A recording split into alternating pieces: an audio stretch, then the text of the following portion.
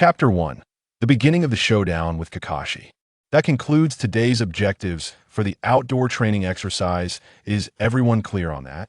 In the wilderness training grounds of Kanahagakure, the esteemed Chunin instructor, Shuji Mikami, was earnestly conducting his training briefing. "Burp, I'm so full." The loud belch echoed, inciting an immediate fury within Mikami. "Yasaka, you must exercise some restraint." With a single squeeze, he shattered his wooden pointer. "While I, as a Chunin, cannot dispute your strength, your repeated violations of classroom etiquette leave me no choice but to intervene." At this furious outburst, every student in the class displayed a look of astonishment, whispering among themselves. Is the teacher all right? He actually dares to confront Yasaka? Has he forgotten about the dozen or so previous teachers recuperating in the hospital? This is bad. Something serious is about to happen. Gazing at the languid figure in the back row, dread washed over the faces of the students. They knew all too well that provoking Yasaka could only lead to one outcome: death. "Burp, were you just speaking to me?" Yasaka, reclining comfortably, began to pick at his teeth, exuding an air of nonchalance. Yet, such a simple act sent shivers down the spines of those present. Yasaka, I merely intended to suggest that consuming food on the training grounds may lead to indigestion." As soon as the words left Mikami's lips, he regretted them. "Oh, Mikami, why could you not control your tongue?" In Kanahagakure, the name Yasaka was synonymous with notoriety. Since the tender age of 1, he had cultivated a penchant for snacks. Outside of sleeping and using the restroom, he could be found clutching food throughout the day. Yet this gluttonous and indolent individual possessed a ninja talent that left all of Konoha in awe. Even Orochimaru, who had inherited the third Hokage's teachings, was once struck down by Yasaka's casual blow, leaving him bedridden for half a month. It was only by resorting to forbidden techniques that he regained his mobility. Even now, Mikami vividly recalled the words of the third Hokage upon assuming the role of homeroom teacher. "Do not provoke Yasaka, or the only outcome will be death." Even after witnessing the Ninja World Wars, he had never seen the third Hokage's face wear such a grave expression. Before Mikami's arrival, more than 10 exceptionally skilled teachers had already found themselves confined to the ninja hospital. Rather than physical wounds, it was the psychological trauma that weighed heavily upon them. The previous homeroom teacher had been sent to the hospital for emergency treatment merely for dislodging a chip from Yasaka's grasp. The sole injury was a gaping wound, a terrifying gash inflicted by a blade. Though the injury healed swiftly, the teacher was subsequently transferred to the mental health department due to a breakdown. Even now, he muttered incessantly, "I was bested by an 80-year-old child? How is that possible?" Had Yasaka wielded his full strength, even with 10 lives, it would not have sufficed. Upon hearing Mikami's admonition, Yasaka merely smiled. "Not eat? What nonsense! Yum, yum, yum, this is delicious." Alert! Host experiences exquisite flavor swordsmanship proficiency 1. Alert! Host experiences rich aroma physique 1. Alert! Host experiences refreshing taste speed 1. Like many who had traversed into another world, Yasaka possessed an extraordinary system within him. As long as he consumed food, he would continually reap rewards. The more delectable and rare the food, the greater the rewards. In simpler terms, indulging in previously untried delicacies would grant him double or even more skill points. Yasaka paid no heed to the intricate attributes aside from the fixed enhancements from leveling up. He allocated all points directly to his swordsmanship training. He thought little of anything else, fixated solely on the act of striking down foes. His life's motto was simple: eat the most delicious meals, sleep the fullest, and vanquish the strongest opponents. Yum, yum, yum. In mere minutes, Yasaka polished off another bag of snacks. "Finished already? I haven't even had my fill." This is infuriating. Seeing his demeanor, the surrounding classmates instinctively stepped back in fear. "Hey, you still have snacks over there? Mind if I borrow some?" At this moment, Yasaka approached a girl amidst the crowd. She was petite and charming, with large eyes as clear as water, exuding an irresistible allure. Yet, this was not the focal point of Yasaka's interest. His instincts told him that the girl's bag contained rare delicacies he had never tasted before. With a startled cry from Lin Noera, Yasaka seized the snacks from her bag and stuffed them into his mouth. Instantly, a wave of rich flavor flooded his palate. Under the influence of the system, Yasaka rapidly gained double skill points. Yasakaken, that was my jelly, it had already been in my mouth. Lin Noera gazed at Yasaka's handsome features, her cheeks flushing with shyness, her eyes reflecting infatuation and admiration. It was no surprise, as the strongest boy in class, Yasaka had long been the object of every girl's dreams. Yasaka, did you not hear what Lin just said? Remove your filthy mouth at once. From the crowd, a boy with grizzled hair and a deep blue mask could no longer contain himself. He was none other than Kakashi Hatake, son of Konoha's White Fang, renowned as a prodigy. Having harbored feelings for Lin since childhood, he had intended to confront Yasaka alongside Obito, but Obito's recent injury had kept him on leave for half a month. Why should I remove it? Can't you see this young lady did not resist at all? Yasaka chuckled as he slurped up the jelly, his expression rife with disdain. Due to the Ninja World Wars, it was rare to find diverse culinary delights. In Konoha, even the previously consumed chips were merely the cheapest of fare. In light of the food scarcity, he had been forced to make do with ordinary sustenance, earning increasingly meager skill points. Now, having finally encountered a rare delicacy, he could not afford to miss this exceptional opportunity to enhance his strength. I suggest you step aside, given your abilities. Recklessly challenging me would only ruin your future. How infuriating! Kakashi, unable to endure further, unsheathed his short blade and charged at Yasaka with all his might. Kakashi, no. Though he may be a Chunin without having graduated, Yasaka possesses Jonin-level strength even before enrollment. If this continues, Kakashi is surely doomed. While Kakashi was indeed formidable among his peers, compared to Yasaka, he was akin to an egg striking against a stone. There was no chance of victory. Yasaka, Kakashi, cease at once. The speed of both combatants was so rapid that even Mikami, their homeroom teacher, was unable to intervene in time. In that fleeting moment, Yasaka set down his jelly and unsheathed the blade at his waist. It was the most basic, ordinary ninja blade, one even a novice blacksmith would disdain to forge. Whoosh! As the blade was drawn, an immediate chill swept through the air, causing the temperature to plummet several degrees. The palpable aura of death felt suffocating. Even Kakashi, who had faced enemy Jonin, felt a surge of disarray at the sight before him. This opponent before him was no mere human. He was a faceless harbinger of death. Swish! Yasaka! Stop! In an instant, a flash of steel sliced through the air.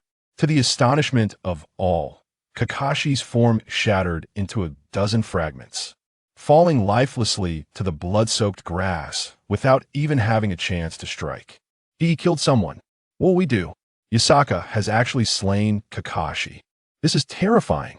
The students present erupted into chaos, shrieking and retreating in fear. Clang! Yum, yum, yum. This brand of jelly is truly delightful. Yasaka relished the taste of the jelly, a satisfied smile gracing his face. Chapter 2. The Divine Blade, Heavenly Feather Slash. Are your eyes deceiving you? I did not even make a move. How is this possible? To the astonishment of the onlookers, they realized that Yasaka's blade had not even grazed Kakashi. Instead, the boy who should have been reduced to fragments lay on the ground, dazed and unscathed. How could this be? I was once a vital ninja who shielded the third from shadow-level assassins. How could my vision fail me? Mikami stared in disbelief, unable to accept the reality before him. Beside him, the vice homeroom teacher from the Hyuga clan was equally astonished, repeatedly employing his Byakugan, but failing to discern how Yasaka had executed his technique.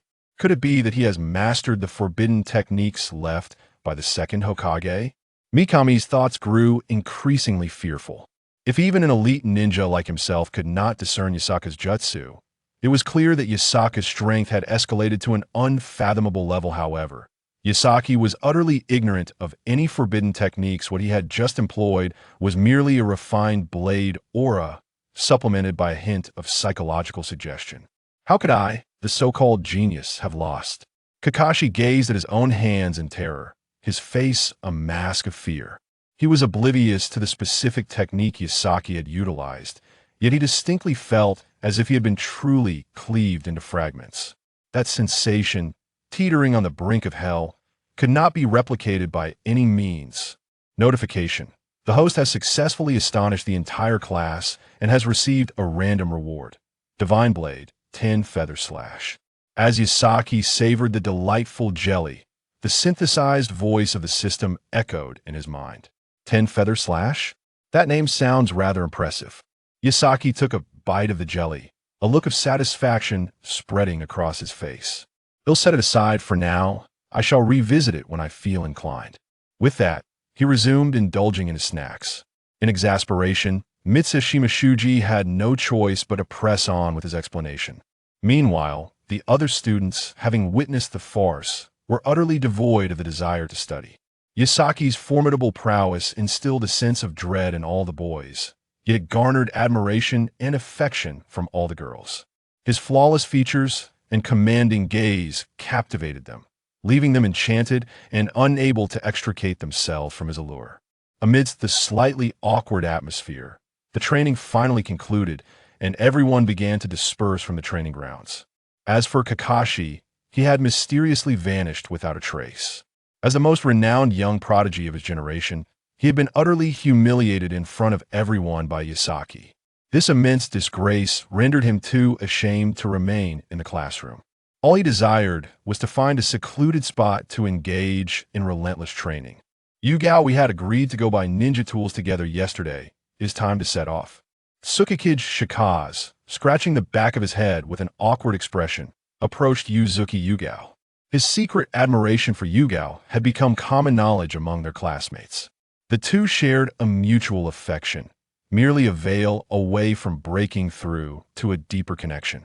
With the current progression of their relationship, Shikaze believed today could solidify their bond and make Yugao his girlfriend. However, just as Shikaze brimmed with confidence, Yuzuki Yugao did not even glance his way, instead striding directly towards Yasaki. Yasaki, your home is quite far. Allow me to accompany you back. Yasaki-kun, you seem fond of that brand of jelly. I know the location of the store. Let me take you there. Noera Rin and Yuzuki Yugao clung to Yasaki's arms, the three of them chatting and laughing. Indeed, not only can we procure snacks, but I'm also flanked by two lovely ladies. Could there be a more delightful experience? Yasaki embraced the two girls, a boisterous laugh illuminating his countenance.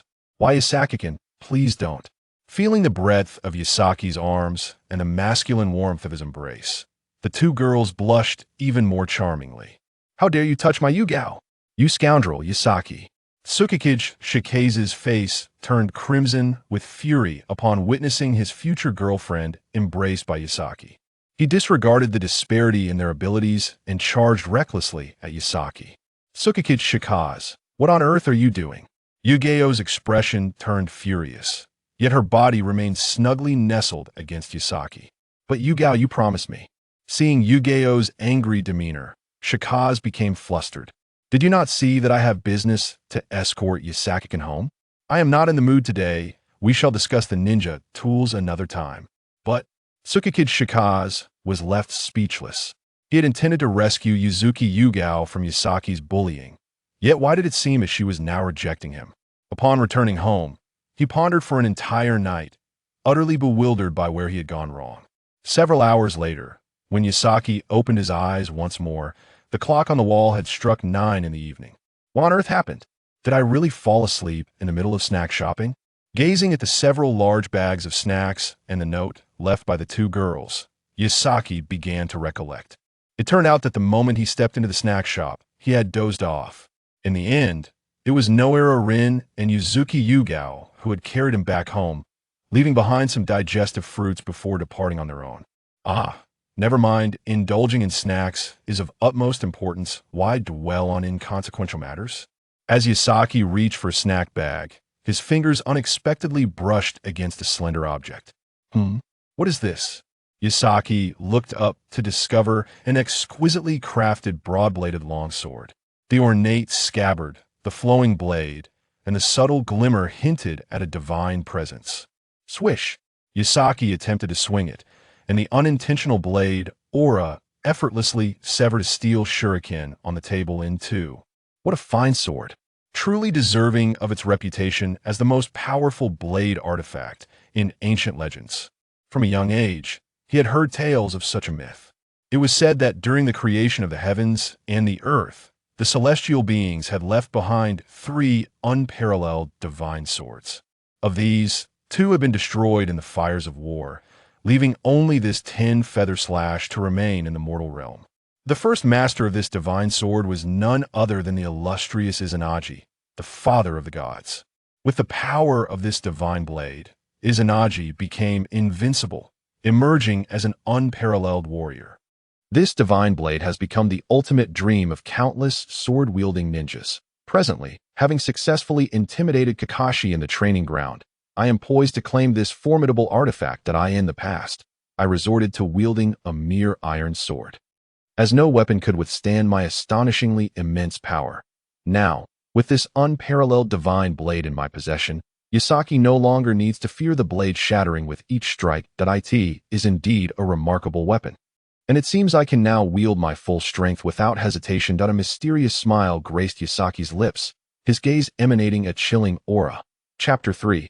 The man admired by the 4th Hokage. Meanwhile, at the Hitaki residence in the eastern part of Konohagakure, is Kakashi still refusing to come out of his room? At this moment, still very much alive and known as the White Fang of Konoha. Tsukumo Hitaki sat at the dining table, his brow slightly furrowed. Sighing, he pondered the situation. I wonder what is bothering him. Upon returning home today, he locked himself in his room and refuses to emerge. Mrs. Hitaki emerged from the corridor, her face etched with worry. I am concerned about him, she said anxiously. Very well, I shall speak with him, replied Tsukumo, weariness evident on his face, having just returned from a mission abroad. While passing by the ninja academy, he happened upon a familiar peer. During their conversation, the fellow ninja informed him of Kakashi's predicament that day. In Kakashi's room, he sat in a corner, burying his head deep in his knees. Filled with dread, I couldn't even make a move before being taken down. The memory of his encounter with Yasaki earlier that day sent shivers down his spine, rendering him unable to think clearly. Knock, knock, knock. The sound of knocking jolted Kakashi from his introspection. Who is it? Kakashi, it's me. Hearing his father's voice, Kakashi felt a semblance of calm wash over him. Kakashi, I've heard about today's events. What are your thoughts regarding the training ground incident? Gazing at his father's loving face, Kakashi initially relaxed, only to be overtaken by a wave of shame. Having always aspired to be like his father, he found himself lacking the courage to face his idol. Both were prodigies of their generation, yet Kakashi had failed to measure up to his father's accomplishments, ultimately being bested by a classmate who seemed to do little more than indulge in snacks. Before Yasaki even made a move, Kakashi had been paralyzed by fear. The image of the genius he had painstakingly cultivated was utterly shattered in that single encounter. Father! Kakashi was engulfed in profound terror. Unable to articulate his feelings, do not rush. Take a moment to gather yourself, Tsukumo said, gently patting Kakashi's shoulder, signaling him to relax. With his father's reassurance, Kakashi gradually regained his composure and recounted the events of the day. The child's name is Yasaki, is it? Tsukumo fell into deep contemplation, a subtle, almost imperceptible smile appearing on his lips. As a renowned figure in Konohagakure, he was already well aware of Yasaki's formidable abilities. It would not be entirely surprising if Kakashi were to lose to that child. After managing to soothe Kakashi, Tsukumo returned to the living room, his thoughts drifting back to distant memories. Among the elite ninjas under the 3rd Hokage, there was once an extraordinary special nin named Kai no Mukiyama, whose prowess surpassed all in Konoha, even outshining the so-called strongest genius, the 4th Hokage.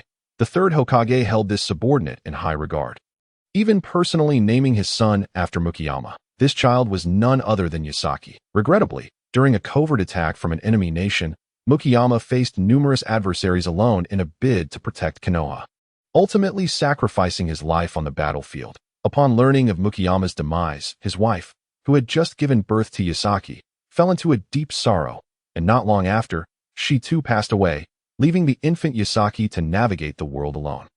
In an effort to alleviate his guilt, the 3rd Hokage had arranged for Yasaki to be cared for in secret over the years on several occasions. He even transformed into a neighbor to encourage Yasaki to strive for greatness. Unfortunately, Yasaki remained indifferent, indulging even more in snacks by a stroke of fortune. The third Hokage discovered that Yasaki's abilities had not diminished but had, in fact, improved due to his penchant for snacks. Thus, he ceased to interfere with Yasaki's dietary habits, allowing him the freedom to grow as a fellow special Jonin. Tsukumo often undertook the responsibility of looking after Yasaki, even assisting with his enrollment in the ninja academy and addressing incidents where Yasaki had injured his teachers. This support helped Yasaki flourish to his current state. Mukiyama, if you were to know of Yasaki's current performance from beyond, would you feel pride or disappointment? Tsukumo gazed toward the distant horizon, lost in thought for a long while. Time continued to march on. Since that day when Kakashi was overwhelmed by Yasaki in the training ground, Yasaki's popularity in the ninja academy soared to unparalleled heights. Many girls found themselves drawn to him, their eyes sparkling with admiration. Particularly, Rin Noera and Ugetsu Sayaka would arrive at school daily, bringing various delectable snacks and inviting Yasaki to share meals with them. Yasaki-kun, these cookies are homemade. Please try them. All right, I shall taste them and see how they fared. As he looked at the eagerly offered treats from Rin, a joyful smile adorned Yasaki's face. After indulging, he heard the system's synthesized voice in his mind. Notification. Host feels refreshed.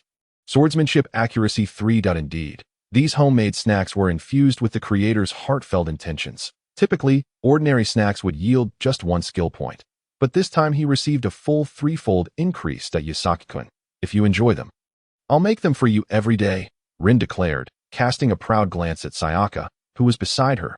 Sayaka, feeling a bit miffed, pouted.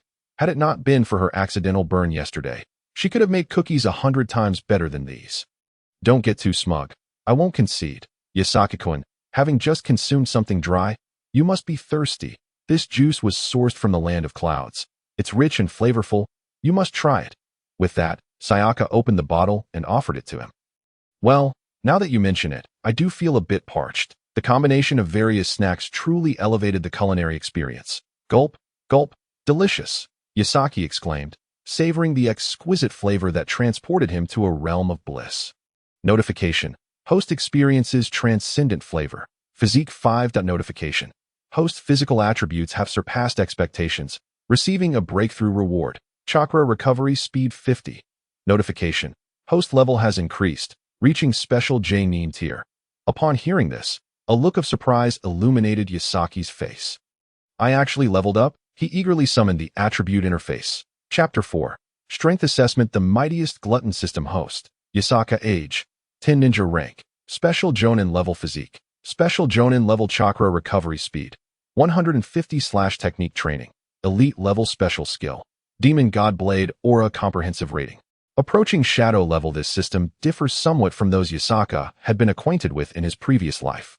Under ordinary circumstances, without any special events, the system refrains from issuing any notifications. It only provides relevant prompts when he experiences the sensation of delectable food or levels up. However, Yasaka paid this little mind.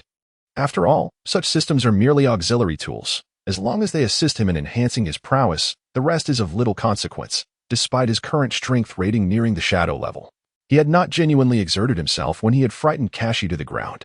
The true extent of his formidable power remained shrouded in mystery. As for the so-called Demon God Blade Aura, it was merely a reward bestowed by the system after Yasaka had taught a lesson to the homeroom teacher who had knocked his chips away, leaving the entire ninja school in shock. This special skill possesses unfathomable might. When wielded to its pinnacle, even deities would tremble in fear. Without an exceptionally resilient willpower, one could easily succumb to mental collapse within its illusions, ultimately reducing oneself to a mere shell. Nevertheless, none of this mattered as long as he could indulge in delicious snacks. Who cared for such trivialities? Under Yasaka's voracious assault, yet another bag of snacks was consumed. The following day, at the ninja school playground, Shuji Mikami finally concluded today's lesson and let out a long sigh of relief. Delicious, observing Yasaka, who was still voraciously devouring snacks. A hint of exasperation flickered in Shuji's eyes. Thankfully, he had not lost his temper today.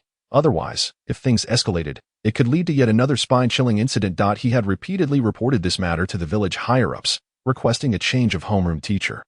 Yet the third Hokage had flatly refused, instructing him not to bring it up again. With no other recourse, Shuji could only continue to wear a sorrowful expression while teaching at the ninja school. Who would have thought he would end up wading through such murky waters after being foolish enough to come here? All right, to assess everyone's recent learning outcomes, we shall now conduct a strength test. As soon as Shuji finished speaking, a chorus of murmurs erupted from the crowd. Another test? We've had several this month already. Surely, there is no need for such elaborate arrangements just to gauge our strength? I wonder what the content of this test will be. I'm quite curious. This month alone, there had been a total of 6 theoretical ninja examinations, 3 ninjutsu tests, 2 taijutsu tests, and 1 outdoor training assessment. Despite the frequency, everyone patiently complied with all requirements. After all, each test score directly influenced their chances of graduating from the ninja school, earning their Konoha headbands, and becoming capable ninjas. All right. The assessment is about to begin. Everyone, please prepare yourselves and return here for assembly in 5 minutes. After Shuji announced this, he lowered his voice and called over Lin Naira and Ugetsu Yuin. Lin, Yuin, you two are on good terms with Yusaka. Could you please assist him in getting ready and bring him back for assembly? Normally, as the homeroom teacher, he could directly convey this message to the students. However, given Yusaka's overwhelming strength, he dared not risk his life to relay instructions. Such incidents had occurred in the past. During previous assessments, whether theoretical exams or ninjutsu and taijutsu tests, Yusaka consistently scored a perfect 0. When it came time for Yusaka to participate in the taijutsu assessment, the entire class had retreated a full 500 meters in fear. It was not an overreaction. Without that distance, Yusaka might very well have shattered the ground with a single punch. Shuji, as the homeroom teacher, certainly wished to avoid confrontation, but he was responsible for grading and guidance. There was no escaping that. If it were any other student, even the most exaggerated display would merely leave him with a sore hand. However, Yusaka was different.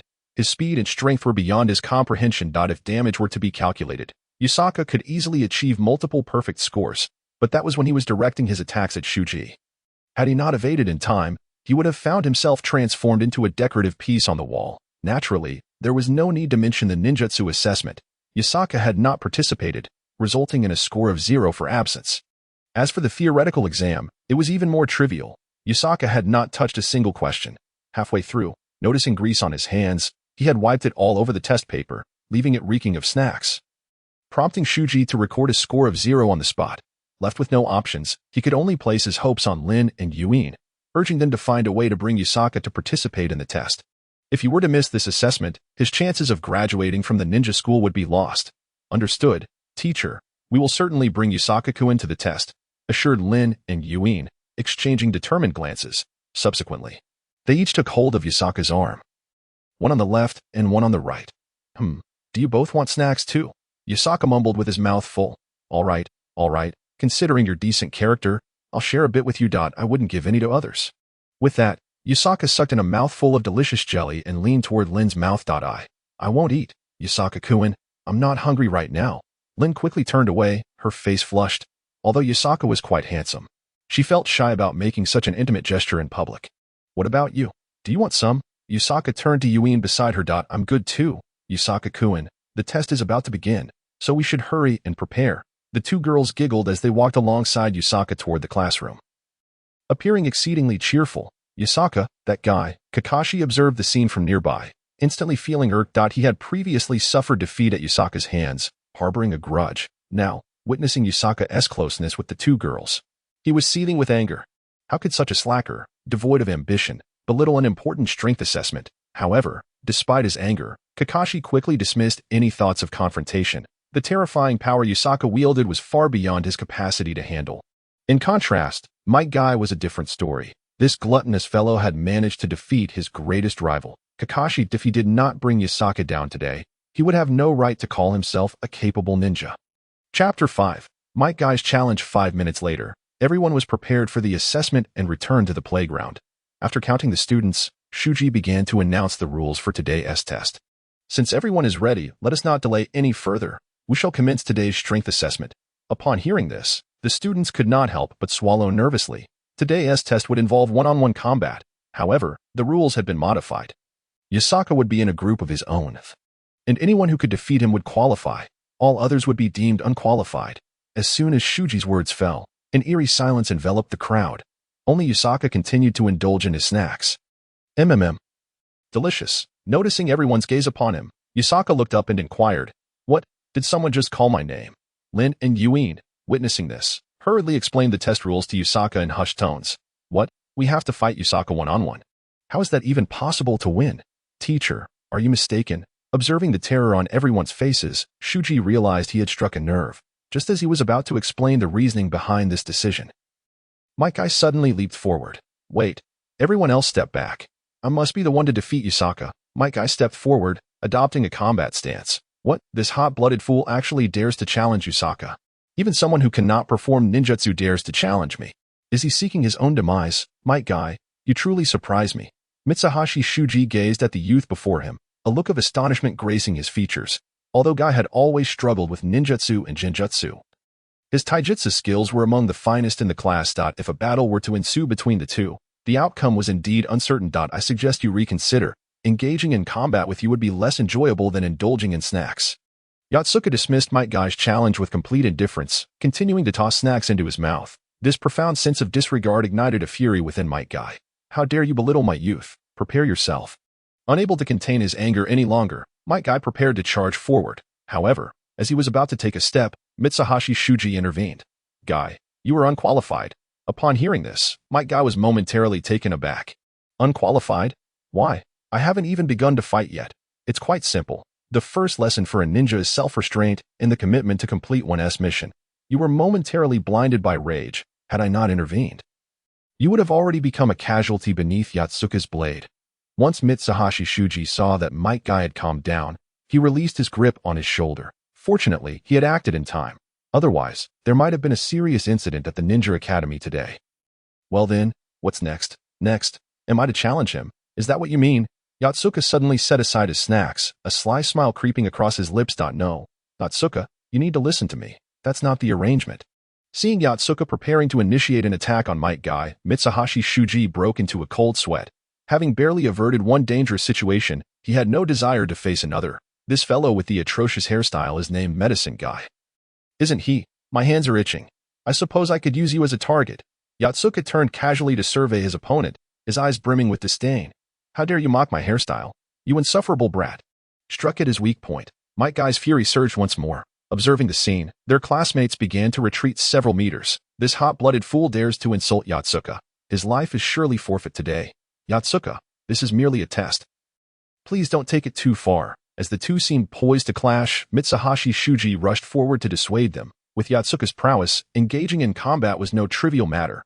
Yet Yotsuka paid no mind to his words, instead sporting a menacing grin. You want me to go all out? No problem. I was just hoping to test my full strength. Due to the murmurs among their peers, Yotsuka accidentally misinterpreted Mitsuhashi Shuji's request. He had not anticipated that this seemingly weak-willed homeroom teacher would exhibit such a masculine side today. In light of his sincerity, perhaps he should be afforded a measure of respect. Hey, you with the bushy eyebrows. Did you hear the teacher's request? Hurry up and come here so I can properly test my blade techniques on you. Yotsuka reached for the hilt at his waist, his expression reflecting a long-lost excitement. The teacher has truly gone too far, allowing Yotsuka to unleash his full strength against Might Guy. Although Guy is at the bottom of the class, doesn't he deserve such treatment? Does he?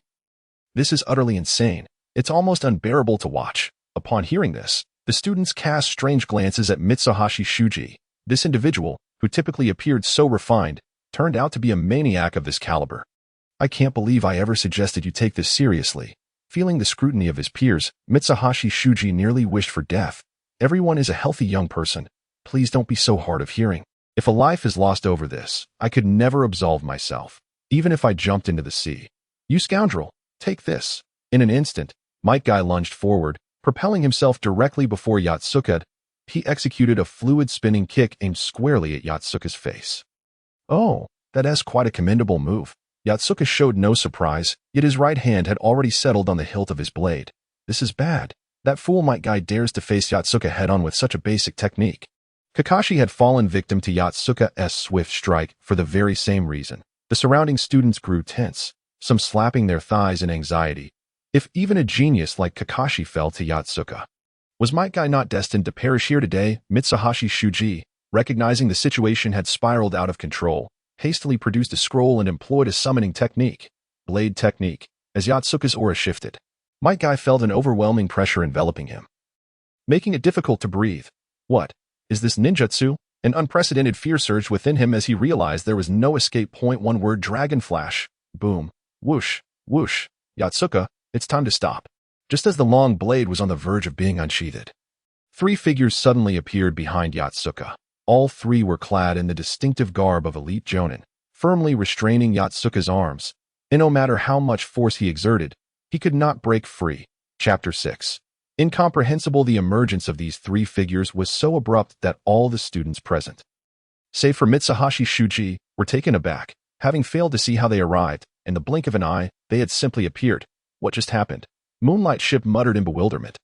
His lower-tier strength left him unaware that Yatsuka's prior move would have certainly claimed Might Guy's life. He merely observed that at the moment Yatsuka drew his blade, he was subdued by the three figures. The trio had utilized a special teleportation jutsu, creating a cloud of smoke upon arrival. Thus the students, like Moonlight Ship, could not immediately identify who they were. You three are so boring. You actually coordinated to stop me simultaneously. How flattering. Yatsuka lamented, intending to shrug, only to find his joints firmly held by the three, rendering him immobile and forcing him to abandon his effort to escape. There was no choice. Your previous move was far too perilous. If we hadn't acted together, that bushy-browed kid might well have met his end by now. A voice, slightly hoarse, came from behind, and Yatsuka didn't need to turn to know who it was. After all, there were plenty of hoarse voices in the Hidden Leaf Village, but only one belonged to someone whose arms could bend like a serpent to ensnare others. Humph. Yatsuka, if you continue this violent behavior, I want to take you to the culinary festival in the Land of Thunder next month. A melodious voice chimed in, and upon hearing those words, Yatsuka wilted like a frostbitten eggplant. Responding politely, rest assured, I, Yatsuka, am quite the gentleman. I would never resort to violence. You must take me to the festival next month. As Yatsuka conversed with the person behind him, the white smoke from the teleportation jutsu gradually dissipated, revealing the true forms of the three figures. In the next moment, a series of gasps erupted from the crowd of students, and the previously cacophonous discussions fell silent, plunging the scene into an absolute stillness. Yet the silence was soon shattered. It's Lady Tsunade, and also Jiraiya-sama and Orochimaru-sama, the legendary Sannin, have all gathered. Kakashi's voice trembled, his heart in turmoil as he gazed incredulously at the three legendary figures. What? It's truly the Sannin. The Sannin have personally come to intervene against Yatsuka. Ah, am I seeing things? It's the Sannin. In an instant, the students were abuzz with shock, most having only heard of the Sannin's names but never having encountered them in person. Today, however, they were witnessing the legendary trio during a test, their hearts racing with a mix of awe and excitement. Others felt a bitter pang. Kakashi stared blankly at Yatsuka, restrained by the Sannin, his heart a tempest. Has Yatsuka's power grown to such an extent that it requires the Sannin to join forces to subdue him? Why is it that he appears so carefree yet possesses such strength? What does that make me? The son of the legendary White Fang of the Leaf, who has been hailed as a prodigy since childhood, finds himself unable to match even the watered-down prowess of that man. Moonlight Gale trembles uncontrollably, gripping his sword with fervor, as he finally comprehends why Shiyin opted for Yatsuka and cast him aside. What girl wouldn't admire or adore such a man? One who requires the combined might of three Sannin to subdue? How infuriating it is that he possesses such formidable strength. No, I must surpass him. I shall demonstrate to Shiyin that I am the strongest man. At that moment, every student present experienced a profound psychological impact. Some were in awe, others shocked, some envious, and a few found their fighting spirit ignited. Yet, Yatsuka remained indifferent to their reactions. Clearing his throat with resignation, he remarked, all right, I have sheathed my sword. How long will you all hold me down? Upon hearing this, Jiraiya and the others released their hold on Yatsuka, who then resumed his nonchalant demeanor. He raised an eyebrow at Mitsukami and declared, I suppose this match is mine. Yes, indeed, you have won. Mitsukami nodded, then turned to the students and announced loudly, in this contest, Yatsuka emerges victorious. Meanwhile, Might Guy remained transfixed, gazing at Yatsuka with a dazed expression, half kneeling on the ground, his muscles locked in a state of rigidity. The impact of Yatsuka's strike had been overwhelming. At the moment Yatsuka drew his sword, it seemed as if an enormous blade had eclipsed the very heavens, dominating his perception. In that instant, he felt utterly paralyzed, as though his soul had been wrenched from his body. Everything around him, the instructor, the training posts, the arena, his classmates, even Yatsuka, vanished, leaving only the colossal sword descending upon him. This harrowing vision had inflicted a severe mental blow upon Guy, rendering him incapable of movement, as if he had been rendered utterly incapacitated. Hey, are you all right? Yatsuka inquired, patting Guy's shoulder as he passed by. To his surprise, Guy, seemingly triggered by some unseen force, widened his eyes in shock before promptly fainting. Such fragility, Yatsuka scoffed, then turned to address the students below, casually asking, "Is there no one else to challenge me?" Though his tone was remarkably calm, those words transformed in the ears of his classmates, igniting a fervent admiration in them. Noera Rin's eyes sparkled with excitement as she clenched her fists to her mouth, her cheeks flushed with adoration as she murmured, "He is so incredibly handsome." She similarly gazed at Yatsuka with starry-eyed infatuation, convinced he was the most striking man in the world. Many of the other girls echoed this sentiment, their faces glowing with admiration, which incited irritation among some male classmates. Yet, upon reflecting on Yatsuka's terrifying strength, they felt a sense of impotent rage. The chasm between them was insurmountable, leaving them devoid of hope to surpass Yatsuka, observing the astonished and adoring expressions of his classmates. Yatsuka remained unfazed, his thoughts focused solely on finishing the testing so he could indulge in culinary delights. Is there no one willing to step forward? He reiterated, "I will challenge you." A voice suddenly rang out from the crowd of students. "Who dares to utter such audacity?" Mitsukami exclaimed, feeling a headache coming on. Had someone uttered those words before Yatsuka's match with Guy, it might have seemed reasonable. Yet now, after Yatsuka had effortlessly dispatched Guy, how could anyone dare to provoke him? In that moment, the students erupted in a cacophony of whispers, all eyes turning to the source of the challenge. Wow, what has gotten into him? Is he out of his mind? Such reckless bravado. He knows he cannot win yet chooses to proceed. In my opinion, such a person is unworthy of being a ninja, for a ninja must possess the virtue of patience, which he clearly lacks. Ah, it's him. How dare he challenge Yatsuka? Has he lost his senses? As the murmurs swelled around them, no one held any faith in the challenger. Even Kakashi, who had always been advised by his father not to underestimate others, frowned, reflecting, "Even I, the so-called genius Kakashi, am no match for Yatsuka. What audacity does Asuma possess to challenge him?" Meanwhile, Yatsuka, who was preparing to descend to savor some snacks, remained completely indifferent. It's you, Asuma, he remarked casually after casting a glance at the challenger. Noticing Yatsuka's lack of concern, Asuma snorted disdainfully, his expression one of arrogance as he strode forward from the crowd. He advanced deliberately, unfazed by the whispers that surrounded him, each word echoing his inevitable defeat. Yet, Asuma continued with unwavering resolve.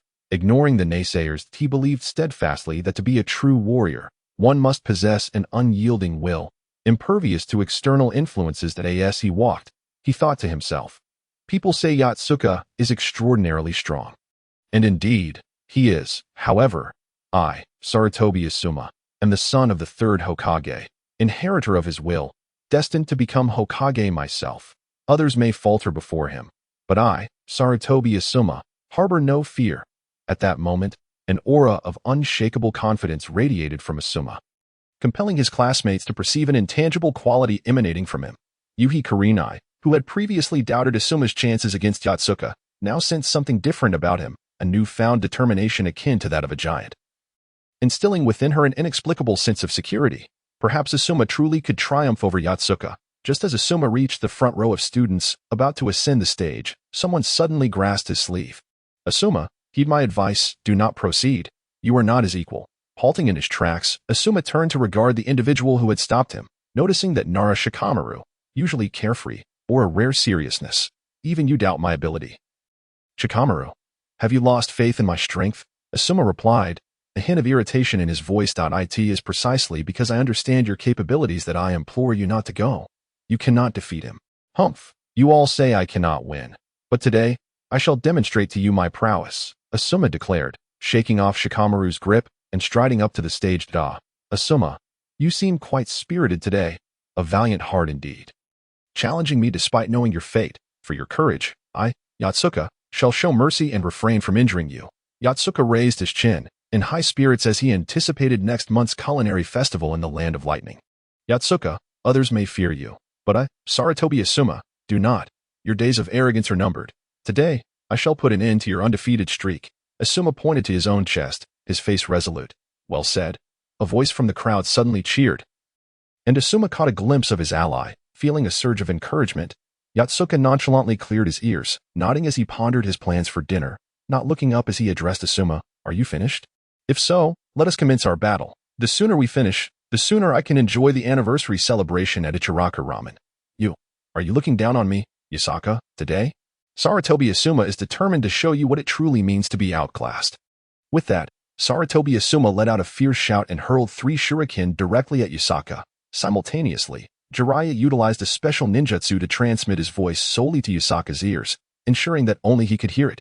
Yasaka, that's enough? If you can manage not to harm Sarutobi Asuma, I will take you to Ichiraku Ramen to enjoy their latest special dish today. I possess a voucher for the new item. Wow, the latest special. Alright, you have my word. I will follow your lead. Upon hearing Jiraiya's promise of the new special, Yasaka eagerly nodded in agreement, exclaiming, yes, yes, yes, whatever you say. Yasaka was beyond excited because whenever Ichiraku Ramen launched a new special dish, they would issue a limited number of experience vouchers, allowing the holders to taste the new dish first. Otherwise, one would have to wait 2 months for it to appear on the menu. Moreover, these special vouchers were exclusively available to elite Jonin-level shinobi. Chapter 8. Shuriken Shadow Clone. Whenever Ichiraku Ramen introduced a new ramen dish, Yasaka always yearned to try it. However, lacking a special voucher meant he could only wait 2 months until the new dish became available. Thus, learning of the opportunity to be among the first to indulge in the new delicacy filled him with immense excitement, rendering any requirements Jiraiya might impose trivial. As the 3 shuriken hurtled towards him with deadly precision, Yasaka simply chuckled, tilting his head to evade the first shuriken. The shuriken whizzed past, nearly grazing Yasaka's cheek, yet it failed to make contact. Sarutobi Asuma, witnessing this, felt a pang of disappointment. He was so close to becoming the first person in history to injure Yasaka. Consequently, he placed his hopes on the remaining 2 shuriken. The second shuriken sped towards Yasaka's chest. As the first shuriken targeted Yasaka's left cheek, he instinctively tilted his head to the right to avoid it, causing the second shuriken to close in from less than 2 meters away. Such proximity left little room for evasion unless Yasaka employed the body flicker technique. This was precisely the strategy Sarutobi Asuma had devised from the start. To use the first shuriken to block Yasaka's movement as a feint, thereby increasing the likelihood of the subsequent shuriken striking him. Hit him. Strike him. Sarutobi Asuma fervently urged internally, his gaze fixed on the second shuriken. Observing this tense moment, Kakashi also felt a surge of anxiety. His emotions a tumultuous mix. He wished for the shuriken to hit Yasaka, hoping to teach him a lesson. Yet, at the same time, Kakashi did not want Yasaka to be injured by anyone else before he himself achieved that milestone. Moonlight Gale shared similar sentiments, while Noera Rin and Yuhi Kurenai wore expressions of concern for Yasaka, and Mizuki and the 3 legendary Sannin were curious to see how Yasaka would respond. In an instant, the second shuriken became the focal point of everyone's attention. Yet, in the blink of an eye, Yasaka disappointed some onlookers. With a playful grin, he remained still, lifting his foot to kick a small pebble from the ground. With a swift motion, it shot forth like a bullet, directly colliding with the second shuriken. The sound of impact rang out as the shuriken, mere half a meter from Yasaka's chest, was deflected by the pebble, altering its trajectory to veer harmlessly away from him. What a pity it didn't hit. Yasaka is incredibly fortunate to have been saved by that pebble, Moonlight Gale thought, unaware that Yasaka had deliberately kicked the stone, his speed rendering it nearly invisible to the untrained eye. The 3 legendary Sannin, however, observed the scene with clarity. Jiraiya chuckled, stroking his chin. This kid has some ingenuity. I expected him to draw his blade for a block. Orochimaru sneered, his voice raspy. No wonder he defeated my man. Though merely a scare tactic, I still respect his skill. While the crowd marveled at Yasaka's deflection of the second shuriken, Sarutobi Asuma remained serious. His teeth clenched as he prepared to control the third shuriken. Among all present, he alone understood that the third shuriken was his true trump card, with the first 2 serving merely as feints to set up for it. As Yasaka deflected the second shuriken, the third had already closed to within 3 meters of him. A dangerously short distance indeed. This moment was fleeting. Now, Sarutobi Asuma bellowed, swiftly forming hand seals, calling out, prepare yourself.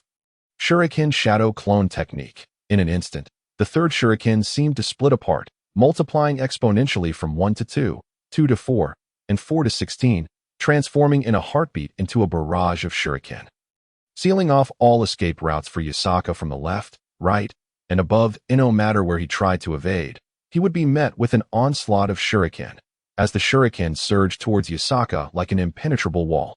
The students and lower-ranking shinobi were left in awe. Even Kakashi, who often prided himself on being a genius, stared in astonishment at the multitude of shuriken clones. He had not anticipated that Sarutobi Asuma possessed such advanced ninjutsu. one that even he himself could not perform. Could it be that, at long last, someone would succeed in defeating Yakasaka? Kakashi's heart raced, his pulse quickening as he focused intently on Yakasaka, fearing he might miss what would transpire next. On stage, Sarutobi Asuma's lips curled into a victorious smile. Countless days and nights of arduous training had led to this moment, striving to defeat Yakasaka before his classmates and even the legendary Sannin, to emerge as the strongest man in the class. This was his ambition. Sarutobi Asuma. However, just as many spectators braced themselves to witness Yakasaka become a pincushion for shuriken, he merely smirked, a glint in his eye as he uttered, "Child's play." In the next instant, Yakasaka's right hand shot forth, gripping the hilt of his blade with lightning speed, and with a swift motion, he drew it. Clang, clang, clang. In that fleeting moment, a dazzling flash of blade light illuminated the arena, accompanied by a series of rapid metallic clashes that echoed through the air. Before anyone could comprehend the unfolding scene, the blinding light vanished, revealing Yakasaka sheathing his blade once more at his waist. What just happened? Yakasaka wasn't struck by the shuriken. Moonlight Gale stared at Yakasaka in bewilderment, his mind struggling to process the rapid sequence of events. The occurrence had transpired so swiftly that the students below could barely keep up. They only knew that Yakasaka had drawn his sword. A flash of light had appeared, and then he had sheathed it again, leaving them in utter confusion. What transpired? What was the outcome? What had just occurred? In an instant, the students were left in a state of perplexity. Even Mizuki, who was close by, felt disoriented, while the three legendary Sannin observed Yakasaka's back with grave expressions. Chapter 9. The True Trump Card. Orochimaru. Did you witness that? After a moment of silence, Tsunade inquired, her voice tinged with a slight tremor. Yes, I saw clearly, Orochimaru replied solemnly, while Jiraiya, typically jovial, remained unusually silent, his gaze fixed intently on the blade at Yakasaka's waist. His swordsmanship has reached an astonishing level. Jiraiya mused quietly. Tsunade merely uttered a sound of acknowledgement, yet that simple sent shockwaves through both Jiraiya and Orochimaru, who stood nearby as the granddaughter of the first Hokage and the grandniece of the second Hokage. She was undoubtedly well acquainted with the slicing techniques of the second Hokage. The second Hokage's techniques were formidable. He had once defeated Uchiha Azuna, the brother of Uchiha Madara, with a single strike using his signature Flying Thunder God Slash. It was noteworthy that Uchiha Azuna was already nearing the strength of a half-shadow at that time, illustrating the sheer power of the second Hokage's techniques. Therefore, Tsunade's appraisal of the slicing technique from Yakasaka underscored its remarkable prowess. On the arena, Asuma Sarutobi stared blankly at Yakasaka, who stood unscathed not far away, his mind engulfed by immense shock. Why? Asuma murmured, his gaze vacant. The Shadow Shuriken Jutsu was a signature technique of his father. The third Hokage, Sarutobi Hiruzen.to defeat Yakasaka. Asuma had diligently studied this technique under the third Hokage's tutelage, dedicating over half a year to mastering it. His ambition was to one day vanquish Yakasaka with this technique, thereby proving himself and establishing his father, Sarutobi Hiruzen, as the strongest Genin. However, the result of his painstaking efforts over the past months had culminated in a scenario where Yakasaka effortlessly neutralized his attack. Without even moving a muscle, Asuma found it impossible to accept this reality. I saw you enter the arena brimming with confidence, thinking you had mastered some formidable technique. And this is all you have? Yakasaka shook his head, casually kicking the shuriken that had fallen at his feet back to Asuma. This very shuriken had been the instrument of Asuma's earlier Shadow Shuriken Jutsu. If you have no further tricks up your sleeve, then it seems this test shall conclude with my victory, Yakasaka stated coolly. Damn it. Asuma clenched his teeth, his right hand pressing against the ground as he tightly balled his fist, leaving deep grooves in the earth with his fingers. I will not concede so easily. I am the son of the third Hokage. I am Asuma Sarutobi. A surge of rage erupted within him, propelling him to leap from the ground with a fierce shout, swiftly hurling several kunai at Yakasaka before hastily forming hand seals. Yakasaka effortlessly sidestepped the kunai thrown by Asuma, remaining stationary as he awaited Asuma's next move. He refrained from launching an attack, having promised Jiraiya not to harm Asuma. Although he could minimize the risk of injuring Asuma during an offensive, he preferred to avoid any possibility of inadvertently cutting his skin, which would jeopardize his chance to savor the new ramen he had been looking forward to. Therefore, to ensure he could enjoy the ramen without any issues, Yakasaka chose to play defensively, intending to showcase the disparity between their skills until Asuma willingly conceded. Meanwhile, Kakashi's eyes widened in astonishment as he observed Asuma forming hand seals. Is that a tiger seal? Is he about to unleash a fire release technique? The next moment, Asuma puffed out his cheeks and unleashed a torrent of gray smoke towards Yatsuka, engulfing him entirely. What? Not a fire release. What technique is this? Kakashi was taken aback, utterly baffled by Asuma's intentions. Could it be? Noera Rin, recalling a previous conversation with Asuma, widened her eyes in realization. This is the ultimate trump card I have prepared for you. Asuma bellowed, pulling out a lighter from his pocket. After igniting it, he hurled the lighter into the gray smoke. Fire release. Ash pile burning. In an instant, the gray smoke ignited, rapidly engulfing everything in a fierce blaze. The ferocity of the flames was so intense that it triggered a violent explosion. Boom! A deafening roar echoed as a massive shockwave radiated from the arena, with the nearest observer, Shimasu Hiragi, crying out in alarm as he retreated hastily. Employing a water release technique, the students in the front rows were thrown into disarray, tumbling to the ground in chaos. Where Yatsuka had once stood, a raging inferno now roared, flames shooting up over 3 meters high.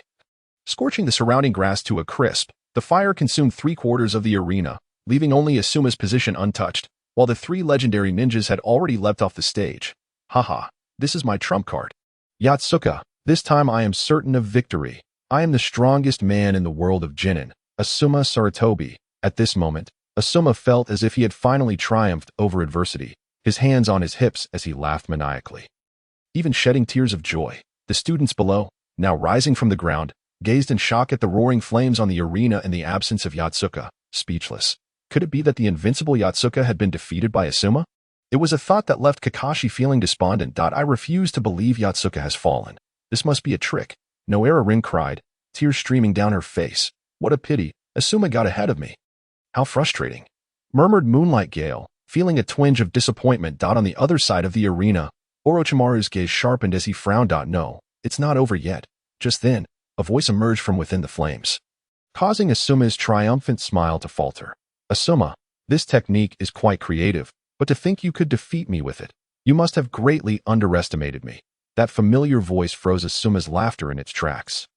His eyes wide with horror. What? Asuma felt as though every muscle in his body had seized up, his heart momentarily halting at the sound of that voice. How is this possible? Asuma turned his head slowly. As if in a daze, his gaze filled with disbelief as he peered into the heart of the inferno. The next moment, a voice resonated throughout the arena. Slicing technique. Breaking wave. In an instant.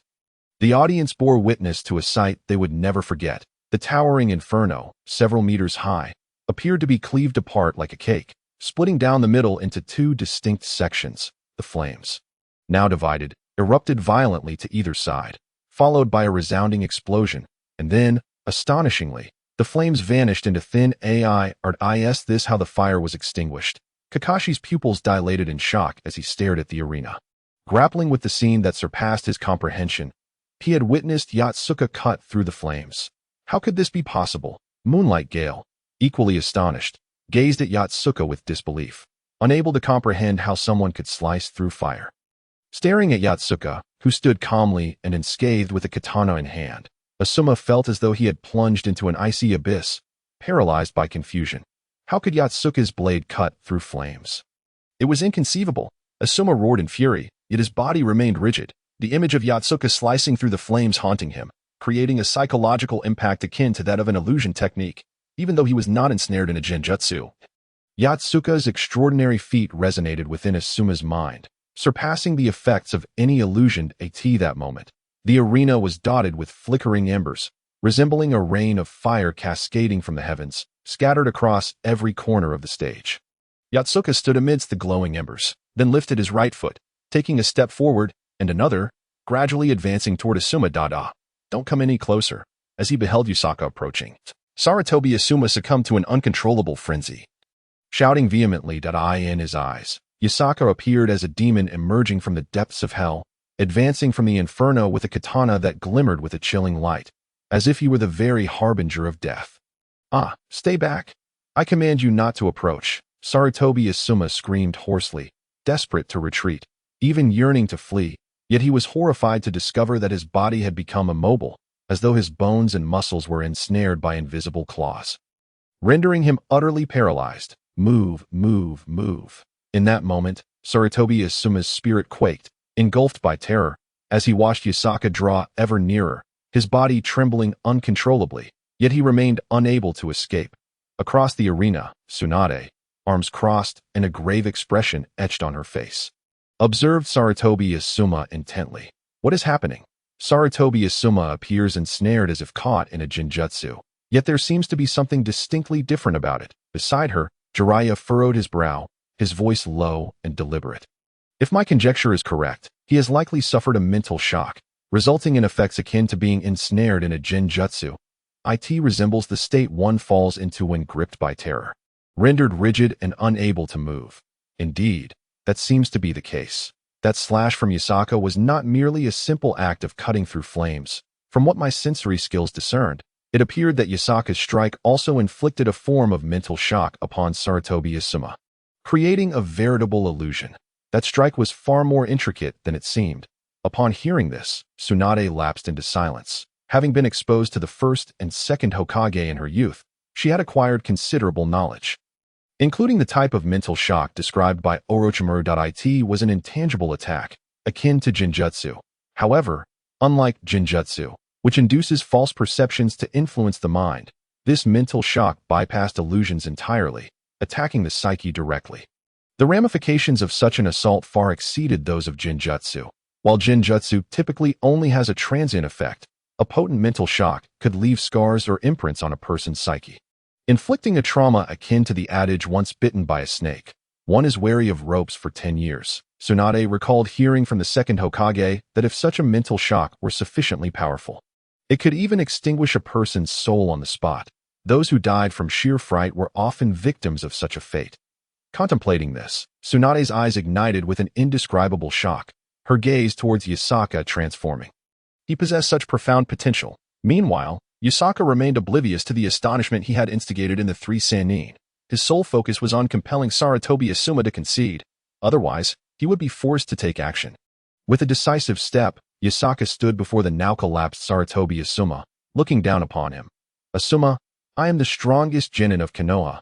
Yasaka, with a demeanor as frigid as ice, Yasaka addressed Sarutobi Asuma. However, as soon as he spoke, he wondered if he had perhaps been too severe, fearing he might frighten Sarutobi Asuma into a fatal state. After all, in his earlier endeavor to elicit Sarutobi Asuma's surrender by slicing through the flames, Yasaka had inadvertently infused his strike with a mental assault, intending to shatter Sarutobi Asuma's will. Thus, he quickly donned a smile, his pearly whites glinting in the sunlight as he reassured, Asuma, do not despair. Your inability to defeat me is not a reflection of your weakness, but rather a testament to my strength. Chapter 11. Fainted you. Upon hearing Yasaka's words, Sarutobi Asuma felt a surge of bitterness rise in his throat, a wave of oppressive sensation engulfing him, and he promptly spat blood, collapsing unconscious. Hey, Jiraiya, did you see that? I never laid a finger on him. I merely defended myself by cutting through the flames he set ablaze. His bloodshed is not my concern. You mustn't use this as an excuse to deny me a meal of the new ramen. Yasaka, witnessing Sarutobi Asuma's sudden bloodshed, panicked and hastily turned to Jiraiya. Jiraiya chuckled helplessly, tossing a voucher emblazoned with the Ichiraka ramen logo towards Yasaka like a shuriken. Yasaka caught the new ramen voucher, treating it as a priceless treasure, and carefully tucked it into his inner pocket, his face lighting up with glee. Meanwhile, upon seeing Sarutobi Asuma faint from blood loss, Mizuki rushed forward to lift him, inspecting him to find that he was merely overwhelmed with emotion, allowing a sigh of relief to escape him. After all, he was the son of the third Hokage. Any incident occurring during his class would spell significant trouble. Medical team, quickly escort Sarutobi Asuma to the hospital, Mizuki shouted as he summoned the medical team, handing Sarutobi Asuma over to their care. In the meantime, the students observing from below the arena erupted in a cacophony of reactions. Nara Shikamaru sighed, biting on a toothpick as he lamented, I told you not to fight him. You couldn't possibly win, but you refused to listen, and now look at the result. TSK. Yasaka-kun is truly astonishingly powerful. Kakashi gazed at Yasaka on the stage with a serious expression, his heart filled with complex emotions. He felt a profound distance between himself and Yakasaka, leading to a moment of disorientation. Ever since he was first defeated by Yakasaka last year, he had set his sights on surpassing him. But could he truly overcome Yakasaka? Doubt began to creep into his heart. Yugao tightened her fists, her nails digging into her flesh, yet she remained oblivious to the pain. Her gaze was solely fixed on Yakasaka, the man standing on the platform, 2 centimeters shorter than herself, yet radiating immense strength. The moment Yakasaka cleaved through the flames had rendered Yugao breathless, the shock of it causing a fleeting illusion to manifest before her eyes, in which her form appeared diminutive compared to the towering giant that was Yakasaka. She strained to look up, only to find that the giant's face was none other than Yakasaka's. As a practitioner of swordsmanship, Yugao understood the sheer prowess required to slice through flames with a single strike, at least for now. Even with the aid of wind techniques, she could not replicate such a feat. Moreover, she recognized that Yakasaka had accomplished this purely through his swordsmanship, without the use of wind techniques. Curse you, Yakasaka! I will surpass you! I will surpass you!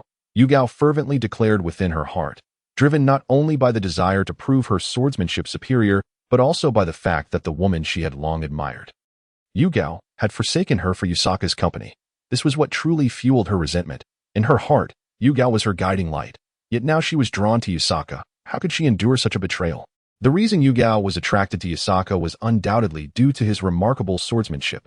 Thus, she believed that if she could defeat Yakasaka, he would become enamored with her charm, returning to her side. Yakasaka, I will surely surpass you. Yugao is mine. Under the moonlight, the swift wind gnawed at his teeth as he contemplated. Meanwhile, not far away, Nozomi Lin gazed at Yakasaka on the stage with adoration, her eyes sparkling like stars. Clenching her small fists against her chin, her cheeks flushed a rosy hue, as if a little deer were frantically bounding within her heart. He is so handsome, so cool, especially that line he just uttered. It's not that you're too weak, but rather that I'm too strong, which was simply exhilarating. This is the kind of man I desire. It's over, I've fallen in love. There were several other girls in the audience like Nozomi Lin, their expressions mirroring hers, causing some boys to feel a surge of envy and jealousy toward Yakasaka. However, there was one girl who stood apart, sunset red. Upon witnessing Asuma Sarutobi's defeat, she felt a pang of sorrow. When he spat blood, she nearly rushed forward, only to be preempted by Miyaka Shuji. Yakasaka, oblivious to the myriad emotions of jealousy, admiration, infatuation, and resentment swirling beneath him, was consumed by thoughts of gourmet food, his mind solely occupied with the new ramen from Ichiraku. The smooth, chewy noodles, paired with a unique broth and exquisite toppings, would be a divine experience, truly surpassing that of the gods. This culinary delight, especially one he had never tasted before, promised to yield extraordinary rewards from the system, significantly enhancing his strength. With this thought in mind, Yakasaka could hardly contain his eagerness to sample the dish. However, as they were still in the midst of a class test, he could not simply walk away. Thus, he turned around and called out to his classmates, "Is there anyone else?" Yakasaka meant no harm. He merely inquired if anyone wished to challenge him. If not, he would head off to enjoy his ramen. Yet, upon hearing those words, a different sentiment washed over the students below. Some boys felt a surge of indignation, thinking, how arrogant. Does he really believe I wouldn't dare to confront him? Humph, I might just go up and give him a beating. Others perceived Yakasaka's challenge as imbued with an air of dominance, radiating an overwhelming aura akin to the earth is vast, but I am vaster. I could conquer the heavens, the earth, and even the air. Who dares to defy me? In that moment, the audience was awash with various thoughts, yet none dared to step forward and challenge him. Although defeating Yakasaka would guarantee a successful test, the question remained, who could possibly prevail against him? Asuma Sarutobi had just been the most glaring example. Brimming with confidence and vowing to be the strongest genin, he now lay in the emergency room of the ninja hospital, noticing the absence of challengers.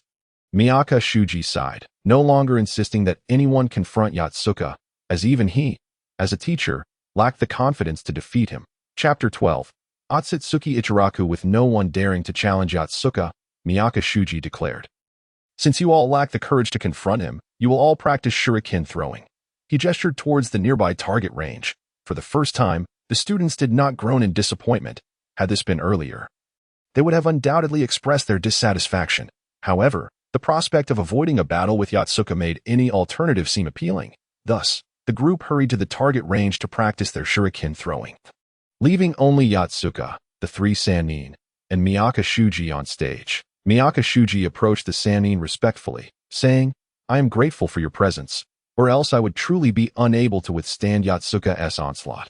He silently expressed gratitude to Might Guy, for had he not alerted the Sannin in time, Guy might have faced a fate akin to that of Asuma, if not worse. After all, Yatsuka had been quite serious at that moment. "We are also concerned for the safety of our students. It's no trouble at all," Tsunade replied, though she privately harbored doubts about her ability to defeat Yatsuka in a one-on-one encounter. Had Yatsuka not displayed his ability to slice through flames just moments ago, Tsunade would have felt confident in her prowess. However, witnessing that feat had shaken her confidence that in close combat. Yatsuka's offensive capabilities were indeed formidable. Yet Tsunade believed he was not invincible. Even if his attack power was great, a single punch from her monstrous strength would undoubtedly take its toll, for Yatsuka's physique remained within the realm of normality. Unlike Orochimaru, who was impervious to physical attacks, nevertheless, even someone like Orochimaru, who was resistant to such assaults, had nearly met his end at Yatsuka's hands. Tsunade had once inquired about this, but Orochimaru had refrained from answering due to pride. Thus, Tsunade speculated that Yatsuka's attacks might not be mere physical strikes at that moment. Jiraiya turned to Yatsuka and said, "Yatsuka, let us go to Ichiraku Ramen soon to sample the new ramen." I've heard that this new dish was developed after Ichiraku's owner spent 3 months meditating in the mountains, only to be inspired when he heard a fish leap from the water. I imagine it will be quite delectable. Indeed. Hearing you say that makes me all the more eager, Yatsuka exclaimed, his mouth watering with anticipation, both for the culinary experience and the system rewards that would follow. Upon seeing Orochimaru, Yatsuka was taken aback and exclaimed, Orochimaru, your injuries have healed. You've recovered remarkably fast." Orochimaru's lips twitched. After 3 months, of course he had healed, even if he had suffered a broken bone. It should have mended by now that he forced an awkward smile and hoarsely replied, "Your previous attack was incredibly fierce. I had never encountered such a technique before that I truly experienced something remarkable." Orochimaru expressed his genuine admiration, for he was a magnanimous person and bore no grudges for having been injured by Yatsuka. Instead, he was fascinated by Yatsuka's formidable abilities and harbored a great curiosity about his physique, pondering how wonderful it would be to study it, or even to exchange bodies with him. With this thought, Orochimaru's gaze towards Yatsuka shifted significantly.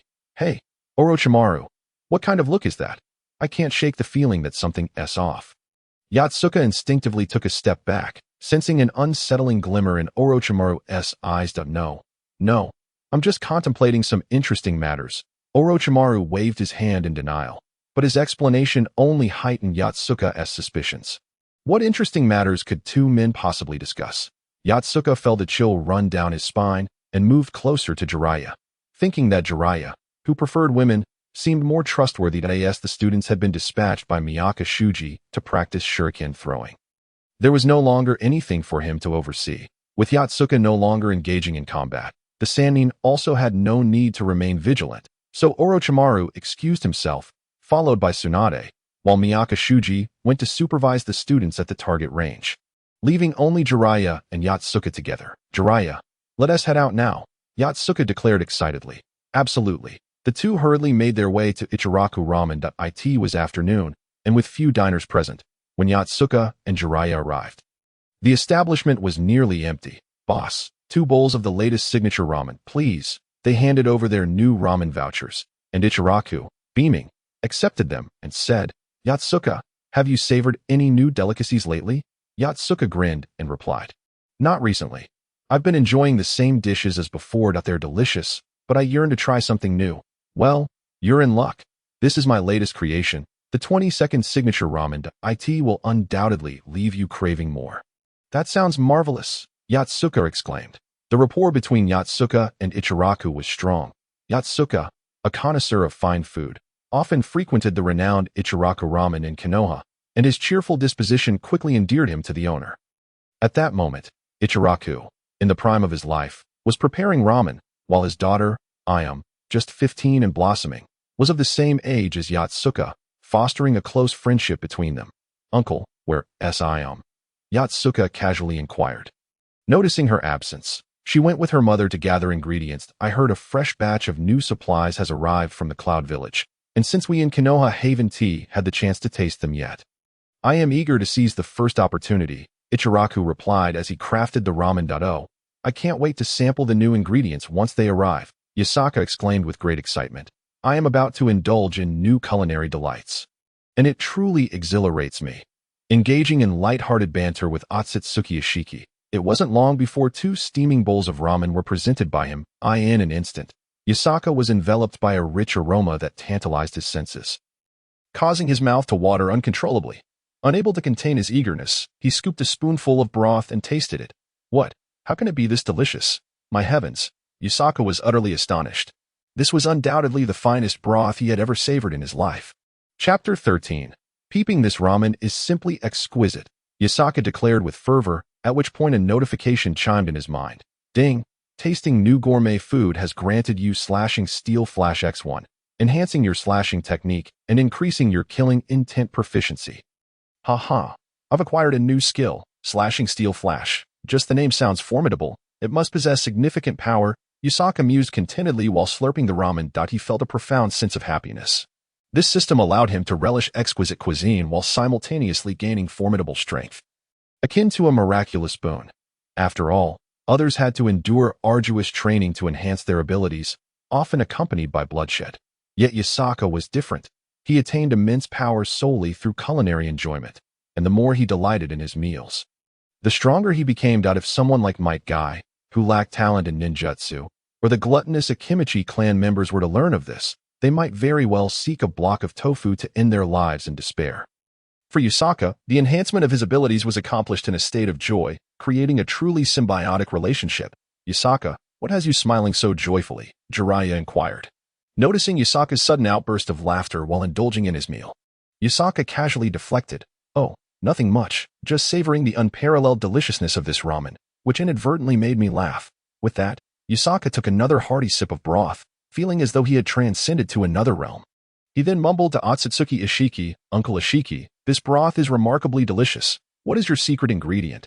Well, by asking that, you are delving into someone else's trade secrets, Jiraiya interjected, rolling his eyes. No worries. Yasaka has grown up under my watchful eye. I trust he won't become a spy for anyone. Moreover, even if you know the ingredients, you could never replicate the flavor without my personal touch. As he spoke, Otsutsuki Ishiki began counting on his fingers while explaining to Yasaka.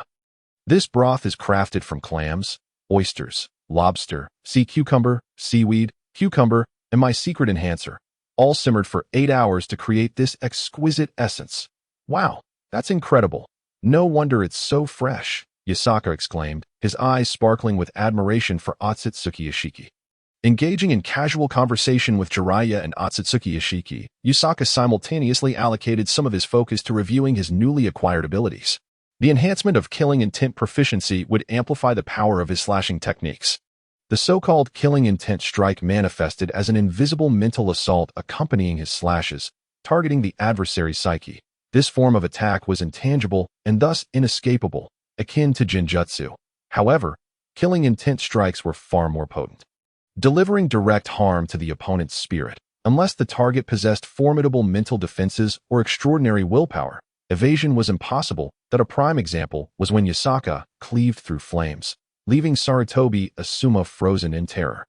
Unable to move. At that moment, Yasaka's slash was imbued with killing intent, assaulting Asuma's psyche and nearly leading him to the brink of mental collapse. Thus, the enhancement of killing intent proficiency signified a substantial increase in Yasaka's capacity for psychological attacks, which pleased him greatly. If he were to indulge in more exquisite cuisine, further upgrading his killing intent strike, he could eventually attain the level of soul cleave, capable of severing both flesh and spirit.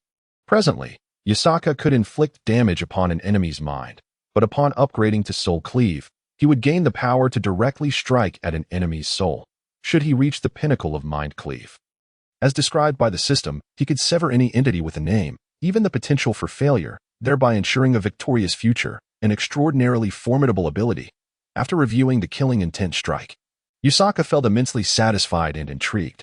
He then examined the introduction and upgrade tree for Slashing Steel Flash. Should he reach the highest level, he would earn the title and ability of the Gale Blade Master, allowing him to declare with grandeur, "Death is like the wind. It is always at my side."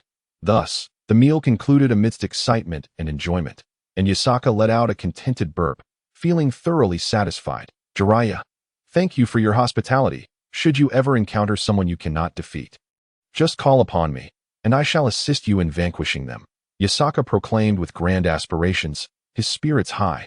"That won't be necessary. That I rarely encounter anyone I cannot defeat, and those I cannot, I doubt you would manage either." Jiraiya chuckled in response. Yakasaka refrained from probing further into whom Jiraiya struggled against. For now, he felt sated, and his desire for culinary delights had somewhat abated. Contemplating a post-meal activity, he suggested, "Jiraiya, how about we spar a bit?" Jiraiya promptly waved his hand.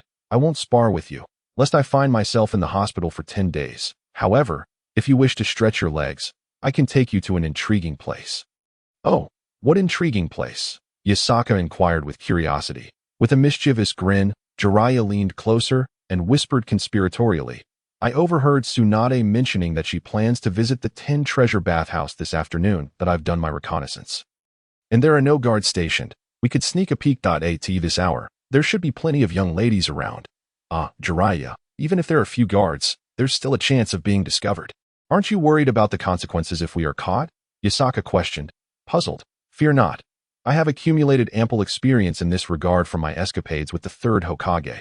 Although I must admit, I still have much to learn. My former mentor excelled in the art of peeping at young ladies while bathing, far surpassing my own skills." Jiraiya replied with a chuckle. "That old pervert. I never expected him to have such a hobby." Yakasaka muttered to himself in disbelief. Chapter 14. Intimidation indeed. Let me share a little secret. My skills in stealth were all imparted by the third Hokage himself, particularly the technique known as Shadow Shield, which is truly extraordinary, a masterclass in peeping. Jiraiya boasted proudly. "Oh, Shadow Shield. What is that?" Yakasaka asked, intrigued. Jiraiya explained, "The Shadow Shield is a technique that allows one to conceal their presence, rendering them invisible to foes. It can mask one's temperature, breath, heartbeat, and even appearance, making it an ideal ninjutsu for eavesdropping and peeping." Pausing for a moment, he continued, "However, this technique has a critical flaw. One cannot move. Should you stir, your disguise will falter, losing all concealed effects, making it easy for enemies to detect you." Yakasaka pondered thoughtfully, realizing that Jiraiya and the third Hokage had relied on this ninjutsu for their voyeuristic exploits. That on second thought, "You can pursue your peeping endeavors alone. I shall return home for some much-needed rest. After a satisfying meal, it's time for sleep," Yakasaka declared, shaking his head. "Ah, youth, you will come to appreciate the joys of peeping in due time." "Ha ha." Jiraiya laughed heartily. With that, Yakasaka parted ways with Jiraiya, returning home to rest while Jiraiya headed off to the 10 treasure bathhouse for his escapades, peering into the private moments of others. It was after Jiraiya and Yakasaka had successively departed from Ichiraka Ramen that a patron, who had been seated in the corner for 5 minutes since Yakasaka began his meal, rose from his seat. He removed the conical hat that obscured his visage, revealing a remarkably peculiar face, half of it black, the other half white. Even more astonishing was the fact that the two halves of his face appeared to belong to different individuals, capable of conversing with each other in a most extraordinary manner. At this moment, the individual approached the ramen counter and addressed Otsutsuki Ichiraku, who was diligently crafting noodles. "Mr. Otsutsuki Ichiraku, my name is Zetsu. I come on behalf of Uchiha Madara to invite you to join us in creating a genuinely peaceful world. A peaceful world. If I am not mistaken, your so-called peace will likely come at the cost of many lives. Will it not?" Otsutsuki Ichiraku continued to prepare the ramen, not lifting his gaze. The man who called himself Zetsu nodded, his black half of the face replying, "In the face of true success, some sacrifices are worthwhile. After all, there is an old adage that states, a general success is built upon the bones of the countless dead. Those who perish are merely expendable in the pursuit of success." Otsutsuki Ichiraku remained focused on his task, not bothering to glance at Zetsu, and stated, "If you wish to engage in your antics, do so without involving me. My involvement will only lead to death. I have washed my hands of such matters. I merely aspire to be a god of ramen here, with no other desires. However, if your actions hinder my ability to sell ramen or attract customers, know that your lives will be forfeit as well." "Are you speaking seriously, Otsutsuki Ichiraku? I extend this invitation out of respect for you. I advise you not to reject a toast in favor of a penalty drink. Zetsu's countenance darkened. His voice low as a palpable aura of menace emanated from him. Are you threatening me? Otsutsuki Ichiraku replied calmly, continuing his work on the ramen without even sparing Zetsu a glance. Yet at that moment, Zetsu felt an overwhelming force bearing down upon him, akin to plunging into an icy abyss. As if he had fallen into a world of corpses and blood. In this realm, a monstrous beast surged forth from the sea of corpses, its massive maw gaping wide, ready to devour him. In the next instant, the world of corpses and blood, along with the ravenous maw that loomed before him, appeared to freeze as if a pause button had been pressed. The scene shattered into countless fragments, transforming the surroundings into mere shards, and the vision returned to the Ichiraku ramen shop. This is a warning. Do not let there be a next time that I do not wish to act, for my actions result in death. Otsutsuki Ichiraku placed the finished noodles on the rack and reached for a knife, beginning to chop scallions, seemingly oblivious to Zetsu's presence, as though he were invisible. I apologize. I shall not disturb you again. After a considerable time, Zetsu regained his composure, stammering an apology as he placed a large sum of cash on the table and hastily exited. The youth of today, always so eager to cause trouble and engage in violence. Otsutsuki Ichiraku lamented, shaking his head in resignation. At that moment, the curtain of the ramen shop was lifted, and a charming girl with a ponytail entered, cheerfully asking, Dad, did Yatsuka come by? Yes, he just left not long ago. Ah, Dad, why didn't you keep him here a bit longer? I didn't even get to see him before he left. Otsutsuki Shofu pouted in disappointment. What's this? Are you missing Yatsuka? Otsutsuki Ichiraku chuckled. Not at all. I was just asking casually. Otsutsuki Shofu's cheeks flushed a bright red. This child, Otsutsuki Ichiraku laughed, shaking his head while pondering. Yatsuka is quite a decent fellow. I wonder if he has feelings for Shofu. Meanwhile, shortly after Yatsuka returned home, he received a call from Mikami Shuji, informing him that the third Hokage had urgent matters requiring his presence at the Hokage office. Initially reluctant to go, Yatsuka, feeling slightly stuffed from his earlier meal, decided to take a stroll to aid digestion and eventually ambled over to the Hokage office. Hokage, what do you want with me? If it's nothing serious, please don't bother me. I'm busy trying to sleep. Yatsuka declared as he barged in, speaking with casual indifference, as if the Hokage were merely a neighbor. You little rascal, not even knocking before entering. You truly have no regard for me as Hokage. The third Hokage, seated at his desk, supported his chin with his hands and chuckled. Yatsuka plopped down on the sofa, stifling a yawn, feeling drowsy. Yatsuka, you have always had a penchant for gourmet food. Have you encountered any new delicacies lately? The third Hokage inquired with a smile. Indeed, I just finished a new ramen dish from Ichiraku Ramen, currently in its trial phase. It's absolutely divine. Yatsuka spoke, salivating at the memory, despite having just eaten an hour ago.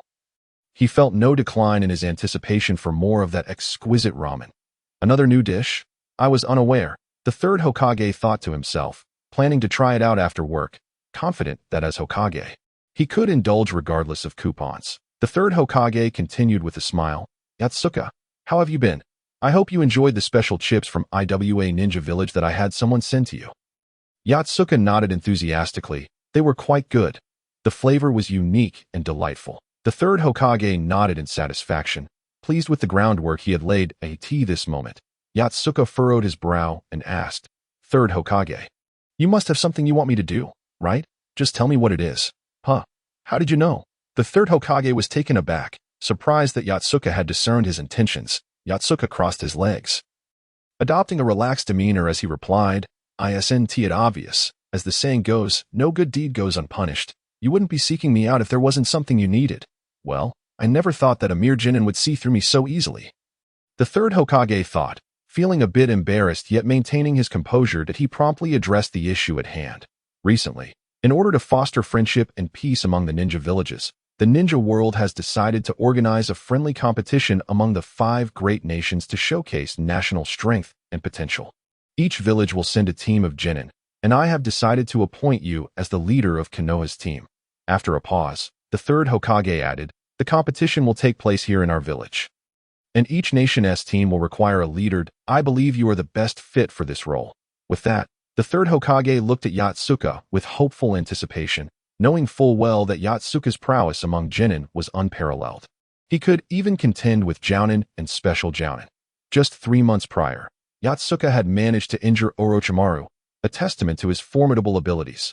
Thus, if such an extraordinary individual were to lead the genin team, Konoha would surely shine in the competition and emerge victorious, bringing glory to the village. The third Hokage earnestly hoped Yatsuka would agree. "Did I refuse?" Yatsuka stated, yawning once more. "What?" The hopeful expression on the third Hokage's face froze, astonishment washing over him. "Why? Wouldn't it be a great honor to represent Konoha and defeat the contestants from other nations?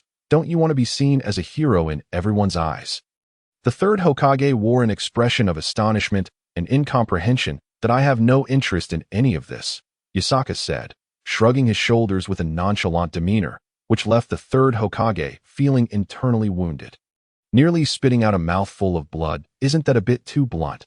Can't you express yourself in a more tactful manner?" Thus, the third Hokage, suppressing the urge to retort, took a deep breath and began to impart lessons on patriotism to Yasaka. "Well, Yasaka, do you understand the significance of our leaf village? Have you ever heard of the spirit of Konoha?" "What? I don't know," Yasaka replied, looking utterly bewildered. The third Hokage cleared his throat, resting his chin on his hands. His expression suddenly grave, as though he had transformed into a poet and orator, ready to deliver the legendary will of fire. "Wherever the leaves dance, the fire will burn. The shadow of the fire will illuminate the village, nurturing new leaves to sprout. When one seeks to protect those they cherish, the true strength of a ninja will manifest." "Not this line again. Old man, can you please say something different? You've recited this line at least 12 times. And I can even recite it backwards," Yasaka interjected, proceeding to recite the third Hokage's classic quote in reverse. The third Hokage was taken aback, astonished by Yasaka's profound understanding of the will of fire. "I never expected Yasaka to have such a deep grasp of my teachings. Truly, he is the future blossom of Konoha. The youth is strong, and thus Konoha is strong." Filled with excitement, the third Hokage burst into hearty laughter. "Wonderful! With a future like yours in Konoha, I could die contentedly, knowing that the village will flourish."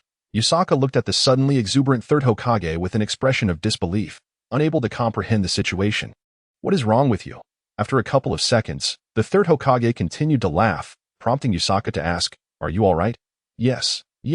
Since you can recite the will of fire with such ease, why do you refuse to be the team leader?" "It is an honorable position," Yasaka, scratching his ear, replied. "Because it's boring. There's no fun in it. It would just be an easy win. Every fight would be over in a single blow, devoid of any gaming experience. I'd rather stay home and enjoy some delicious food." The third Hokage was at a loss for words, inwardly lamenting. Is representing Konoha not more interesting than snacking? Yet, having watched Yasaka grow up, he understood that his greatest pleasure in life was food. After a moment of silence, he said, "Yasaka, I know of a place selling a delicacy called taiyaki, which is said to be incredibly popular. They only sell 30 each day, and many people line up a week in advance just to have a taste." At this, the third Hokage subtly glanced at Yasaka, knowing his words had ignited a flicker of interest. Chapter 16. The Hook. Although the third Hokage did not elaborate further, the implication was clear. It had piqued Yasaka's curiosity. Setting his imagination alight, based on his understanding of Yasaka, he anticipated that within 5 seconds, Yasaka would inquire about the delicacy, allowing the third Hokage to cleverly steer the conversation back to the competition. He planned to use the promise of food as a wager, assuring Yasaka that if he participated in the competition and secured a certain rank, he would take him to enjoy that taiyaki. As expected, just as the third Hokage mentally counted to 4, Yasaka spoke up. "Taiyaki? What is that? Is it really that delicious?" A subtle smile crept onto the third Hokage's lips as he thought, "The fish is hooked." He answered, maintaining a calm demeanor, "It's a type of sweet pastry. I hear it has a filling of red bean paste, encased in a golden, crispy outer layer. When you take a bite, the crispiness of the shell hits your palate, followed by the fragrant aroma, and then you encounter the sweet, soft red bean filling. The combination is simply exquisite. If I could have taiyaki just once in my life, I would have no regrets." As he waxed lyrical about the delicacy, the third Hokage observed Yasaka closely. With each description, Yasaka grew increasingly restless, visibly salivating, his face betraying a sense of longing. "Excellent. Let me stoke the fire further," the third Hokage thought gleefully. Continuing, I've heard they also serve a special mint green tea, fragrant and delicate. Imagine enjoying that crispy, sweet pastry alongside a sip of mint tea. I want in. I want to sign up to be the Leaf Village's team leader. Yakasaka exclaimed suddenly, leaping from his seat in excitement. Just as the third Hokage anticipated, he understood that different individuals could be motivated by different methods if one could identify and strike at the heart of what mattered to them. Success was assured. The third Hokage felt a surge of satisfaction. To sway someone like Yakasaka, who could not be moved by moral persuasion, required a different approach, one that targeted his passions, similar to how he approached Orochimaru. The third Hokage often enticed him with forbidden jutsu or promises of longevity. Understanding one's adversary was key to triumph, and in this regard, the third Hokage felt quite adept, though he was elated at successfully motivating Yakasaka. He maintained the gravitas befitting a Hokage. Thus, he spoke in a measured tone. All right, as long as you can lead the Leaf team to victory in the group competition, I will take you to a Wagakure for Taiyaki. If you win the individual competition, I will prepare my family's secret recipe for golden broth beef noodles for you. This time, the third Hokage raised the stakes by offering a cherished family dish as a wager. Deal. That's what you said. Yakasaka's eyes sparkled with excitement. Indeed, I, the third Hokage, have made this promise. The choice is yours, Taiyaki or my family's golden broth beef noodles. The third Hokage smiled, sensing Yakasaka's burgeoning determination. No sooner had he finished speaking than Yakasaka unsheathed his katana with a swift motion. In an instant, the hidden bodyguards of the Hokage sprang into action, prepared to subdue Yakasaka, but were halted by a discreet gesture from the third Hokage. The next moment, as Yakasaka brandished his sword, an astonishing aura erupted from him, sweeping through the room like a tempest, startling even the third Hokage. With one hand gripping the sword and the other splayed before his face, Yakasaka's eyes sparkled with intensity. He transformed before the third Hokage's eyes, exuding an air of undeniable authority, reminiscent of the second Hokage. That he clenched his open hand into a fist, the sound echoing in the air, and proclaimed, "I want it all." At that moment, Yakasaka shed his previous carefree demeanor, revealing a fierce determination akin to that of a true leader. The third Hokage was taken aback, realizing that Yakasaka had been concealing his true strength all along. He marveled at Yakasaka's sudden transformation, filled with both astonishment and pride. "Koyama, your son is truly remarkable." With that, the third Hokage rose and approached Yakasaka, placing a reassuring hand on his shoulder. "Yakasaka, I have watched you grow. No matter what others think of you, I have always regarded you as my own. Your achievements bring me genuine joy. That I hope that one day, when I am no longer here, you will uphold the legacy of Konoha, just as your father did, becoming a hero in your own right. Well, since you see me as a son, could you spare me a few tickets for the new ramen? I wish to savor that new flavor once more." The third Hokage stood frozen in place, nearly choking on a mouthful of old blood. Why was he filled with such joy and fervor, only for his opponent to suddenly veer off and head to the ramen shop? Trembling, the third Hokage pulled 2 ramen vouchers from his pocket and handed them to Yakasaka, desperately suppressing the urge to spit blood as he said, "Take these. I only have 3 left for myself. So make sure to fight well on my behalf. Rest assured, I, Yakasaka, am not one to accept payment. Oh no, I mean vouchers, without delivering results. Leave the competition to me.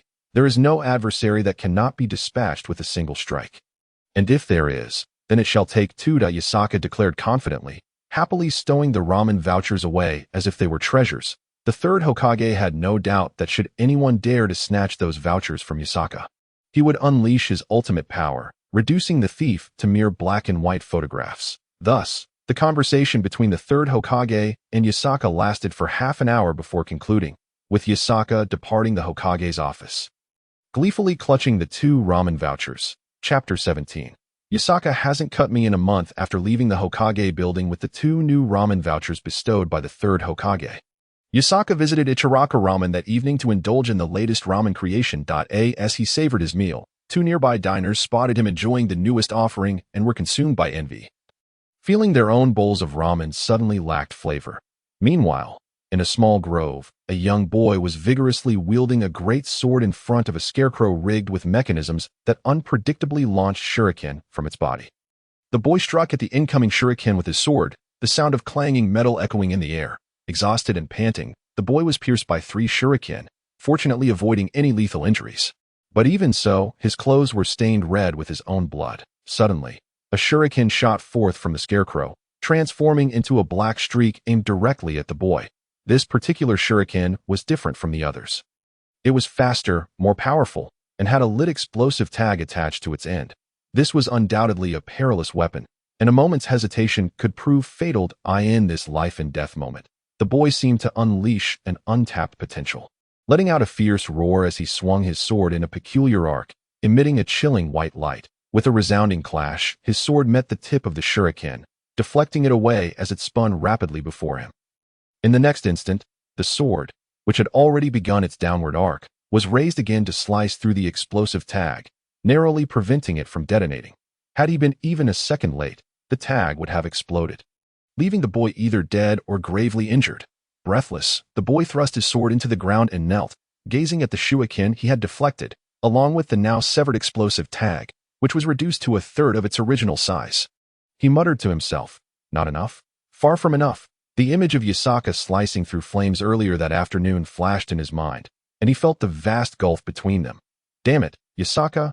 I, Moonlight Shikaz, shall surpass you. Yueying is mine," he declared through gritted teeth. Summoning the last of his strength, he forced himself to rise and resumed practicing the most fundamental of sword techniques. Not far away, in the shadow of a large tree, a half-visible face watched intently. It was Shikaz's father, Moonlight Yasuo. Has he been inspired? This is good. It will ignite his fighting spirit and push him to strive for greatness. On the other side, Yakasaka lay comfortably in bed, perusing the information in his system. After enjoying 2 servings of new ramen that day, his swordsmanship had notably improved, especially after the second meal, which had maxed out the proficiency of his steel-slash technique. This advancement allowed him to incorporate wind attributes into his strikes. The added wind attribute not only reduced air resistance, enhancing his blade's speed to the point of nearly instantaneous strikes, but it also increased the sharpness of his cuts and extended their reach. With his current abilities, Yakasaka could execute a strike that extended an additional 3 meters, transforming his attack range from 1 meter to 4. And with further culinary indulgence, he might even be able to unleash wind blades akin to the wind release vacuum wave technique. Moreover, the wind attribute itself sharpened his blade, enabling him to sever weapons lacking additional properties, such as shuriken, with ease. Overall, when combined with the willpower attribute he had recently acquired, a full-force strike could potentially obliterate even high-ranking ninja in an instant. Very well, I must admit, I am curious to ascertain the extent of my strength. That I have heard that the ninjas of the Land of Lightning excel in body techniques, and many are adept at lightning-infused swordsmanship. The samurai faction is also skilled in the art of the blade. The third Hokage mentioned that they would send representatives to the upcoming competition, which piques my interest. Initially indifferent towards the competition, Yakasaka's motivation had shifted after learning of the skilled swordsman participating, though he still believed that no matter the opponent, it was merely a matter of a single strike. Soon, Yakasaka drifted into slumber, dreaming of a land overflowing with culinary delights, where he feasted voraciously while the system rewarded him profusely. The next day, in the first ninja hospital of Konoha village, Uchiha Obito unwrapped the bandages around his arm, swinging it vigorously and relishing the newfound strength within. Ha! I am fully healed, and it seems I am even stronger than before. Congratulations, Uchiha Obito. You are being discharged today, a nurse announced as she entered the room. Excellent, Obito replied with a smile, and his thoughts drifted back to a month prior. On a certain day a month ago, Obito had stood in a training field alongside Yakasaka, with one hand on his hip and the other pointing at Yakasaka. He proclaimed, "Yakasaka, today I will defeat you. Noura Rin is mine." Yakasaka chuckled. "I never claimed Rin was mine, but your confidence in defeating me is rather misplaced. Have you been drinking some cheap liquor?" Obito snorted in disdain. "Regardless, Noura Rin will always belong to me, and today I shall become the first man in history to defeat you. I, Uchiha Obito, shall be the strongest ninja in Konoha." With that, Obito donned a confident grin. "Very well, let us see what you've got," Yakasaka replied with a smile, drawing his sword. In the next instant, a flash of steel illuminated the air as he thrust his blade forward. He had just undergone surgery. Meanwhile, Uchiha Obito sat on the ground, his expression blank, having lost consciousness. Chapter 18. The Great Fireball Technique. When Obito awoke, he found himself lying on a hospital bed, with only a single wound on his arm. He vividly recalled the moment when Yatsuka had swung his blade toward him. Through his awakened Sharingan, he had dimly perceived the blade gleaming in the white light as it approached, in a desperate attempt to defend himself. He had raised the kunai in his hand. However, the instant he lifted the kunai to parry, he discovered a knife seemingly materializing directly within his mental landscape, causing his arm, which held the kunai, to lose all strength. Subsequently, a sharp pain surged through his mind, and he fainted. Although the injury was merely superficial, he remained hospitalized for a month because the image of that knife lingered in his mind. Whenever he thought about the wound on his arm, the vision of that knife would resurface, causing him to faint once more. Moreover, the healing process of his arm was remarkably slow. What should have healed in a week took an entire month. This was why Uchiha Obito had spent such an extended period in the hospital. Haha, it has been a month since Yatsuka last attacked me. I am truly delighted, Obito thought to himself, relishing the absence of Yatsuka, who had previously sought him out for duels, defeating him time and again. Eventually, it became unnecessary for Obito to find Yatsuka, as Yatsuka would frequently seek him out to unleash a flurry of strikes. This cycle persisted for nearly a year. However, during Obito's month-long hospitalization, Yatsuka had not come to challenge him, leaving Obito feeling exhilarated, pondering whether Yatsuka had forgotten about him. Haha, he chuckled, hands on his hips. Before long, Obito completed the discharge procedures as he basked in the warm sunlight. A cheerful tune escaped his lips while he strolled through the small grove in front of the hospital. Obito, you're out of the hospital. That's wonderful. I can finally fight again. Just as Obito was whistling in high spirits, a voice filled with surprise called out from beside him. In an instant, his previously melodious whistle faltered, and his raised foot froze mid-air. Obito resembled a rusty robot, his head slowly turning to the right, where he found Yatsuka beaming at him. Yatsuka, what are you doing here? Obito asked, his expression stiff. I came to see how you were doing. And it just so happens that I caught you as you were being discharged. What a coincidence. I was just lamenting that I had no one to fight, and here you are, being so considerate. Yatsuka replied with a smile. Is that so? Obito stammered, internally lamenting why he encountered Yatsuka immediately after being discharged, fearing he might have to return to the hospital. Nevertheless, a thought crossed Obito's mind. During his days of boredom in the hospital, he had imagined practicing the great fireball technique, contemplating strategies to defeat Yatsuka. With diligence, he had finally devised a plan to avoid close combat and instead utilize long-range ninjutsu against Yatsuka. Thus, he recalled the classic ninjutsu of the Uchiha clan. The great fireball technique. As he considered his previously conceived strategy against Yatsuka, Obito's fear began to dissipate, and his confidence returned. With a determined expression, he pointed dramatically at Yatsuka, declaring, Yatsuka, your timing is impeccable. I was just about to seek you out for revenge. Come to me, saving me the trouble. Let us head to the training ground. Today, Uchiha Obito will showcase the might of my clan. Very well, but I hope you won't find yourself back in the hospital afterward. Yatsuka replied nonchalantly. You, Yatsuka, do you look down on me? Obito shouted angrily. Not at all. I merely wished you good luck, Yatsuka retorted. Shortly thereafter, the two arrived at a training ground, eyeing the 5-meter gap between them. Obito smirked slightly, confident that he could create distance at the onset of their duel and swiftly unleash the great fireball technique. He believed that once he executed the technique, Yatsuka would have no means to counter it and would inevitably surrender under the overwhelming flames. In that moment, Obito envisioned himself as the first man in the history of Konoha to defeat Yatsuka, the first to force him to concede. He imagined how impressed Lin would be, thinking he was incredibly cool. With this thought, a foolish grin spread across his face. Soon, as a coin was tossed into the air, both were prepared for battle. The moment the coin hit the ground, the match officially commenced with a crisp sound. The coin landed, and in that instant, Obito, already primed and with muscles taut, stomped down hard, propelling himself backward like an arrow from a bow, while simultaneously forming hand seals. Why isn't he charging at me? As Obito retreated while forming seals, he suddenly noticed that Yatsuka remained stationary, causing him to pause in surprise. However, joy quickly filled his heart. This fool wasn't he pursuing him, which afforded him ample time and space to execute the great fireball technique. Haha, you have squandered your only chance to defeat me, Yatsuka. Prepare to surrender before me, the strongest genin of Konoha, Uchiha Obito. With that, Obito hastily formed seals, channeling chakra within him. As he completed the final tiger seal, The great fireball technique was ready to be unleashed. At this historic moment, he thought, I am about to become the first man to defeat Yatsuka. He bellowed, fire style, great fireball technique. Chapter 19. Unknown in the next instant.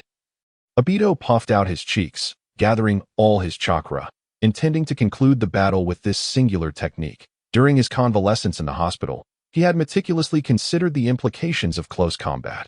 Yatsuka possessed numerous means of attack and defense.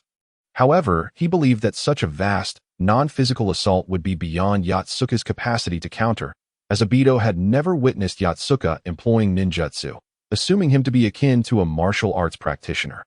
Yet, those who relied on martial arts or weaponry often bore a common weakness. They struggled against wide-ranging, non-physical ninjutsu.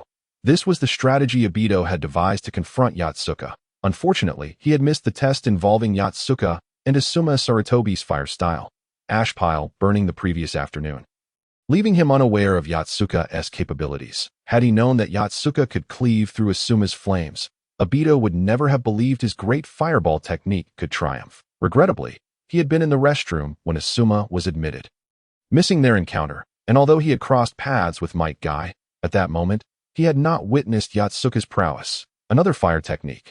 Why does everyone think fire is the answer to defeating me?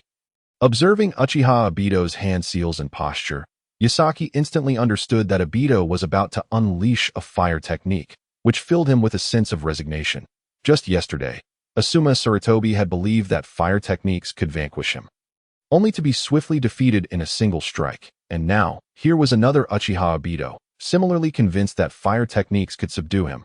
Moreover, Yasaki had recently acquired a new skill, the steel-cutting flash, a wind-infused slash. While it is true that, under normal circumstances, fire is said to counter wind, this is contingent upon the respective strengths of the combatants. After all, a fierce wind can extinguish flames. Currently, Yasaki, in conjunction with his drawn blade slash, could amalgamate these two techniques, resulting in an extraordinarily potent strike.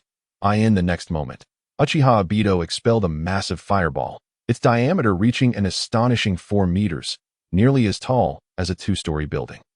The surrounding temperature surged dramatically, causing the nearby grass to wilt under the intense heat. In the face of such an enormous, searing fireball, Yasaki appeared diminutive. He watched the colossal fireball poised to engulf his small figure. Obito's heart swelled with pride and excitement. He envisioned Yasaki's defeat and his own ascendance to the status of a celebrated star among the lower ninjas, achieving what none had before. He could almost see Rin Noara gazing at him with admiration after witnessing his triumph over Yasaki. Picturing Yasaki gasping for breath, half kneeling in surrender, such visions were on the cusp of becoming reality. Steel-cutting flash. At that moment, Obito heard Yasaki's voice and could not suppress a cold sneer. Even at this juncture, he persisted in futile resistance. It was utterly incomprehensible. With a swift motion, the massive fireball split in half before his very eyes, transforming into 2 smaller fireballs that veered off to either side. What? Uchiha Obito gasped in shock, his eyes nearly bulging out of their sockets. How is this possible? He cursed loudly, utterly flabbergasted that his own fireball had been cleaved in 2. This unexpected turn of events shattered Obito's understanding of reality, leaving his mind blank for several seconds. Then, from the fissure in the fireball, he caught sight of Yasaki, sword in hand, clearly having executed a decisive slash. What? He actually split my great fireball technique in half. How can this be? Obito was incredulous. He could not fathom that his ultimate technique had been effortlessly bisected by Yasaki's blade. Is it truly possible for a sword to cleave flames? Am I simply out of touch? Or are my eyes deceiving me? No, this must be an illusion. That Yasaki fellow has secretly mastered Jinjutsu. I, of the Uchiha clan, with my Sharingan, have fallen victim to an illusion. In a moment of desperation, Obito pressed his palms together and began to dispel the Jinjutsu, recalling his lessons from Shusui during class. If one could disrupt the balance of chakra within, the illusion could be broken. Thus, he directed his chakra to flow in reverse, colliding 2 streams together to create a tumultuous disruption. This caused a significant imbalance in his chakra, resulting in internal injuries and forcing him to vomit blood. As he coughed up blood, Obito raised his head once more to gaze at Yasaki. He found Yasaki still standing there, while 2 remnants of fire, remnants of the bisected great fireball, still blazed nearby. Yet the scene around him remained unchanged. What is happening? Why has nothing changed? Obito was momentarily dazed, as typically, dispelling an illusion would result in a shift in the environment. Yet everything remained the same. He was astounded that Yusaki's Jinjutsu was so formidable that he had failed to break free. The blood he had coughed up was also part of the illusion. It was truly shameful. As a member of the Uchiha clan, renowned for their mastery of illusions, to be ensnared by another's Jinjutsu was a bitter pill to swallow. At that moment, Yusaki began to stride towards him. Yet Obito, still believing he was ensnared in an illusion, paid him no mind. After all, it was merely a figment of his imagination. What was there to fear? On the other hand, Yusaki was oblivious to Obito's misconceptions and continued his advance. Puzzled by Obito's seemingly nonchalant demeanor, did he intend to engage him in close combat? Without hesitation, Yusaki surged forward towards Obito. Chapter 20. An illusion? Bring it on. After all, if it is merely an illusion, what is there to fear? At that moment, Obito perceived himself as merely participating in a vivid dream. After all, it was just an illusion, and he could not perish from it. Thus, he stood his ground with arms akimbo, watching as Yusaki charged at him. What is wrong with Uchiha Obito? Has he sustained some mental damage from my previous psychological assault? He shouldn't be acting this way, appearing almost foolish, not even attempting to evade. While dashing forward, Yusaki pondered, yet he remained undeterred and continued his advance until he was a mere 3 meters from Obito. This distance was sufficient for him to unleash the steel-cutting flash. Without further thought, Yusaki assumed that Obito might have some hidden trump card, so he executed the steel-cutting flash for the first time. As his katana swung, a translucent blue wind wave materialized above the blade, enveloping it like a ghostly sheath. With a swift motion, a crescent-shaped wind blade, approximately 2 meters long and a hand's width wide, was propelled forth, whistling through the air towards Uchiha Obito. This looks incredibly realistic. Complete with sound effects, has Yusaki's mastery of Jinjutsu reached such heights? As the wind blade hurtled towards him, a primal fear surged within Obito, compelling him to evade, even though he recognized it as an illusion. Despite knowing it was merely a Jinjutsu, his instinct urged him to flee. The wind blade drew closer, and as Obito instinctively leaned back in a desperate maneuver, it was already too late. The blade grazed his nose with a chilling proximity. The sensation sent shivers down his spine, and for a fleeting moment, the fear of death caused him to question the authenticity of the illusion. What a realistic sensation! Is this truly an illusion? Obito mused, for while many could cast illusions, most merely deceived sight and a fraction of touch. Only masters of Jinjutsu could create experiences that felt indistinguishable from reality. In Obito's understanding, only the elite of the Uchiha clan, those who had awakened the Manjiki Sharingan, could produce such lifelike experiences. Yet, Yusaki's illusion was nearly indistinguishable from reality, prompting Obito to question whether he was indeed caught in a Jinjutsu. However, reality offered no time for contemplation. As the wind blade barely missed him, another blade approached, this time vertically, threatening to cleave him in two from groin to head. What the hell? Another one! Obito shouted, rolling away just in time as the blade sliced through the ground, carving a deep trench. Goodness, Yusaki, when did you learn such convincing Jinjutsu? This is beyond belief, Obito exclaimed, wide-eyed at the gash in the earth. Jinjutsu? What are you talking about? I don't know any Jinjutsu, Yusaki replied, bewildered as he slashed again, unleashing 3 more wind blades towards Obito. What? You don't know Jinjutsu? Are these wind blades truly real? Uchiha Obito stood frozen, as if struck by lightning, and in that moment he finally grasped the gravity of the situation. Everything was indeed real. That single strike had genuinely severed the great fireball, and those wind blades were undeniably real. Ah, why didn't you say so earlier? He exclaimed, feeling a cold sweat break out on his back. Fortunately, he had relied on instinct to narrowly evade those 2 wind blades. Otherwise, he would have been sliced into several pieces by now. As he witnessed the 3 wind blades approaching, panic surged within him, prompting him to hastily attempt to dodge. However, the blades were now perilously close, leaving him with little time to react. Get out of my way, he shouted in desperation. In that critical moment, Uchiha Obito's latent potential erupted as he activated his Tsutomu Sharingan. Discerning the trajectory of the first wind blade, after predicting the outcome of his movements, he executed a maneuver akin to performing a push-up, suspending himself in mid-air with his arms, preventing his feet from touching the ground. That moment, the wind blade whizzed past his lower body, aiming to cleave through the arms that supported him. Had he faltered and fallen, the blade would have severed him in two. Conversely, if he failed to elevate his arms to keep his body airborne, his limbs would have been decisively cut off. With a fierce shout, Uchiha Obito summoned his strength, lifting his arms to maintain his body parallel to the ground, hovering half a meter above it. In the next instant, the wind blade passed through the narrow gap between him and the ground. Having witnessed the wind blade's close passage, a wave of terror surged within Uchiha Obito. He had come perilously close to crippling injury or even death. Yet, before he could gather himself, the second wind blade followed swiftly. In a moment of sheer urgency, Uchiha Obito once again harnessed the power of his Sharingan. Pushing its capabilities to the limit, he observed the blade's trajectory once more and adjusted his posture, narrowly evading the second wind blade in a manner that defied logic. Seeing Uchiha Obito's precarious stance, Yatsuka exclaimed in astonishment, "Uchiha Obito can even do yoga?" Just then, the third wind blade hurtled towards him. At this moment, Uchiha Obito had just landed, his previous strength waning and new strength yet to manifest. However, faced with the life-threatening danger, he summoned his potential once more and managed to evade most of the blade's strike.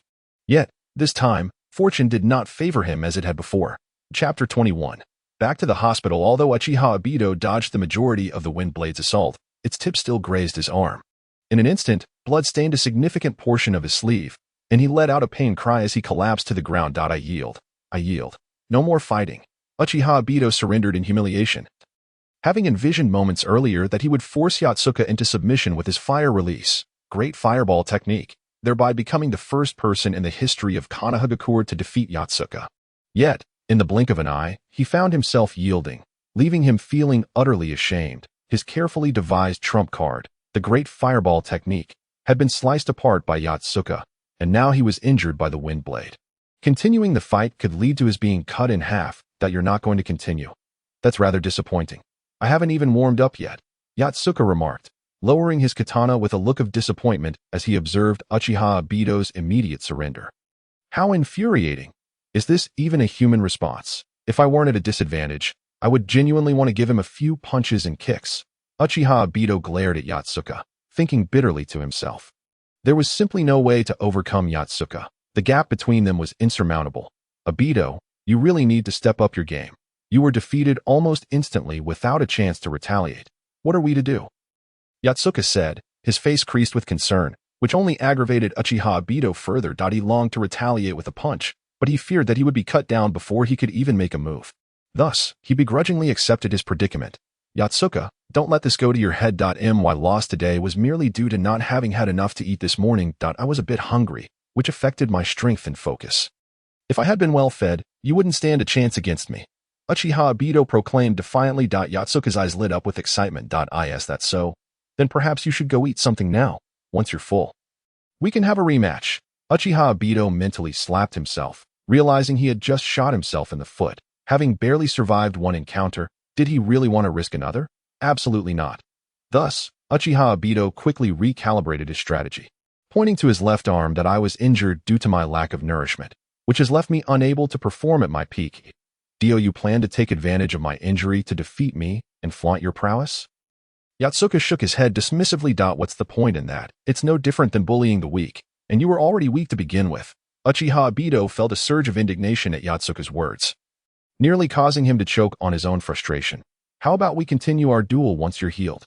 Yatsuka suggested, disappointment evident in his tone, before escorting Uchiha Obito to the hospital. Upon arriving at the hospital, the security guard at the entrance was astonished to see Uchiha Obito return just 20 minutes after his discharge. Uchiha Obito, are you so fond of the hospital that you couldn't resist returning so soon after being released? I was simply engrossed in training, and unfortunately, I got injured again. Uchiha Obito replied with a sheepish smile. Before long, the nurse who had discharged Uchiha Obito returned to tend to his wounds. What brings you back so soon?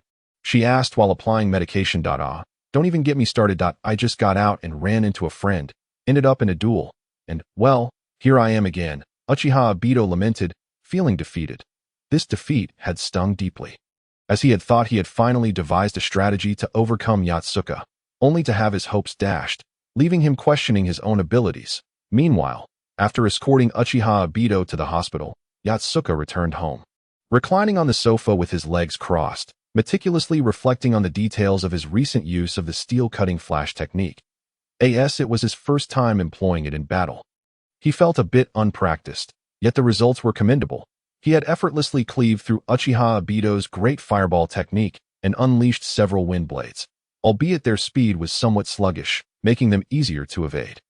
Nevertheless, the cutting power of the wind blades was impressive. They had merely grazed Uchiha Obito's arm, but left a significant wound. Had they struck directly, they would have surely severed him in two, akin to the effect of wind release, vacuum wave. Yet, these wind blades were merely a supplementary skill of the steel-cutting flash technique. If the technique's blade were to strike an opponent directly, the resulting cutting power would be even more terrifying. This realization prompted Yatsuka to consider seeking opportunities to venture beyond Konohagakure, hoping to find a worthy adversary to test his skills against.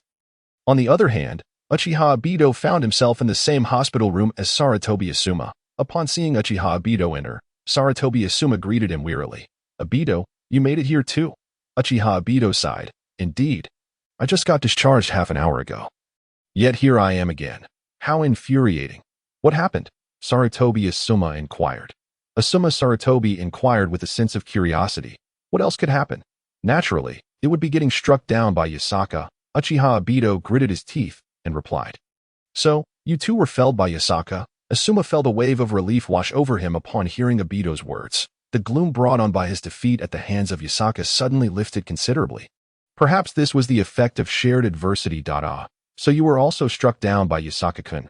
What a coincidence. Obito chuckled awkwardly, reclining back onto his hospital bed. Chapter 22. United in adversity upon learning that Asuma had employed a large-scale fire release technique against Yasaka, only to be cleaved in two, Obito let out a long sigh and collapsed onto his bed. Why did no one inform me about yesterday afternoon's test? Had I known, I wouldn't have been so unfortunate as to attack Yasaka with the great fireball jutsu. He lamented, his eyes brimming with unshed tears. Meanwhile, Asuma lay on the adjacent bed, his expression one of utter shock, his spirit deeply affected by the events of the previous day. Although Yasaka had not harmed Asuma's psyche directly, he had inflicted a significant blow to Asuma's mental state that a full day had passed. Yet the moment Asuma closed his eyes, he was haunted by the image of that colossal blade that had appeared in his mental realm.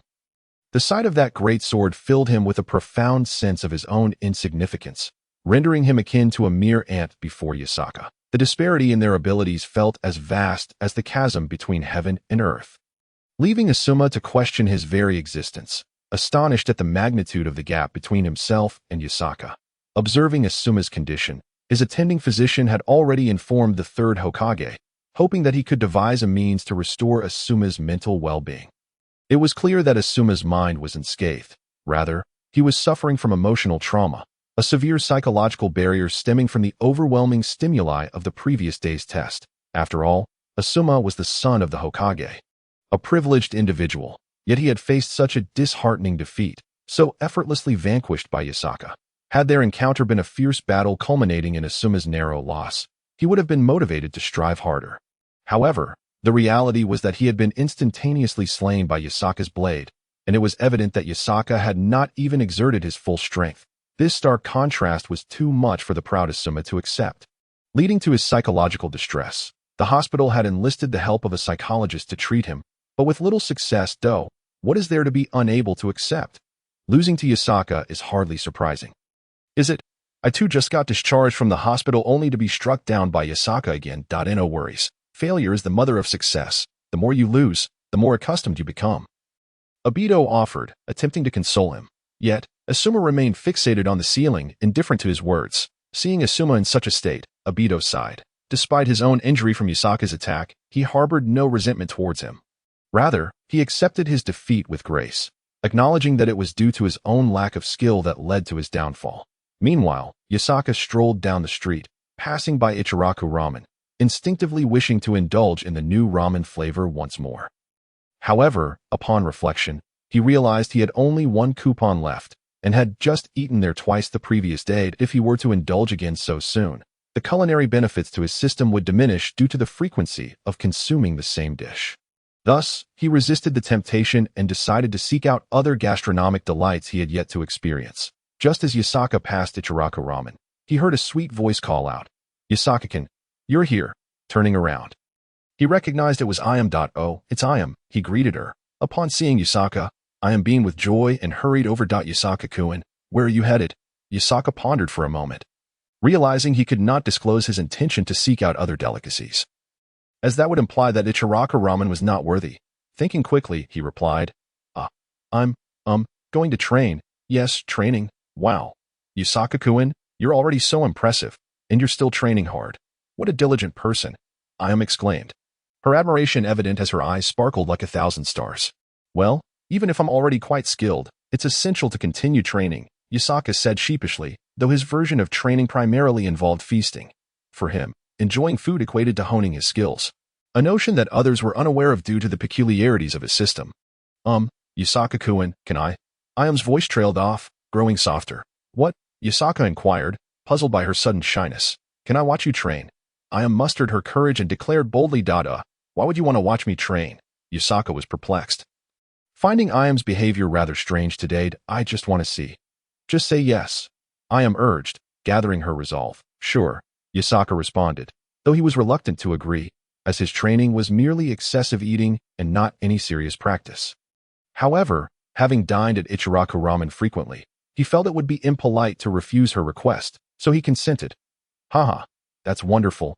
Yasaka-kun, you're so kind, Ayam exclaimed joyfully, bouncing with excitement upon hearing his agreement. Yasaka, witnessing her exuberance, found himself wondering why she was so thrilled. Thus, instead of exploring the culinary street as initially planned, Yasaka, considering appearances, led Ayam toward a training ground. If it had been anyone else, he would have swiftly dismissed them with a sharp reprimand.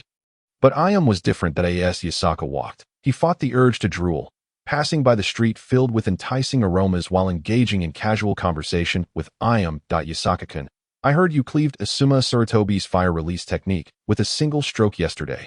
How incredible. It's a shame I couldn't witness it firsthand. How did you manage to slice through flames? I can hardly fathom it. Yasaka smiled confidently and replied, that is the essence of the art of slashing. When one masters the technique to a certain level, not only can they sever flames, but even a waterfall can be cleaved in two with a single strike. His self-assured demeanor left Ayam captivated, unable to tear her gaze away from his striking profile. Chapter 23.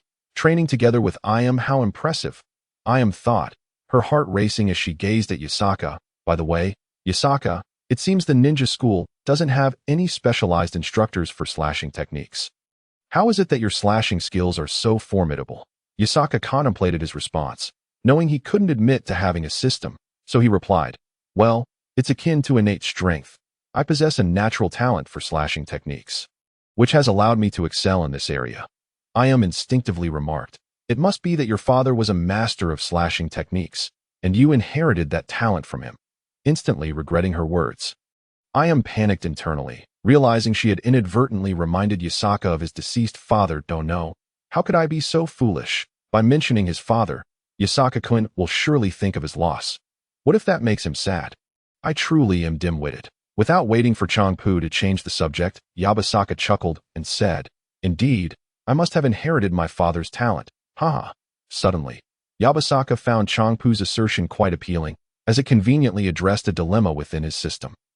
In the future, when someone questioned how he could excel in swordsmanship without a teacher, he could simply claim it was a gift passed down from his father. However, Yabasaka harbored no emotional attachment to the father he had never met. After all, he was not originally from this world. How could he possibly feel any affection for a father who was not truly his? Naturally, he intended to exploit this notion. Before long, the two arrived at a training ground. A clearing nestled within a small grove, roughly the size of a small plaza. On one side stood several wooden posts, designated for practicing the throwing of shurikens and kunai, while the opposite side featured a few large stones for resting. Upon arriving, Yabasaka felt somewhat at a loss, for he had never undergone any training and thus had no idea how to proceed. However, upon glancing at Changpu beside him, an idea struck him. He said, Changpu, in a moment, I want you to quickly throw small stones at me. I will slice them apart with my blade to hone my reaction skills. You should be able to manage that. Right? Changpu, momentarily entranced by Yabasaka's face, failed to respond to his request at first.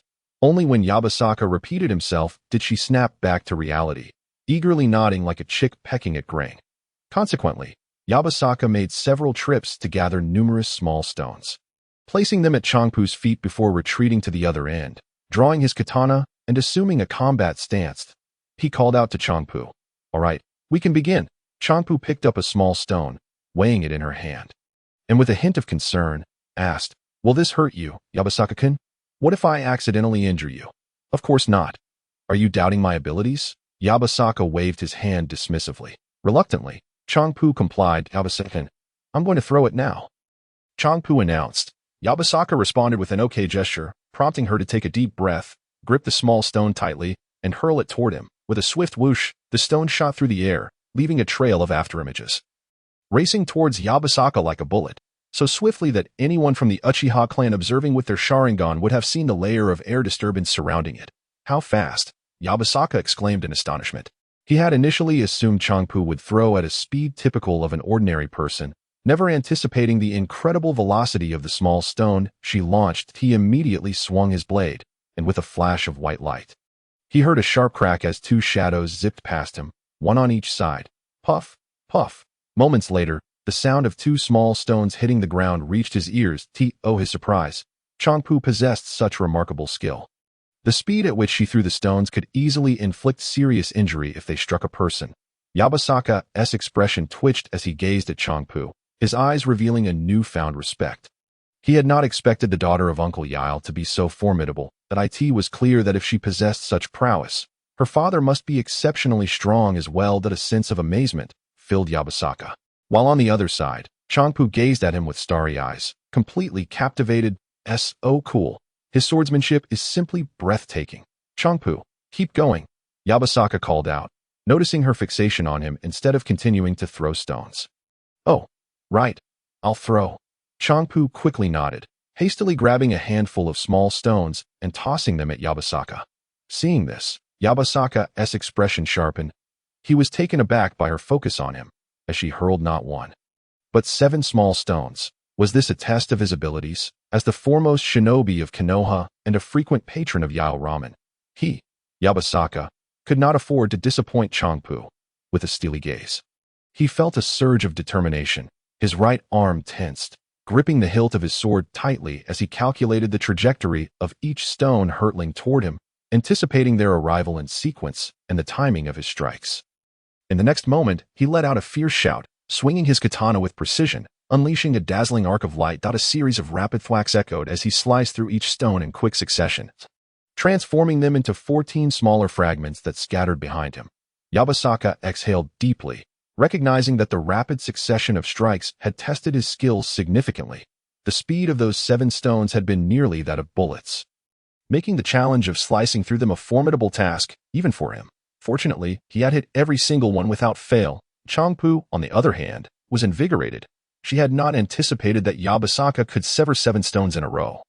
It was truly impressive, especially considering that she had thrown them in a moment of panic. Chapter 24. The confused Kakashi, seeing that Yabasaka had effortlessly shattered the 7 stones. Changpu mused, since he handled that so well, "I shall add a few more." She gathered another handful of small stones from the ground and cupped her hands in a trumpet shape, gently calling out, "Yabasaka-kun, I'm going to throw again. Bring it on." Yabasaka readied himself, his muscles taut, his gaze locked onto the stones in Changpu's hands. Initially, Yabasaka had dismissed Changpu as an ordinary girl, but now he regarded her as a formidable expert in shuriken throwing. Practicing with someone of her caliber would undoubtedly enhance his swordsmanship and provide invaluable combat experience. In the next instant, Changpu bit her lip and furrowed her brow, as if gathering her strength. She swung her right arm and forcefully launched a large handful of stones toward Yabasaka. Whoosh, whoosh, whoosh, whoosh, whoosh, whoosh, whoosh, whoosh. A barrage of small stones surged toward Yabasaka like a machine gun's fire, the air filled with the incessant sound of whistling. Yabasaka's expression turned serious. This time, he genuinely faced a significant challenge, with a dozen stones speeding toward him like projectiles, creating considerable pressure. "Time to test my steel-cutting flash." In an instant, Yabasaka stepped forward, adopting a stance reminiscent of an archer, his right arm tightening as he summoned his strength and swung his katana toward the oncoming barrage. A series of slicing sounds filled the air as he rapidly wielded his sword, creating a wall of wind blades that shielded him. The next moment, a series of bangs erupted as the stones collided with the wind blades, shattering into countless fragments, much like a shotgun blast. However, when the debris reached within a meter of Yabasaka, a powerful gust of wind halted their advance, causing them to fall short at his feet. The sound of countless small stones clattering to the ground formed a small mound before him. What an exhilarating experience. I almost got hit, Yabasaka thought to himself, realizing that Changpu's stone-throwing ability could defeat most lower-ranked shinobi. He had previously believed her to be just an ordinary girl, but now he suspected her strength might not be far behind his own. Meanwhile, Changpu looked at Yabasaka with excitement, marveling at his capability to simultaneously shatter over 10 stones. His reaction speed and swordsmanship were simply awe-inspiring. As the two engaged in their respective tasks, one throwing stones and the other slicing them, another young boy in a distant training ground was diligently honing his skills. Earth Release, Earth Flow Wall Technique. With a swift incantation, a 5-meter-long, 3-meter-high, half-meter-wide earthen wall erupted from the ground, standing firm before the young boy. Water Release, Water Dragon Bullet Technique. A colossal dragon of water surged forth from the adjacent river, only to swiftly dissipate into a vast puddle that splashed back into the stream. Breathless and nearly collapsing, the young boy knelt on the ground, gasping for air, his chakra nearly depleted. Cursing inwardly, he thought fiercely. This is insufficient. I must become stronger. At this level, I cannot withstand that fellow's onslaught. After witnessing the astonishing moment when Yatsuka cleaved through flames the previous day, Kakashi was utterly astounded, even dreaming that night of unleashing the Fire Release, Fire Dragon Flame Bullet Technique against Yatsuka. Only to be cleaved in two, the spectacle of Yatsuka slicing through flames before the crowd had profoundly shaken many hearts, including that of his teacher, Sugiyama, who was equally astonished, for such a feat had never been seen before. No one had ever imagined that a single strike could sever the intangible essence of fire, transcending human comprehension. That I cannot falter. I will defeat Yatsuka. I cannot afford to be complacent, Kakashi muttered to himself through gritted teeth. Feeling the weight of exhaustion bearing down on him, he forced himself to rise once more, only to stumble and fall back onto the ground. Your body has reached its limits. What you require now is rest. Not bravado. Only a robust physique can lead to greater strength, a voice echoed from behind him.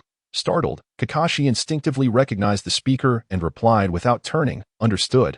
Father. The voice belonged to his father, Ataki Tsukumo, known as the Leaf's White Fang. Tsukumo, a strikingly handsome middle-aged man with hair of the same ash-white hue as Kakashi's, approached his son, crouching beside him. Observing the training ground littered with craters from various jutsu, he smiled and remarked, "You were taken aback by that fellow Yatsuka, weren't you?" Kakashi paused, contemplating before nodding. "Yes, he cleaved through flames yesterday afternoon. It left me astounded. The gap between us seems to be widening." Tsukumo chuckled softly. Yatsuka excels in swordsmanship, delving deeply into that art, and has reached remarkable heights through unwavering dedication. Many, however, remain unaware of their true strengths, failing to concentrate their efforts on a singular pursuit. Kakashi pondered this, reflecting on his own abilities. What am I truly adept at? He mused, engulfed in uncertainty. Recognizing Kakashi's bewilderment, Tsukumo gently patted his shoulder. I shall refrain from elaborating. It's essential for you to contemplate this yourself. After all, I cannot tether you for eternity. Some truths are best discovered independently.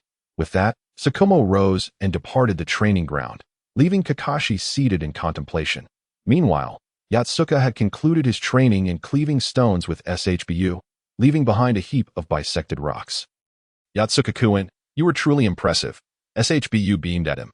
Haha, I suppose it's not too shabby, Yatsuka chuckled, feeling somewhat bashful under her admiring gaze.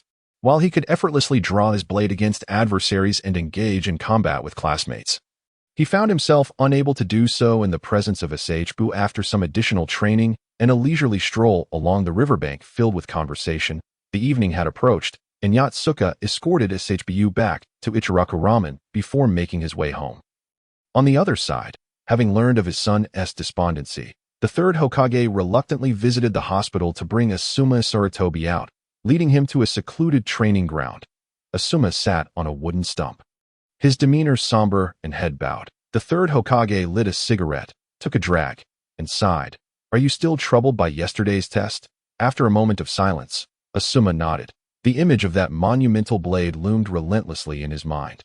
A haunting reminder that caused him considerable mental distress. The third Hokage understood Asuma's plight, recalling a similar experience from his own past, years ago, when I had just attained the rank of Jonin.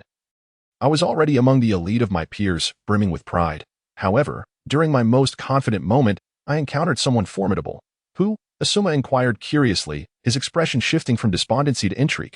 The third Hokage took another drag from his cigarette, exhaling a smoke ring as complex emotions flickered in his eyes. His name was Uchiha Madara.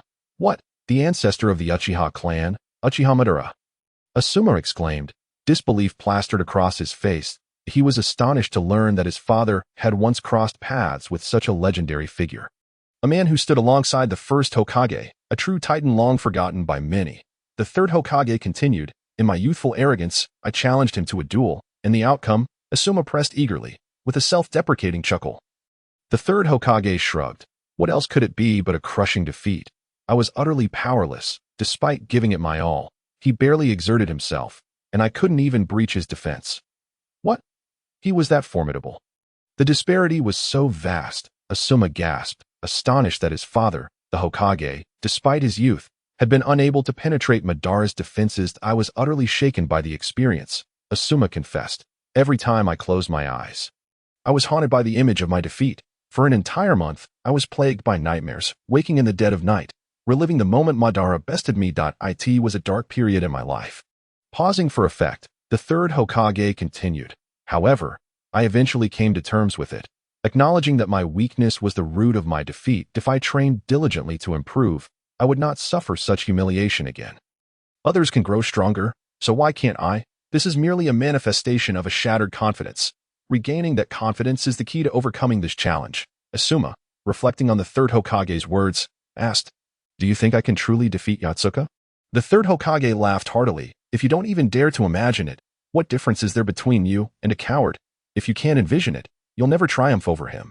But right now, I can't even dare to think about it, Asuma murmured. The third Hokage placed a reassuring hand on Asuma's shoulder. Victory and defeat are commonplace in battle. As the old adage goes, 30 years east of the river, 30 years west of the river. Just because you cannot prevail now does not mean you won't in the future. However, if you surrender now, you will indeed never overcome him. I understand now, Asuma suddenly exclaimed. A glimmer of determination illuminating his eyes. It was as though he had grasped a vital truth. I will strive diligently, train hard, and one day, I shall defeat Yatsuka. This is how it should be. How can one become despondent due to a single failure? A ninja is, after all, a person who embodies endurance. If one lacks the courage to endure hardships, then they are unworthy of being called a ninja. Ninjas are the ones who can withstand the greatest trials. For the sake of a goal, they will endure all manner of suffering while steadfastly upholding their beliefs to achieve it. Pausing for a moment, the third Hokage continued, our village, Konohagakure, naturally adheres to the will of fire. The upcoming friendship tournament among the 5 great nations is an opportunity for others to witness our resolve. Asuma, you must perform admirably and not bring shame upon our village. Let the ninjas from other nations see that the people of Konohagakure are not to be trifled with. I will not bring shame to the village, Asuma Sarutobi replied with a firm nod. His gaze once again brimming with confidence. He had emerged from the shadow of his defeat to Yasaka. The third Hokage, indeed a master of persuasion, effortlessly encouraged a low-ranking ninja with nothing more than a few well-chosen words. It was a simple matter for him to alleviate Asuma's concerns. Regrettably, his eloquence was unable to sway Yasaka. Without the allure of fine cuisine, it is highly likely that Yasaka would not have participated in this friendship tournament. Chapter 26. The essence of competition. Observing Asuma's rekindled fighting spirit, the third Hokage felt a sense of relief, for he could not help but care for his own son. By all accounts, Asuma's abilities were already among the elite within the ranks of low-ranking ninjas, even when compared to Kakashi Hitaki, a prodigy in his own right. Asuma held his own. The third Hokage mused that at Asuma's age, he himself had not yet reached Asuma's level of skill. However, it was unfortunate that talents like Asuma and Kakashi were born in an era overshadowed by an even greater genius, Yasaka. Yasaka had indeed captured the third Hokage's attention. His prowess had transcended the realm of low-ranking ninjas, to the point where even some high-ranking ninjas found themselves outmatched. This revelation astonished the third Hokage, especially considering that his own disciple, Orochimaru, had suffered injuries at Yasaka's hands. Requiring a month's recovery, the third Hokage felt immense pride in Yasaka's growth and strength, particularly since Yasaka's father had sacrificed so much for Konohagakure, ultimately giving his life. Before his demise, he entrusted Yasaka to the third Hokage, who, while not constantly watching over Yasaka, treated him as a surrogate son. Thus, the third Hokage was genuinely pleased by Yasaka's formidable abilities, not only for the potential enhancement of Konohagakure's strength, but also due to the emotional bond he held with Yasaka. Now, Yasaka's power had entirely eclipsed that of both low-ranking and intermediate ninjas. Consequently, while Asuma and his peers were indeed distinguished in their own circles, they paled in comparison to Yasaka. The third Hokage held high hopes for Asuma in the forthcoming friendship tournament among the 5 Kages. While the championship might be out of reach, a place among the top 10 was certainly attainable, especially with the guidance of his Hokage father. Reflecting on the upcoming tournament, the third Hokage sighed inwardly. The reality was far from the light-hearted portrayal he had shared with Yasaka. This event was primarily organized by Konohagakure to showcase its national strength and display its might. The intent behind the tournament was not genuine camaraderie, but rather driven by deeper motives. The timing was significant, as it marked a decade since the conclusion of the Second Shinobi World War, during which the various ninja villages were still in a phase of reconstruction. The war had been devastating, claiming the lives of numerous skilled ninjas among the 5 Kage had perished. The Raikage was ambushed during the alliance ceremony and succumbed to his injuries, while the Hokage had acted as bait, engaging in battle against over 20 elite ninjas led by the Gold and Silver Brothers, ultimately exhausting himself to death. Furthermore, both the Tsuchikage and the Mizukage had met their ends during this tumultuous period, with their deaths being mutually assured. Thus, aside from the Wind Country's Kage, who had narrowly escaped death, the remaining 4 Kage had all perished, underscoring the war's brutal reality. The loss extended beyond the Kage. Many elite ninjas also fell, such as the parents of the Wind Country's Sasori, who were slain by Kakashi Hitaki's father, Minato Namikaze, who earned the title of Konoha's White Fang through that very battle. Konohagakure had also suffered grievous losses. Tsunade's brother, Nawaki, had fallen victim to an ambush, caught in an explosive tag trap, resulting in his immediate death, and his remains were desecrated by enemies who sought to harvest his organs. The puppet was merely discovered by the denizens of Konoha before its creation. Consequently, they managed to retrieve the corpse of SHU, which had already been stripped of its innards. This event severely traumatized Tsunade, leading her to develop a phobia of blood. Moreover, her boyfriend, Dan Kato, also perished in this conflict. He fell victim to an ambush, where he was unexpectedly attacked by the enemy, resulting in the loss of his kidney. Despite Tsunade's swift arrival and her unparalleled medical prowess, she was unable to save Dan's life. The sacrifices of these 2 individuals, a brother and a beloved, dealt a profound blow to Tsunade, plunging her into despair and a dependence on alcohol. Had it not been for Jiraiya and Orochimaru's constant support, Tsunade might still be trapped in the shadows of that fateful year. Thus, it can be posited that the Hidden Leaf Village emerged as both the victor and the vanquished in the Second Shinobi World War. While Konoha may have triumphed in the immediate aftermath, strategically, it faced a long-term defeat. If Dan Kato had survived, he might have been poised to succeed the third Hokage and ascend to the role of the 4th. Additionally, the geographical position of Konoha is notably precarious. While it lies at the heart of the continent, it borders for major nations and is surrounded by numerous smaller ones in the event of war. Konoha would inevitably be drawn into the fray, potentially embroiling itself in a global conflict. Thus, the location of Konoha necessitates a formidable military capability. Without it, the village risks eventual invasion and obliteration by rival nations. At this particular juncture in time, the situation is also quite unique. The major powers are currently in a state of rebuilding following the devastation of the Second Shinobi World War, having suffered significant losses. Should any nation choose to ignite another conflict now, they could catch their adversaries off guard, as their ranks have yet to be replenished, rendering them vulnerable to severe repercussions. For these reasons, the third Hokage felt compelled to assess Konoha's current circumstances, thus orchestrating the 5th Kage Summit under the guise of fostering camaraderie and strengthening bonds. In reality, the event serves to showcase Konoha's strength and the potential of its next generation, sending a clear message to other nations. Refrain from provoking Konoha, lest you find yourselves utterly crushed. This is the true intent of the third Hokage. Consequently, he places great emphasis on the participation of the lower ninjas, with the most critical among them being Yakasaka, whom he views as Konoha's ace in the hole, sure to leave other nations astounded. Unbeknownst to Yakasaka, who is currently lost in slumber, dreaming of indulging in exquisite delicacies, a plethora of rewards from the system continue to flood in. Chapter 27. The utility of the steel cutting flash. Following the earlier practice of stone throwing with SHBU, Yakasaka has gained a deeper understanding of the application of the steel cutting flash. At close range, it serves as a powerful slashing technique to AT mid-range. It can function as a wide-area offensive maneuver, even providing defensive capabilities against a barrage of shuriken or kunai that in such cases, one can unleash the steel cutting flash to generate numerous wind blades, effectively neutralizing those projectiles. The essence of the steel cutting flash lies in wind control, utilizing the sharpness of the wind to execute attacks capable of severing steel. Thus, it is essentially a unique application of wind affinity, akin to that of elemental transformation. Meanwhile, Might Guy, who was previously dispatched by Yakasaka in a single stroke, has awakened in the hospital. Unlike Asuma Sarutobi and Kakashi, he possesses an unwavering optimism and a tenacious spirit, refusing to be defeated by Yakasaka's prowess. Instead, his defeat has ignited a fervor within him, fueling his determination to surpass Yakasaka. This reflects a shift from the original narrative, wherein Might Guy aimed to rival Kakashi. Now, with Yakasaka's introduction, the entire timeline and character dynamics have shifted.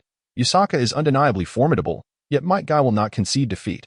One day, he vows to surpass Yakasaka, such is the essence of youth, Might Guy exclaims, instinctively executing a whirlwind kick, only to inadvertently shatter the light bulb overhead. Might Guy, what mischief have you wrought now?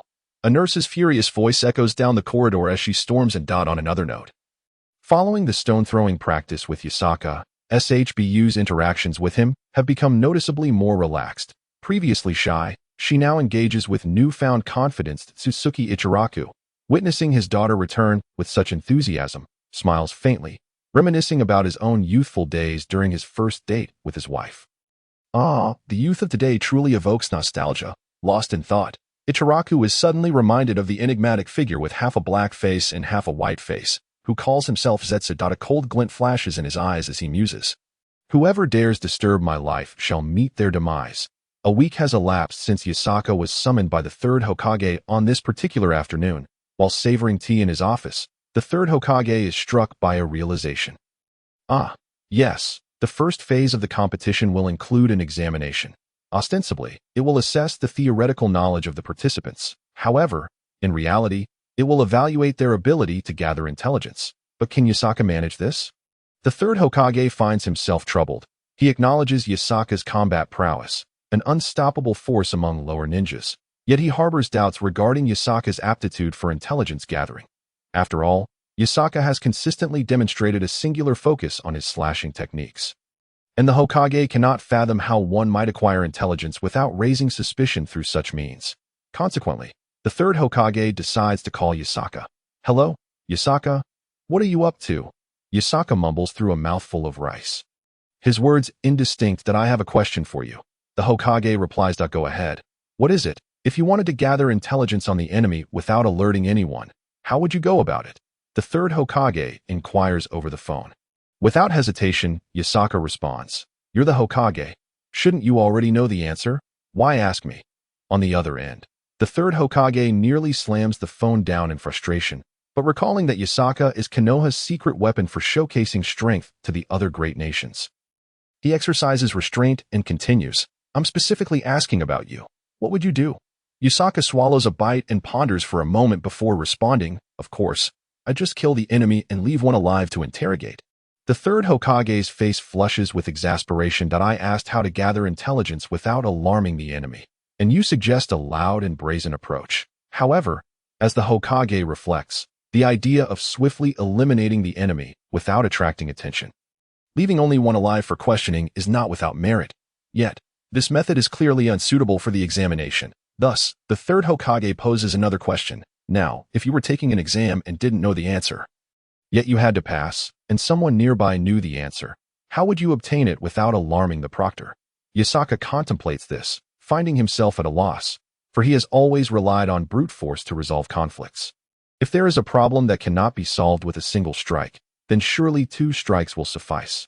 Yet, in the absence of the option to resort to violence, he is momentarily stumped. Well, I don't know, but I could always contact the proctor privately after submitting my paper and threaten him. If he doesn't pass me, I'll just cut him down. That sounds like a solid plan. Yasaka responded with satisfaction, feeling exhilarated by his own cleverness. Upon hearing Yasaka's reply, the third Hokage immediately felt as though he had hit his head against a wall. It was utterly confounding. Had he just performed an out-of-bounds maneuver? It seemed highly likely that Yasaka had not acquired any information through covert means. What could be done? Yasaka was undoubtedly the strongest contender in their Konoha team's roster. Yet if he failed to pass the first written examination, it would be a disgrace for Konoha. Furthermore, if he were eliminated due to failing the written test, although there were talented genin like Kakashi, the genin from other nations were not mere pushovers either. They too had their share of prodigies at that juncture. The third Hokage could not guarantee that victory would be theirs. Thus, it was imperative for Yasaka to pass the first written examination. There was no room for negotiation. He simply had to succeed. However, it was inconceivable to cancel the written exam at the last minute, as it had been unanimously decided upon during a previous meeting of the 5 Kage. The purpose was to ensure that ninjas were not merely brawn without brains, and acquiring intelligence was equally crucial. Therefore, there was no possibility of scrapping the written test. Alternative measures had to be devised. Was it conceivable to provide Yasaka with the answers ahead of time, allowing him to cheat? The third Hokage felt a headache coming on, realizing that the exam questions were only released the night prior. It was doubtful that Yasaka could memorize the answers in a single night. Chapter 28. Astonishment. Yet eliminating Yasaka was not an option, which left the third Hokage feeling profoundly vexed. After much contemplation, he ultimately decided to instruct Misumi Shusui to provide Yasaka with hints regarding the questions, as he would also participate in crafting the questions by revealing the questions he had devised to Misumi. And having Misumi clarify them to Yasaka, it would ensure that Yasaka could at least score a modest 20 or 30 points. The remaining questions were of a similar nature. They were merely variations of the same concepts. Thus, as long as Yasaka grasped the core ideas, passing would not be an issue. Without delay, the third Hokage summoned Misumi Shusui and, after an extensive briefing, Misumi hurried off to find Yasaka. Normally, it would be improbable for Yasaka to follow Misumi for a review session. However, considering that winning the competition would grant them the legendary delicacies of taiyaki and the third Hokage's family recipe for golden broth beef noodles, Yasaka resolved to patiently study under Misumi's guidance. The sight of Yasaka diligently studying left the other students utterly stupefied, as if they were witnessing an extraterrestrial being, their eyes nearly bulging out of their sockets. Am I blind, or have I fallen under an illusion? Yasaka is actually studying earnestly. What madness is this? Inuzuka Gunma exclaimed, his expression one of sheer disbelief. Someone pinch me. I must be dreaming. How can Yasaka be so serious about studying? Irika echoed, equally astonished. Inuzuka, without a word, promptly delivered a punch to Irika's face. Bang! Ah! Irika fell to the ground, immediately glancing at Yasaka, who was meticulously reviewing the material, his face frozen in astonishment. Was this reality? Had the sun risen from the west? Not only were these two astonished, but a considerable number of others had also been drawn in, forming a crowd around the classroom, including Noera Rin and Yugogo. Wow! Yasaka-kun is actually studying diligently. He truly is my idol. His studious demeanor is incredibly charming, Noera exclaimed, her eyes sparkling, while Yugogo, equally captivated, gazed at Yasaka with admiration. Previously, she had thought Yasaka was impressive in battle, but now she realized he was equally appealing while studying. What on earth is happening? Why has Yasaka suddenly begun to study so earnestly? Tsukikage pushed his way through the crowd, equally flabbergasted that I don't know. Perhaps he has developed a sudden passion for learning? Inuzuka replied nonchalantly. What kind of answer is that? It's no answer at all, Hate retorted, feeling exasperated. Meanwhile, Yasaka remained oblivious to the throng of onlookers, completely engrossed in his studies. Before him lay a sheet filled with numerous questions and their corresponding answers, such as, if Ninja A throws a kunai at a 30-degree angle, what distance and angle must Ninja be used to deflect it? Or when entering a forest, what considerations must one keep in mind? Each question was intricate and challenging, requiring lengthy answers, with some extending to several lines. As the hours passed, Yasaka had managed to memorize only the answer to the first question, and upon glancing at the remaining text, he felt overwhelmed. Damn it, this is so difficult to memorize.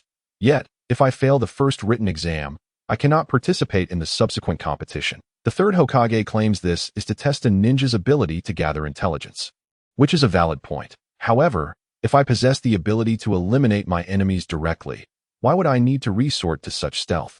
I truly despise memorizing answers, but for the sake of the third Hokage's family recipe for golden broth beef noodles, I shall persevere. Suddenly, Yasaka recalled Jiraiya mentioning a special technique meant for peeping on girls while bathing, which sounded rather impressive. Too bad he didn't know how to use it.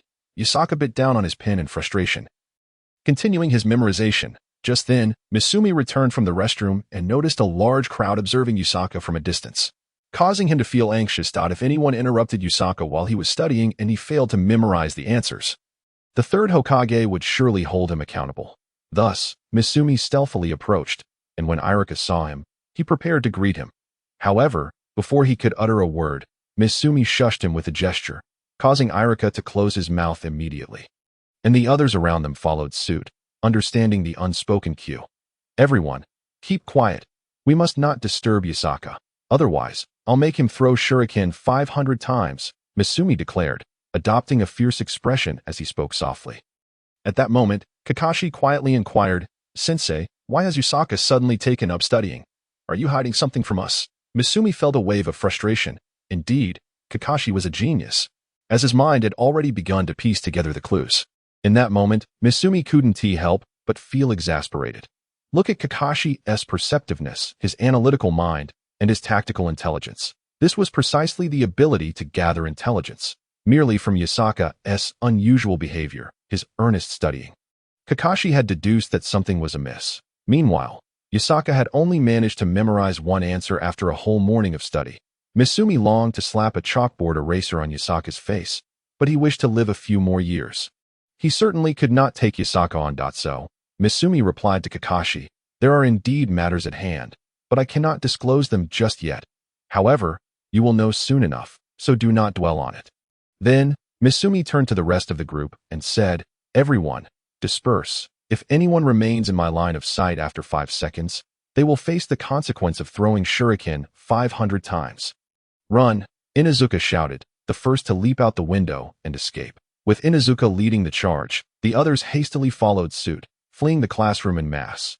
Thus, only Misumi and Yasaka remained in the classroom. Yasaka, how is your studying progressing? Misumi inquired with a benevolent smile. Quite well. I've memorized half of the second question, Yasaka exclaimed excitedly. What? Misumi's mind screamed in disbelief, as stars danced before his eyes. You're telling me that after an entire morning, UVE only managed to memorize 1.5 questions? What in the world? Misumi felt his blood pressure spike. Chapter 29. Why not? Misumi felt as though he might faint right there. At this pace, he feared that even by the time the friendship tournament concluded, Yasaka might not have memorized all the answers. Moreover, Misumi harbored serious doubts about whether Yasaka would still remember the answers to the earlier questions by the time he reached the last one. He already had an answer to that question in his mind. Heavens, spare me. Misumi thought in exasperation. Why had the third Hokage assigned him this task? Could they not switch individuals? At that moment, Misumi, with a flicker of hope and a hint of luck, decided to ask Yasaka, Yasaka, do you still remember the answer to the first question? Yasaka pondered for a moment, nodded, and replied, I can't recall it. In that fleeting moment, Mikami Hidesure felt as though his mind was on the verge of an explosion. Why did you nod? Shouldn't it have been a shake of the head if you couldn't recall? Why did you nod? The instant Yatsusaka nodded, a glimmer of hope erupted in Mikami Hideshi's eyes, as if the heavens themselves were favoring him, for Yatsusaka had seemingly not forgotten the answer to the first question. Yet, just as hope ignited within Mikami Hideshi's heart, Yatsusaka's next words cast him from paradise into the depths of despair. At that moment, Mikami Hidesure was nearly brought to tears, his overwhelming emotions spurring him into a fit of impulsiveness as he bellowed, Yatsusaka, when will you finish memorizing this? This is far too slow. However, as soon as the words escaped his lips, regret washed over him. Impulsiveness was a treacherous demon. How could he have acted so rashly? Upon hearing Mikami Hideshi's reproach, Yatsusaka immediately frowned. In truth, Yatsusaka was also feeling somewhat irritable. For the difficulty of these questions and answers was exceedingly taxing, making the act of memorization a strenuous endeavor. In this dull and monotonous exercise of rote learning, where was the thrill of dining at the snack street? Where was the excitement of training with Ayam while tossing stones? Were it not for the tantalizing prospect of savoring the third Hokage's ancestral golden broth beef noodles and the delicacies of the land of lightning, would he truly endure the misery of memorizing these tongue-twisting questions and answers? Thus, Yatsasaka erupted in frustration, swiftly drawing his blade, a flash of white light slicing through the A-I-R-I-N the next moment. A crisp crack echoed as the paper before him, along with the table, was cleaved in twain. No more. This is too difficult, Yatsasaka exclaimed, standing abruptly, only to find Mikami Haichir frozen in shock, his mind racing to release the pent-up frustration from memorizing the questions. Yatsasaka pointed his blade at Mikami Haichir, declaring, "Let us have a duel." At that instant, Mikami Haichir was utterly bewildered. He had repeatedly reminded himself to remain patient, to resist impulsiveness, yet here he was, having acted impulsively. And now Yatsasaka was enraged and challenging him to a fight. He dared not face Yatsasaka in combat. Well aware that he could not possibly withstand him, he had no desire to end up in the hospital. However, Mikami Haichir understood Yatsasaka well enough to know that refusing a duel was futile. Yatsasaka's challenge was merely a notification, and regardless of his willingness, Yatsasaka would not hesitate to engage. As Mikami Haichir felt overwhelmed and nearly broke into a sweat from his mounting anxiety. The classroom door creaked open. A middle-aged man stepped inside. Out of the corner of his eye, Mikami Haichir caught sight of that figure, and it was as though a savior had arrived. With tears of relief, he rushed forward, exclaiming, "Lord Hokage!" Mikami Haichir swiftly concealed himself behind the Hokage, his back slick with cold sweat. Once shielded by the third Hokage, he exhaled deeply, only then realizing how rapidly his heart was racing, thumping with a fervor that betrayed just how tense he had been. Though they were allies, and even if they were to spar, it would not be a matter of life and death. Why was he more nervous than in a battle with an enemy? Ahem, Yatsasaka, I have heard you have been memorizing well, the third Hokage remarked, feigning ignorance with a light cough. Humph, third, these questions are exceedingly difficult. They are quite beyond human capability. I refuse to memorize them, Yatsasaka retorted furiously. Yet, he was not entirely wrong, for the questions were designed with an inherent difficulty that rendered them nearly impossible to answer. The intention was to create a challenge so formidable that it would encourage candidates to resort to their abilities to cheat and obtain answers from others' papers. Thus, Yatsasaka's assertion that these questions were not meant for human comprehension held a kernel of truth. Even the brilliant ninja Kakashi Hatake, renowned for his tactical genius, would likely struggle to answer them, and the very creator of the questions, the third Hokage himself, would be hard-pressed to respond. Indeed, you are correct. These questions were never meant to be answered, the third Hokage admitted, somewhat awkwardly. What? They were never intended to be answered. Then why must I memorize them? Why force others to answer? Yatsasaka was perplexed by the third Hokage's intentions. The third Hokage, realizing the need to clarify, proceeded to explain the true significance of the written exam. Upon hearing the third's explanation, Yatsasaka nodded thoughtfully. I see now. No wonder you called to inquire if I had any methods to acquire others' answers. It all makes sense now. The third Hokage, feeling a twinge of regret, acknowledged that ideally, he should not have divulged this information to Yatsasaka. This examination was not merely a test of knowledge, but also a measure of the candidate's ability to gather intelligence and adapt. Clearly, when faced with questions that exceeded the capabilities of a genin, one should recognize that this was, in itself, a test, a means to ascertain whether the candidates could discern the essence of the problem. Recognizing the true nature of the written exam and adapting to it by resorting to cheating to extract answers constituted the second evaluative criterion of the test. Therefore, although it was merely a small written examination, it encompassed numerous evaluative aspects. As a ninja, one must possess the acuity to observe their surroundings, to glean insights from seemingly insignificant details, and to extrapolate the broader context of events. This first written test served precisely that purpose. However, Yatsasaka was indeed a unique case, prompting the third Hokage to divulge the information outright, thereby bypassing the step that would have tested Yatsasaka's perceptiveness. Yet, there was no alternative, as the third Hokage was unwilling to see Yatsasaka eliminated from the very first written exam. Chapter 30. A new ability. I see. Yatsasaka murmured to himself, He was not unreasonable. Now that he comprehended the significance of the first written exam, he understood why the third Hokage had resorted to such measures in urging him to memorize answers. It was merely a concern that he lacked the special ability to gather intelligence, and with questions so difficult, he might be eliminated. Reflecting on this, Yakasaka helplessly remarked, "Third, was it difficult to steal the shadow shield from the women's bathhouse? If you could teach me that shield, I could discreetly peek at others' answers." The third Hokage, mid-sip of water, immediately sprayed it out upon hearing Yakasaka's words, choking violently in the process. Meanwhile, Mikami Hideshire averted his gaze to the ceiling, silently declaring that he had heard nothing. "Yakasaka, do not speak such nonsense. When have I ever gone to the women's bathhouse to steal a look?" The third Hokage shouted after recovering from his coughing fit. "Jiraiya mentioned it last week while we were dining at Ichiraku Ramen. He specifically told me that your shadow shield is superior to his, allowing you to peek at women bathing without revealing yourself." "Which is quite impressive," Yakasaka retorted. Jiraiya, the third Hokage, seethed through gritted teeth. Realizing that it was indeed his student's fault, he resolved to reprimand these youngsters for their indiscretion and lack of gratitude. Were it not for Jiraiya learning the shadow shield from him, how could he ever have had the opportunity to peek at women bathing? Now, it seemed, he had been betrayed that moment. The third Hokage glanced sideways at Mikami Hideshire, who, upon catching the Hokage's gaze, immediately grasped the situation and feigned ignorance, stating, "I have not seen the third Hokage today. I know nothing. Do not listen to this fool. I have never done such a thing." The third Hokage exclaimed angrily. Mikami Hideshire nodded vigorously, affirming, "I believe in the integrity of the third Hokage. He would never engage in such behavior."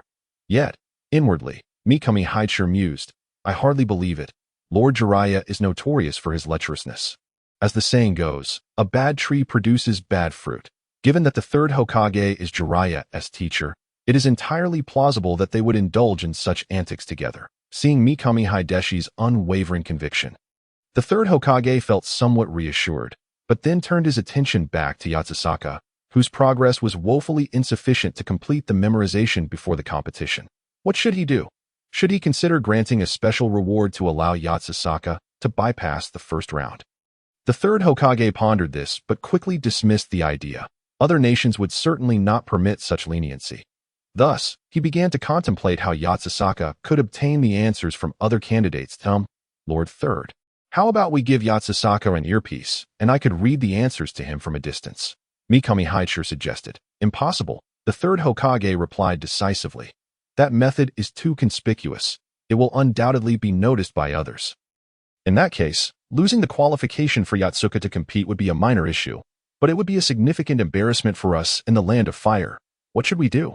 Mikami Hideki found himself in a quandary, his brows furrowing into A-shaped. Isn't it simply about gathering information from others without their knowledge? This is a trivial matter. What? Do you have a special method? Upon hearing Yakasaka's words, the third Hokage and Mikami Hideki instantly looked at Yakasaka with eyes aglow, as if they had discovered a lifeline. Yakasaka nodded and replied, "Nope." The third Hokage immediately spat out a mouthful of blood and fell backward to the ground. Mikami Hideki, on the other hand, felt darkness closing in and nearly collapsed as well. The third Hokage furiously thought to himself, "Why did you nod? You clearly don't have it. What was the point of that nod?" Due to his previous experience, Mikami Hideki had subconsciously prepared himself upon seeing Yakasaka nod, yet he couldn't help but feel a flicker of hope. Thus, when Yakasaka uttered the two words "no," Mikami Hideki still felt a heavy blow. Though it was somewhat more bearable than the third Hokage's immediate shock that moment, the third Hokage scrambled to his feet, grasped Yakasaka's shoulders, and bellowed, "If you don't have it, why did you not?" Yakasaka responded, "I wanted to give you a surprise. This really a surprise. This feels more like a scare." Yakasaka waved his hand and smiled slightly, saying, "All right, I've got this covered. I'll find a way to develop a method to gather information later. So you need not worry about it." "Really?" Mikami Hideki wore a skeptical expression.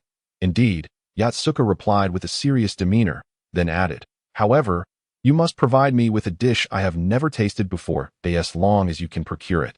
I assure you I will develop such an ability." "Are you certain?" the third Hokage asked with evident doubt. "Yes," Yakasaka solemnly nodded. "Very well, I will trust you this once," the third Hokage said with a serious expression. For the sake of Konoha, he was willing to take the leap of faith, believing Yotsuka would not jest about such matters. Thus, the third Hokage turned to Mikami Hideji and exchanged a few words. Mikami nodded and vanished with a swift turn that I have instructed Mikami to fetch that dish, but it will take some time. You may return home, and he will deliver it to your house tonight. Just remember not to go out. All right. By the way, what kind of dish is it? Yotsuka asked, salivating out a secret. The third Hokage chuckled and then exited the classroom. Consequently, the entire afternoon was spent in a state of anticipation and daydreaming for Yotsuka.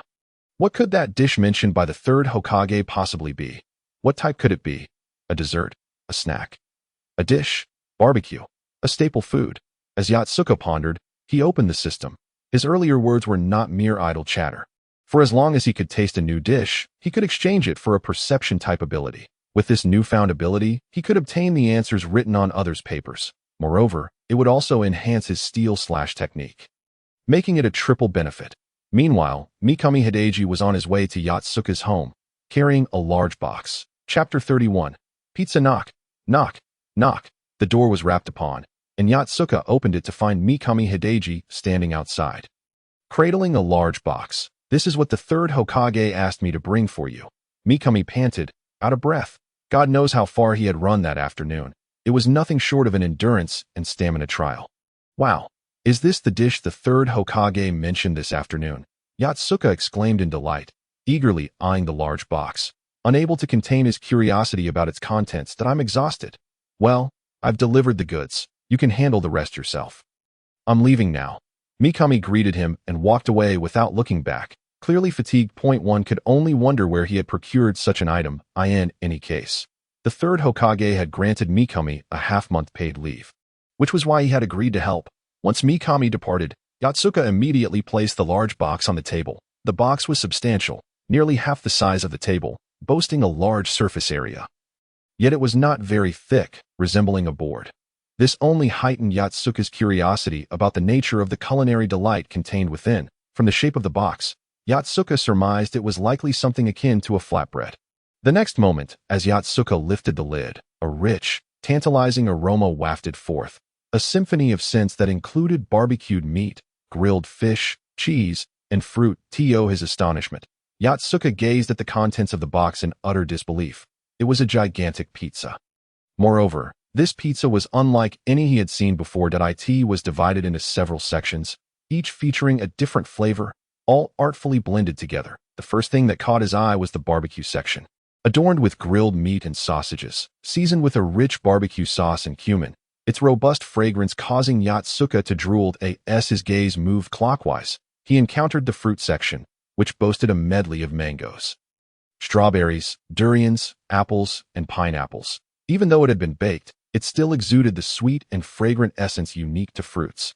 Next was the seafood portion, featuring shrimp, lobster, scallops, and pieces of grilled fish, emanating that distinct freshness of the ocean. Lastly, the final section was laden with cheese, meat floss, salad dressing, and fruit jam, equally enticing.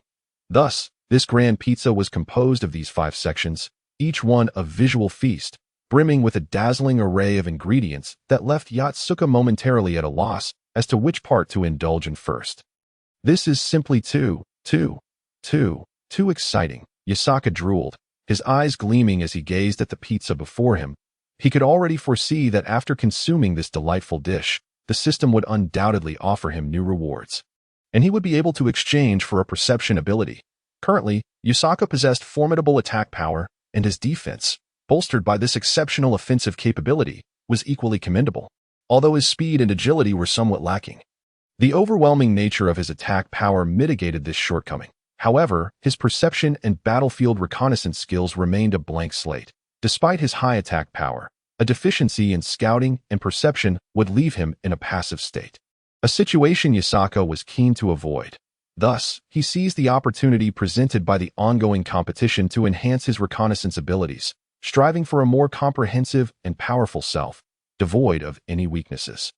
After all, while his swordsmanship was indeed potent, not every challenge could be resolved through sheer cutting force. There existed many ninjutsu techniques that eluded resolution by mere slashing, such as the Nara clan's shadow manipulation technique, which Yotsuka could not sever with his sword. Despite his current swordsmanship being at an absurd level capable of cleaving flames and waterfalls, he remained helpless against the nature of shadows. Therefore, in the face of shadow-binding techniques, Yakasaka had yet to devise an effective countermeasure and could only aim to eliminate his opponent before being ensnared by the shadows. However, this approach contradicted his philosophy. Yakasaka believed in the ability to counter every technique, instilling despair in his adversaries. Yet, it was evident that he could not fundamentally counter the shadows of the Nara clan and would have to resort to alternative methods to circumvent them.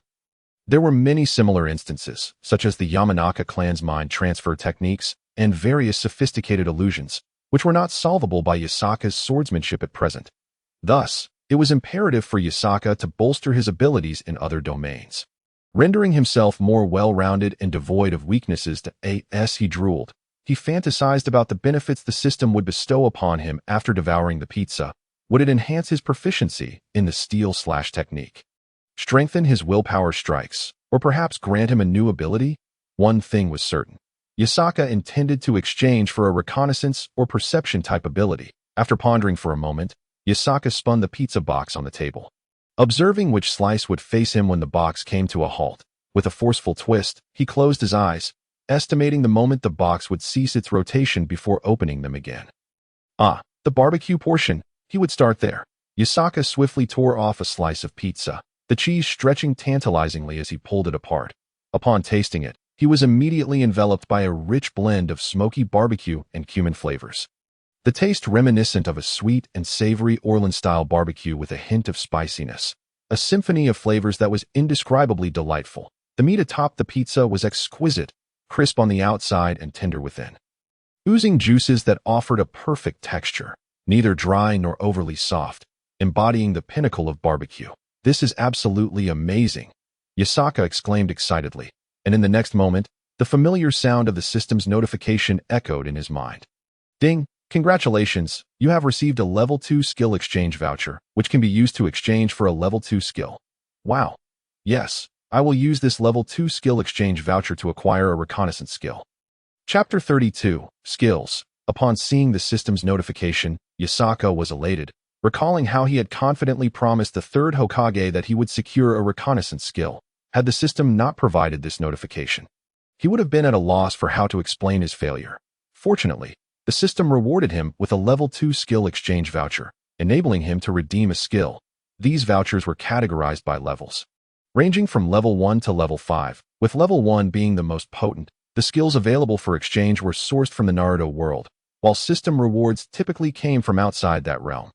A Level 5 voucher could exchange for basic ninjutsu like the Shadow Clone technique or the Great Fireball technique, whereas a Level 1 voucher could procure forbidden techniques like Wind Release, Rasengan Shuriken.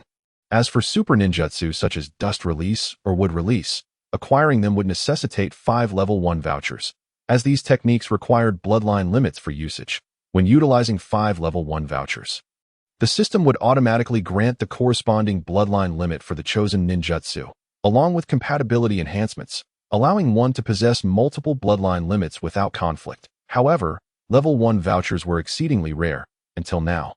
Yakasaka had never obtained one, and with this latest Level 2 voucher, he had only acquired 2 in total. Skill exchange vouchers were probabilistic. One had to consume exceptionally delicious food, with the first time yielding a chance of obtaining a skill exchange voucher. Naturally, the higher the level of the voucher, the lower the probability. Thus, Yakasaka had never anticipated acquiring a Level 1 skill exchange voucher, and receiving a Level 2 voucher was already a delightful surprise. Yet, just as Yakasaka was basking in the joy of his Level 2 skill exchange voucher, the system chimed again. Ding! The Chosen One mechanism has been activated, granting a rare additional reward. Body technique. Great Freedom Sage Art X1. What? Another skill? Yakasaka's eyes sparkled with excitement, his blood pressure soaring as he nearly fainted from exhilaration. The Great Freedom Sage Art. Just the name alone sounded formidable. Yakasaka leaped with joy, performing front and back flips, momentarily at a loss for how to express his overwhelming excitement. Incredible! Third Hokage. This pizza is phenomenal. I received 2 skills from just 1 slice. Alright. Third Hokage, you wish for Konoha to win this friendship tournament. And I, Yakasaka, shall assist you. I will lead Konoha to victory in this competition. Yakasaka was utterly elated, reflecting on how these two skills were granted through the pizza gifted by the third Hokage. Significantly boosting his appreciation for him, that he resolved to aid the third Hokage in securing victory, as a way to repay the favor of obtaining two skills from this delightful pizza. Now, let me take a look at what this great freedom sage art entails. Yakasaka mused as he continued to enjoy his pizza, perusing the system's description of the Great Freedom Sage art. The Great Freedom Sage art, crafted by the ancient deity Great Freedom Sage, is a body technique characterized by extreme speed, high sensitivity, and the ability to traverse space. Its core principle lies in the concept of freedom, allowing one to transcend all constraints, achieving supersonic flight and instantaneous short-distance movement unaffected by barriers, significantly enhancing agility, a truly remarkable pinnacle of body techniques. Wow, is it really that impressive? Once I master this Great Freedom Sage art, my shortcomings in agility will be addressed, and then I can exchange for a reconnaissance or perception skill that elevate me to new heights. Suddenly, Yakasaka paused, realizing how vastly powerful he was becoming. As he indulged in a slice of pizza, he meticulously studied the Grand Freedom Sage technique, discovering that if mastered to its zenith, this skill could potentially reach an astounding speed of 20 Mach. Truly formidable. Moreover, it granted the ability to teleport instantaneously within a certain range, an authentic form of teleportation, not merely a technique of fleeting movement. Compared to the Flying Thunder God technique, it was even more powerful. For it required no markings. One could materialize wherever desired. It also disregarded barriers. Even when ensnared by a barrier, one could directly teleport out, thus embodying the essence of freedom. However, at present, Yakasaka's proficiency in the Grand Freedom Sage technique was still rather low, preventing the attainment of such extraordinary capabilities. Consequently, he needed to continually savor various delicacies to enhance his skill. After perusing the Grand Freedom Sage technique, Yakasaka sought out a reconnaissance-type ninjutsu available for exchange at level 2. Approximately 20 minutes later, he finally discovered a ninjutsu that suited him perfectly. It was called airflow perception, a technique that allowed one to sense subtle changes in the air currents to ascertain the conditions within a designated area. Since air is omnipresent, even the slightest movement of an object would disturb the air, causing minute shifts in its flow. Airflow perception enabled the user to detect these subtle alterations, and it could also amplify sounds transmitted through the air, allowing for eavesdropping. This ability served as a passive effect. One could only perceive movements when objects were in motion within the range. If there were no movement, the air would remain still, and thus, it would be impossible to sense anything. However, one could actively generate airflow to perceive objects within the vicinity, akin to sonar. The method was quite simple. For instance, using wind release to create a gentle breeze would suffice. Chapter 33. Airflow Manipulation. Yakasaka believed that the skill named airflow manipulation suited him remarkably well.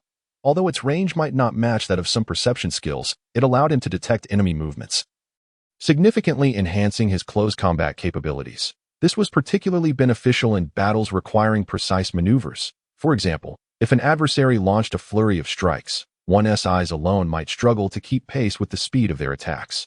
In such instances, one could rely on the changes in the air currents to clearly perceive the enemy's actions and respond accordingly.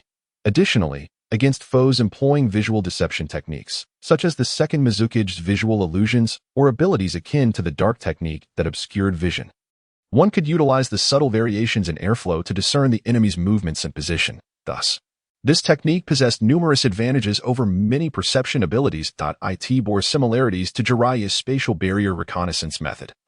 However, unlike Jiraiya's technique, which could not detect sound, airflow manipulation could amplify sounds, thereby achieving an effect akin to telepathy, allowing one to hear even the faintest noises. Consequently, it enabled a dual perception reconnaissance through both airflow and sound. Furthermore, airflow manipulation could be synergistically employed with the steel-cutting flash, making it an exceptionally fitting ability for Yakasaka. He was thoroughly pleased with this newfound power, yet akin to the Grand Freedom Sage technique. His proficiency was still relatively low, meaning many remarkable effects remained inaccessible, though it was still adequate for his needs. Excellent. With these two skills, I am undoubtedly empowered, Yakasaka thought, brimming with confidence that he felt that he had no apparent weaknesses. Even his perception had been sufficiently augmented, rendering him nearly unmatched among those below the Jonin rank. Even Jonin might not pose a significant challenge. In fact, Yatsuka contemplated seeking out Konoha's White Fang, or Jiraiya's disciple, Minato Namikaze, for a spar. The former was reputed to possess exceptional swordsmanship, while the latter wielded the Flying Thunder God technique and the Rasengan, both formidable skills capable of claiming lives in an instant. Yatsuka was eager to test whether his newly acquired airflow manipulation and Grand Freedom Sage technique could contend with Minato's Flying Thunder God technique. However, it was said that Minato was currently preoccupied with the selection process for the fourth Hokage. So even if Yatsuka wished to spar, Minato would likely be unavailable. Once the upcoming 5 Kage Friendship Tournament concluded, preparations for the fourth Hokage election would commence. Yatsuka had heard through the grapevine that many were vying for the position, resulting in fierce competition. Notable candidates included Kakashi Hitaki's father, Shimo Hitaki, Jiraiya's disciple Minato Namikaze, Uchiha Shursui from the Uchiha clan, and, it was rumored, Danzo Shimura, the leader of the Umbu and a close friend of the third Hokage. Therefore, it could be said that the coming days would be exceptionally busy for Konoha. Nevertheless, such matters were of no concern to Yatsuka. His current objectives were twofold: to continue indulging in a variety of culinary delights and to assist the third Hokage in securing victory in the upcoming tournament, nothing more. After contentedly devouring an entire large pizza, Yatsuka sank into a blissful slumber. In the Hokage's office. Orochimaru, are you truly not considering participating in the fourth Hokage election? The third Hokage looked at Orochimaru with a furrowed brow. Feeling quite disheartened, among his 3 students, he held the highest regard for Orochimaru as a candidate for the fourth Hokage. In his eyes, Orochimaru possessed sufficient strength and a level-headed demeanor, making him suitable for governing the nation. Furthermore, Orochimaru's extensive scientific knowledge could potentially elevate Konoha's combat prowess if he were to become Hokage. In contrast, while Jiraiya also had the requisite strength, he was notoriously reckless and overly indulgent, making him less fitting than Orochimaru. Tsunade, on the other hand, was too violent and had a penchant for gambling and drinking. Although she could potentially become Hokage, she paled in comparison to Orochimaru. Thus, the third Hokage was quite hopeful about Orochimaru. To his dismay, Orochimaru flatly refused to run for Hokage, which sent the third Hokage's blood pressure skyrocketing.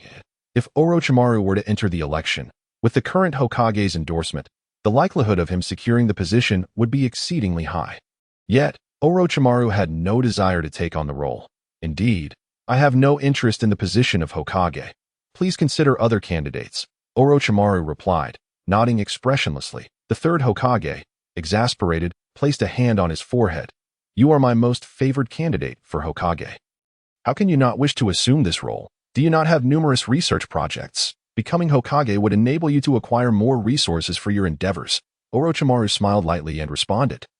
I currently lack for nothing in terms of resources. Taking on the role of Hokage would only burden me with many responsibilities, consuming my time and energy. Thus, I prefer not to be encumbered. Realizing that Orochimaru had made up his mind, the third Hokage had no choice but to concede. At that moment, Jiraiya leaned closer to the third Hokage's desk, half of his body over the tabletop, and said, my disciple, Minato Namikaze, has also registered as a candidate for Hokage. I believe he is quite promising. Why not cast your vote for him?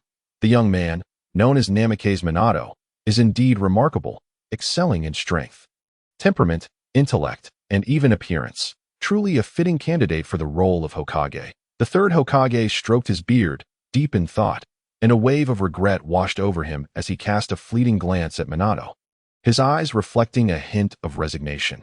Had it not been for the untimely demise of Dan Kato, the notion of Hokage candidates would be moot, as the position of the fourth Hokage would have been unequivocally secured for him. Alas, such is the nature of fate. The third Hokage sighed heavily, stating, nonetheless, there are several individuals who are equally commendable, such as Kakashi Hitaki and Uchiha Kagami, both of whom are also worthy contenders. He spoke. He hesitated, leaving unvoiced the name that lingered in the air, Shimura Danzo. Upon the mention of Danzo, a profound silence enveloped the room. After all, Danzo was indeed one of the most formidable figures in Konoha. Having dedicated over a decade to the Umbu, commanding a powerful faction, second only to the Hokage in terms of influence and strength. Furthermore, Danzo's prowess was formidable, although few had witnessed his true abilities. Rumors had circulated regarding a particular incident where a specially assembled task force of 20 elite Jainin from another nation attempted to assassinate him. aiming to severely cripple Konoha's special operations. Yet, against all odds, Danzo single-handedly decimated the entire squad. While the specifics of the battle remained shrouded in mystery, the mere fact that he eliminated 20 elite Genin without attracting attention spoke volumes of his capabilities. It suggested either that he had set up barriers to obscure the event from external perception, or that he possessed clandestine techniques enabling him to swiftly neutralize his adversaries. Whichever the case, it was evident that Danzo's strength was perhaps on par with that of the Hokage. Moreover, the root organization, which Danzo commanded, specialized in handling the unsavory tasks that Konoha could not address overtly. The members of this organization were exceptionally skilled, exemplified by Shibi Aburame, known as Konoha's White Fang, who had previously emerged from root. There were several individuals of similar caliber within Danzo's ranks. Thus, it could be asserted that Danzo's personal strength and the influence he wielded were not to be underestimated. He was only marginally less capable than the Hokage himself. Consequently, should he choose to run for the position, his chances would be considerable. This forthcoming competition for the fourth Hokage has attracted numerous candidates, all possessing formidable strengths, resulting in intense rivalry. However, from another perspective, this is a positive indication, as it demonstrates that many individuals within Konoha have reached near Hokage-level prowess, which bodes well for the village.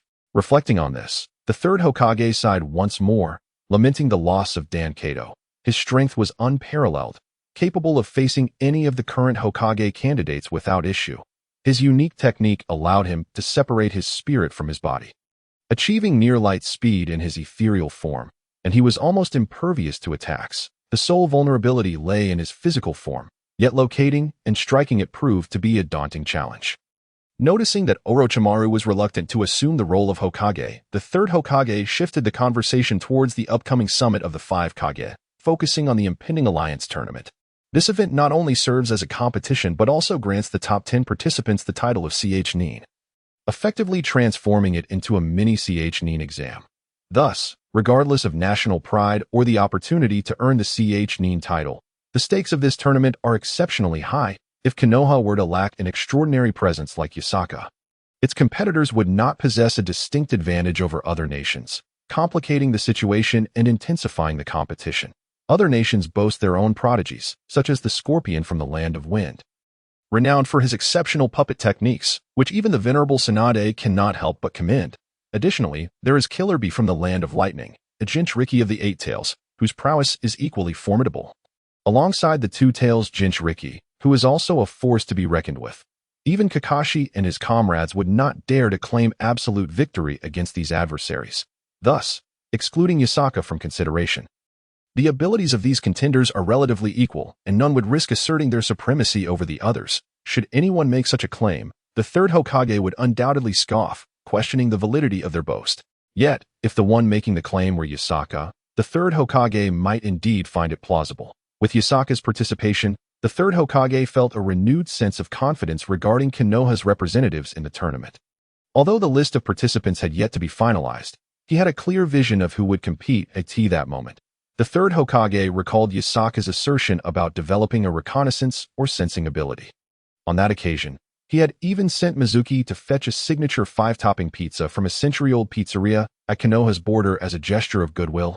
He pondered whether Yakasaka had truly acquired the sensing capability he claimed to possess. The third Hokage found it curious that Yakasaka, despite being a voracious lover of food, seemed to experience an enhancement in strength correlated with his gastronomic indulgence. Though the specifics eluded him, the evidence he had observed led him to conclude that food indeed seemed to bolster Yasaka's abilities. Hence, he had taken the liberty of sending Mizuki to procure the pizza, believing that culinary delights could contribute to Yasaka's growth. Tsunade, if you have the chance, it would be prudent to assess Yasaka's current strength. I find myself quite intrigued, the third Hokage suggested. Please, don't send me. I have no desire to end up in the hospital, Jiraiya protested, waving his hands dismissively. With Orochimaru having already faced a setback, you are the only one left. Are you suggesting we send Tsunade instead? The third Hokage retorted with a huff. Sending Tsunade would not be unwise. I doubt Yakasaka could withstand even a single punch from her, Jiraiya replied nonchalantly. Humph. When I say go, you go. Stop with the unnecessary chatter. You think I've forgotten about your gossip regarding me peeping on women in the bath? I have yet to settle that score with you. The third Hokage's expression darkened with fury. What? When did I ever mention that? You must be mistaken, Jiraiya exclaimed, taken aback. Humph. Do you think I am unaware of your words, spreading rumors about me? I will ensure we address this transgression. The third Hokage glared with indignation. Rumors. But what I said is the truth, Jiraiya muttered meekly, causing the third Hokage's anger to flare even more. At that moment, Yasaka's voice resonated from outside. I heard everything you said. Huh? Yasaka. The third Hokage was momentarily taken aback. Tsunade turned to open the door, while Orochimaru frowned, saying, I recall that the Hokage's office is protected by a barrier. How is it that Yasaka could hear our conversation? Jiraiya, equally serious, added, Indeed, the barrier should block sound. How could Yasaka possibly overhear us? As Tsunade opened the door, they found Yasaka standing outside. Yasaka, you claim to have heard our discussion. What did you hear? The third Hokage inquired with keen interest. Recognizing that if Yasaka's words were true, it would indeed indicate a form of sensing ability. This development might solidify Yasaka's position during the written examination. I heard Jiraiya saying you went to the women's bath to peep. And you said not to spread rumors. While Jiraiya insisted it was all true, Yasaka replied earnestly. The third Hokage, Jiraiya wore an expression that was a mix of amusement and apprehension. Ahem. What exactly is this auditory ability of yours? How did you manage to hear us? The third Hokage deftly shifted the conversation, redirecting it towards the capabilities of Yasaka. Yasaka found a sofa to settle upon and elucidated. I transmit sound to my ears through the wind. And I can sense your every movement via the air. Although there exists a barrier, it cannot impede the flow of air, thus allowing me to perceive these happenings. Upon hearing Yasaka's words, Orochimaru fell into a contemplative silence. Tsunade furrowed her brow, deep in thought, while Jiraiya blinked in surprise. The third Hokage nodded with interest, remarking, What a remarkable ability! To perceive through the manipulation of wind or airflow is indeed impressive. I am astonished that you have mastered such a skill in such a short time. With this, I need not worry excessively about the written examination. After the third Hokage spoke, Orochimaru displayed an expression of understanding, while Jiraiya and Tsunade also grasped the mechanism behind Yasaka's abilities.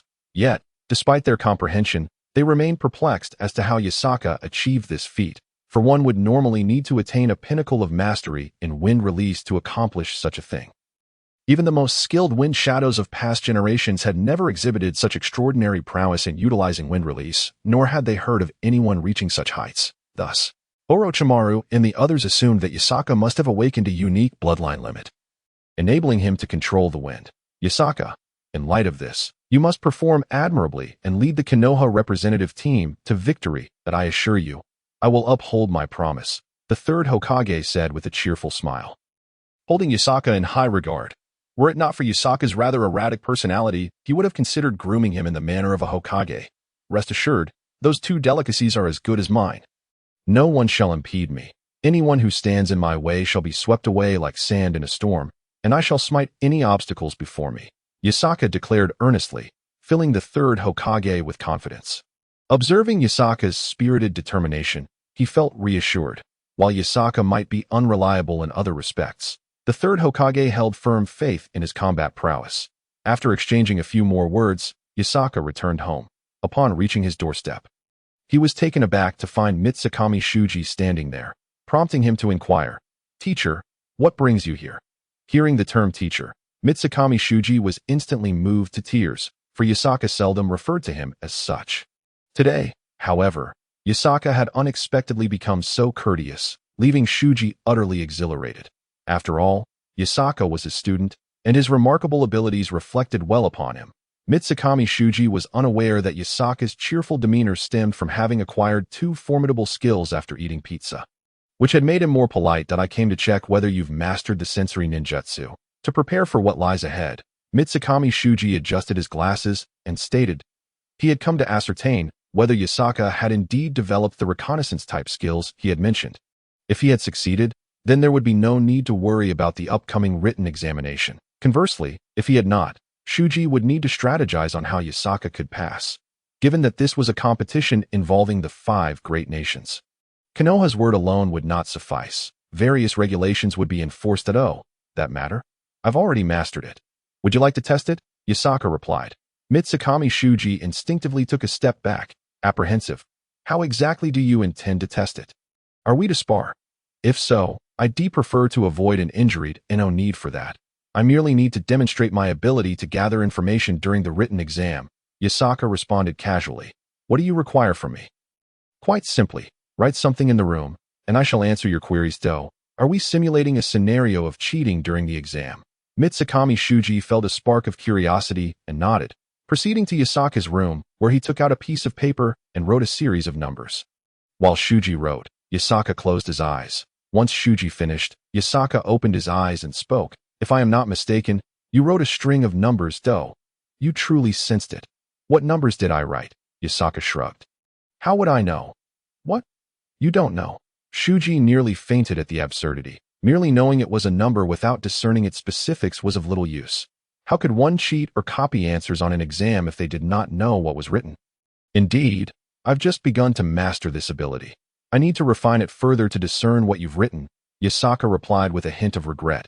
How long will that take? Approximately a week. Mitsukami Shuji sighed with relief.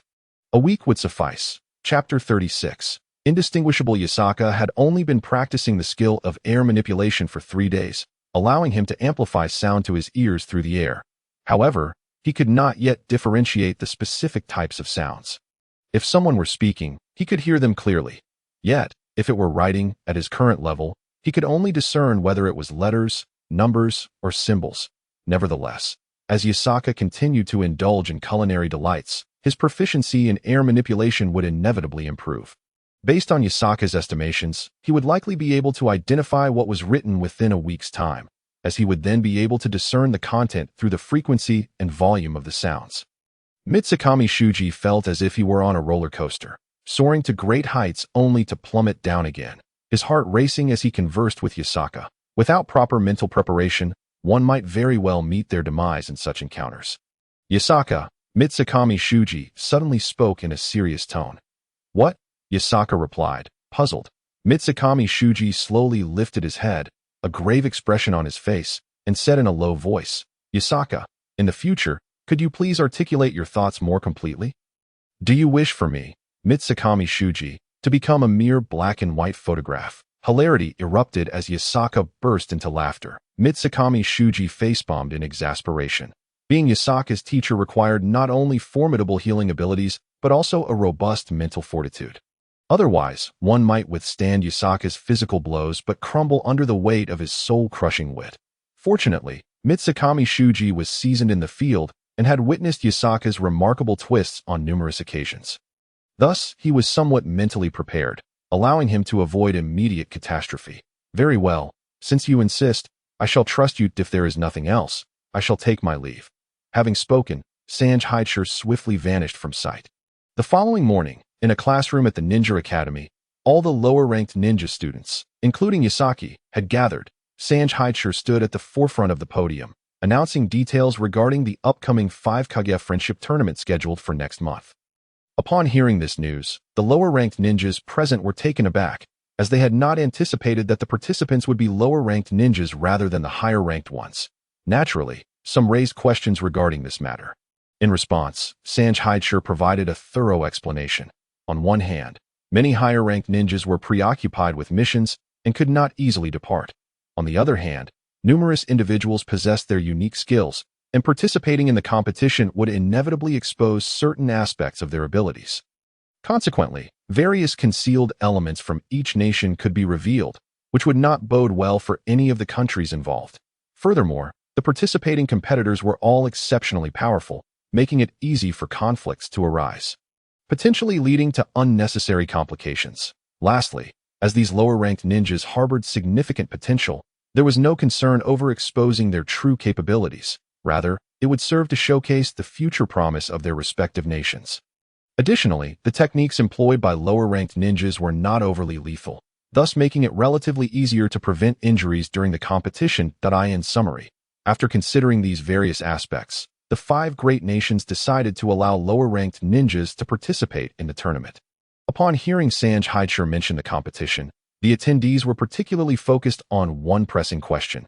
Who would be the participants? Would it be open registration, or would there be a pre-selected list? Regardless, those representing Konohagakure would undoubtedly be the cream of the crop among the lower-ranked ninjas. Hence, being chosen as a participant was a matter of great honor and a testament to one's prowess. Consequently, many cast their gaze towards Yasaki, as it was almost certain that he would be among the competitors. After all, his strength was widely acknowledged, having proven invincible among lower-ranked ninjas if he were not selected. It would seem implausible. Conversely, if he were to be chosen, it would undoubtedly signify the formidable strength of Kanehagakure, although some often found themselves at the receiving end of Yasaki's blows during training. Those encounters were merely part of their practice. Even if they harbored resentment, when it came to the honor of Kanehagakure, they all hoped Yasaki would compete, as he was undeniably a leading figure. At that moment, Sanjheisher spoke. The list of participants for this tournament has been finalized after discussions among myself, several other teachers, and the third Hokage. I will now announce the names of those who will be competing. If anyone wishes to withdraw, please let me know, and I will find a replacement. Upon hearing his words, the crowd tensed, their hearts filled with anxiety, as they both hoped and dreaded the mention of their names. The hope stemmed from the affirmation of their abilities, for being selected as a participant signified one was among the elite of the lower-ranked ninjas. Conversely, the dread arose from the fear of failure, which could tarnish Kanehagukure's reputation. Thus, the atmosphere was thick with tension, as if everyone were holding their breath. Kakashi thought confidently to himself, if all goes as expected, I will surely be among them. Meanwhile, Tsukikid's ship felt a twinge of uncertainty. Pondering, I wonder if I will be chosen. My skills are respectable, yet my teacher may not have recognized my potential. Irika mused, I doubt I will be selected, as my abilities are not particularly high. Thus, I need not worry. Recently discharged Asuma Sarutobi reflected, though I was defeated by Yasaki, it does not imply I am weak. Rather, Yasaki is simply formidable. My strength ranks among the top and lower-ranked ninjas. So I should also be considered. Uchiha Kyuka privately thought, I will definitely be chosen. My strength is considerable, and Sensei is well aware of my capabilities. At that moment, Sanjheisher announced the first name, Hatake Kakashi. The crowd erupted in excitement. Yuhi Kurenai beamed with joy. Although she had anticipated Kakashi's selection, hearing his name called brought her immense delight. Kakashi, his selection was only to be expected. Tsukikid's ship thought to himself, Kakashi being chosen is perfectly normal. I wonder if my name will be called. Kurenai pondered. Chapter 37. Announcement of the list. Upon hearing his name, Kakashi nodded silently, thinking, I knew I would be chosen. This is only natural. But who else will be included? He closed his eyes in contemplation as Sanjheisher announced another name. Sarutobi Asuma. Asuma Sarutobi. I had a feeling he would be selected. His strength is indeed commendable, and being the Hokage's son, he is deserving of this opportunity, Irika thought. Asuma has also been chosen. I wonder if I will be selected, muttered Narashikamaru, absent-mindedly twirling a toothpick in his mouth. Asuma's strength was comparable to Kakashi's, both being exceptional ninjas, though he had been defeated by Yasaki. This did not diminish his prowess, rather it highlighted Yasaki's superiority. Kakashi glanced in Asuma's direction, silently acknowledging his strength. Upon hearing his name, Asuma was filled with a surge of excitement. I have been selected. I will represent Kanehagakure in battle. My every action, my victory or defeat, will embody the glory of our village. I must triumph over my opponents, bringing honor to Kanehagakure with my humble strength. In that moment, Asuma felt rejuvenated, the earlier disappointment of his defeat by Yasaki fading away, replaced by exhilaration and anxiety at the prospect of fighting for his village. A sense of pressure loomed over him, fearing that a loss could reflect poorly on Kanehagakure. His gaze involuntarily drifted towards Yasaki, who was reclining in his seat, seemingly dozing off. In the past, Asuma would have felt disdain, deeming such behavior unbecoming of a student. However, after his conversation with the third Hokage, he had come to realize that rules are established by the powerful, and those of strength are always justified in their actions, while the weak are deemed wrong. Yasaki possessed the strength and right to rest. Should Asuma manage to defeat him, even if he were napping in class, no one would fault him.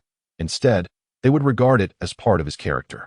Yasaki will undoubtedly participate in this competition. Given his prowess, few can rival him. With Yasaki on our side, Kanehagakure's team will surely hold a significant advantage. Asuma mused to himself that that moment, a crumpled paper ball struck him on the head. And upon turning, he found Kurenai smiling at him and giving him a thumbs up. Kurenai, I will do my utmost, Asuma replied with a smile, determination gleaming in his eyes. Just then, Sanjheisher announced the next name, Uchiha H. Sway. Upon hearing the name Uchiha Shinsui, the crowd erupted in astonishment. None could have anticipated his selection. Among the students present, if there existed anyone capable of rivaling Yasaki, it was indeed Uchiha Shinsui, the younger brother of Uchiha Shinsui. His body flicker technique was exceptionally formidable. Although Yasaki's swordsmanship was impressive, Uchiha Shinsui frequently evaded Yasaki's strikes by employing his swift movements, subsequently launching rapid counterattacks that posed significant challenges for Yasaki. Thus, the announcement of Uchiha Shinsui's selection profoundly impacted the students present. Yet, amidst their surprise, they felt it was a reasonable outcome, for Uchiha Shinsui's prowess marked him as the strongest among them, second only to Yasaki. Consequently, the mention of Uchiha Shinsui's name ignited a wave of excitement, as everyone believed their chances in the upcoming 5 Kage Friendship Tournament had greatly improved. Meanwhile, even upon hearing Uchiha Shinsui's name, Yasaki remained oblivious, caught in a slumber filled with dreams of defeating a ninja from the land of Earth in the arena, leading the Konoha representative team to victory in the tournament. Followed by the third Hokage fulfilling his promise to treat him to the family's heirloom dish of golden soup beef noodles. Subsequently, the third Hokage whisked him away to the land of lightning to savor a delicacy known as taiyaki.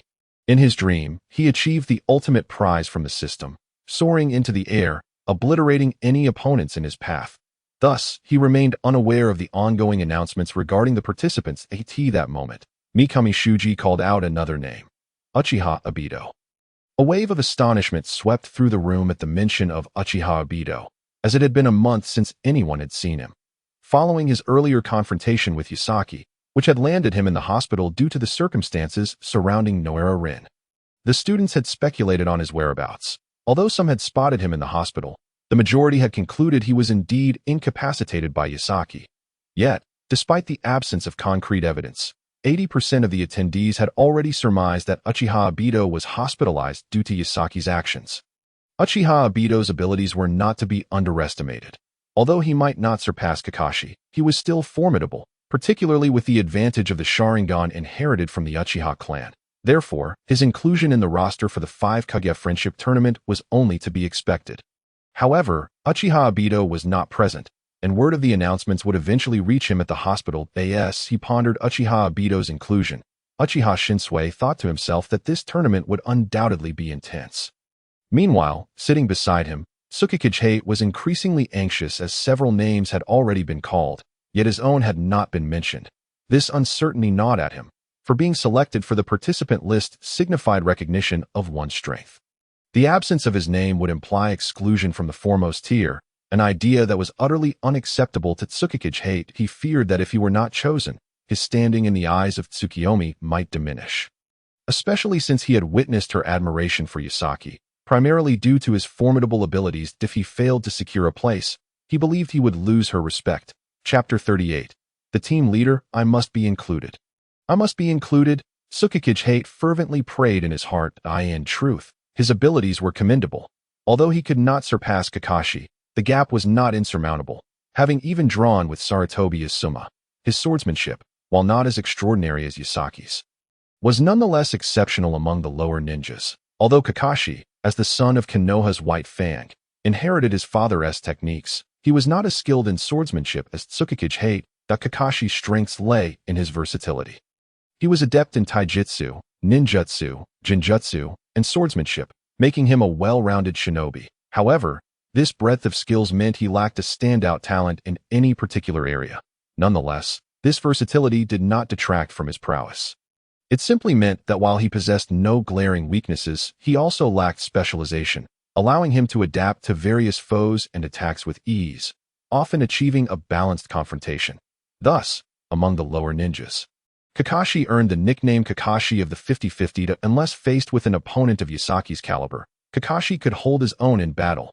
His all-around capabilities distinguished him from his father, who excelled in taijutsu and swordsmanship.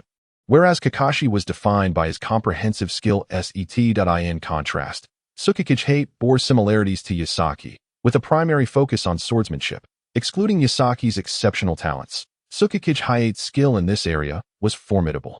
Leaving few peers among his contemporaries, his prowess stemmed from his dedication, as he lacked a system to rely on, forcing him to cultivate his abilities independently.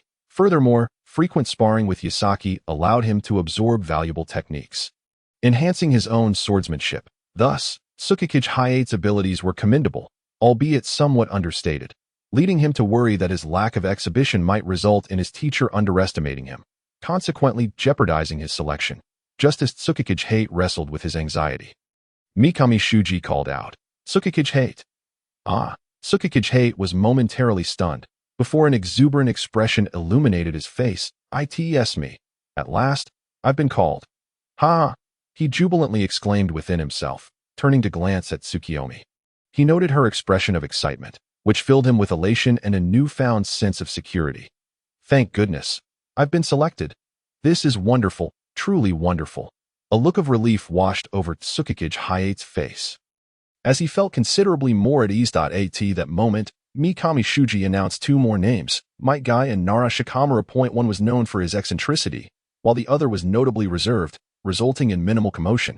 However, murmurs began to circulate, questioning the absence of Yasaki. After all, Yasaki was regarded as a key asset among the Konoha lower ninjas, and their inability to comprehend his absence was palpable. Why has Yasaki not been called yet?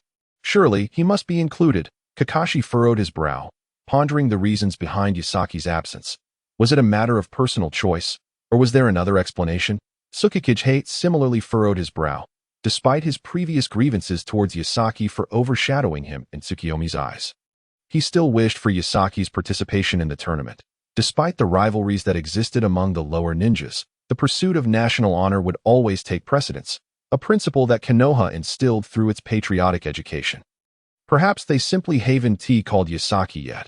His strength would undoubtedly serve as Konoha's ace in the tournament, Uchiha Shinsui mused calmly.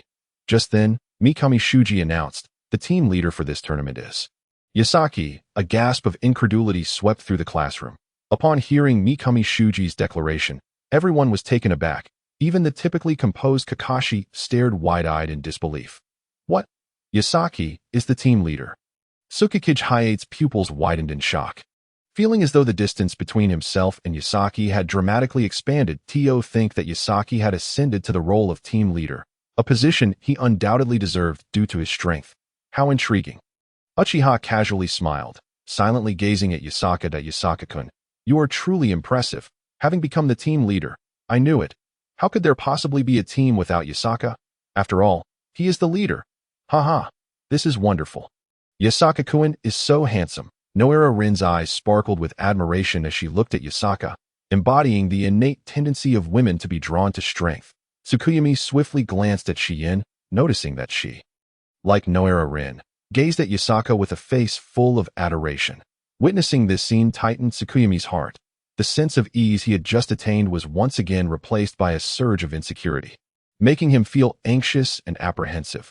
Damn it, Shien's attention has been captured by Yasaka again. This simply will not do. I must surpass Yasaka at once. Tsukuyomi gritted his teeth, muttering to himself, "Yasaka, it's your turn." Mikami Shuji called out to Yasaka. However, Yasaka remained asleep. "Yasaka!" Mikami Shuji shouted again. Yet, Yasaka continued to slumber, even snoring softly. How infuriating! "Yasaka, in such a crucial moment, you dare to sleep. Have you no sense of propriety?" Mikami Shuji was exasperated, throwing a piece of chalk directly at Yasaka. With a swift whoosh, the chalk arced beautifully through the air, striking Yasaka on the head with pinpoint accuracy. Yasaka groggily stirred awake, drool still lingering at the corner of his mouth. "Yasaka, it's your turn," Mikami Shuji said, trying to remain patient. "It's mealtime."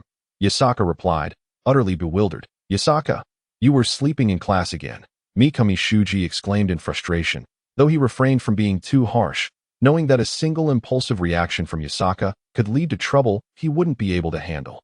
At this moment, Yamamoto Taichi, sitting beside Yasaka, nudged him with his elbow, saying, "The teacher just mentioned that you are the team leader for our Konoha village representative team in this year's 5-Kage joint friendship tournament." Yasaka took a moment to collect himself, finally clearing his mind. That he nodded slightly and muttered, "Oh, got it," before promptly resting his head back on the desk and dozing off again. "You?" Mikami Shuji felt his blood pressure spike. This was beyond exasperating. Yasaka's nonchalance was maddening. especially considering that the role of team leader essentially represented the strongest member of the group. Had Asuma or Tsukuyami been appointed as leader, they would have been overjoyed. However, familiar with Yasaka's demeanor, Mikami Shuji forced himself to suppress his irritation and resumed addressing the students present. I have already announced the participants. These individuals were selected through comprehensive evaluations of your abilities. Conducted by myself, other qualified teachers, and the third Hokage, they are among the strongest of the lower ninjas. Upon hearing Mikami Shuji's words, Sarutobi Asuma nodded with a smile, feeling a strong sense of accomplishment and confidence. While not the absolute strongest, he was among the elite, which was a cause for celebration and recognition of his abilities. The same sentiment was shared by Kakashi and others. Being acknowledged for their strength brought them immense joy, especially since they were still young and often placed great value on such accolades. For those who were not selected, Mikami Shuji reassured them, saying, "Do not be disheartened that a ninja must endure hardships to accomplish their missions. Your current skills may not suffice, but with diligent effort, you too can join the ranks of those chosen. Time changes all. No one can claim to be perpetually superior."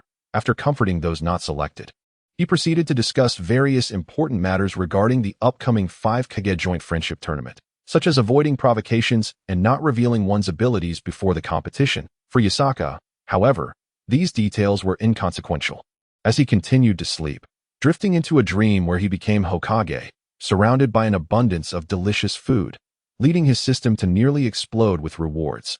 When class ended, Kakashi called Yasaka awake, eager to spar and assess the current level of his strength. However, after some contemplation, he ultimately decided against it, fearing he might be swiftly defeated by Yasaka, rendering any evaluation impossible. Instead, Kakashi opted to challenge Sarutobi Asuma. After class, Yasaka wandered aimlessly down the street and soon noticed a crowd gathering ahead. Curiosity piqued, he approached. Appeared a newly opened shop was hosting an event called Fruit Ninja. Upon reviewing the game rules, Yasaka understood that participants would slice fruits thrown from a machine, while any other objects would lead to immediate disqualification. Each successful fruit slice would earn points, with the highest scorer winning a newly introduced fruit tart and other prizes. Conversely, those eliminated, as well as those finishing in third place or lower, would be responsible for the cost of the fruits they failed to cut. Fruit Ninja? This is intriguing. It's a test of cutting technique and reflexes. Perfectly suited for me.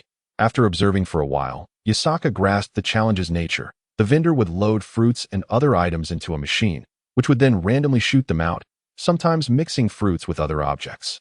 The speed at which they were launched was impressive, requiring participants to slice within a specific range. Otherwise, attempts beyond that range would not count. At that moment, several young challengers were attempting the game. One participant struck a wooden block instead of a fruit and was immediately disqualified, resulting in a dejected expression as he paid the penalty point. 2 others continued, but a rule stated that if 3 fruits fell uncut, the challenge would end.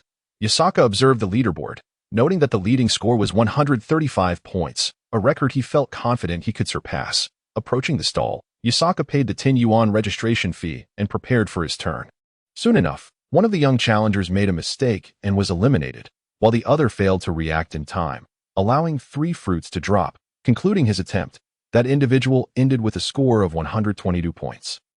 Had he persisted a bit longer, he might have broken the record, but alas, he would have to settle for second place. Next contestant, the vendor called out, prompting Yasaka to step forward, drawing his sword with confidence as he positioned himself behind the yellow line, ready to face the first wave of attacks. Begin. With the vendor's loud command, he pressed the machine's button. In an instant, 2 indistinct shapes shot forth from the machine.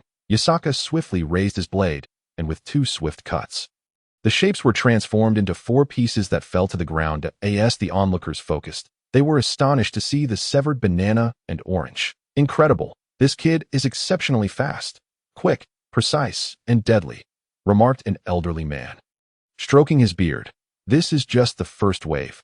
Let's see how many he can handle. The bystander echoed in agreement. That moment, the second wave arrived. A series of whoosh sounds pierced the air as 3 indistinct shadows, moving with such velocity that they were nearly imperceptible, erupted from the machine's nozzle. Yatsuka swiftly executed 2 precise slashes, revealing the true forms of the 3 shadows.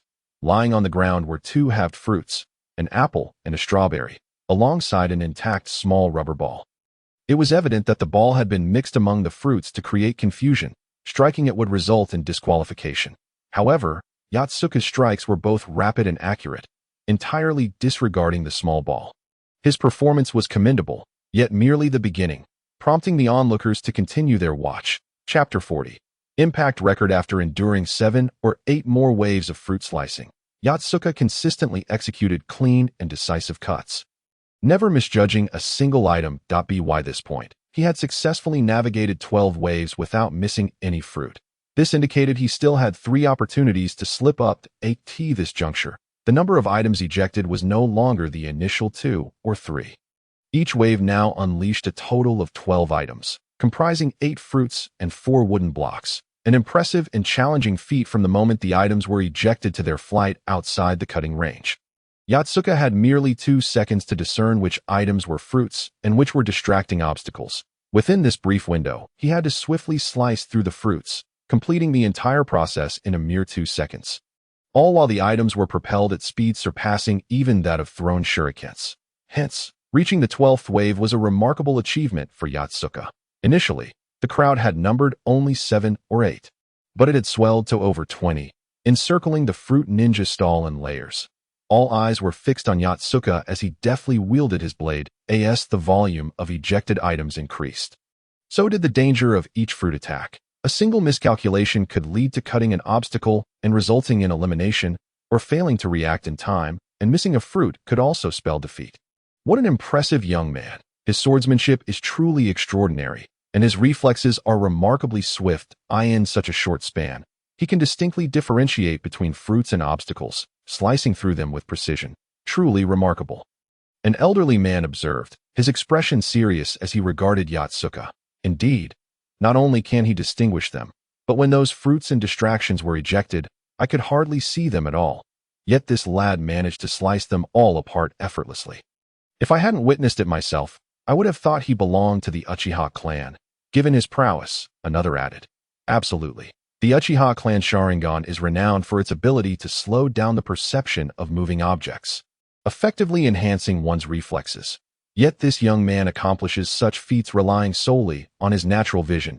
It truly speaks to the emergence of a new generation of heroes. Indeed, it's a cause for celebration that our village, Konoha, boasts such promising talent. Lively discussions erupted among the gathered crowd, most praising Yatsuka. Among them were individuals of all ages, including several jonin who were also observing. These jonin had assessed their own capabilities, only to realize they could not match Yatsuka's level. During the 8th and 9th waves of fruit attacks, they found their eyes, minds, and bodies struggling to keep pace. Consequently, they held a deep admiration for Yatsuka. Hey, do you know who that kid is? He looks like a Jinin. One jonin, adorned with a Konoha forehead protector, nudged his companion with his elbow. His companion shrugged, a look of resignation on his face. I don't know that a jonin. I spend my time training and completing missions. I have little opportunity to keep track of Jinin affairs. The only ones I know are Asuma Saratobi and Kakashi Hitaki. Beyond that, I'm at a loss. That makes sense. Who has the time to observe Jinin? This kid is undeniably impressive. When that last wave unleashed 12 items, although I didn't step forward myself, I know that with my reflexes, I would have failed to slice through all the fruits, likely missing at least 2. The first jonin replied that I feel the same way. This kid is genuinely formidable, especially considering he possesses no Sharingan yet achieves such results. I'm thoroughly impressed. As the 2 jonin continued their discussion, a red light illuminated atop the fruit ejecting machine, accompanied by a ringing bell. Ding ding ding. Here it comes again. The previously conversing jonin immediately fell silent, their eyes fixated on the machine's nozzle. The onlookers, too, ceased their chatter, captivated by the impending 13th wave of fruit attacks. Whoosh, whoosh, whoosh. In the next moment, a flurry of shadows erupted from the machine's nozzle. The nozzle's erratic movements caused the ejected items to follow diverse trajectories, resulting in 13 indistinct shapes dispersing in various directions before Yatsuka. The speed of the ejected items was so great that most spectators could hardly discern whether they were fruits or other objects. All they saw was a wall of shadows flying towards Yatsuka. In the subsequent instant, Yatsuka's eyes gleamed with intensity, and his blade sliced through the air with remarkable swiftness. The flash of white light illuminated the scene. accompanied by a series of whoosh sounds. In the next moment, countless fruit pieces littered the ground. There were oranges, apples, strawberries, and more, while behind Yatsuka lay 7 wooden blocks, the distractions from this wave. What? This wave contained only 5 fruits. While there were 7 distractions, a young ninja exclaimed, astonished. His voice, loud enough for all to hear, elicited expressions of shock from the gathered crowd as they gazed at the 7 obstacles strewn across the ground. 7 distractions. What did that imply? Out of 13 items ejected, more than half were distractions, meaning that when Yatsuka spotted the obstacles, he had to divert his focus to determine which items were fruits and which were distractions, thereby complicating his task. Yet, despite these challenges, Yatsuka managed to effortlessly slice through all the fruits. His technique, his skill, and his reflexes left the entire audience in awe. Chapter 41. The astonishing Yatsuka incredible. A Chunin marveled at Yatsuka. Overwhelmed by admiration, given Yatsuka's slicing technique and reflexes, the Chunin concluded he could never hope to match Yatsuka's prowess. Meanwhile, not far from the fruit ninja stall, word of Yatsuka's remarkable feats began to spread. Seated in Ichiraku Ramen, enjoying a bowl of noodles, Shimaka Hideji had just sipped his broth when he overheard 2 passers-by conversing. Quick, hurry, there's a fruit slicing stall nearby, and that Jinin sword skills are simply exceptional. He's already surpassed 13 waves, closing in on the record of 16 waves. It's exhilarating. Let's go take a look. Upon hearing their conversation, Shimaka Hideji pondered. Fruit slicing? Fruit ninja? He was familiar with this so-called fruit ninja stall. During a previous mission in the Land of Lightning, he had encountered a similar setup. He understood that while the game appeared simple, the difficulty escalated significantly as one progressed. Out of curiosity, he had tried his hand at it once, only to be eliminated at the 9th wave due to slow reactions, having struck an obstacle and missed a fruit dough. It's that game. While it can be entertaining, it's just that. Nothing too special. It seems the people of Konoha are quite intrigued by it. He mused, continuing to enjoy his noodles, indifferent to the stall's excitement, planning to return home for a nap after finishing his meal. However, just as the noodles entered his mouth, his chewing slowed to a halt. Jinin, in the 13th wave, a look of confusion gradually emerged on the face of Sanj SHG. The batch of lower ninjas from Konoha were all his students. At first, he had not realized. But only now did it dawn on him that his students were over there and were already on the verge of challenging the first place. Who could it be, so formidable, to have made it to the 13th wave? It was worth noting that even as their teacher, he had only managed to reach the 9th wave. This thought, Sanj SHG suddenly froze. Fruit ninja, slicing fruits with a knife? Could it be that lower ninja, Yatsuka? The moment this thought entered Sanj SHG's mind, it swelled uncontrollably, causing him to lose all appetite for his noodles. Driven by an overwhelming curiosity, he abandoned his half-finished meal and dashed out towards the fruit ninja stall. Father, why did Sanj-sensei suddenly run off? He seemed quite flustered, asked Ayam, who happened to be carrying a small bowl of extra noodles as she emerged from the kitchen. She had just caught sight of Sanj SHG rushing out and turned to the nearby Tsutsuki Ichiraku with a curious expression.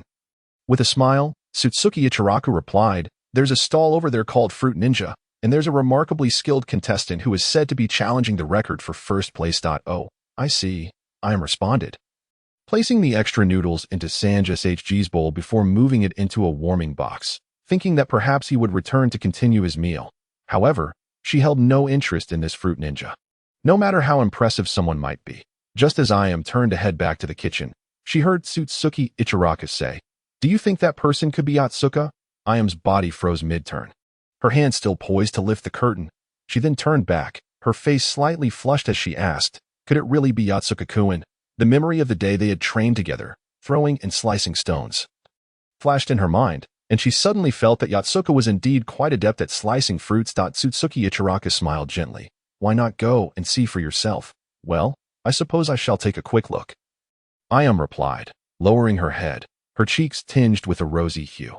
She felt a bit shy about meeting her father's gaze, sensing a hint of something unspoken in his eyes. With swift movements, she untied her apron and dashed out.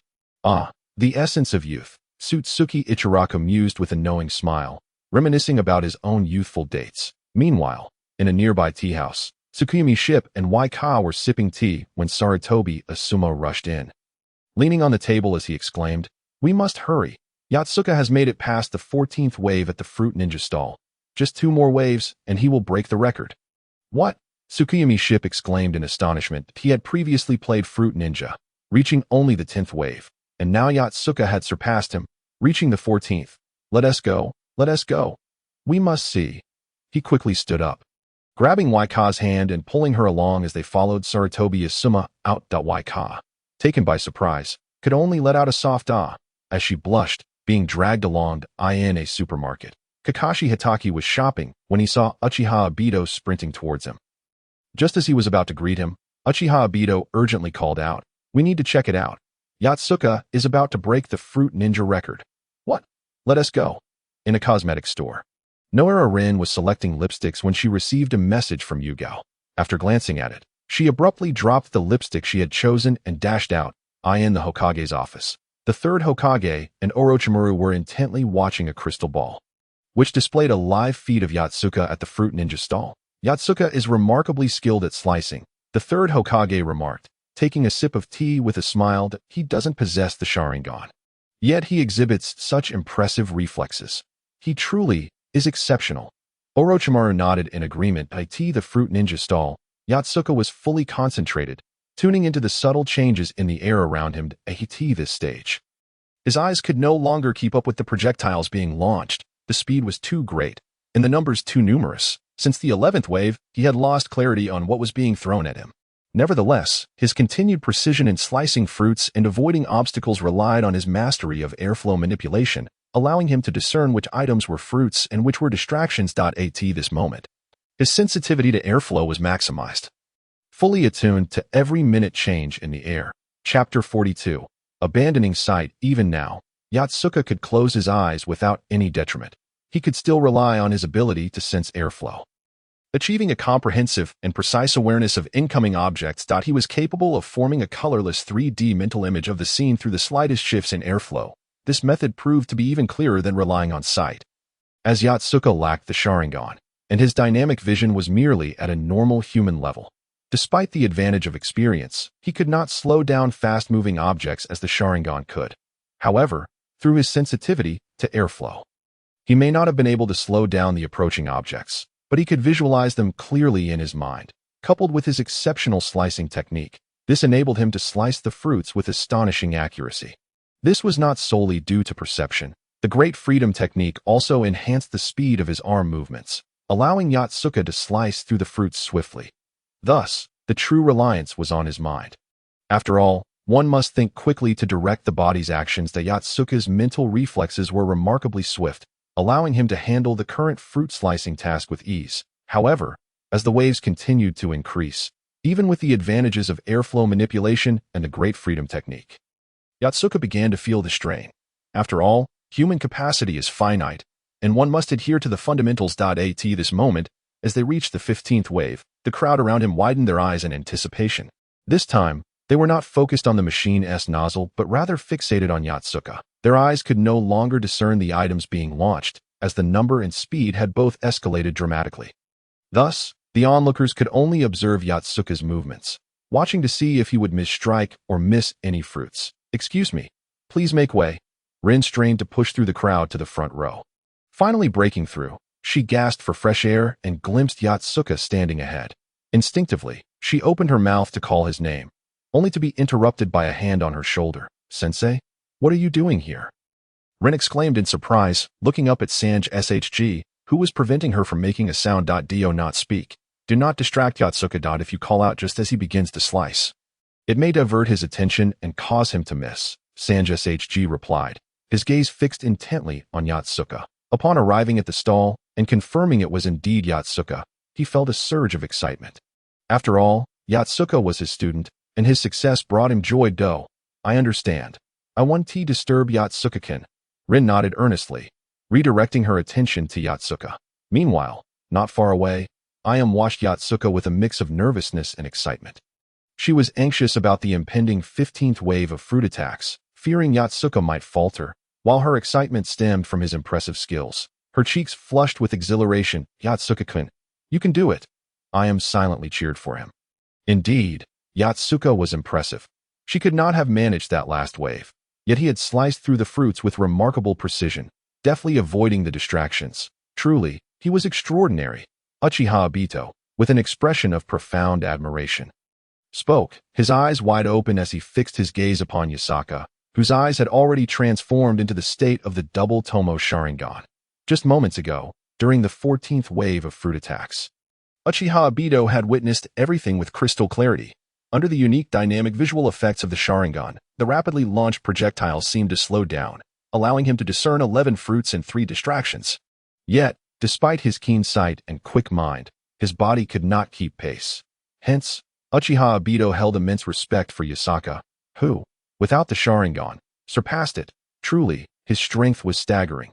It seemed the gap between him and Yasaka was still considerable. Kakashi thought, his gaze fixed on Yasaka. Meanwhile, the red warning light on the machine had illuminated, and the alarm bells rang out at that moment. Yasaka closed his eyes, concentrating all his attention on the perception of the surrounding air currents. In that instant, the visual image vanished, replaced by a somewhat blurred, continuously shifting black and white, 3D stereoscopic effect. This was Yasaka's first complete abandonment of sight, relying solely on air currents to construct his vision. Initially, the stereoscopic image in his mind appeared distorted, akin to the creations of a novice 3D animator, exhibiting signs of deformation. However, it must be said that Yasaka's mind was exceptionally adept. Within just a second or two of adaptation, he fully acclimated to this perceptive imagery, making targeted dynamic adjustments. Consequently, the image that emerged in his mind, apart from its lack of color, bore little distinction from what one would see with their eyes. "Look, he has closed his eyes," someone observed Yasaka's action, calling out softly. Soon, the crowd gathered around noticed Yasaka's closed eyes, sparking a flurry of discussion. Some speculated he had given up, believing the impending 15th wave, with its 15 projectiles, posed a nearly insurmountable challenge. As the difficulty escalated exponentially with each additional projectile, others held differing views. Uchiha Obito furrowed his brow slightly, pondering. Based on my understanding of Yasaka, he does not strike me as someone who would concede. Thus, only one possibility remains. Simultaneously, Kakashi mused that he possesses a unique perceptual ability, enabling him to scout without the need for sight, and it is very likely that this ability surpasses visual observation. This fellow, could this be his form of perceptual scouting? Mikami Shuji thought seriously, feeling a surge of excitement and anticipation that made it difficult for him to remain calm at that moment. The fruit attack commenced. Chapter 43. Astonishing Power. Suddenly, the machine activated. From its nozzle, a series of black shadows shot out in rapid succession. The speed of these shadows was so swift that those watching the machine's nozzle caught only a fleeting glimpse of a blurred shadow passing by. And by the time their minds registered the event, those shadows had already reached Yosaka.at this juncture. Yasaka remained with his eyes shut, directing all his mental energy outward to sense the slightest changes in the air surrounding him. As he perceived the series of black shadows emitted from the machine, Mikami Shuji clenched his fists, his heart racing to his throat, as though he were the challenger, even more anxious than Yasaka himself. Not only Mikami Shuji, but everyone else felt similarly. Kakashi's eyes were wide open, his pupils contracted, fixated on the stream of shadows hurtling toward Yasaka. Uchiha Obito had fully activated the abilities of the double Tomo Sharingan, clearly seeing the 15 objects speeding toward Yasaka. Tsukikage, like Kakashi, stared at Yasaka, his fists tightly clenched, his expression one of intense anxiety. Noara Rin, Ayam, and Yui Kurenai also wore expressions of tension and anticipation. As the 15 black shadows shot forth from the machine's nozzle, countless gazes followed their trajectory, while even more focused on Yasaka. Just as the 15 shadows exploded forward, reaching a mere 1.5 meters from Yasaka. In a swift motion, he slashed upwards with his blade. A silver-white gleam of the blade flashed like a crescent moon, and half an apple instantaneously appeared to the left of his blade, while the other half flew away at a 45-degree angle behind him. Following this, he executed a horizontal slash, producing another white crescent, and a banana split in two appeared on either side of his blade.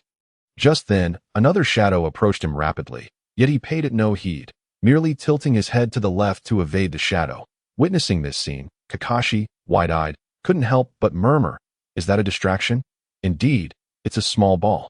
Uchiha Obito nearly shouted, for he had discerned the small ball through the exceptional dynamic vision of the Sharingan. Yet his body could not match the speed of his sight. By the time he felt his body react, the small ball had already been sidestepped by Yakasaka. This indicated that Yakasaka's physical reflexes were significantly faster than those of Uchiha Obito. At that moment, 3 more shadows emerged in a triangular formation, swiftly darting toward Yakasaka, followed closely by 6 additional shadows, creating an exceptionally high difficulty fruit attack. The foremost 3 shadows were arranged in a triangular layout, rather than a simple linear formation. This meant that Yakasaka had to identify these 3 objects in what could be described as an instant. And if he recognized them all, he would need to slice through them simultaneously as they occupied the same vertical plane. Achieving this required an exceedingly high speed of slashing. After all, once the blade made contact with the objects, they would be less than 1.5 meters away from Yakasaka, and at such a distance, with those objects flying at an extraordinary speed, he would need to make at least 2 consecutive slashes in mere tenths of a second. Furthermore, immediately following the 3 objects would be the 6 shadows. Although those 6 shadows did not occupy the same vertical plane, their close proximity rendered the difficulty even greater than that of the preceding 3 triangular shadows. Seeing this unfold, the multitude present believed Yakasaka would undoubtedly falter, likely leading to his elimination in this wave. "Come on, Yakasaka-kun," I silently urged, her heart racing to her throat. Likewise, Mikami Shuji, Kakashi, and Uchiha Obito were all on edge. Fully aware of the high risk involved, if he faltered in his slashing speed or reflexes by even the slightest margin, he would most likely be eliminated in this wave, and this was merely the 15th wave. A mere step away from the 16th wave, which would crown the victor.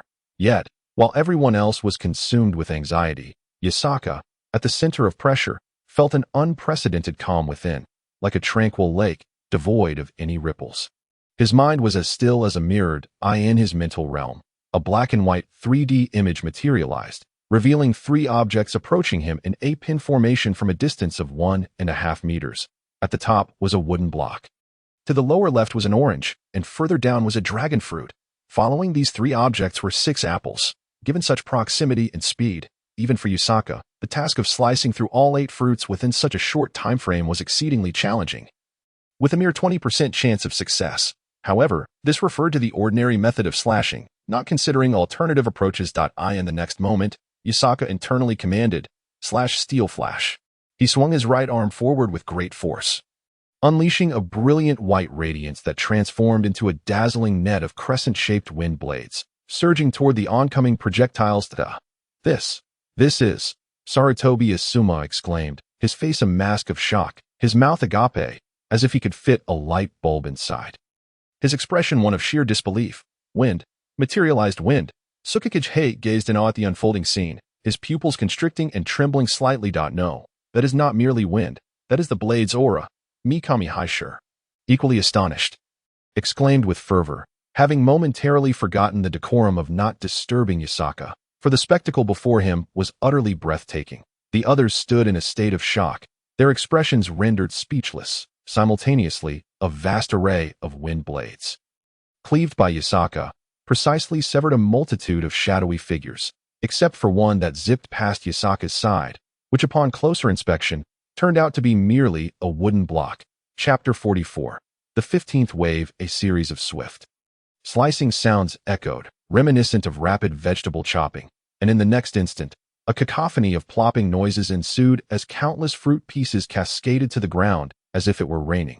Each fruit had been expertly bisected, resulting in 8 fruits and 14 segments scattered around Yakasaka's form, while 6 more shadows advanced toward him. With his eyes closed, Yakasaka raised his hand and struck forth, a dazzling light flashing as fruit pieces fell to the ground in a flurry, all perfectly severed, leaving no fruit untouched and no obstruction miscalculated. In that moment, an eerie silence enveloped the arena, all eyes fixated on the closed-eyed Yakasaka, who stood there like a legendary hero, exuding an undeniable coolness. "Incredible! So impressive!" Chbu exclaimed, her face flushed with excitement, utterly captivated by Yakasaka's stunning display, such prowess in his slicing technique. "I never imagined he had reached such heights. I am still so far from his level." Moonlight Gale gazed at Yakasaka in disbelief, having thought he had exerted considerable effort, believing he was within reach of Yakasaka's abilities. Yet, he now realized that Yakasaka had never truly unleashed his full potential. His previous perceptions of Yasaka's strength were mere illusions. For a fleeting moment, Moonlight Gale's confidence faltered, but it reignited almost immediately, as he resolved that with further dedication, he too could attain Yasaka's level. After all, hadn't Sensei Mikami once said, 30 years in the East, 30 years in the West. Just because one cannot succeed now does not mean they cannot in the future. Who can claim that victory is assured? Yasaka, I will surely surpass you. Moonlight Gale's eyes shone with newfound determination. Mikami Haisha regarded Yasaka with a complex expression, torn between astonishment at Yasaka's displayed combat prowess, far beyond his own capabilities, and a sense of pride for his student. It was a source of embarrassment for a teacher to see their pupil surpass them. Yet, he felt a swell of pride, having watched Yasaka grow over 3 years, from a child scarcely reaching his waist to one now at shoulder height. This lad is destined to become a pillar of Konoha, Mikami thought, a smile of satisfaction gracing his face. Such remarkable slicing technique. This is his ninja way, so sharp and incisive. But where does that leave my own path? As he watched Yasaka, Kakashi found himself engulfed in a moment of uncertainty. The admiration for Yasaka's talent was not limited to those who knew him. The spectators were equally enthralled by his performance. The scene was a visual feast, though the entire display of Yasaka slicing through fruit transpired in merely 1 or 2 seconds. Yet, to the onlookers, those fleeting seconds felt both brief and eternal. Suddenly, applause erupted from somewhere in the crowd, sparking a chain reaction of clapping that enveloped Yasaka in a wave of enthusiastic cheers. Well done. Beautiful. Keep going. The crowd's excitement swelled, CHBU clapping fervently, her hands reddening from the effort. Yet undeterred. Nearby, Noera Rin also joined in, her hands flushed from applause at this juncture. Yasaka had successfully withstood the 15th wave of fruit attacks. Thus, should he endure the next wave, his score would surpass that of the previous leader, breaking records to claim first place. The former leader had previously endured 16 waves but had missed 2 fruits along the way. In contrast, Yasaka had thus far missed none, even if the previous leader also managed to avoid any fruit in the 16th wave. Yasaka's flawless performance would see him surpass the former's score. Even if both were eliminated in the 17th wave, Yasaka would still hold the top score. Therefore, the upcoming wave would be pivotal if he succeeded. Yasaka would be first. If he faltered, he would settle for second. The moment had arrived. Yasaka, you can do it. Mikami clenched his fists, silently wishing for Yasaka's success. Kakashi, usually composed, found himself feeling tense, though he had always regarded Yasaka as a rival to surpass. At this moment, he hoped Yasaka would indeed break the record, for doing so would lend greater significance to Kakashi's ambition to surpass him. After all, the higher his rival's level, the greater the motivation and improvement for him. Moonlight Gale shared a similar sentiment. Despite his occasional disdain for Yasaka, he understood that the stronger Yasaka became, the prouder he would feel upon defeating him. Though often disheartened by Yasaka's prowess, Moonlight Gale's resilience shone through, as he continuously rose to the challenge, growing bolder with each encounter. Similarly, Saratobi Asuma called out to Yasaka, Yasaka, you must endure the 16th wave. Go for it. Upon hearing Asuma's voice, Yasaka smiled, giving a victorious gesture in response. At that moment, he caught sight of CHBU among the crowd, momentarily taken aback. What is CHBU doing here? CHBU noticed Yasaka's gaze upon her, her cheeks flushing with embarrassment, gathering her courage. She shouted, Yasaka, you can do it. If you take first place, I'll treat you to ramen later. What? Such a delightful incentive. I must secure that first place. Yasaka's eyes sparkled with renewed vigor at the thought of food. Chapter 45. A stealthy assault. CHBU's promise of a celebratory meal for securing first place? Excellent. With that motivation, victory is as good as mine. In an instant, Yasaka's eyes sparkled as he gazed at Ayam, causing her face to flush with embarrassment. The intensity of Yasaka's gaze made Ayam feel particularly self-conscious, to the point where she wished to cover her face. Although shyly inclined to hide, she feared that such an action might displease Yasaka, plunging her into a tumultuous sea of conflicting emotions. That moment, Yasaka looked at Ayam as if she were a bountiful feast of rewards, and though he had already savored ramen, it could not compare to the delight of his first encounter. Nevertheless, any delicacy could bolster his strength. The only difference lay in the quantity. Thus, in Yasaka's eyes, Ayam transformed from a mere girl into an extravagant spread of culinary delights, and subsequently into a myriad of system rewards. Consequently, a misunderstanding arose between Yasaka and Ayam's thoughts. However, this mattered little, as both had achieved their respective goals. Meanwhile, amidst the cheers for Yasaka from the gathered crowd, one individual stood apart, his expression marred by anxiety. Standing 3 meters away from Yoshiji, he was a tall, middle-aged man, over 6 feet in height, with his hair tied in a ponytail, clad in samurai attire and wooden clogs, exuding the essence of a Japanese ronin. This man was the current record holder, the very person Yasaka was on the verge of surpassing. His face was etched with tension and unease, for he had maintained his record for 2 months. And today it was highly likely that this seemingly unremarkable lower ninja would shatter it, filling him with dread at the thought of losing his hard-earned title. This is intolerable, if nothing extraordinary occurs. My record is about to be broken that I cannot allow a mere child to eclipse my achievement after 2 months of effort.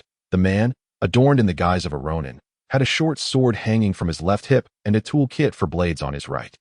Stealthily, he slipped his hand into the toolkit and grasped 3 sharp steel needles. The moment he drew his sword, he would launch these needles to disrupt the trajectory of the fruits and distractions, rendering Yasaka unable to react in time, causing him to miss the fruits and falter in his movements, potentially leading to his immediate disqualification. With this plan in mind, the ronin-clad man felt a surge of nervousness. Knowing the operation must be executed with utmost secrecy and without causing harm, should he be discovered, his previous accomplishments would be nullified, and he would be deemed a despicable and cowardly individual, earning the disdain of others. Nevertheless, he held confidence in his skills, as he was not only an expert with the blade, but also exceptionally proficient with hidden weapons, possessing an 80% certainty of successfully altering the fruit's trajectories with the needles upon contact. Thus, when Yasaka was poised to strike, the target's paths would shift, and in that fleeting moment, Yasaka would be unable to adjust the force of his arm's muscles in time, resulting in a miss. This failure would undoubtedly affect his mental state, potentially leading to a cascade of errors and his subsequent elimination. Should Yasaka be disqualified in the 16th wave, his points for that round would not be counted, allowing the ronin to retain his position as the first-place holder. Humph, you shall not surpass me. The ronin-clad man resolved to defend his title fiercely. Meanwhile, Yasaka closed his eyes, preparing to face the impending 16th wave of fruit attacks. This wave was crucial, if he could endure it. Victory would be his, leading to a celebratory meal courtesy of Ayam, and thus, he would attain the rewards of the system. Calm. I must maintain absolute tranquility to accurately sense the changes in airflow. Yasaka suppressed his excitement, allowing himself to gradually regain composure, and once again, a colorless world of outlines emerged within his mind. With all his focus on perceiving the shifts in airflow, the clarity of his mental landscape mirrored the expressions of everyone present, even more vividly than what his eyes could behold. Through previous fruit attacks, Yasaka's proficiency in manipulating airflow had grown increasingly adept, to the point where he had unwittingly learned to amplify and diminish sounds by adjusting the density of the air currents. Yet, despite his newfound ability to see his surroundings through airflow, he remained oblivious to the figure on his left, who stealthily reached into his waist pouch, clutching several steel needles. This limitation of airflow manipulation was evident. It lacked the clarity of true vision, hence falling short in reconnaissance compared to the Byakugan. Come on, the next wave of attacks must be thwarted, Yasaka mentally urged himself as the machine's red warning light began to flash, accompanied by the ringing of an alert bell. This signified that in 2 seconds, the pivotal 16th wave of fruit attacks was imminent. The ronin-clad man, now more tense and focused than ever, understood that his upcoming actions would not be significantly easier than Yasaka's. He merely needed to target a few of the fruits while Yasaka aimed to strike most of them. I will not allow you to succeed. The middle-aged man felt his fingers, gripping the steel needles, begin to sweat. His ability to retain first place hinged on the actions to follow to in the next instant. The machine's nozzle unleashed 16 dark silhouettes, hurtling towards Yasaka like a wall. This assault was swifter than the previous wave. Now, the ronin-clad man's eyes widened as he discreetly propelled the 3 steel needles with a nearly undetectable technique, sending them hurtling towards the barrage of fruits. Though only 3 needles, their impact could resonate throughout the entire operation. Any minor miscalculation at such high speed and proximity would lead to total failure. Thus, both mentally and in practical terms, no errors could be afforded at this juncture. This escalating difficulty of the Fruit Ninja game was precisely why it became increasingly challenging with each passing wave. The limitations of human speed in wielding a blade became apparent, irrespective of one's ability to perceive fast-moving objects or calculate at lightning speed. The human body, regardless of its conditioning, adheres to fundamental physical laws. Should any of the three needles alter the trajectory of even a single fruit, Yakasaka would face a significant increase in difficulty. Engaging in a preemptive strike, one might swing their arm towards the fruits. However, should the trajectory of those fruits unexpectedly alter mid-swing, the inertia of one's arm, propelled by muscular force, would render it nearly impossible to redirect its path within a mere 0.01 seconds at that juncture. Failing to make contact could trigger a domino effect, adversely influencing the subsequent fruit slicing endeavor. If, at that moment, Yakasaka were to observe the fruit's flight path solely through visual means, he would likely remain oblivious to the slender steel needles that suddenly shot forth from the side. His focus would be entirely consumed by the airborne objects, neglecting the surrounding environment.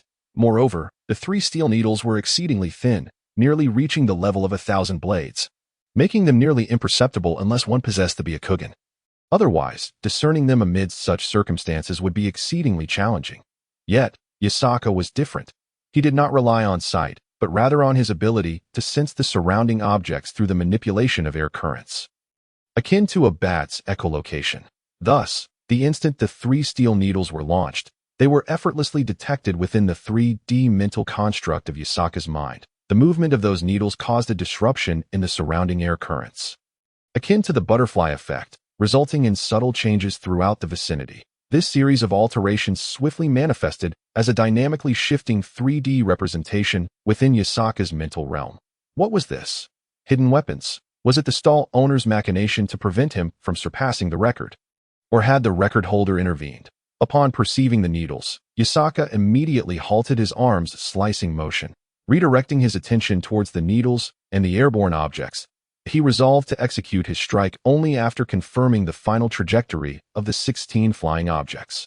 His combat intelligence dictated that if the three needles were to collide with the airborne items while he was in the midst of his swing, he would likely be unable to alter his course in time.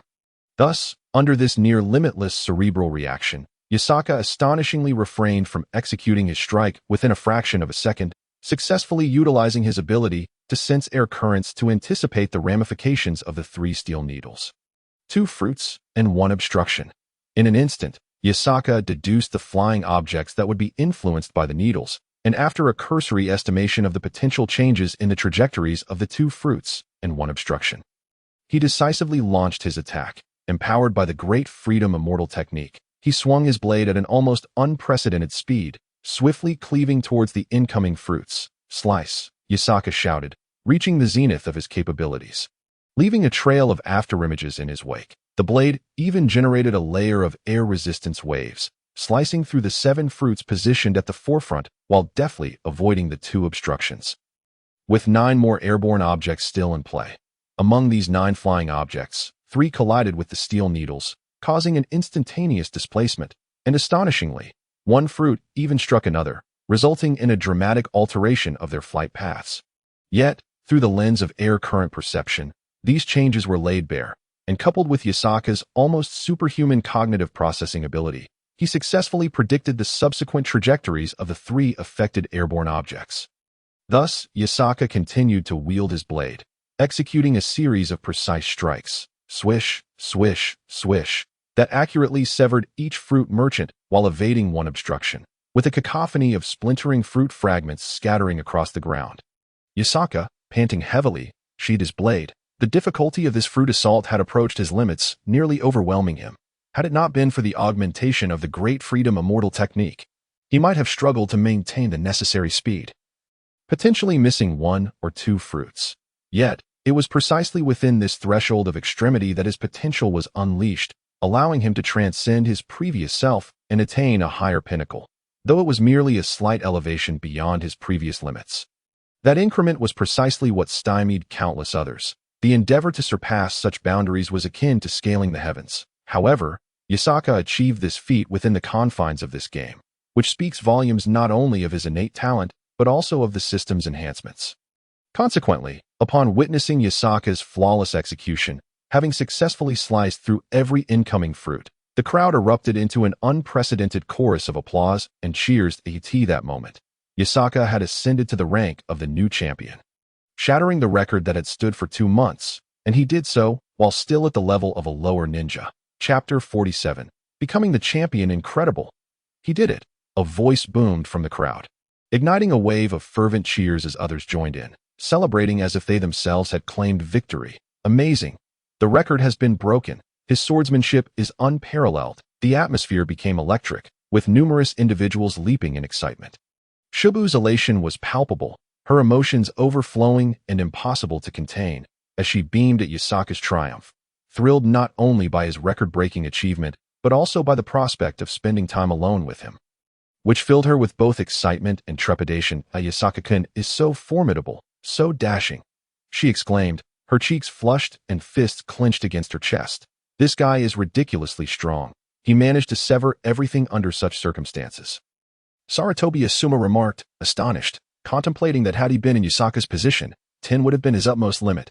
Yet, Yasaka faced 16, an existence defying the heavens. Moreover, it seems there was some sort of issue earlier. Uchiha Kasumi stated gravely. Oh, what kind of issue? Sarutobi Asuma inquired, intrigued. Uchiha Kasumi, is Sharingan activated and in its 3-tomo state, more potent than Uchiha Obito's 2, responded. It appeared someone launched steel needles to intentionally disrupt Yasaka's actions. 3 needles altered the trajectories of 2 fruits and 1 obstruction, yet Yasaka, in spite of it all, accurately cleaved the fruits without misstriking the obstruction. Truly impressive. What? Such a thing occurred. Sarutobi Asuma replied, astonished, followed by a surge of anger. Did you see who did it? Uchiha Kasumi shook his head. At that moment, all my focus was on Yasaka and those airborne objects. By the time I noticed the needles being shot, it was too late to identify the culprit. But they came from a small group on Yasaka's left. As he spoke, Uchiha Kasumi discreetly scrutinized the individuals in question, prompting Sarutobi Asuma to do the same. Among the 2 elderly figures, one was a fruit stall owner, whom he recognized as a non-ninja, while the other was indeed a ninja, albeit one lacking the finesse required for such precise weaponry. To accurately strike the flying objects without leaving a mark would necessitate exceptional skills. As he pondered, his gaze shifted among the group, and he quickly zeroed in on a suspect. The man appeared to be in his 30s, dressed in a manner that suggested he was unremarkable. However, he had a katana slung at his side and a pouch on his right that likely contained weapons. Upon closer inspection, Uchiha Kasumi noticed that the zipper of the man's waist pouch was ajar, revealing a sharp object within, though he could not ascertain whether it was the tip of a steel needle, a shuriken, or a kunai. Nonetheless, the man's culpability loomed large.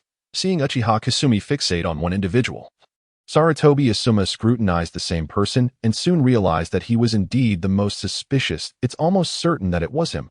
Sarutobi Asuma whispered to Uchiha Kasumi. The rogue-looking man, however, was no ordinary figure.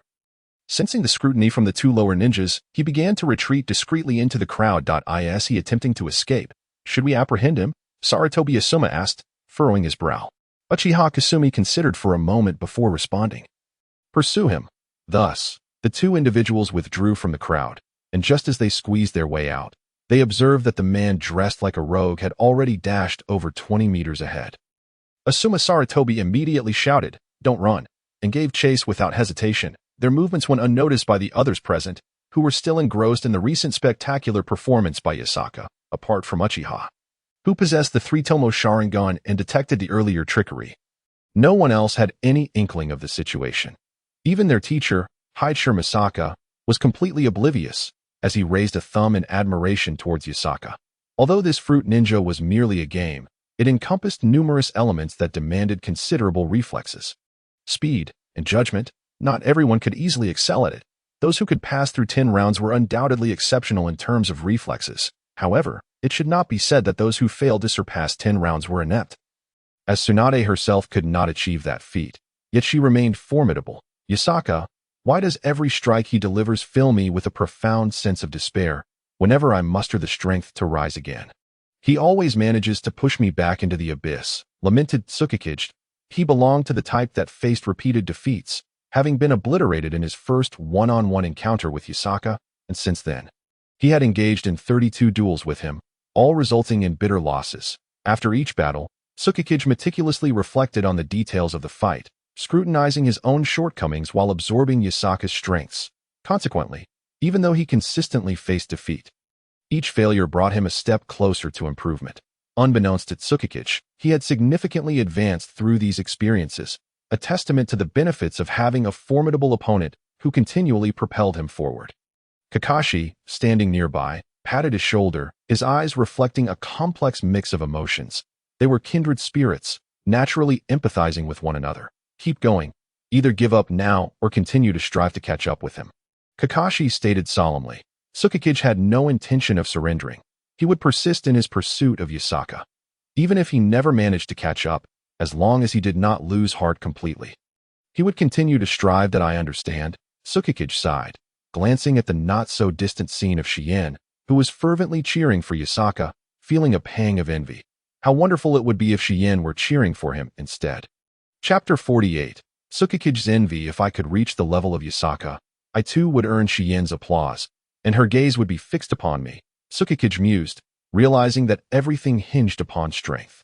With this thought in mind, he felt an urgent desire to train, yet Yasaka had not yet finished. He wanted to see just how far Yasaka could proceed. However, at that moment, Yasaka was beginning to feel fatigued. Having maintained a high level of focus for such an extended period, it was only natural for mental fatigue to set in, and the continuous high-speed, near-maximum swings of his sword had taken a toll on his arm muscles. Thus, Yasaka sensed a growing weariness. Looking forward to finding Shobu for a meal after this was over that moment. The red alert lights and warning bells rang simultaneously, signaling that the 17th wave of fruit attacks was imminent. Marking a historic moment, as this was the first time the 17th wave had been reached. In the next instant, countless shadows erupted from the machine's nozzle, this time exceeding the previous count by 1. Totaling 17 flying objects launched into the air. Yasaka concentrated his mental acuity to sense the flow of air, discerning the outlines of the projectiles as they were released by the time those objects had traveled a meter. Yasaka had comprehended them all. Among the 17, 16 were fruits, and only one was a decoy. Thus, Yasaka faced the daunting task of executing 16 sword strikes within a mere second, a considerable challenge even for him. Despite the enhancement of the Great Freedom Sage technique, it was still a formidable undertaking, especially given that he had already executed multiple high-speed strikes. His arm was nearing its limit. Strike for me. Yasaka roared, swiftly swinging his blade, creating a flurry of afterimages. The blade shimmered as it sliced through the air, unleashing a cascade of fruit fragments that rained down like petals from a celestial maiden. Once again, Yasaka executed the task flawlessly, missing not a single fruit while avoiding the decoy. The scene erupted in enthusiastic applause, yet Yasaka remained oblivious, eyes closed. Standing still, he sought to utilize this fleeting moment to afford his arm some respite. For after the previous rapid strikes, it was now on the brink of exhaustion, muscles aching with the likelihood that just 2 more such swings would render him unable to hold the sword due to overexertion. Meanwhile, in the Hokage's office, the third Hokage, who had been intently observing through the crystal ball, suddenly spoke up. Yasaka's arm should be at its limit. Indeed, considering his current physical condition, he likely won't last through 20 waves with this continuous high-intensity swinging. Each subsequent wave places greater strain on his arm, and if he forcefully persists, he risks muscle tears, Orochimaru remarked gravely. Nonetheless, this is already quite remarkable. Even I might not reach this level, Jiraiya added with a smile. If it were solely based on swordsmanship, he would probably max out around 11 to 12 waves. However, this did not imply that he could defeat Yasaka, although Yasaka was currently quite strong in a real fight. He would still be no match for Jiraiya. After all, Yasaka excelled in close combat, while Jiraiya's ninjutsu encompassed broad areas, allowing him to eliminate Yasaka before he could close the distance, while Yasaka had previously cleaved through flames. That was merely an ordinary A-rank fire technique. Against higher-level fire ninjutsu, Yasaka's current strength would be insufficient to slice through. If Jiraiya employed the sage art, Gomen, Yasaka would be entirely unable to counter or block it. However, this knowledge was temporary. As Yasaka's swordsmanship improved, the outcome could very well change. Just as the third Hokage, Jiraiya, and Orochimaru were engaged in their conversation, another warning bell rang, signaling the impending arrival of the 18th wave of fruit attacks. Damn it, this wave feels precarious. My hand is nearly unable to grip the sword, Yasaka thought grimly at that moment. His entire right arm was exceedingly stiff, with muscles exhibiting a distinct tearing sensation. despite resting for approximately 15 seconds. The tension in his arm showed no signs of abating, accompanied by a strong feeling of engorgement. If one were to touch his arm, they would find the muscles hard as rock. This state of muscle engorgement could enhance strength, but excessive strain could lead to injury. Currently, Yasaka's right arm muscles were in such a perilous state. This wave would likely be his limit, and there was no way he could endure the 19th. Thus, he could only grit his teeth and give his all for this 18th wave. At this moment, his right hand clutched the hilt tightly. Due to the rapid swinging, his hand was forced to exert considerable force to grasp the hilt, resulting in intense pain in his hand muscles, a clear sign of impending cramping. He understood that if he continued, he might lose his grip entirely. Damn it, the rest time was too short. My muscles haven't relaxed yet. I'll give my all for this 18th wave, and then I'll concede. Yasaka was pragmatic enough to recognize his limits and decided to push through the 18th wave, albeit with uncertainty in his heart. After all, engaging in such high-intensity rapid swings at intervals of less than 20 seconds was indeed a taxing endeavor, predominantly straining his arms. The extent of such muscular exertion was likely something only Might Guy could endure. Yasaka contemplated as the 18th wave of fruit attacks commenced. As the sound of swish, swish, swish echoed, a large shadow suddenly materialized before Yasaka. At this juncture, Yasaka's spirit was utterly exhausted, rendering the imagery constructed by his airflow perception somewhat unstable. However, merely catching a fleeting glimpse of those flying objects was sufficient. Thus, Yasaka summoned every ounce of strength within him and vigorously swung the katana in his hand, aiming to strike at the fruits. Chapter 49. Elimination. The mass of shadows surged towards Yasaka like a wall, hurtling at him with remarkable speed from all directions, as if someone had unleashed a shotgun blast in his direction. Hold on, Yasaka roared in his mind, channeling all his strength into his right arm.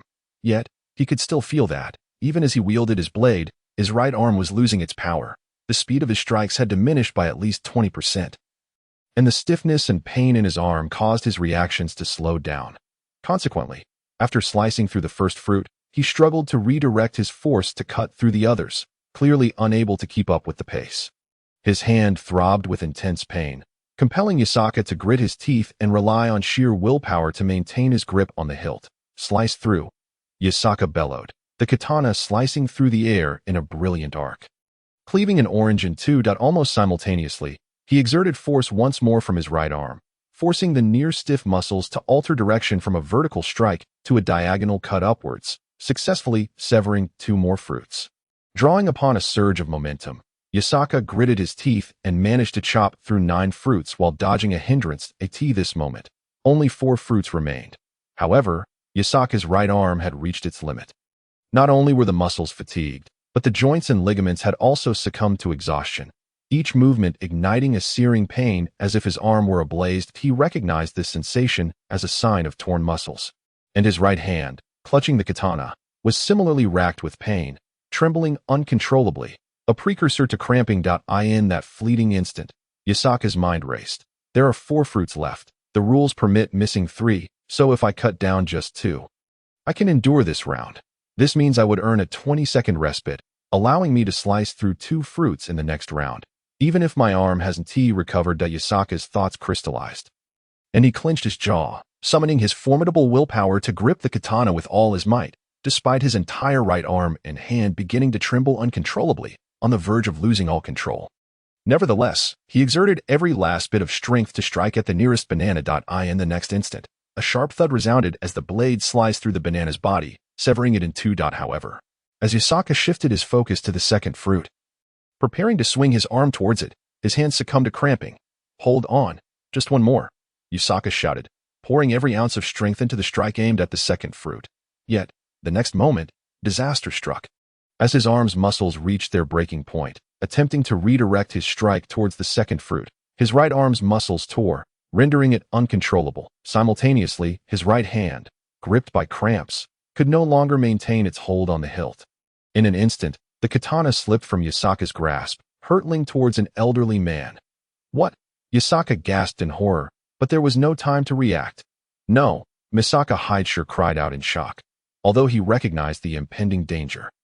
His mind processed the information faster than his body could react, and standing directly opposite the elderly man, he had no time to intercept the flying katana. He could only watch in horror as the blade shot towards the old man. The incident unfolded so rapidly, in the blink of an eye, that most onlookers failed to react. The elderly man gazed at the oncoming katana, yet his body was paralyzed, his eyes widening in terror. As if his very soul had fled. The surrounding lower ninjas, too, were aware of this sudden turn of events, but like Misaka, their minds processed the danger while their bodies lagged behind, helpless to intervene as they watched the blade soar away. "Not good," Tsukikid shouted, launching himself towards the petrified old man like an arrow released from its bow. Yet, he was a step too late. Even as the first to react, the katana was already less than 2 meters from the old man. "It's over. Someone's going to get hurt," Kakashi thought, panic flooding his mind. "Get out of the way." Noera Rin cried anxiously, "It's too late." Uchiha Obito lamented internally. In that critical moment, a barely perceptible shadow zipped past, leaving a trail of afterimages, swiftly catching up to the katana that Yasaka had released. Unbeknownst to everyone, a soft clang resounded as the shadow struck the tail end of the katana, sending it tumbling through the air. To the onlookers, it appeared as though the katana had suddenly leaped into the air, spinning as it ascended rapidly into the sky. At this juncture, the crowd fixated on the airborne katana, oblivious to a small pebble, the size of a grape, that fell to the ground with a soft thud. Yasaka, having reached the pinnacle of mental exertion and due to the sudden release of the katana, had entirely shut down his airflow perception.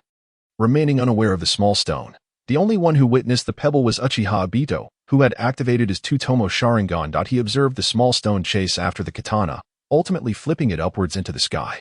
This scene left Uchiha Obito dumbfounded, his expression one of disbelief. What kind of force could propel such a small stone with such incredible speed, enabling it to catch up to Yasaka's katana? Chapter 50. Limits. At this moment, aside from Uchiha Obito, all eyes were glued to the katana soaring into the sky. Seeing that it had not harmed the elderly man, everyone present exhaled a collective sigh of relief. Their hearts having raced moments ago, Misaka patted his chest, releasing a breath of relief. That was close. It nearly resulted in a tragedy. Indeed, I barely registered the event. It happened too quickly by the time I processed it. The blade was on the verge of striking the old man. Noera Rin echoed, her face reflecting lingering fear. Thank goodness it didn't injure anyone. Yasaka has truly reached his limit. This is the first time I've witnessed Yasaka pushed to such extremes. It seems even he has boundaries and is not invincible. Kakashi mused internally, a flicker of excitement igniting within him. To him, Yasaka had always been an unattainable target, akin to a lighthouse, visible yet perpetually out of reach.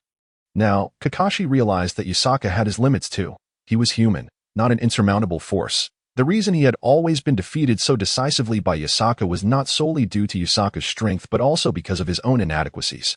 If he had been stronger, he could have easily turned the tables. In this moment of realization, Kakashi's hope rekindled. It was, he thought, I had been too pessimistic. Yasaka is not as mythically formidable as I believed. Rather, I was simply too weak. Just as Yasaka had once told Saratobi Asuma, it is not that you're weak, but that I am strong. This statement can be understood in reverse. My weakness makes him appear overwhelmingly strong. Upon this realization, Kakashi's eyes once again revealed a resolute glint, his heart brimming with renewed vigor. However, Tsukikid, unlike Kakashi, remained oblivious to this pressing concern. His attention focused instead on the figure of Xiaoyan. He noticed that she appeared to be sorrowful. Was her distress due to witnessing Yusaki's injuries? A wave of bitterness surged within Tsukikid, igniting a profound anger. After all, weren't they childhood friends?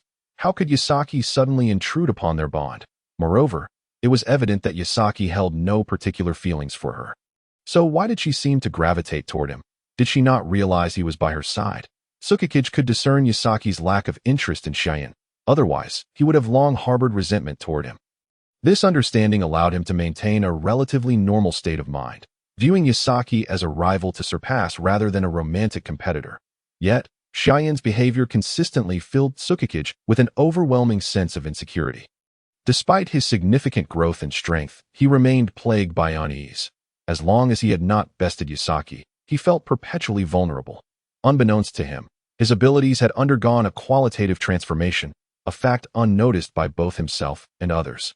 As his attention remained solely fixated on Xiaoyan as for Ziyuri, she felt as though her heart had been subjected to a roller coaster ride, oscillating exhilaratingly between highs and lows. Moments ago, she had been prepared to rush forward to staunch the old man's bleeding, only to find that the blade had inexplicably soared into the sky.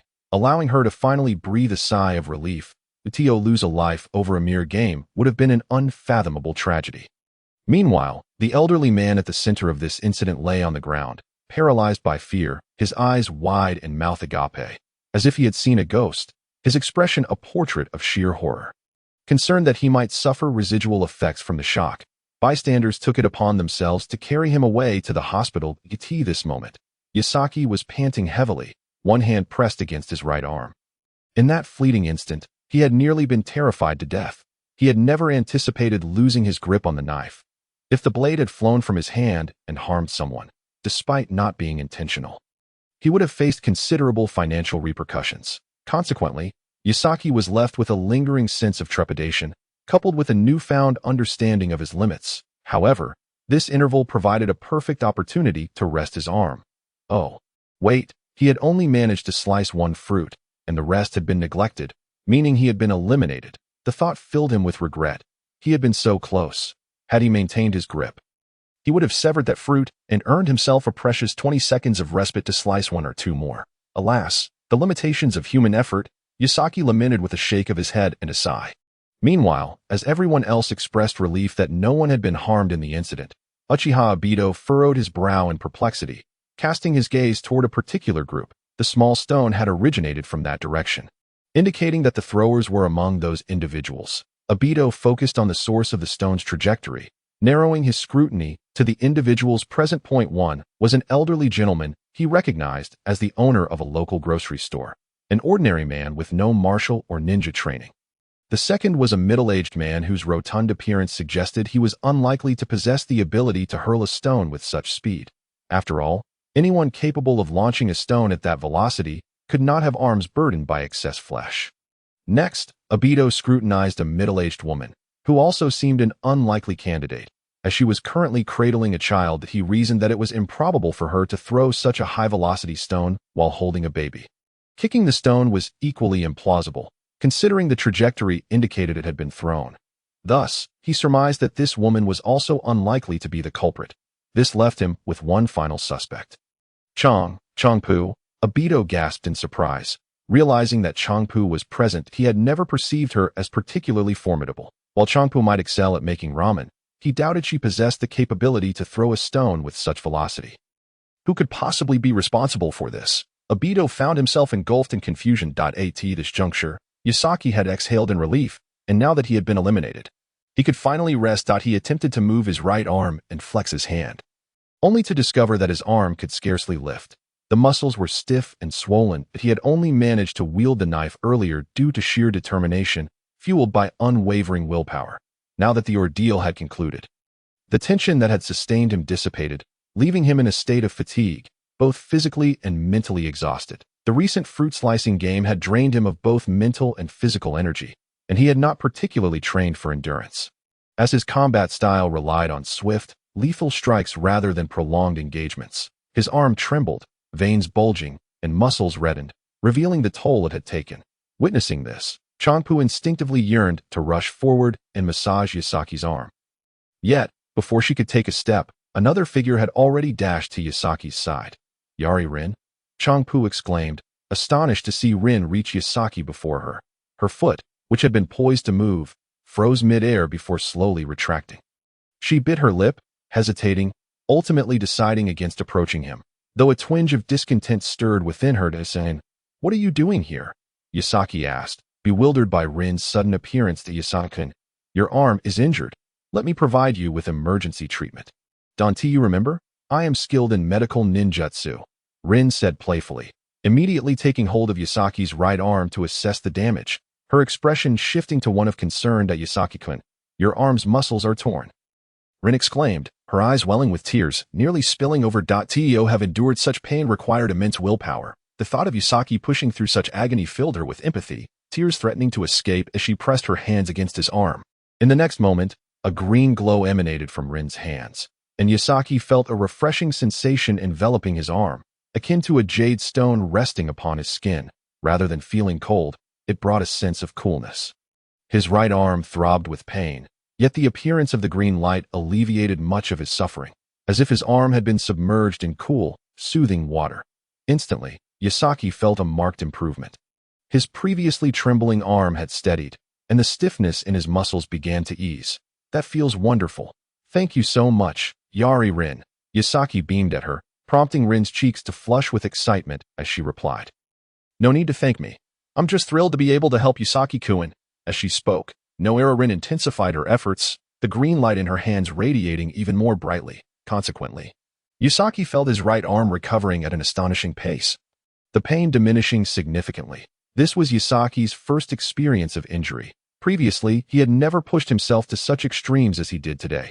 Even in battles, he had effortlessly dispatched his foes with a single strike, never encountering injury before. Yet, rather than resenting this painful sensation, Yasaki found it exhilarating. The feeling of being wounded, or rather, of his body reaching its limits, was oddly stimulating, akin to the joy of encountering a much-needed rain after a prolonged drought. He sensed that while his body suffered, it was also rapidly growing stronger. Meanwhile, among the crowd, Ayam observed as Noera Rin placed her hands on Yasaki, as if embracing his arm, that a wave of jealousy surged within her. Although she understood that Rin was merely treating Yasaki, she could not suppress the discomfort that arose, feeling as though something that belonged to her was being taken away. Her expression darkened, resembling a sky shrouded in storm clouds. As she watched Yasaki and Noera laughing together, Ayam bit her lip, hesitating to step forward, ultimately retreating, her gaze cast downward, unwilling to witness their interaction. At that moment, Yasaki's voice suddenly reached her ears. I need to visit the hospital for a bit. I'll come find you later tonight. Don't forget your promise from earlier, okay? Ha! Ayam's head snapped up, meeting Yasaki's cheerful gaze, causing her cheeks to flush. The storm clouds that once loomed over her heart dissipated, replaced by a radiant sunshine. She beamed, responding with a flustered stammer. Yes, Yasaki-kun. Just message me on WeChat when you're ready, and I will come to find you. A sweet feeling enveloped her. It turned out Yasaki-kun was thinking of her, which filled her with joy. Aware that it was not the right moment to approach him, Ayam greeted Yasaki with a smile before retreating from the crowd, making her way home with a light-hearted jog. Chapter 52. Junji Ito. Meanwhile, amidst the cheers of the crowd, three figures, one large and two small, were swiftly weaving between the buildings. Don't run. Stop right there. Sarutobi Asuma shouted, his feet moving rapidly as he leaped from a telephone pole. Soaring through the air, covering a distance of 5 meters, beside him, Uchiha Kazimizu was also in relentless pursuit. Not far ahead, a figure darted nimbly between the walls of the buildings, none other than the middle-aged man in a Ronin guise. Junji Ito, who had previously attempted to disrupt Yasaki. At that moment, the three were engaged in a thrilling chase through the streets and alleys of Konoha. Junji Ito, eager to shake off the tenacious pursuit of Uchiha Kazimizu and Sarutobi Asuma, chose to navigate through cluttered and complex terrain, believing it would give him the advantage. However, little did he know he had underestimated the abilities of his pursuers, who remained steadfastly on his tail. I underestimated these two kids. Even mere genin possess such strength. They certainly have potential, but I must find a way to lose them, Junji Ito thought to himself, silently forming seals as he unleashed a wind release technique. Wind release, great wind blast. Instantly, a gust of wind swirled around him, propelling him forward with enhanced speed and agility, creating a significant distance between him and his pursuers. Seeing the gap widen, Sarutobi Asuma exclaimed urgently to Uchiha Kazimizu. This won't do. We should use ninjutsu. Kazimizu nodded, forming seals, and in an instant, flames erupted from beneath his feet. Fire release. Fire underfoot. As he landed, the flames ignited explosively, launching him forward like a cannonball, rapidly closing the distance to Junji Ito. Witnessing this, Sarutobi Asuma's expression shifted to one of admiration. Impressive. I never imagined fire release could be utilized this way, using its explosive force to propel oneself forward. Truly remarkable. Asuma felt a surge of respect. But he too possessed a method to enhance his speed. With a determined shout, he called out, wind release, gentle wind technique. Instantly, a layer of wind enveloped him, enhancing his agility and reducing air resistance, further boosting his speed. With the assistance of the gentle wind technique, Sarutobi Asuma caught up to Uchiha Kazimizu. Thus, the three found themselves once again in a stalemate, with Junji Ito unable to shake off his pursuers, and Kazimizu and Asuma unable to close the gap. As they raced onward, Junji Ito noticed they had covered considerable ground, and ahead lay a small grove. Are we approaching an open area? He thought.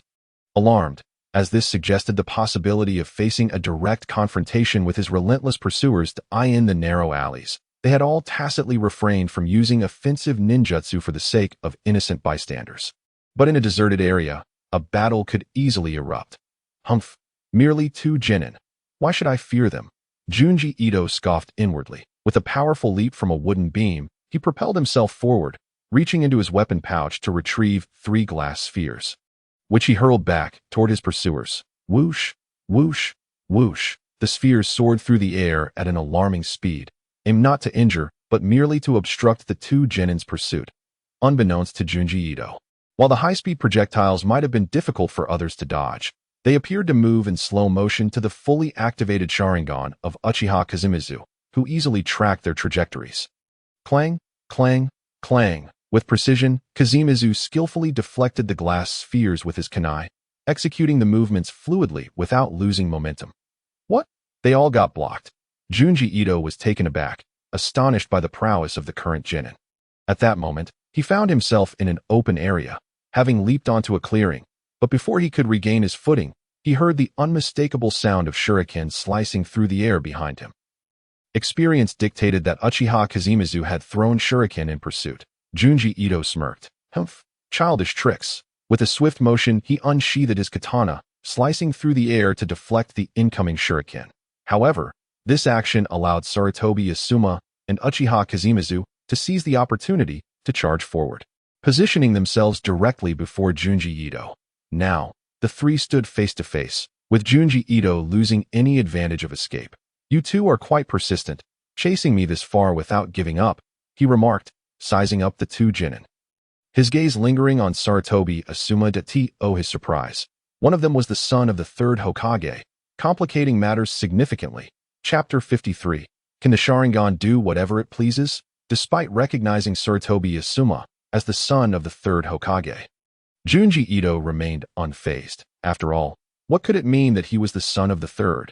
As long as he is not killed, merely taught a lesson, could the 3rd Hokage possibly seek vengeance over such a trivial matter? Furthermore, this incident was instigated by Asuma Sarutobi and his companions. Had it not been for these mischievous children relentlessly pursuing him, even attempting to apprehend him, he would not have been compelled to act. He has not committed any grave transgression. At worst, he merely interfered with the competition, and he has broken no laws. If anything, he could only be considered to have used excessive self-defense. With this thought in mind, Junji felt a surge of confidence and coldly remarked to Asuma Sarutobi, "Do not presume that being the son of the 3rd Hokage bestows upon you any superiority. What? Is the son of the 3rd Hokage so remarkable? Can the offspring of officials act with impunity?" Asuma furrowed his brow and retorted, "You are shifting the concept. Why did you interfere with the Fruit Ninja game earlier? Your actions are unethical." Junji scoffed. "How do you know that I interfered with the game? Did you see it? If you did not witness it, do not slander me." "Humph, I may not have seen it clearly, but someone did.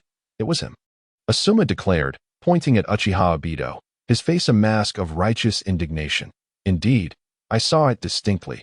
You threw 3 steel needles, 2 of which struck the fruits, altering their trajectories, while the 3rd missed the target entirely." "I observed everything with clarity," Obito asserted, indicating his own eyes, which were activated in the state of the Sharingan. The Sharingan. Junji's heart sank at that moment. Realizing the gravity of the situation, no wonder he could see clearly. It was the advanced 3-Tomo Sharingan. Initially, he had only intended to disrupt the game, but now he found himself facing a wielder of such formidable ocular powers. However, even if he had been seen, what of it? There was no evidence to substantiate that claim. He could firmly deny any wrongdoing. What could they do to him? With these thoughts swirling in his mind, Junji maintained a facade of calmness, as if the revelation of the Sharingan had not fazed him. He huffed dismissively and brazenly challenged, "Do you possess any evidence? You claim to have seen what you claim, but is that enough? Just because you have the Sharingan, does that grant you the right to act without consequence? Moreover, even if I did throw the needles, what of it? Did I commit murder or arson? What law states that one cannot interfere with another's game? Be careful, or I shall accuse you of provoking trouble."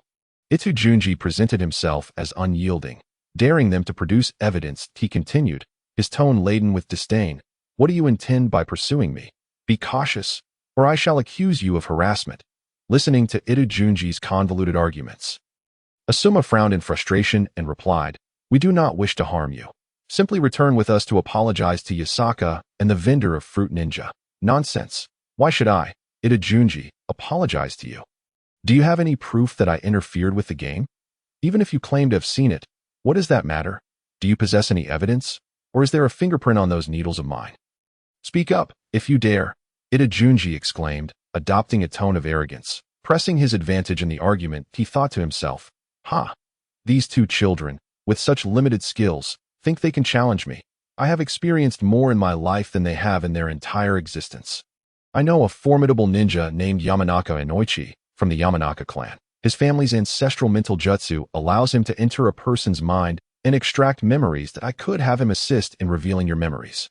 If you are innocent, you need not fear, and we would have to apologize to you. Upon hearing Yamanaka Inoichi's name, Itadunji's heart raced with trepidation. He was well aware of this individual, a captain in Konoha's Special Forces Mind Division, responsible for extracting memories for intelligence purposes, and somewhat renowned. If his memories were to be read, his secrets would be laid bare. No, I must devise a plan. I cannot allow these two children to lead me by the nose. As Itadunji pondered his response, Uchiha Shursui suddenly paused, his mind recalling the ranking list of Fruit Ninja he had seen earlier. The name at the top of the list was unmistakably Itadunji. I see now. No wonder you interfered in the competition. You are the first place holder. You fear Yakasaka breaking your record due to your vanity, and thus you resorted to despicable measures to sabotage him, hoping to eliminate him to preserve your standing. Am I correct, Itadunji? Uchiha Shursui pointed an accusatory finger at Itadunji, speaking with conviction. What? I had been wondering why he would stoop to such childish antics to disrupt the competition. Now, it all makes sense, Asuma exclaimed, his expression one of dawning realization. In that moment, Itadunji's face darkened, resembling a storm cloud as malice radiated from his gaze directed at Asuma and Shursui. His voice lowered ominously. It seems we have nothing left to discuss. In that case, we shall resolve this matter as ninjas do. At these words, Asuma and Uchiha Shursui felt a chill run down their spines. Had the mask of civility been cast aside? And was it now time to resort to violence? In the world of ninjas, power dictated the outcome.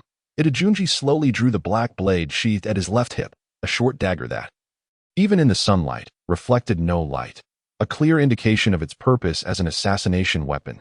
You two clever little rascals, your wits are commendable. Today, I shall have your father teach you a lesson, so that you may understand one fundamental truth. Sometimes, one must turn a blind eye to certain matters. Chapter 54, Counterattack. Seeing Itadunji prepared to engage them in combat, Asuma and Uchiha Shursui steeled themselves for the impending fight.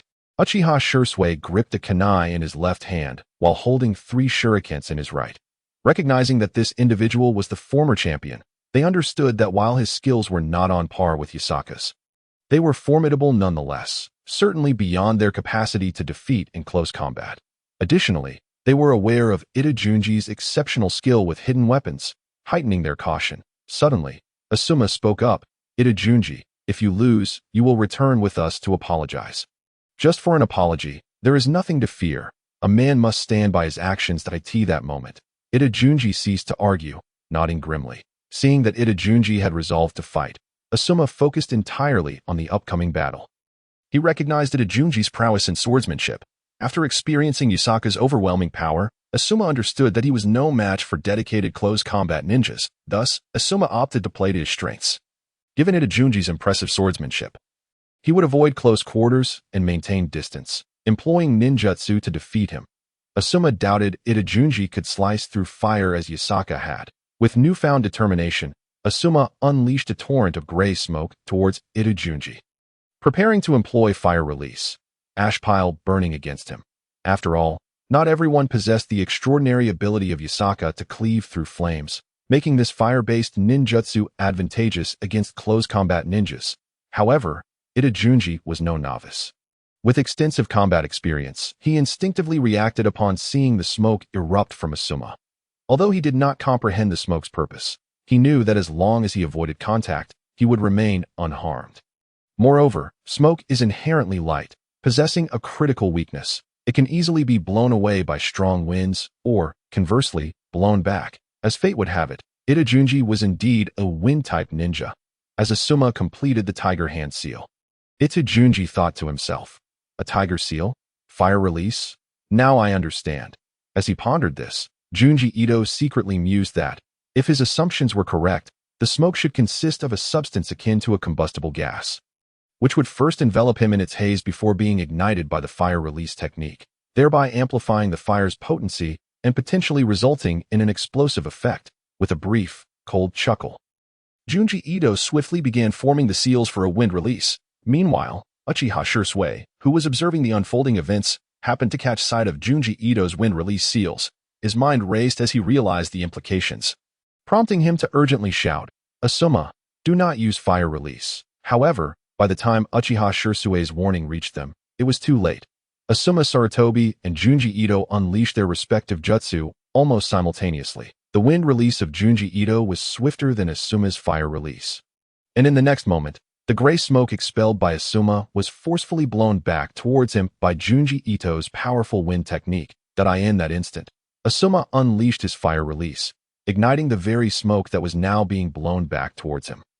The following moment resounded with a thunderous explosion. A colossal fireball materialized instantaneously, engulfing Asuma within its fiery embrace. The temperature of the fireball was so intense that even at a distance of 5 meters, Junji Ito could hardly endure it, feeling as though his face might ignite.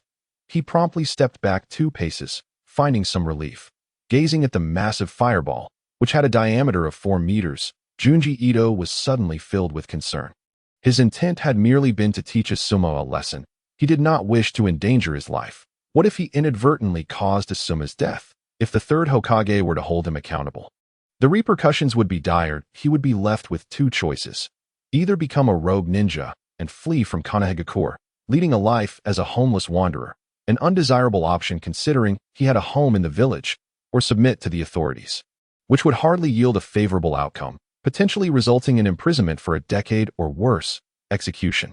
Neither choice was appealing, as he had only intended to disrupt the match with 3 steel needles. A trivial act that hardly qualified as cheating, merely a minor mischief. Yet, if such a trifling matter led to him becoming a rogue ninja or facing a lengthy imprisonment, or worse, if the third Hokage were to take drastic measures against him, it would be an unjust fate. The next day, as headlines might read about a bloodbath caused by a mere contest or a pursuit of pride, with him inadvertently harming not only the future of Kanehagakure, but himself as well. Contemplating this, Junji Ito found himself harboring resentment towards Asuma and Uchiha Shursui. Was it truly necessary to pursue him so relentlessly over such a trivial affair? At that moment, the immense fireball began to dwindle, and Junji Ito anxiously glanced towards Asuma's position, only to find nothing but a patch of charred earth remaining. What? Was this child's fire release so formidable that it could incinerate a person entirely? This was disastrous. He had genuinely lost control and caused Asuma's death. Junji Ito was struck with alarm, his heart plummeting. Just then, the ground beneath him trembled unexpectedly, with his attention fixated on the potential death of Asuma. His mind was momentarily dulled, and he instinctively glanced down. Suddenly, a fist erupted from the earth, aiming a fierce strike at his chin. Chapter 55. Uchiha Shursui on the other side, having concluded his match. Yatsuka, after receiving urgent medical attention from Noara Rin, found that his arm had ceased to be the swollen, rigid appendage it once was. Though the muscles remained somewhat taut, at least he could now move it. "Thank you, Noara Rin," Yatsuka said with a smile, to which Rin blushed and replied, "It is truly an honor to treat you." Yatsuka, as she reluctantly withdrew her small hand from Yatsuka's right arm, the vendor of the fruit ninja stall approached. Presenting Yatsuka with a trophy, he then grasped Yatsuka's left hand, raising it high towards the sky, and shouted to the gathered crowd, "Congratulations to our new champion, the meticulous creator, Yatsuka." A wave of applause and cheers erupted from the crowd. Though only 30 or 40 spectators were present, the fervor of their applause rivaled that of hundreds at that moment.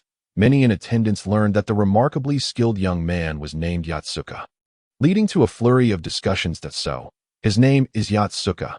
Truly, heroes emerge in youth. Indeed, having such a talented young individual in Kanehagakure is a source of pride for us. With proper nurturing, he will undoubtedly become a pillar of our village. This young man is impressive. With such abilities at a tender age, he may one day aspire to be Hokage. His prowess in swordsmanship is nothing short of extraordinary. As he listened to the praises surrounding him, Kakashi clenched his fists, recognizing that this was the benchmark he aimed to surpass. Despite the overwhelming strength of Yatsuka, he felt no fear, for he firmly believed that with hard work and perseverance, he would one day defeat him. This conviction was unwavering, akin to his personal motto, "There is no one I cannot defeat. There are only those who are evenly matched with me." Not far from Kakashi, Moonlight Gale's emotions were mixed. He admired Yatsuka's prowess, yet felt disheartened by his own inferiority, particularly as he observed the admiring gaze that Uyami cast towards Yatsuka, igniting a nameless fire within him, not born of jealousy or hatred, but frustration at his own weakness. "Yatsuka, I will surpass you. Uyami is mine." A resolute gleam flickered in his eyes as he tightened his grip on his sword, stepping away from the crowd and making his way to the training grounds. Mitsuki Shuji adjusted his glasses, feeling a surge of pride. While this student often dozed off in class, failed to pay attention, and occasionally skipped lessons, he had to admit that Yatsuka was the most exceptional student he had ever taught. Although much of his success was due to Yatsuka's remarkable talent, Mitsuki Shuji could confidently declare to others, "See that incredible swordsman? He is my student." With that thought, Mitsuki Shuji began to eagerly anticipate the upcoming Allied Shinobi Forces Friendship Tournament. Eager to witness how other nations' talented competitors would fare against Yatsuka. Most likely, they will all be defeated by Yatsuka. Mitsuki Shuji felt an uplift in his spirits, longing for the day when he could witness Yatsuka triumph over the talents of various nations. In the crowd opposite Mitsuki Shuji, Might Guy watched Yatsuka with fervor, murmuring, "Incredible! This is youth.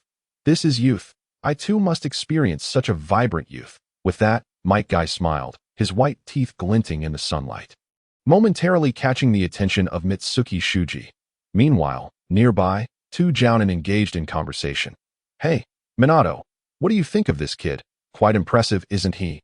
inquired a man clad in black, adorned with the Uchiha clan emblem on his back. "Indeed, Shursui, this child possesses immense potential. If we consider his abilities, as long as he survives, he will undoubtedly attain the strength of a Kage in the future," replied Uchiha Shursui with a smile. "However, to become Hokage, one requires not only extraordinary strength, but also the wisdom to govern a nation." "Haha, are you implying that I possess such wisdom?" Minato Namikaze laughed heartily. "Your intellect is indeed commendable. As for myself, I lack the capacity to manage a nation. I wonder if I will be elected in this Hokage selection. Let it be. If I am not chosen, it simply means someone else is more suited for the role." Both of them stood amidst the crowd, thus failing to attract the attention of Mikami Shuji. Otherwise, Mikami Shuji would certainly have rushed over to greet them. After all, these two individuals possessed the prowess of cinematic-level strength. One of them was even a candidate for the Hokage. It was entirely possible that one day, they might become Hokage themselves, at which point conversation would be much easier. Meanwhile, after concluding the Fruit Ninja Challenge, Noara Rin escorted Yasaka to the hospital.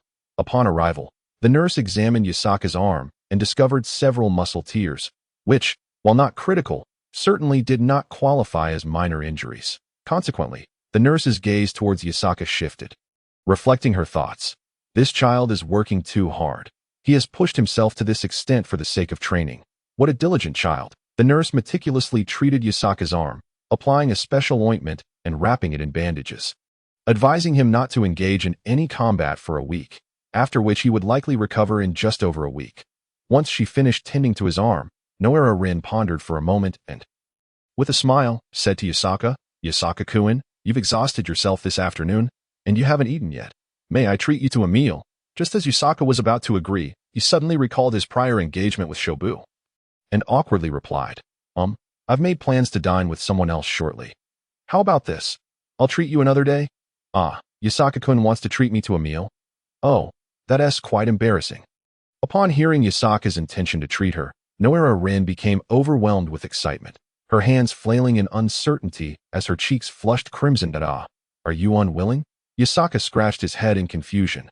"Willing, of course, I am," Noara Rin quickly affirmed, nodding vigorously lest Yasaka change his mind. That moment, Uchiha Obito happened to stroll by, and they collided unexpectedly. Duh.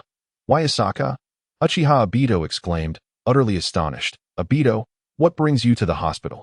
Yakasaka was equally surprised. Not expecting to encounter Obito so soon after his arrival, that I'm here for a bandage change. Obito waved his arm, revealing that it was still wrapped in bandages from a previous injury. Wow. Obito, is your injury healing? Once you're better, we should spar again, Yakasaka said, his eyes gleaming with enthusiasm. Not a chance. The 5 Kage Joint Friendship Tournament is about to commence, and I must represent the Leaf Village. What if my injury isn't healed by then? Obito replied with a look that clearly communicated his reluctance. All right then, what a pity. Just then, Noera Rin chimed in with a playful smile directed at Obito. Obito, do your best. I look forward to your splendid performance. Encouraged by Rin's words and her sweet smile, Obito felt a surge of excitement, his limbs becoming restless as he declared with fervor. Rin, rest assured, I will win the tournament. I will not disappoint the hopes of the Leaf Village's citizens that I will. I will start anew.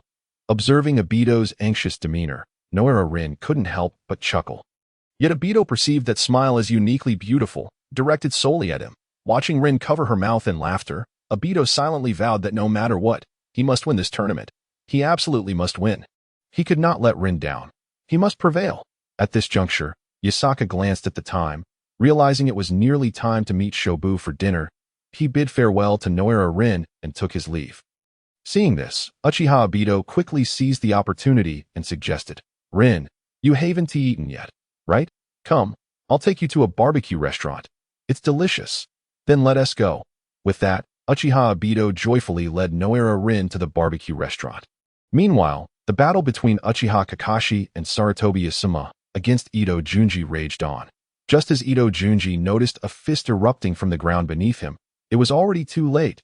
He had no time to react before that fist landed squarely on his chin, producing a resounding bang as his head shot skyward, followed by his body soaring into the air, flipping several times before crashing heavily to the ground. The owner of that fist was none other than Uchiha Kakashi, known for his Sharingan and nicknamed Instant Body Water. Moments later, as Uchiha Kakashi emerged from the ground, Sarutobi Asuma followed closely behind, both having exited from the hole beneath Ito Junji's feet. Kakashi, thank you. If it weren't for you, I would have been in serious trouble. Sarutobi Asuma expressed his gratitude, recalling how Kakashi had saved him just in time from a devastating attack that could have resulted in severe injuries. No need for thanks. Let us quickly tie this guy up. Right. Seizing the opportunity while Ito Junji was still dazed from the blow, they swiftly bound him with ropes, after tightening the knots to ensure a secure hold. Sarutobi Asuma stood up confidently and nudged Ito Junji with his foot, saying, Hey, you've been defeated by us now. It's time to fulfill your promise and apologize, with his jaw aching from the earlier punch. Ito Junji grimaced and asked, How did you manage to get underground? Uchiha Kakashi pointed to another nearby hole. Following Kakashi's gesture, Ito Junji looked over and realized the hole was 2 meters behind where Sarutobi Asuma had been standing during the explosion. In other words, it was behind the flames that had erupted. What? Ito Junji gasped in shock, a lightning bolt of realization striking his mind. Could it be? Just then, Sarutobi Asuma explained, when the flames engulfed me. Kakashi used his instant body technique to pull me back, and while the flames obscured your line of sight, he created a hole with earth release, and we both tunneled beneath you. After hearing Sarutobi Asuma's account, Ito Junji regarded Uchiha Kakashi with a complex expression. It seems that the phrase heroes emerge in youth holds true. At such a young age, he possesses extraordinary strength. It is remarkable that after saving a comrade using the instant body technique, he cleverly utilized the flames as cover to obscure Ito Junji's vision while digging a tunnel. His battle intelligence is indeed impressive. Reflecting on this, Ito Junji felt that his defeat was not unwarranted. His opponents had genuine strength. If this were a real battle, he would most likely be dead by now, for in a real scenario, the object that had struck his chin would not have been a mere fist, but a kunai. Suddenly, Ito Junji paused, as if recalling something, murmuring to himself, Instant body technique. Sharingan. Could it be? Are you instant body water? Uchiha water? At that moment, Uchiha Kakashi replied nonchalantly. Didn't Asuma just say, My name is Water. I am Uchiha Water. Uchiha Water is my older brother. I am instant body water. Alright, I'll concede you're impressive, but being tied up like this makes it impossible for me to walk. Are you planning to carry me back to apologize? Sarutobi Asuma burst into hearty laughter, pointing at the two long ropes extending from the knots, saying, "But look, we have two ropes here. We can drag you along. Consider it a form of physical training." Uchiha Kakashi nodded in agreement. "Oh, I see. I'm aware of everything now. Let us go with that." Suddenly, Ito Junji spoke in a calm tone, but Uchiha Kakashi instinctively felt something was amiss. Just then, Ito Junji coldly chuckled. "You all too inexperienced. You think you can compete with me? You need a few more years of practice." Wind release. Porcupine blade. In the next moment, countless blades of wind erupted around Ito Junji, instantly severing the ropes that bound him. Chapter 57. The Great Escape. "What?" Sarutobi Asuma exclaimed in shock, quickly turning to draw a kunai and thrust it at Ito Junji. But he was a moment too late. Ito Junji had already retreated while tossing 3 explosive tags. "Watch out!" Uchiha Kakashi shouted, grabbing Sarutobi Asuma and retreating swiftly. The next second, the 3 explosive tags ignited, reaching the detonation line and exploding with a series of thunderous blasts. 3 resounding booms echoed in succession as 3 massive clouds of black smoke surged skyward, enveloping an area of several hundred square meters within the span of a mere second. No, this is not an explosion tag. Uchiha Hashirama furrowed his brow and exclaimed that it is an explosion smoke tag. Sarutobi Asuma cursed vehemently, his face contorted with rage. The explosion smoke tag bears a striking resemblance to the explosion tag, sharing the same ignition method. However, the distinction lies in the fact that the explosion tag produces a violent explosion, utilizing the powerful shockwave to inflict harm upon enemies. In contrast, the explosion smoke tag generates a vast cloud of smoke, obscuring the enemy's line of sight to facilitate retreat or to confound them. Thus, the explosion smoke tag is often employed as a ruse to deceive foes, as evidenced by instances where individuals like Ito Junji feign an attack by throwing an explosion tag, only to reveal it as a smoke tag intended for a strategic withdrawal. How infuriating! Outwitted, Uchiha Hashirama seethed. Despite possessing the 3-tomo Sharingan, which allows him to slow down the movements of objects and perceive chakra, he was unable to see through the smoke, lacking the penetrating vision of the Byakugan. Consequently, ensnared within the thick fog, he could not discern Ito Junji's whereabouts. Be cautious. He may launch a surprise attack. The two remained vigilant, attuned to every subtle movement around them, ready to react at a moment's notice. Yet, after approximately half a minute, there was still no sign of activity, and the smoke began to dissipate. "Ah, Asuma, you can use wind release, can't you? Quickly disperse this damned smoke." Uchiha Hashirama suddenly recalled Asuma's ability and urged him. How could I have forgotten? Sarutobi Asuma smacked his forehead, realizing he could indeed use wind release, and promptly executed the wind release, gentle breeze technique, dispersing the surrounding smoke instantaneously. As the smoke cleared, both men were left dumbfounded. Aside from themselves, there was no sign of anyone else. Clearly, Ito Junji had long since fled. How despicable! He actually escaped. This guy is too cunning. Sarutobi Asuma struck a wooden post with his fist, panting with anger, then added with a guilty expression, "It's all my fault. If it weren't for me holding us back, he definitely wouldn't have gotten away. It's all right. Victory and defeat are commonplace in battle. You should be grateful this was merely a trivial matter. The opponent is from Konoha and did not intend to take our lives. Otherwise, if this were a real fight, you might have already perished. So take this as a lesson to learn from and accumulate experience. Moreover, this incident is of little consequence. The opponent was merely trying to avoid interference. In fact, our relentless pursuit nearly cornered him." Uchiha Hashirama reassured him. Sarutobi Asuma understood the sentiment behind Hashirama's words. It appeared that Ito Junji was not a villain after all. Had a real confrontation ensued, the two of them might not have triumphed. In truth, he was merely concerned with appearances and interfered with the match without inflicting any harm. As Hashirama had said, sometimes it is best to turn a blind eye to certain matters. However, in actual combat, the enemy may be even more cunning. Falling for a trick could very well cost you your life, so remain vigilant. Uchiha Shursui reiterated. I understand. The two returned home in disappointment. Meanwhile, after leaving the hospital, Yatsuka sent a WeChat message to Ayam. Upon receiving it, Ayam hurriedly dressed and set out. Prior to this, Ayam had researched nearby eateries, knowing that Yatsuka was a voracious foodie with an immense love for cuisine. Thus, before inviting Yatsuka to dine, she had done her homework. However, most of the delectable dishes had already been sampled by Yatsuka, making it a daunting task to find something he had yet to experience. Ultimately, Ayam was left with no choice but to treat Yatsuka to hot pot. "Where are you?" Yatsuka sent a voice message to Ayam. I'm almost there." Ayam promptly responded, her heart racing with anxiety. This was her first time inviting Yatsuka to a meal, and being late filled her with profound embarrassment. Soon, Yatsuka spotted a figure running toward him. Clearly Ayam, he excitedly waved and called out, "Ayam, over here? Ah, Daddy Yatsuka-kun." In a moment of excitement, Ayam inadvertently referred to Yatsuka as Daddy, eliciting laughter from passers-by and causing her to flush with shame. That moment, she was crossing an intersection when a carriage came barreling toward her. With her attention solely on Yatsuka, she failed to notice the approaching danger and was momentarily caught off guard. Yatsuka, witnessing the imminent collision, felt a surge of urgency. In an instant, he unleashed all his chakra, frantically activating the Great Freedom Sage technique, propelling himself forward with explosive force, creating two powerful gusts of wind beneath him that launched him like a projectile.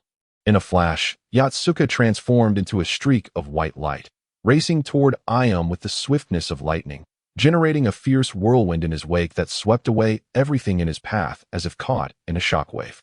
Meanwhile, as Ayam noticed the carriage closing in on her, she furrowed her brow and silently chanted, 8 trigrams empty. Ayam, huh? Just as she was about to unleash her technique, Yatsuka's voice rang in her ears. Instinctively, she looked up to find Yatsuka's face mere inches away, leaving her momentarily stunned. Before she could process what was happening, she felt herself being swept off her feet as Yatsuka lifted her in a princess carry. Huh? In an instant, Ayam's mind went blank, her surroundings rapidly blurring into indistinct lines as she focused on Yatsuka's face, which was filled with urgency and even a hint of desperation. Then, she felt her body suspended in midair come to a gentle halt. Realizing that Yatsuka had leaped onto a rooftop with her in his arms, the Yatsuka-kin, Ayam finally regained her senses, realizing that in a moment of crisis, Yatsuka had dashed forward to save her from the carriage with a princess carry. Chapter 58, Saving Ayam. Ayam, are you all right? Yatsuka asked anxiously, recalling how he had seen the carriage barreling toward her in a frenzy. He had nearly tapped into his latent potential, pushing the Great Freedom Sage technique to its limits. Achieving a speed that rivaled that of the fourth Reikage, the velocity was such that he felt as though he had collided with a wall, and the force of the wind was so intense it rendered him breathless. Yet, he couldn't afford to dwell on that. Instinctively, he harnessed the flow of air to gain a clearer view of his surroundings, preventing himself from crashing into obstacles due to his incredible speed. He had successfully reached Ayam just before the carriage could strike her. Now, his mind was consumed with concern for Ayam's well-being. If she had been injured, it would break his heart. Their planned meal would be in jeopardy, and he would miss out on a delightful feast. Yatsuka-kun truly cares for me. Gazing into Yatsuka's face, Ayam could clearly see the genuine concern etched upon it. The warm sensation flowed through her heart, and the proximity of their faces made her acutely aware of Yatsuka's breath, which was slightly labored from exertion, brushing against her skin.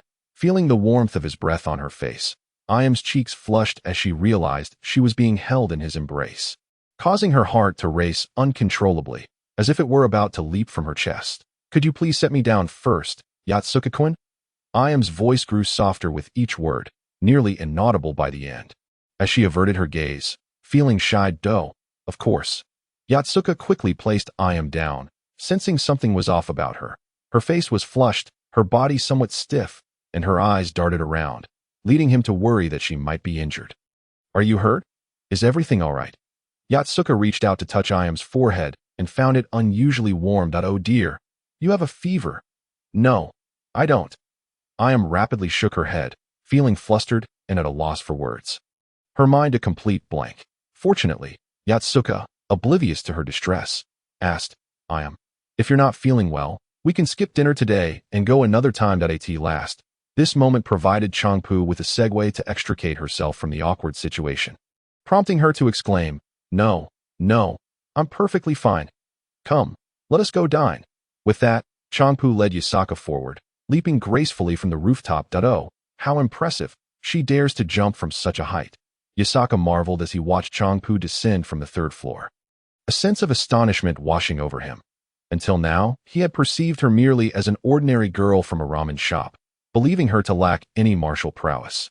Yet, he was now discovering that Changpu was indeed formidable, her skills rivaling those of a typical lower-ranking ninja.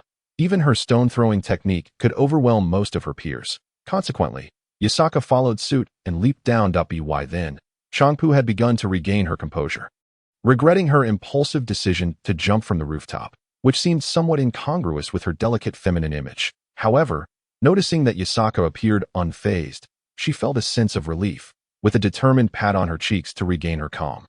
She feigned nonchalance and suggested to Yasaka, "How about we indulge in some hot pot?" "Hot pot? How serendipitous. I've been craving it lately," Yasaka replied joyfully. Thus, the two made their way to the hot pot restaurant, where they feasted heartily. Following their meal, Yasaka naturally reaped rewards from the culinary experience. However, as it was not his first, the benefits were not as pronounced as during his initial indulgence. Nevertheless, his proficiency in other techniques saw a marked improvement. After the encounter with the fruit ninja, Yasaka had also deepened his mastery of airflow manipulation and the Great Freedom Sage technique, allowing him to momentarily channel its speed, approaching that of the fourth raikage. Yet, fueled partly by adrenaline in a crisis, if asked to employ the Great Freedom Sage technique again, he would find it challenging to replicate the swiftness he had demonstrated while rescuing Changpu. Upon returning home, Changpu promptly dove under the covers, burying her head in the blanket. Otsutsuki Ishiki observed this curious behavior, particularly since it had occurred after her outing with Yasaka. Intrigued by the events that had transpired, Ishiki activated his Rinnegan, utilizing space-time powers to glimpse into Changpu's recent experiences. This fellow, quite impressive, he mused before resuming his ramen making. Time flew by swiftly. Since that day when Yasaka saved Changpu, over half a month had passed. In less than 10 days, the 5 Kage Friendship Tournament was set to commence. Consequently, the village buzzed with activity, and security measures had been significantly heightened, primarily overseen by the Uchiha clan. Uchiha Fugaku, the clan leader, found himself exceedingly busy, balancing the responsibilities of securing Kanehagakure and preparing to send his eldest son, Uchiha Itachi, to the Ninja Academy. However, amidst his hectic schedule, a piece of good news brought him joy. His wife was expecting again. After consulting with a member of the Hyuga clan using their Byakugan, it was confirmed to be a boy, prompting Fugaku to name the child Uchiha Yusuke. Following that day, Ishiki gifted Yasaka a VIP gold card, allowing him to enjoy ramen at a 20% discount, much to Yasaka's delight, alleviating his financial worries regarding ramen.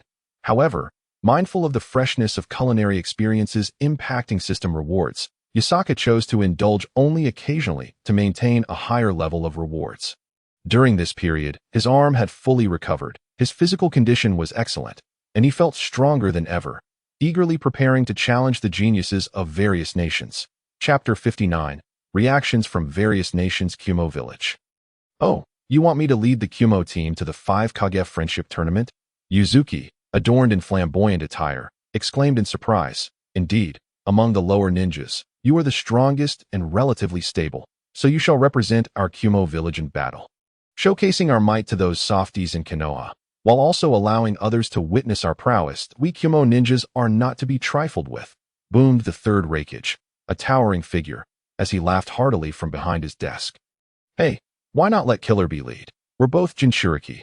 Why should this lady take charge? If anyone should lead, it ought to be me, the iron-blooded man." "Killer Bee," retorted a boy beside Yuzuki, donning sunglasses and clutching a notebook and pencil. "Why you, Killer Bee? If anyone should be chosen, it should be me. Daruid, that I'm the only one who has inherited the third Hokage's black lightning. So if anyone is to lead, it should be me. You, Killer Bee, are insignificant. Go home and sing your off-key songs," exclaimed a tall, dark-haired boy standing next to Killer Bee. "Having black lightning makes you special. I dare you to unleash the 8 tails. I'll stomp you. Go ahead. Unleash it. Let's see if you survive." "Hey, what do you two think you are? The leader shall naturally be me, Yuzuki. Frankly, I could single-handedly sweep away all the opponents from the other nations. You foul wench. You have no say here. Say that again. I dare you. I'll say it as many times as I want. You wretched woman. I'll beat you to a pulp. Enough of this." the third Raikage's furious roar reverberated. The sound waves charged with lightning, instantly silencing the bickering youths. Yuzuki possesses enough strength and is relatively composed, making him more suitable as the leader. If anyone disagrees, step forward for a one-on-one duel with me. If you win, you may take the lead. The silence that followed was palpable. No objections. Good. It's settled then. Yuzuki will lead this time. You all go to Konoha and fight fiercely, restoring the dignity of Kyumo village. If anyone loses, do not return. We cannot afford to lose face. Yes, Lord Raikage, Kirigakure, for this 5 Kage friendship tournament, who among you wishes to lead our Kirigakure team? In the shadows, Yagura's eyes gleamed with a crimson light as he spoke slowly. I, Terumi Mei, am willing to take on the role of leader for Kirigakure, but I shall not disappoint your expectations, Water Shadow, and will secure victory in this tournament, bringing glory to our village and showcasing our strength to the other nations. Terumi Mei, clad in a sky-blue dress, stepped forward to volunteer. Excellent. Terumi Mei, you shall lead the Kirigakure team. I am eager to see what tricks the Konoha ninjas will employ. When encountering them, hold nothing back. Strike with lethal force. It would be best to eliminate any potential threats among their next generation. The voice emanating from the darkness was chilling, causing the nearby Momochi Zabuza to shudder. I shall not fail you. Terumi Mei declared loudly before stepping back. The Wagakure. This time, you must secure first place, showcasing the indomitable spirit of a Wagakure. Let those nations witness the depth of our village's strength, which is not to be underestimated. Anoki floated in midair, addressing the lower-ranking ninjas below. Yes, Lord Tsuchikage. Deidara replied excitedly. As the leader of a Wagakure, he was set to lead the village to Konoha for the tournament, passionate about his art, viewing explosions as a form of artistry. This tournament would provide numerous opponents, allowing him to demonstrate his artistic flair. Excellent. Let them all witness my art. Humph. What do your explosions amount to?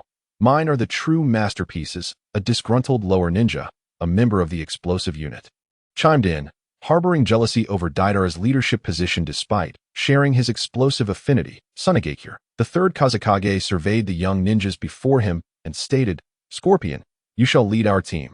When encountering the ninjas of Konoha, do not hold back. Kill if you can, but ensure your own safety. Do you understand? I understand. Lord Kazekage. Scorpion nodded and spoke, his hatred evident in the depths of his eyes concealed beneath the shadow cast by his bangs. His parents had been brutally slain by the Konoha ninja, Hitaki Tsukumo, and he was resolute in avenging them. Although he was currently no match for Hitaki Tsukumo, he resolved to exact his vengeance through his son. Hitaki Kakashi, you would do well to pray that we do not encounter one another on the battlefield. Otherwise, I shall ensure your demise. Within the ranks of the samurai faction, Yasuo remarked, your Gale Slash has begun to show its brilliance. It is time to demonstrate to those ninjas the might of our samurai lineage. Let them witness the prowess of the Gale Swordmaster. Yes, my lord, replied the others. I in the Rain Ninja Village. A ninja knelt before Hanzo of the Salamander, inquiring, my lord, shall we not participate in the upcoming Allied Kage Friendship Tournament? Hanzo responded slowly, initially, I intended to send representatives, even if we did not secure the championship, to gauge the potential of other nations. However, recent unrest requires my attention, and thus I must prioritize matters here. It is truly regrettable. Are you referring to the recent insurrection stirred by those deceitful malcontents? The ninja asked. Indeed, Hanzo affirmed. As the saying goes, to repel external threats, one must first ensure internal stability. Only when our homeland is secure can we concern ourselves with foreign affairs. Understood. My lord, I shall take my leave now. Did I grant you permission to depart? Hanzo retorted. My lord. Do you have further instructions? You possess far too much knowledge. You must perish. Beyond the major powers, several smaller nations would also participate in the tournament, such as the Grass Hidden Village, the Waterfall Hidden Village, the Land of Rice, and the Star Ninja Village, all eager to broaden their horizons. Meanwhile, Konoha was diligently preparing and conducting intensive training for its competitors, striving to secure first place in the tournament. Chapter 60, Convergence of Forces. Time flew by, and before anyone realized it, 2 weeks had swiftly passed, leaving only 3 days until the Allied Kage Friendship Tournament. Consequently, both the citizens of Konoha and those from other nations felt a mix of excitement and anxiety. After all, this event would see the convergence of the 5 great nations alongside others, filled with prodigies at every turn. One could hardly venture to the restroom without encountering a genius from another country. As such, Konoha was now overflowing with exceptional talent that in their homeland. They had been recognized as prodigies, receiving admiration and reverence due to their outstanding abilities. Yet now, amidst such a gathering of talents, they felt their own brilliance dimmed. However, each prodigy remained proud and unyielding, holding a disdain for one another, resulting in a vibrant, albeit competitive atmosphere. Witnessing this scene, some of the elders mused, "Ah, this is youth." At the entrance of Konoha, a group stood. Each member robust and well-built, their muscular physiques far surpassing those of the average Konoha citizen. This assembly represented the Cloud Ninja Village. Among them stood a striking young girl at the center. Commanding the attention of those around her, she was Yuzuki, a renowned kunoichi from the Land of Lightning, celebrated for her unparalleled mastery over the two-tailed beast. Clad in a form-fitting black outfit, she was merely in her teens, but already possessed a figure both graceful and curvaceous, accentuated by her half-ponytail that added to her allure. In addition to Yuzuki, the Cloud Ninja team included another female participant, Samui, who stood beside Darui. Slightly younger than Yuzuki, she reached Darui's shoulders. Yet her development was strikingly pronounced, far exceeding that of her peers. Were Jiraiya present, he would undoubtedly be thrilled, recognizing her potential to rival Tsunade. The Cloud Ninja team also featured other competitors, Ki, Mabui, and Yagura, each varying in strength. Yuzuki, Karabi, and Darui were the mainstays of the group, boasting formidable abilities, while the others were somewhat less impressive. Accompanying them were several elite J-nin responsible for the participants' logistics and security, totaling nearly 20 individuals, forming a moderately sized yet effective team. "Hey, Karabi, is this truly the Konoha that once defeated our Land of Lightning? It doesn't seem that impressive," Darui remarked, nonchalantly sucking on a lollipop. "Humph, did you not notice the formidable gates of Konoha? They are exceptionally sturdy and boast remarkable defensive capabilities. I suspect they could withstand considerable assaults, and their security seems robust. In just this brief moment, I've already spotted 6 elite J-nin, indicating a substantial force," Karabi replied, his voice tinged with a peculiar musical inflection. Yuzuki, wearing a haughty expression, declared, "What of it? In my eyes, the Konoha ninja are nothing but softies, incapable of withstanding a single punch from me. It seems the title of champion in this tournament shall rightfully belong to me." "Yuzuki, what did you say? Do not assume that just because you are the leader, you are formidable, that it's merely a title. Winning the championship requires my prowess, Darui," he retorted dismissively. "You too should take your leave. I alone shall claim the championship. Your presence will only hinder my progress. Victory is destined for me." "Karabi," he exclaimed indignantly. "Karabi, are you itching for a fight? Have you become so arrogant in these 3 days that you believe I won't dare strike you?" Yuzuki scoffed. "Yuzuki, do not presume that I will spare you simply because you are a woman. When I lose my temper, I do not discriminate." Karabi shot back defiantly. "Fight, fight, fight. Go all out. Let the two of you exhaust each other, and the championship shall be mine. Ha ha ha." Darui chimed in, relishing the discord. Sighing, Samui shook her head, exclaiming, "These people are truly insufferable. I dread being around these 3 lunatics. Whenever they gather, tranquility is an impossibility." "Enough! Cease your bickering," a booming voice interrupted, causing the quarrelsome trio to halt. A man, even more imposing than Karabi, glared fiercely at the 3. "If you dare to argue again, I will send you back to the Cloud Village with a single punch." "Who is in favor? Who is against?" "I oppose," Darui immediately shouted, stepping forward. Bang! The burly man sent Darui flying with a single punch. "Opposition is futile. Is there anyone else?" Silence enveloped the group as they gazed at the imposing figure. "Humph! This is the fate of those who dare to challenge my authority," the man declared, gesturing toward Darui, who lay crumpled against the wall, leaving a human-shaped dent. This formidable figure was Karabi's elder brother and the current 3rd Raikage's eldest son. A man with immense potential to become the 4th Raikage. He was known for his straightforwardness, yet his temper was explosive. He would readily resort to violence at the slightest provocation. It was rumored he once engaged in a fierce brawl over the last piece of salted fish, leaving his opponent hospitalized for 3 months. Thus, even the typically brash Karabi became meek in A's presence. "Very well. Let us proceed inside and observe how Konoha has changed over the years." AI took a confident stride towards the grand entrance of Konoha. leading the way while the others trailed behind him like loyal subordinates. Their perceptions of Konoha were far from favorable. After all, the onset of the Second Ninja War was precipitated by the untimely demise of their second Raikage, who was ambushed and killed by the Gold and Silver Brothers while he was negotiating a peace treaty with the second Hokage.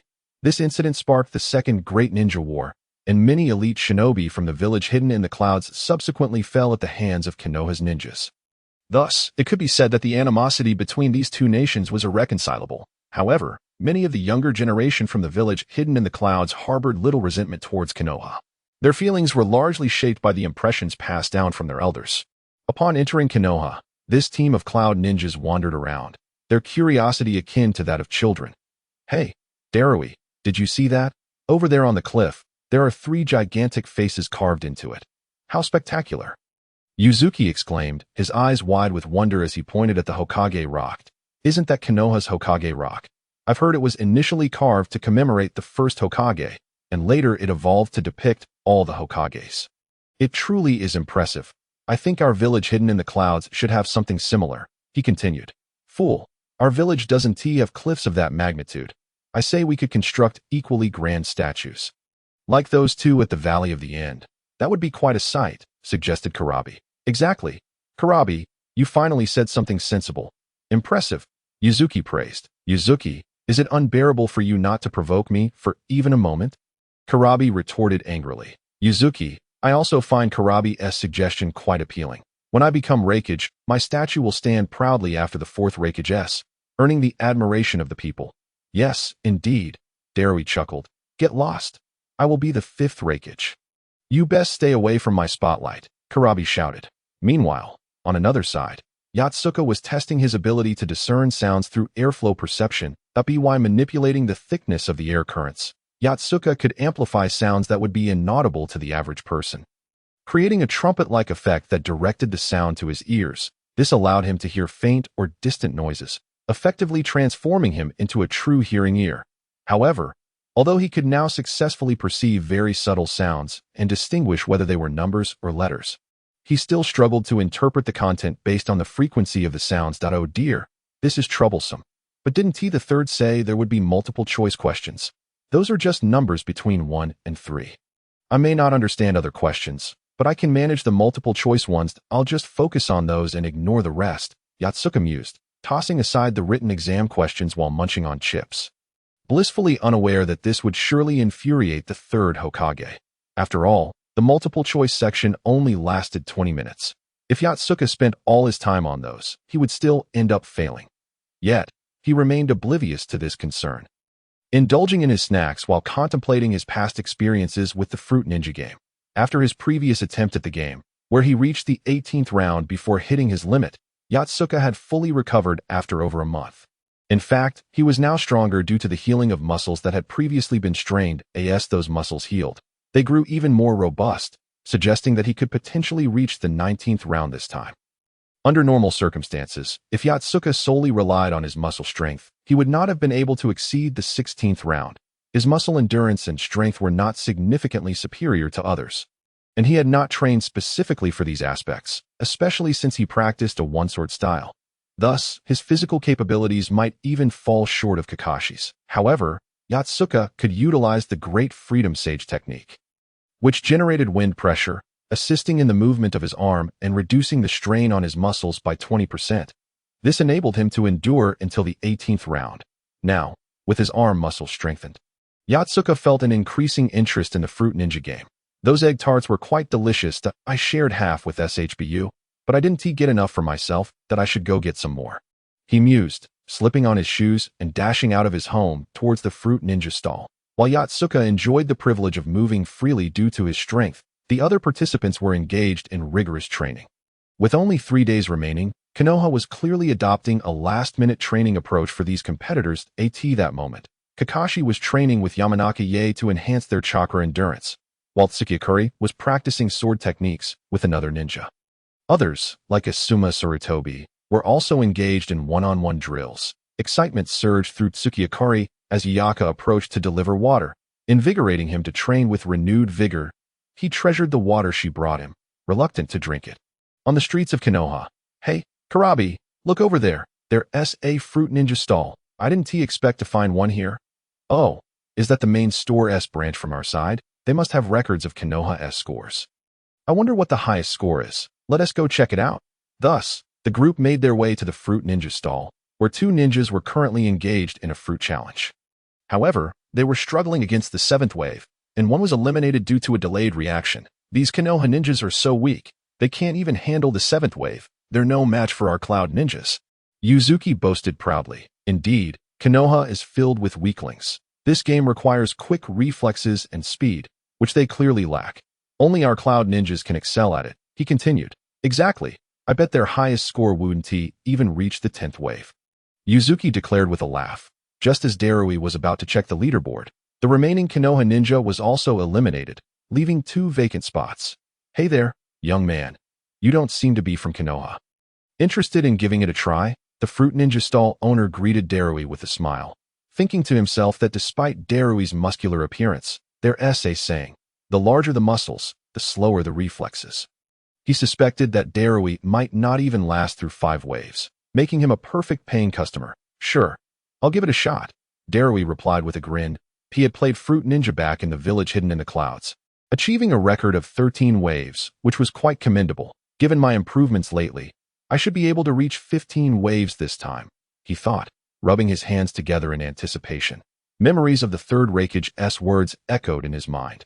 Your mission is to showcase the might of our village hidden in the clouds.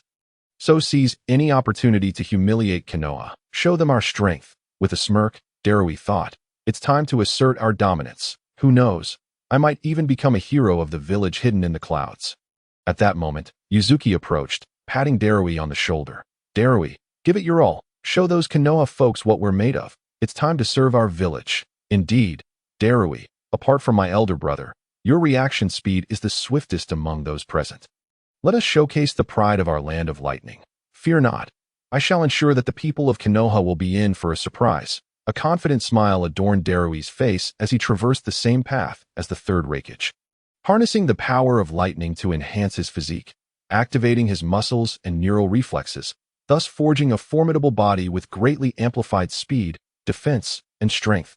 Consequently, when it comes to reaction speed, aside from Killer Bee's brother, Darui stands as the strongest in attendance. After all, isn't this Fruit Ninja game all about reaction speed and muscular endurance? And these two attributes happen to be Darui's forte.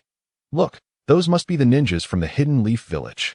Just as Darui stepped forward to commence the challenge of Fruit Ninja, a nearby Konoha ninja exclaimed in astonishment, nudging his companion. Though indeed, it appears they have already arrived. Just look at their luggage. They must have just gotten here.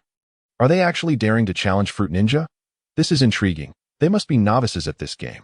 Just wait and see. That kid will likely be eliminated by the 3rd or 4th round. The conversation of these two Konoha ninjas reached Killer Bee's ears, prompting him to scoff dismissively. Humph, a couple of simpletons. This game was invented by our Hidden Cloud Village precisely to train our neural reflexes and muscular endurance. You leaf ninjas are utterly incapable of mastering this game. Humph, such arrogance. Keep boasting. I shall see how many rounds you can withstand, the Konoha ninja retorted defiantly. Heh, how about we place a wager, at this moment? The girl from the Yuzuki clan smirked at the Konoha ninja. What do you wish to wager? The Konoha ninja inquired. If he cannot last through 10 rounds, the money will be yours. If he succeeds, I will claim that sword at your waist. The girl pointed at the Konoha ninja's katana. The Konoha ninja thought to himself that this girl had some audacity, boasting so boldly, yet he refused to back down. Fine. Since you dare to say such things, I shall see how much confidence you possess, but do not claim I'm bullying you if you lose your money. The Konoha ninja, feeling a twinge of irritation at the confident Yuzuki girl, found it perplexing that she, merely a girl of around 10 years, exuded an aura that felt akin to facing an equal, even overshadowing him slightly in terms of presence. Thus, both parties placed their money and the katana on a nearby table, their wager drawing the attention of numerous onlookers, as it involved a bet between a Konoha ninja and a Hidden Cloud ninja, potentially touching upon diplomatic relations between the two nations. Consequently, many were intrigued. At that moment, the alert bell of the Fruit Ninja machine sounded, and 2 projectiles shot forth. Darui swiftly executed 2 precise slashes, effortlessly cleaving the fruits in two that the spectators focused intently, confirming that indeed 2 fruits had been sliced. What do you think? Impressive, I assent it. Killer Bee triumphantly gestured toward the Konoha ninja. Humph, that was merely the first round. There is no need to rush, the Konoha ninja scoffed. His gaze fixated on the stack of bills on the table. Estimating it to be around 1,000 ryō, he mused that the Cloud ninjas were quite affluent, albeit somewhat misguided, but that money would soon belong to him. Meanwhile, as Yasaki made his way to the Fruit Ninja booth, he unexpectedly encountered a figure clad in a Ronin's garb. The very individual who had previously resorted to trickery, Junji Ito. Little brother, your swordsmanship is rather commendable, Junji Ito remarked with a smile, having stumbled upon Yasaki by chance, driven by admiration for his cutting technique. Who are you? How do you know my swordsmanship is impressive? Yasaki replied, bewildered, as he had never encountered this man before. Before you, I was the reigning champion of Fruit Ninja, Junji Ito Dido. Do you have something to discuss? Yasaki asked nonchalantly. Aren't you the least bit curious about me, the former champion? Junji Ito queried, astonished, as he had anticipated Yasaki would be quite excited. Considering the generational shift in champions, just a defeated opponent, what is there to be excited about? Yasaki retorted with a hint of exasperation, while Junji Ito felt a surge of indignation, nearly succumbing to a fit of rage. He sensed his pride was being trampled upon, yet found himself unable to refute Yasaki's words, as they held a ring of truth. How infuriating to be ignored. Fine, I shall acknowledge your prowess. Junji Ito seethed, unable to take action against Yasaki, ultimately departing while contemplating ways to enhance his swordsmanship and physical prowess to reclaim his title as champion in the future. Chapter 63. The impressive Durui, the group from the Hidden Cloud Village, was not the last to arrive, as others followed closely behind, such as those from the Hidden Mist Village. While Killer Bee and his companions engaged in Fruit Ninja, the Mist Village ninjas reached the gates of Konoha. Wow, is this the Hidden Leaf Village of the Land of Fire? The village founded by the god of ninjas, Hashirama Senju? I am filled with curiosity and anticipation, Mei Terumi exclaimed, forming a makeshift telescope with her hands. At this time, Mei was merely 15 years old. Resembling a delicate porcelain doll, utterly adorable, I have always believed that among the 5 great nations, the strongest is indeed the Hidden Leaf Village. Witnessing it firsthand only confirms this notion. Zabuza Momochi gazed up at the towering gates of Konoha, which stood at least 10 stories high, marveling at the immense strength required to open such a gate, as well as the formidable power necessary to destroy it. Zabuza, do not speak such words that inflate others' egos while diminishing our own. Although we mist ninjas may not match the Leaf Village, our strength is not to be underestimated. They may be slightly stronger, but not by much. Kisame Hashigaki chuckled, though his smile appeared more akin to a grimace. Kisame is correct. As long as we Mist Village strive for development, one day we shall also emerge as the most powerful nation. Let us proceed inside. Mei Terumi smiled, leading the way into Konoha. The group from the Mist Village consisted not only of these 3 competitors, but also several others whose strength paled in comparison to the trio. Upon entering Konoha, they were immediately captivated by the scenery of the bustling streets. This place is entirely different in style from our Mist Village. I find it rather appealing, the youthful Zabuza exclaimed, his eyes sparkling with wonder. Indeed, the architecture here aligns with my tastes, after becoming accustomed to the structures of the Mist Village. I now find myself intrigued by different styles. Mei Terumi shared her excitement, her beauty drawing the attention of numerous passers-by. I wonder if I might encounter a handsome gentleman, if I come across a charming young man from Konoha. Who knows? I might even consider marrying into the Leaf Village. Mei Terumi mused to herself as she walked along. Not long after they departed, the Sand Village contingent also arrived. Konoha, Hataki Tsukumo, Hataki Kakashi, here I come. Sasori glared at the imposing gates of Konoha, noting their formidable defenses, which seemed even more robust than the walls of their Sand Village, leaving him somewhat unsettled. Let us proceed with caution, once inside. Be mindful of your words and actions to avoid unnecessary trouble. After all, our Sand Village suffered a significant defeat to Konoha in the last ninja war, incurring heavy losses, which necessitated our retreat into obscurity. However, should anyone dare to provoke us, we shall show them that we are not to be trifled with. The leader of the Sand Village addressed the group of competitors. Meanwhile, as time progressed, Darui had successfully endured the initial 8 waves of fruit attacks. The Konoha ninja who had wagered with the Yuzuki girl appeared increasingly anxious, the pressure mounting. How is this possible? This kid is astonishingly skilled. Even I could only last until the 9th wave before being eliminated. Yet he has already surpassed 8 waves without missing a single fruit, and he is merely a genin. The Konoha ninja felt a growing sense of dread, glancing from Darui to his katana. A nagging fear that today he might very well lose his prized sword. The surrounding spectators buzzed with speculation. What is happening? That kid from the Hidden Cloud Village is remarkably strong, having passed through 8 waves of fruit attacks without dropping a single one. Truly impressive. It appears that the individuals from the village hidden in the clouds are not to be underestimated. However, there is no need for excessive concern, as the challenges will only intensify from this point onward. Who knows, perhaps in the next wave, he may very well be eliminated. Such outcomes are inherently unpredictable. Moreover, even if he manages to endure through 9 waves, what then? Can he truly withstand 18? As the murmurs of the surrounding crowd reached his ears, Darui wore a self-satisfied smile that he excelled at this game known as Fruit Ninja. His muscular physique, energized by the power of black lightning, allowed for remarkably swift reactions. It was not solely his muscles that reacted swiftly. Even his mind was quick to respond by activating the speed of information transmission between his neurons through the power of lightning. He achieved an extraordinary reaction time. Thus, although he lacked the Sharingan, he could still manage to discern the approaching projectiles. After all, his mind was agile enough to process information in a timely manner. Standing nearby, Yuzuki displayed a similarly triumphant grin, exuding an air of confidence as if victory were already assured. He regarded the katana, finding its quality commendable.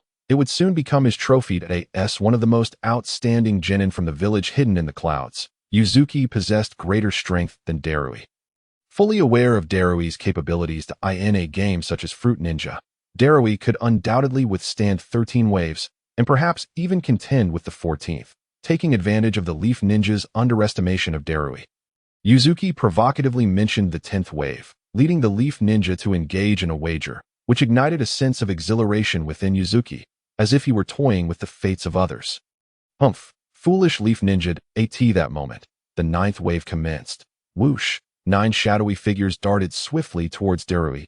He focused intently on the flying objects, and as they approached within 2 meters, he swung his blade with fervor, executing a flurry of slashes that severed all 9 shadows before him. To his astonishment, they were all fruits. Killer Bee, taken aback, gazed at the scattered pieces of fruit on the ground and picked up half an apple, wiping it clean before munching on it with a crunch. This juncture, Darui had equaled the Leaf Ninja's personal record, causing the Leaf Ninja to feel a surge of anxiety, for the next wave of fruit attacks would determine the outcome of their wager.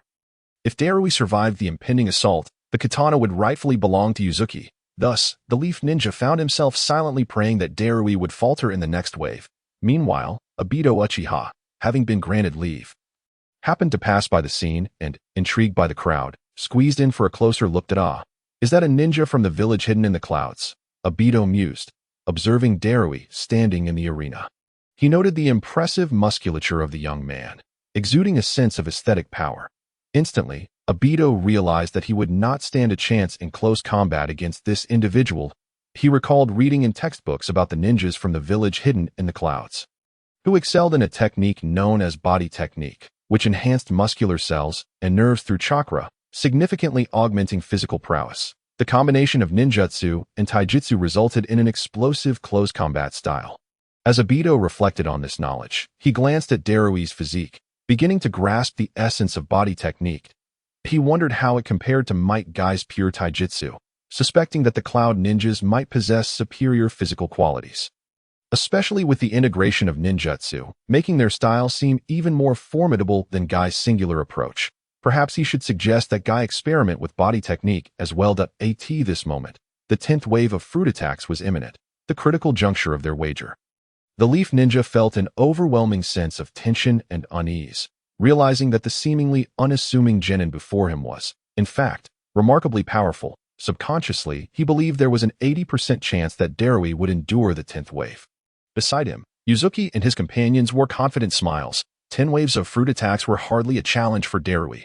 After all, among the competitors, Darui embodied the quintessential practitioner of body technique.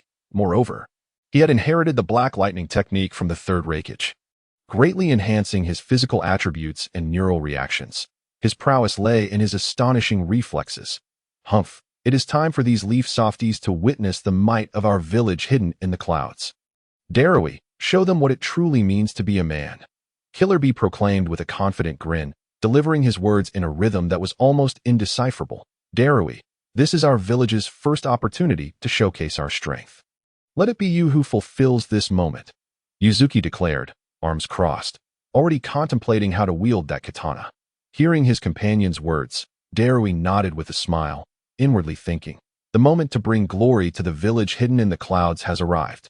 As the 10th wave approached, even Darui, relying solely on his physical capabilities and neural responses, had reached his limits. After all, he lacked powerful ocular techniques like the Sharingan or Byakugan, and his current abilities could no longer discern the flying objects. Yet, he had his methods and signature moves at his disposal that a smirk graced his lips as he silently chanted, Leaf Ninja, prepare to witness my signature technique. Huh, he shouted, his body tensing as all his muscles coiled with energy. Fists clenched at his sides, gritting his teeth, veins bulging on his forehead. Darui was finally set to unleash his ultimate technique. This wager posed no real challenge, Yuzuki thought gleefully. Now, let you all behold the ultimate ninjutsu inherited from the third Raikage. Lightning release. Chakra mode. Activate. Boom. A tremendous sound erupted. A surge of black lightning erupted from Darui's form, enveloping him like a second skin, as countless black arcs of electricity crackled and twisted chaotically around him. The intense arcs made those nearby feel as though they had been shocked, with a few individuals so close that their bangs stood on end. What is happening? Such astonishing chakra. What a powerful lightning release. What kind of ninjutsu is this? The aura is truly awe-inspiring. In an instant, the onlookers were rendered speechless by Darui's lightning release. Chakra mode. They had never witnessed such a form of ninjutsu or such a formidable manifestation of chakra. Visually and sensorially, it was a spectacle of immense impact. Coupled with Darui's already robust physique, he resembled a god of thunder descending upon them, exuding an imposing and regal presence. Amidst the gasps of the crowd, Yuzuki and Killer Bee wore expressions of pride. See? This is the power of our village hidden in the clouds. Truly remarkable. Obito's eyes widened in disbelief. It was his first encounter with someone emanating such an overwhelming amount of chakra. The palpable pressure, seemingly intangible yet distinctly felt, overwhelmed him with a Is this the legendary body technique of the village hidden in the clouds? Incredible. Is he truly a competitor from the Cloud Village? I have to fight against someone like him? Overwhelmed by Darui's presence, Obito felt a flicker of insecurity, instinctively doubting his own strength to know, I cannot be intimidated by his aura. Just then, a vision of Yahiko flashed through his mind, dispelling the trepidation that had taken root within him. I cannot be frightened. I am a representative of the Leaf Village. No matter how formidable he may be, he is still no match for Yahiko. Besides, even if I do encounter him as an adversary. At that moment, the image of Rin appeared in his thoughts. Obito, you must do your best. I will be cheering for you from the stands. Rin's words echoed in his mind, fortifying his resolve. Even if I face him, I will undoubtedly prevail. I must win. Rin is watching me. Obito's eyes glinted with unwavering determination. And then, the 10th wave began. Only a series of whoosh sounds echoed, as 10 dark figures surged forth from the machine's nozzle, racing like the wind towards Darui. Meanwhile, Darui, radiating with arcs of black electricity, firmly gripped his long blade, his eyes wide with focus, fixated on the incoming projectiles. Chapter 65. The price of a bet that I can see clearly. Darui silently affirmed to himself to at this moment.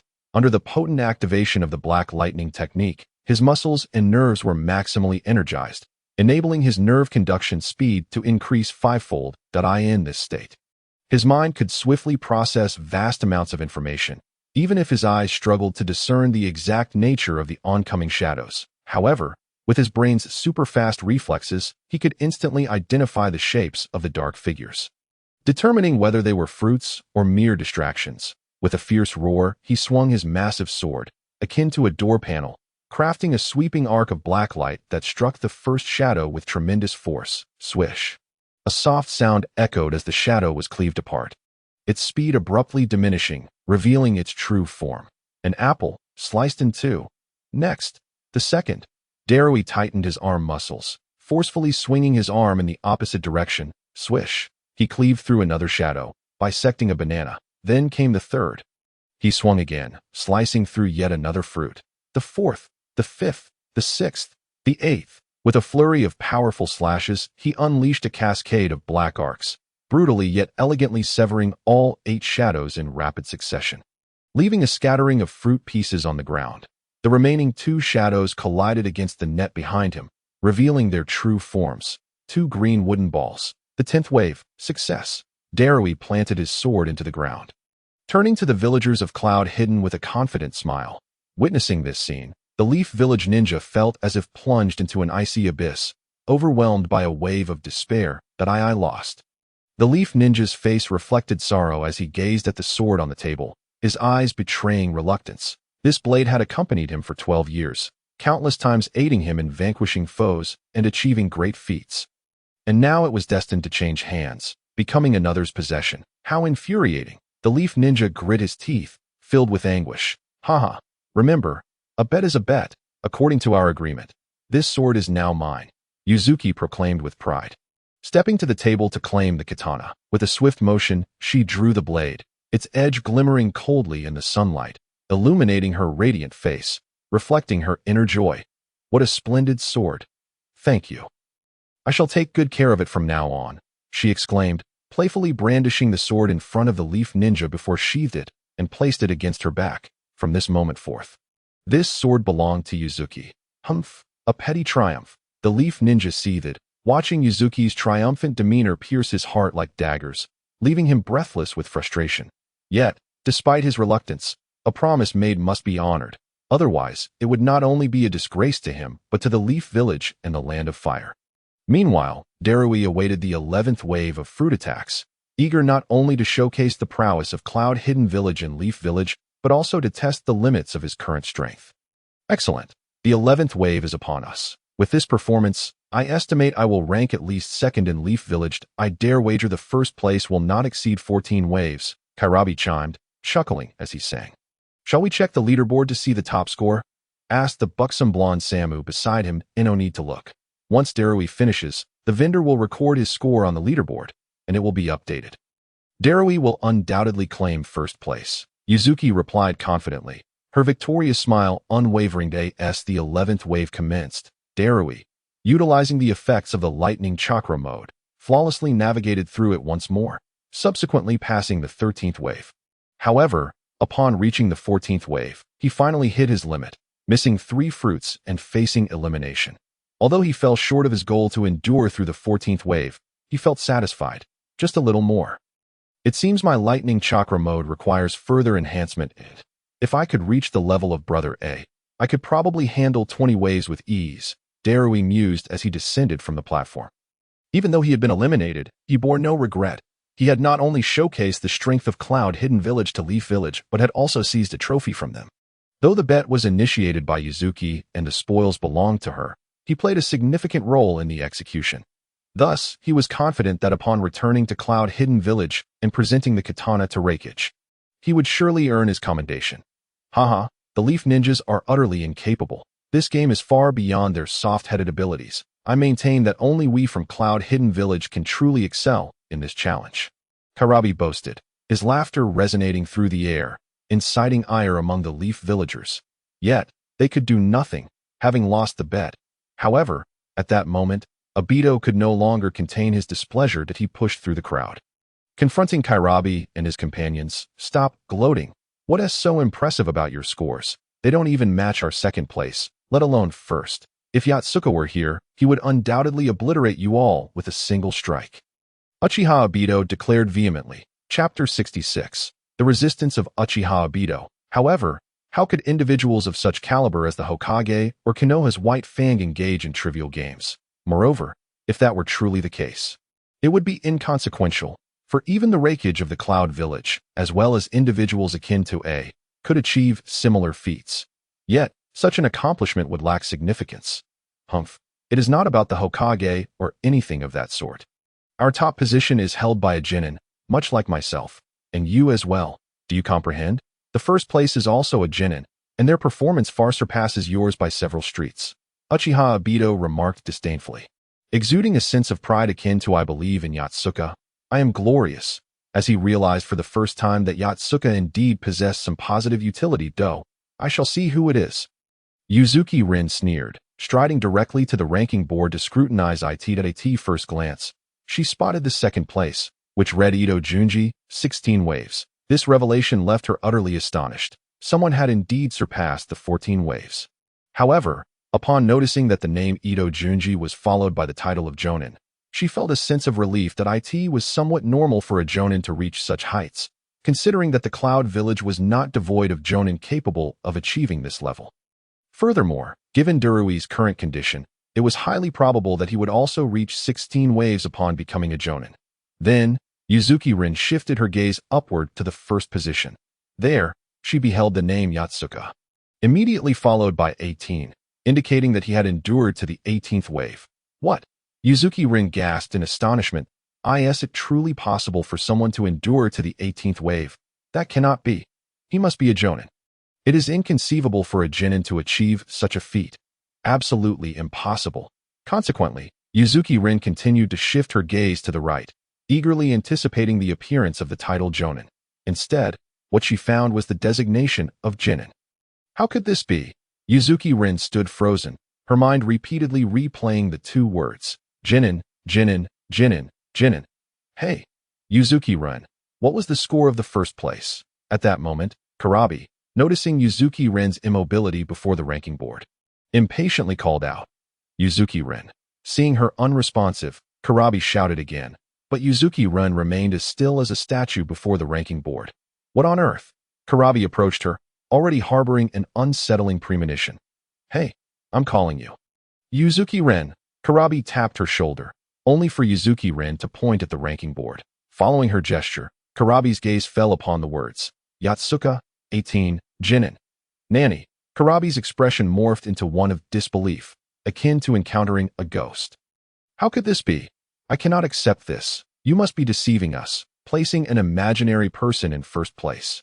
Yes, it must be that the stall owner, not wanting to pay, fabricated this illusion. At that moment, Yuzuki Rin shouted furiously, "You mustn't casually accuse me. I have not fabricated anything. That individual indeed reached the 18th wave of fruit attacks before all of us, and he is undeniably a Jinin. Oh, by the way, it is said that this lad is also a contestant from Konoha Village." The stall owner with a goatee interjected calmly. As he was the subject of discussion, he felt compelled to clarify. Otherwise, some fool might mistakenly believe he was intentionally deceiving others. At that moment, a voice from the audience chimed in. "Indeed, we all witnessed it. That fellow is a Jinin, and he is about the same height as him. You Cloud Village folks should not sour grapes just because you cannot achieve it. Just admit your inability and stop seeking excuses." For a moment, Yuzuki Rin felt her composure slipping, yet she still refused to believe that a genuine Jinin could endure to the 18th wave. How extraordinary must one's reflexes be? No, wait, perhaps it is not entirely impossible if he possesses a physique akin to Darui's and has an ability similar to the Sharingan that allows him to perceive fast-moving objects. It might indeed be feasible to endure to the 18th wave. At that moment, Darui expressed his curiosity. "I would like to meet the Jinin who reached the 18th wave. I wonder what kind of person he is. I would like to have a spar with the one who achieved the 18th wave." Karabi remarked with a cold smile, confident in his own prowess, believing himself to be among the elite among the contestants. After all, he was the Jinchuriki of the Eight Tails. Even if he could not fully unleash its power at that moment, his immense chakra would allow him to defeat most Jinin, even Yuzuki Rin, who was reputed for her excellent control over tailed beasts. He felt he could contend with. Thus, Karabi held little regard for the talents of other nations, as the tailed beast was indeed a formidable advantage. Humph, he must be a child in appearance. In reality, he should be a Jonin, but due to some circumstances, he has been demoted to Jinin. I refuse to believe that a Jinin could accomplish such a feat. Yuzuki Rin obstinately denied the possibility that at that moment, Yotsuka happened to arrive at the stall, noticing the throng of people gathered, which piqued his curiosity. What remarkable individual has drawn such a crowd? As Yotsuka squeezed through the throng, he caught sight of the robust figures of the Cloud Village members, and Uchiha Obito engaged in a heated argument. Obito, and are they from the Cloud Village? Yatsuka was momentarily perplexed and curiously observed the altercation between Obito, Karabi, and others, while the crowd remained focused on the dispute, oblivious to the fact that the main character was standing nearby, enjoying the spectacle. Humph, I have come to realize that you Cloud Village folks are merely stubborn ducks, sour grapes over the unattainable. Uchiha Obito fumed, frustrated by Yuzuki Ren's unwavering disbelief, while Karabi insisted that even if such a person existed, he would defeat him on the spot. Darui, on the other hand, contended that the individual must have secretly employed some ninjutsu to achieve that feat. Consequently, Uchiha Obito found himself increasingly agitated, feeling that Karabi and the others simply could not accept defeat, even though they had not lost. Humph, just wait. I shall summon him forth so you can witness for yourselves and cease your pretentious posturing. Huh. If you have the ability, bring him forth so that I may see. At that moment, Yatsuka could no longer contain himself and stepped out from the crowd, addressing Yuzuki Ren. Are you speaking of me? Who are you? Get lost. Yuzuki Ren waved her hand dismissively, hardly paying attention. Assuming he was just another fool attempting to show off that, Yatsuka, you have arrived. Haha, I was just looking for you. Upon encountering Yasaka, Uchiha Obito's eyes lit up with excitement as he exclaimed, What? Yasaka? Yasaka? Is he truly the one who holds the first place? In an instant, Darui and Killer Bee abruptly turned their heads to gaze at Yasaka. What? This kid is the Yasaka? At that moment, Yuzuki, having regained her composure, also fixed her gaze on Yasaka. That I heard you were looking for me. Yasaka surveyed the group from the hidden cloud village before him, noting that they indeed matched the descriptions he had read, each towering and robust. Meanwhile, Killer Bee and his companions scrutinized Yasaka, finding nothing particularly remarkable about him. His height, physique, clothing, and demeanor were all quite ordinary. Is this the kid who survived the 18th wave? Just him. Darui pondered, repeatedly assessing Yasaka from head to toe, unable to discern what made him exceptional. How could someone like him surpass Darui? I can hardly believe it. Killer Bee voiced his disbelief. They say you are the top genin, and you withstood 18 waves of fruit attacks. That I don't believe it unless you can demonstrate it right here. Yuzuki challenged Yasaka. Yasaka regarded Yuzuki, who exuded an air of sophistication, and scoffed. You want me to demonstrate? I shall do so, but who do you think you are? What? How dare you be so arrogant, you brat? Yuzuki retorted furiously, her eyebrows furrowing as she pointed at herself and declared, I am Yuzuki, the strongest genin of the hidden cloud village. Do I not have the right to request a demonstration of your 18 waves of fruit ninja? Your claim to being the strongest genin has nothing to do with me. Yasaka coldly replied that I meant what I said. You provincial fool. Yuzuki felt her temper flare, bewildered by her own rage despite neither party having uttered anything particularly egregious. Oh, you're just a genin. What authority do you have to command me? I'm feeling weary today and have no desire to move. You can all just disperse. Yasaka waved his hand dismissively, leaving Yuzuki feeling as though her esteemed dignity had been trampled. As if her companions were mere servants at a restaurant, summoned and dismissed at will, a thought she could not tolerate. You're asking for a fight, aren't you? Yuzuki, a proud genin from the hidden cloud village, had never endured such disrespect. Though she was the most composed among her group, that was merely a matter of perspective. In truth, she was also quite volatile, and without hesitation, she threw a punch at Yasaka. What? This scene took everyone by surprise. Even those from the hidden cloud village, like Killer Bee, were caught off guard by Yuzuki's sudden outburst. You infuriate me. Die! Yuzuki shouted as she struck towards Yasaka, though she did not unleash her full strength. The suddenness of her attack caught everyone off guard. Just as Yuzuki's fist was about to collide with Yasaka's face, the surrounding ninjas finally reacted. Uchiha Obito stood frozen, his mouth agape, unable to move as he watched Yuzuki's fist approach Yasaka. Killer Bee's jaw dropped wide enough to fit a light bulb, and despite wearing sunglasses, his shock was evident. Darui, recognizing the need to intervene, attempted to act, but was already too late. That Yuzuki is too impulsive. Darui thought anxiously, realizing the gravity of the situation. This was the territory of the Leaf Village, and a ninja from another village was about to strike one of their own. Did she wish to court disaster? Wasn't the third Raikage supposed to say that Yuzuki was the calmest among us? This is madness. Yet, despite Darui's mounting anxiety, it was too late to intervene. He could already foresee the impending chaos. A brawl was inevitable, and although both sides would attempt to mediate, Their group from the Hidden Cloud Village would likely be met with disdain during their stay, possibly even subjected to covert sabotage. As Darui shut his eyes in despair, cursing the reckless woman, something unexpected occurred. Just as Yuzuki's fist was about to strike Yasaka, he instinctively sensed a shift in the air, without a moment's hesitation.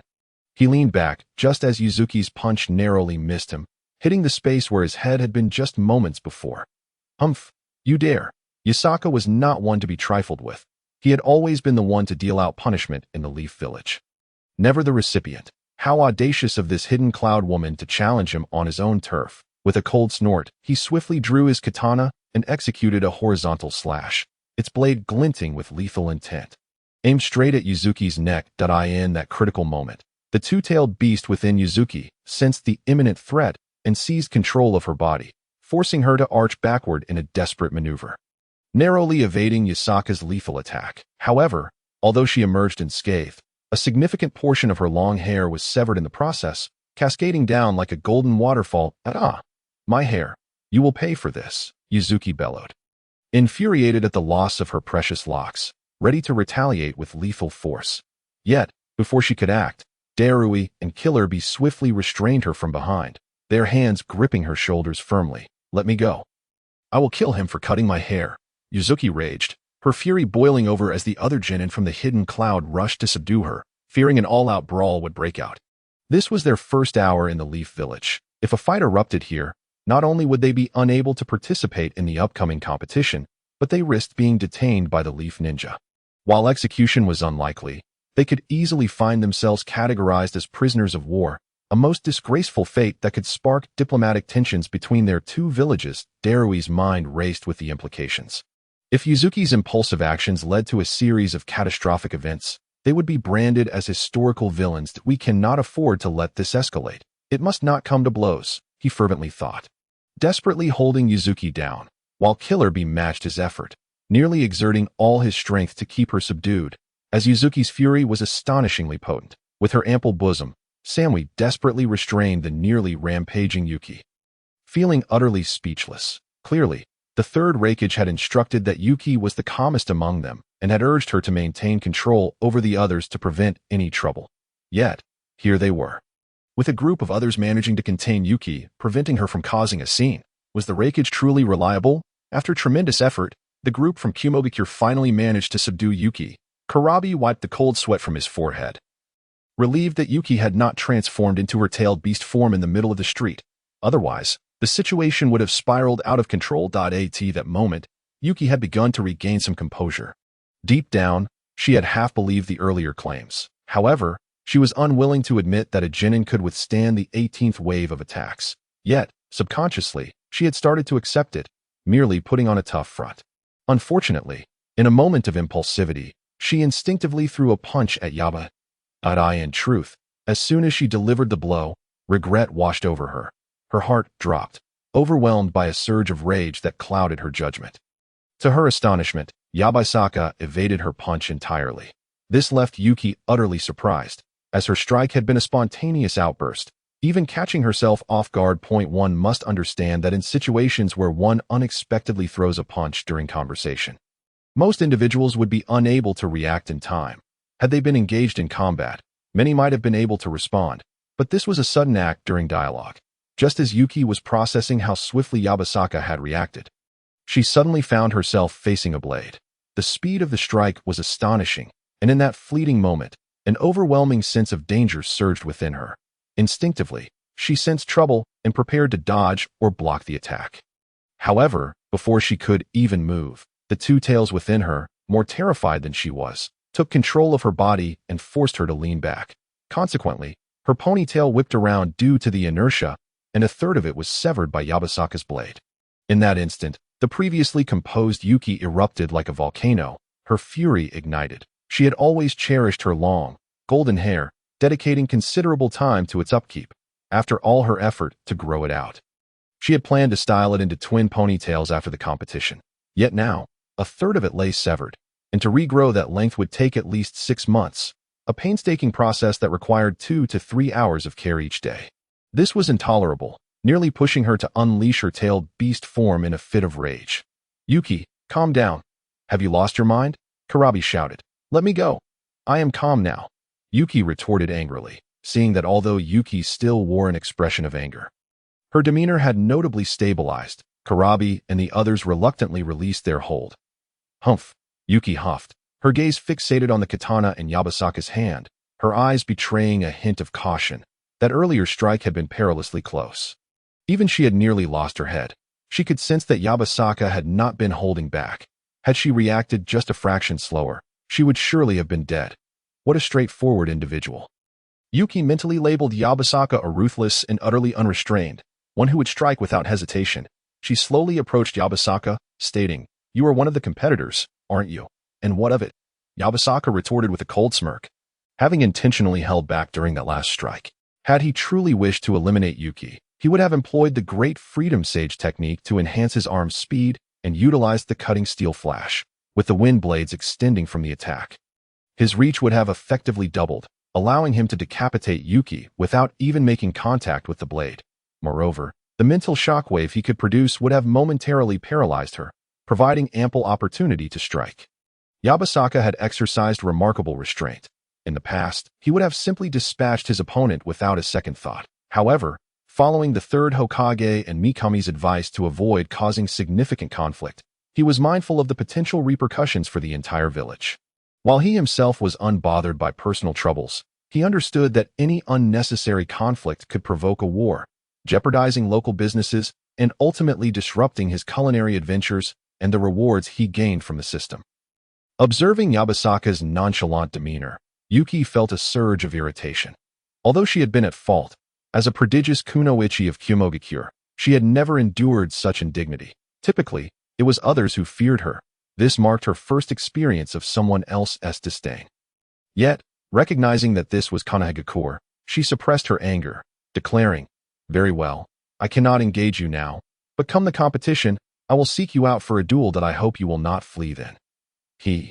With a fierce grin, Yuki plotted to unleash her full power against the audacious individual who had dared to sever her precious hair. After all, the competition rules did not prohibit lethal force. An accidental death could easily be dismissed as a failure to control one's strength. In a tournament context, Konoha would have little recourse against her. That's it. Yuki has resolved to go all out during the competition. That poor guy is doomed, Karabi muttered to Samui, incredulous. Samui sighed and shrugged. They all understood Yuki's temperament. While she was generally more composed than Karabi and his companions, if she truly lost control, no one could stand against her. Unless Karabi transformed into the Eight Tails, none present could match Yuki's prowess. Even if Karabi did unleash the Eight Tails, he would only be able to hold Yuki at bay, as her mastery over her tail beast far exceeded his own. Chapter 70. Did I let you go? Humph, just you? Yabasaka chuckled, his smile devoid of warmth as he appraised Yuki, dismissing her as someone easily defeated with a single strike. Listen, I'm not here to engage in a war of words that will settle this in the competition. Yuki sneered, internally marking Yabasaka for death. Such a proud individual could not swallow this insult, yet she remained as composed as the third Reikage had described her. Had it been Karabi in her position, a brawl would have already erupted. Yuki's earlier impulsiveness had merely been a momentary lapse due to her hair being cut. She resolved to leverage her connections to ensure that she and Yabasaka would face off directly in the one-on-one match, allowing her to unleash her full strength while feigning a lack of control. Although this was Konoha's territory, the competition was jointly hosted by the 5 great nations, and Yuki believed she could manipulate the situation to her advantage. Humph, you ignorant fool, soon you shall learn the consequences of provoking me. Yuki, the individual known as Yumu, swiftly alleviated her anger towards Yasaki, for she believed that in just a few days, she would have the opportunity to eliminate him on the battlefield. Why should she harbor resentment against someone who would soon be among the deceased? With that thought, Yumu turned away and called out to Karabi and the others, Let's go find an inn to settle down for the night. Did I permit you to leave? Suddenly, Yasaki's voice echoed behind her as Yumu began to walk back. She halted, surprise and irritation flickering across her face, and slowly turned to face him. What do you mean by that? She demanded, struggling to suppress her fury. She was well aware of the importance of avoiding conflict, yet if provoked excessively, she would not hesitate to retaliate. At that moment, Yasaki, with an air of arrogance, proclaimed, I've heard you won a katana from a bet against someone else. Are you brave enough to wager with me? If I can endure until the 19th wave, that sword shall be mine. What? Yumu's eyes widened in disbelief, her shock palpable that Yasaki's words left not only her, but everyone present utterly astonished. Their expressions reflecting utter incredulity. This audacious individual, Uchiha Obito, stared at Yasaki in shock, recalling how just moments ago he had informed Yasaki about Yumu's victory over a Konoha ninja in a bet involving a katana. Now, Yasaki had directly challenged Yumu, seeking to reclaim the sword. Was he truly trying to assist that person in recovering the katana? Uchiha Obito was taken aback, realizing that Yasaki possessed a sense of collective honor. The humiliation of his village compelled him to step in and aid a fellow villager. Previously, Obito had found Yasaki insufferable due to his frequent violence and strength, which drew the attention of Rin Noera, inciting Obito's jealousy. Yet now he was astonished to discover that Yasaki harbored a sense of justice, willing to aid someone from Konoha. Am I dreaming? When did this fellow become so righteous? Meanwhile, Karabi and the others regarded Yasaki with expressions akin to that of observing an alien. This was utterly outrageous. The 19th wave? Who did he think he was? If it were the great EI, perhaps one could believe it. But him? Not a chance. Karabi's mouth gaped open, nearly large enough to fit a light bulb. This kid, eager to show off, dared to make such a boast. I am eager to see what capabilities he possesses to endure until the 19th wave, that I truly do not believe it. Even in my lightning release chakra mode, I cannot last beyond the 15th wave. What merit does he possess to withstand the 19th wave? Darui looked at Yasaki with a derisive smile, scoffing. You. I truly cannot see what makes you exceptional. Brother, let me give you a word of advice. Don't act like a fool, or you might just get struck by lightning that it's merely a katana. There's no need to jeopardize your reputation for the sake of bravado. Who do you think you are, speaking to me? Yasaki retorted sharply, inciting Darui's fury, prompting him to draw his great sword and charge at Yasaki. Yumu intervened, stopping Darui from attacking Yasaki, after a moment of silence. She asked with a sardonic smile, "And what about your wager? What happens if you lose? If I lose, I will give you my katana as well." Yasaki unsheathed his sword with a swift motion, its sharp blade glinting ominously in the sunlight, clearly a superior weapon. Yumu examined it closely, acknowledging its exceptional quality, superior to that of the Konoha ninja's katana by several levels, with a cold smile. Yumu nodded in agreement. Very well. That sword appears quite impressive. Since you are so eager to gift it to me, I shall accept your wager. Her eyes gleamed with avarice as she gazed at Yasaki's katana. Recognizing its evident superiority, although she did not typically wield a sword, it could serve as a valuable trophy to bring back to Kumogakure, where she would undoubtedly earn the praise of Reikage. Yumu harbored no doubts that Yasaki could endure until the 19th wave. The difficulty of that task was exceedingly high. One would need to discern 19 airborne objects within a second, identifying which were fruits and which were distractions. Then sever each fruit while avoiding the distractions. Among those present, she believed only EI could achieve such a feat, but he had momentarily excused himself to the restroom. Thus, Yumu had already resigned herself to the notion that the katana in Yasaki's possession would soon belong to her. Lifting her spirits as she mused, "The Konoha folks are all so naive that I cannot fathom how they won the last shinobi world war against us. However, they have proven quite generous, gifting me 2 exquisite katanas upon my arrival in Konoha. Perhaps they are simply foolish and wealthy, haha." Before long, Yasaki found himself positioned at the starting line of the Fruit Ninja Challenge, with Yumu and her companions observing nearby, their faces reflecting a mix of schadenfreude and disbelief. They had little faith in Yasaki's ability to withstand the 19th wave. Only Uchiha Obito was fervently cheering him on. "Yasaki, do your best. Show these Kumogakure folks that we from Konoha are not to be trifled with." Obito shouted, his excitement palpable, as if he were the one facing the challenge. "Humph, I can hardly wait to see that kid's expression when he fails to endure the 19th wave and loses the katana. It will surely be amusing." Darui crossed his arms, adopting a spectator's demeanor, convinced that Yasaki could not last until the 19th wave. Even with his lightning release chakra mode, he could only manage to endure until the 14th wave. And without bulging muscles or the visual prowess of the Sharingan, he found it difficult to imagine how Yasaki could possibly endure until the 19th wave. That I must say, I've seen enough. Konoha may lack in other areas, but their verbal sparring is unparalleled. Could this be the legendary mouth jutsu? Truly impressive. Karabi laughed heartily, prompting the surrounding Konoha onlookers to glare at him in irritation. though he remained unfazed. These Konoha weaklings have little to offer.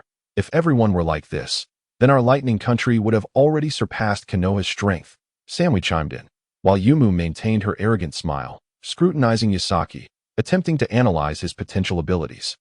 Yet, without Yasaki taking action, she could discern nothing remarkable about him at that moment.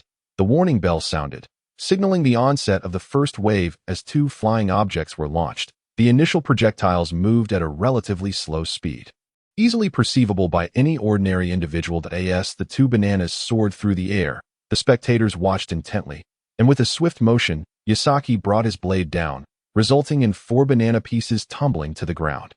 The second wave, third wave, and continuing through to the 7th wave, Yasaki effortlessly sliced each fruit, leaving no single one unscathed. His swordsmanship was indeed commendable, swift, precise, and lethal, but if that was all he possessed, it would not suffice for enduring until the 19th wave.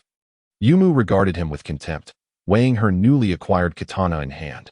Initially, she had considered it quite impressive, but upon witnessing the quality of Yasaki's sword, her own suddenly seemed lackluster. Hey, Darui, don't you use a sword? I'll hand that kid's katana to you later. After all, I have no use for it. I prefer larger blades. This lighter sword isn't suitable for me. Perhaps it would be of some use to Karabi. Darui waved dismissively. Karabi glanced at Yasaki's katana and shook his head. While I do use lighter blades, that katana isn't suitable for my 8 tails beast sword technique, as my blade is considerably lighter. Jay, none of you want it. Fine, I'll just hand it over to Raikage then. The individual named Yomu emitted a soft grunt, redirecting his gaze towards Hatas. That moment, Hachisaka had already withstood yet another wave of fruit assaults. Arriving at the 10th wave, a series of swift whoosh sounds pierced the air as 10 projectiles surged forth. The 10th wave marked a pivotal threshold, as the velocity of the fruit projectiles increased dramatically compared to the preceding 9 waves. By the time the 10th wave commenced, most spectators found it difficult to discern the exact nature of the flying objects. They had progressed to the point of resembling mere shadows, with a flurry of swift movements. Hachisaka brandished his blade, executing 9 precise cuts that severed the fruits with remarkable accuracy, leaving only one troublesome object that he chose to disregard. Observing this spectacle, Darui nodded in approval, remarking, I must admit, this lad possesses commendable swordsmanship. His speed is impressive, and his aim is quite sharp. However, if this is all he can muster, he won't survive the 15th wave. Indeed, and if his skills are limited to this level, he stands no chance against my 8 tails beast blade technique. Ha ha ha. Karabi chuckled heartily, brandishing 8 short blades in combat. He adeptly utilized his elbows, chin, knees, and other joints to wield all 8 blades simultaneously, earning him the moniker of 8 tails. His prowess was formidable. Even those endowed with the Sharingan found it challenging to counter Karabi's simultaneous assaults. After all, one possesses only 2 hands, while the opponent wields 8 blades. Consequently, the reflexes exhibited by Hachisaka appeared rather ordinary in the eyes of Karabi and his companions. Soon, the 11th wave approached, prompting Darui to observe with renewed seriousness. After all, his limit was the 14th wave, and Hachisaka had already reached the 11th, drawing perilously close to that threshold. With a rapid series of slashes, a blinding flash of white light erupted, and the fruits cascaded to the ground, reduced to numerous fragments. Once again, Hachisaka did not miss a single fruit, successfully passing this challenge. This lad is undeniably skilled, Darui acknowledged with a nod. What of it? This is merely par for the course. I wager he will falter by the 13th wave. Another voice chimed in. Yet, even if he falls at the 13th wave, it is still quite an achievement, considering you can only manage to reach that point as well, Darui.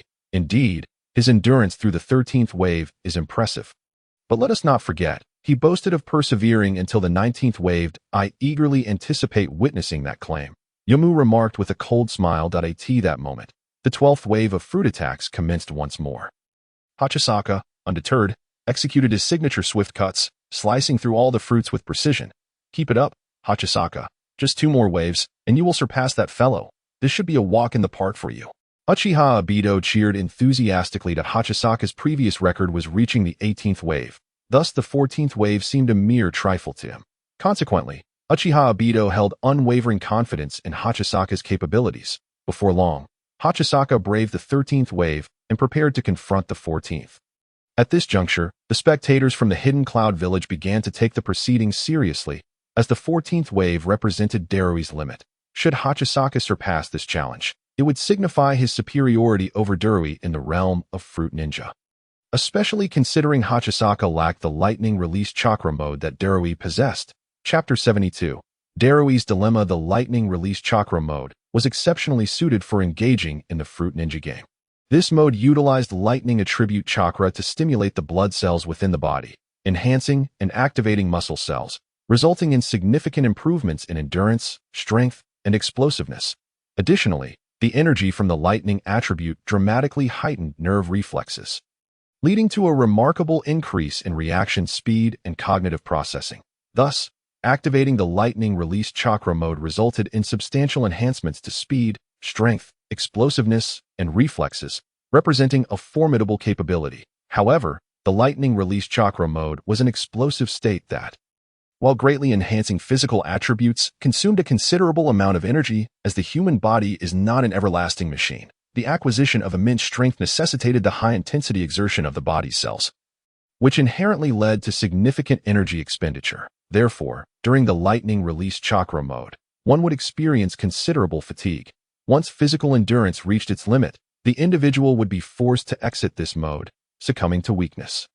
To address this issue, individuals from the Hidden Cloud Village typically engaged in rigorous training to bolster their physical attributes, thereby adapting to the high-energy demands of the lightning release chakra mode. Moreover, the human body possesses adaptability. Prolonged engagement in the lightning release chakra mode would, over time, reduce the energy consumed during this state. While this approach mitigated the excessive energy expenditure, it remained a temporary solution.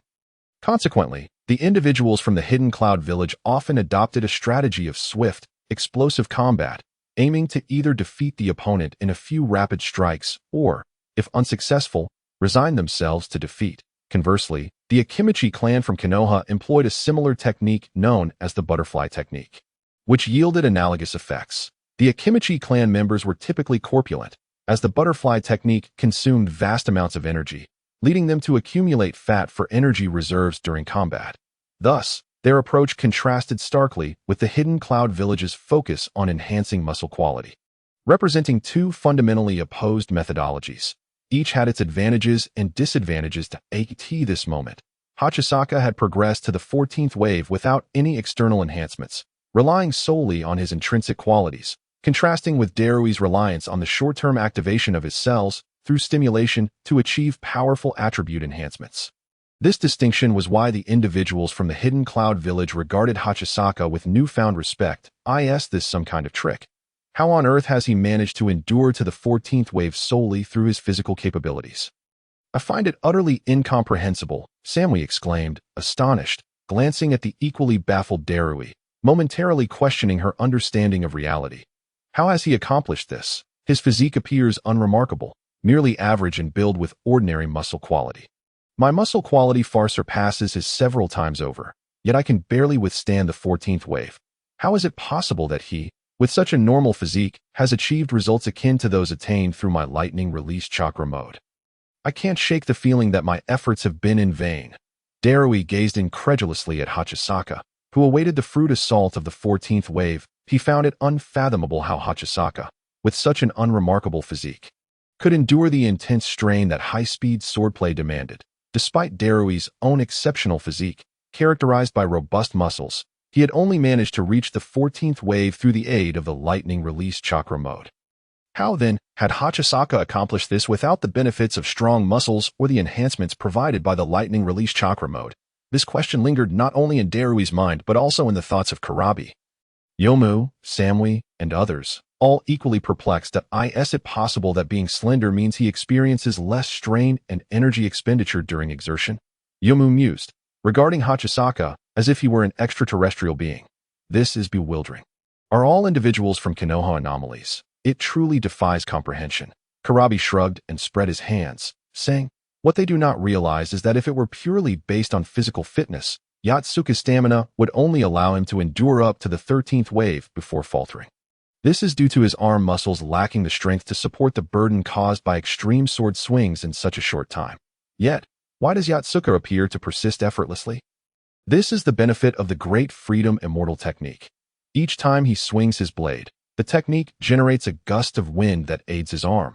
This wind is akin to a strong breeze pushing you forward while running, allowing you to exert less effort and move faster. Consequently, with this wind propelling him, Yatsuka's arm swings more swiftly and effortlessly, as if his arm is dancing with the breeze rather than relying solely on muscle strength. This drastically conserves his stamina and alleviates the strain on his muscles. Moreover, the Great Freedom Immortal technique reduces the air resistance Yatsuka faces in any competitive sport. Overcoming air resistance requires the most effort. As Yatsuka swings his blade, he benefits from both the wind's propulsion and the diminished resistance, resulting in a remarkably effortless and rapid execution. This explains how Yatsuka achieves the same effects as a Darui with enhanced muscles, a fact he naturally keeps to himself while the villagers of the Hidden Cloud remain perplexed. "Let us see if this guy can withstand the 14th wave," Yuzuki remarked with a grim expression. After witnessing Yatsuka's previous performance, she finally acknowledged that he undoubtedly possessed the capability to endure the 14th wave. If previously Yuzuki perceived Yatsuka as an unremarkable individual with ordinary physical attributes, she now harbored doubts about her disbelief in his ability to match Darui's level. After witnessing Yatsuka effortlessly withstand the onslaught of 13 waves of fruit attacks, she had come to realize that he would undoubtedly surpass the 14th wave. In the realm of fruit ninja, Yatsuka surpassed Darui. This thought lingered in Yuzuki's mind, though she refrained from voicing it aloud. "This guy, I must understand what he's all about," Yuzuki silently vowed, finding herself increasingly intrigued by Yatsuka and eager to defeat him. The thought of triumphing over Yatsuka in a few days filled her with excitement. Humph. Nevertheless, it's nothing extraordinary. The battles between ninjas do not solely depend on who wields the strongest cutting ability. It's about leveraging one's strengths while exploiting the weaknesses of the opponent that leads to victory. Karabi scoffed, expressing disdain for Yatsuka. That he mused to himself that no matter how formidable Yatsuka's swordsmanship might be, he could simply maintain distance and deny him a chance for close combat, overwhelming him with a few ninjutsu techniques. Moreover, Karabi had unwavering confidence in his Eight Tails blade technique, believing even against an opponent with the Sharingan, he could prevail in close quarters. Humph. Nothing remarkable, Karabi declared dismissively, yet his serious expression remained fixed on Yatsuka. "I believe he might withstand the 14th wave, but the 19th wave, I truly doubt it," Darui commented expressionlessly, his gaze fixed intently on Yatsuka's arm, eager to analyze the dynamics of his strikes. Darui was genuinely curious about how Yatsuka managed to maintain such high-intensity swordplay with seemingly average physical attributes. "Just wait and see," Karabi responded confidently. Meanwhile, Uchiha Obito exhibited a contrasting demeanor, wearing an excited expression tinged with glee as he provocatively glanced at Yuzuki before turning his attention to Yatsuka. "Come on, Yatsuka, show these cloud ninjas the prowess of our leaf village." "What? Did he just call us soft?" Karabi exclaimed in outrage, leaping up and stripping off his shirt to reveal his bronzed, muscular physique, pointing at his impressive chest and bellowing, "Look closely. This is far more impressive than yours. How dare you call this soft?" "Karabi, calm down. Don't engage in a verbal spat with the leaf ninjas. Their words are legendary. We'll just wait until that fellow named Yatsuka collapses under the 19th wave. Then we can claim his blade as a trophy. That will be our moment to mock them. For now, let them enjoy their moment." Yuzuki replied with a huff, clearly displeased but resolutely biding her time to taunt Yatsuka with his own blade. At that moment, the alarm for the 14th wave sounded. Upon hearing the signal, the previously chattering villagers of the Hidden Cloud fell silent, their attention fully focused on Yatsuka. In the next instant, a rapid series of 14 projectiles shot forth, transforming into shadows as they sped through the air. "Here they come." Darui's spirit surged, his eyes widening in anticipation as he concentrated on the flying objects. This wave was crucial. It would determine if Yatsuka could defeat him in Fruit Ninja. Likewise, Yuzuki, Karabi, and the others were equally fixated, apprehensive about missing any detail in the next moment. Yatsuka squinted, heightening his perception to the maximum. In his mind, a vivid 3D image materialized, allowing him to distinctly visualize the contours of each projectile, distinguishing between distractions and actual fruits. With a swift motion, Yatsuka executed a clean slice, producing a radiant arc of light that, like moonlight, precisely cleaved the foremost apple in two. He then shifted his stance, delivering another horizontal slash, the crescent-shaped arc effortlessly severing another piece of fruit. At this point, the third projectile approached Yatsuka, but he merely tilted his head, allowing it to pass by, revealing it to be a distraction. Following that, a wave of 3 more projectiles surged forward, with 2 in the front and 1 trailing behind, each at varying distances and moving at high speed. This was precisely the scenario that had led to Darui's elimination earlier. In that instance, Darui had hastily sliced through the first 2 projectiles, but the proximity of the third had caused him to miss it, triggering a domino effect that resulted in a complete failure against subsequent fruits. Thus, as this situation unfolded again, Darui was fully focused on Yatsuka. How would he respond? Darui pondered internally. To his astonishment, Yatsuka swiftly sliced through the first 2 fruits and then, with a remarkable flick of his wrist, cleaved the third fruit that followed closely behind. This display left Darui utterly stunned. What in the world? The exclamation did not come from Darui, but from Karabi. How is he so fast? Yuzuki gasped in astonishment. What kind of speed is this? How is this even possible? Darui was left speechless, realizing that had he been in Yatsuka's position, he would have undoubtedly failed to execute a third strike in time. The third fruit was simply too close to the first 2, necessitating an execution time of mere milliseconds. Darui questioned his own capabilities and concluded that he could not achieve such a feat yet.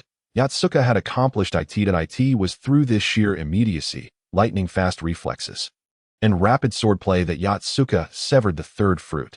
This spectacle left the entire Hidden Cloud contingent in a state of disbelief. Such speed was something only A could achieve among them. Darui instantly found himself questioning his own life choices, grappling with the perplexing enigma of how Yatsuka, with those slender arms, could unleash such tremendous power in an instant. It simply defied logic.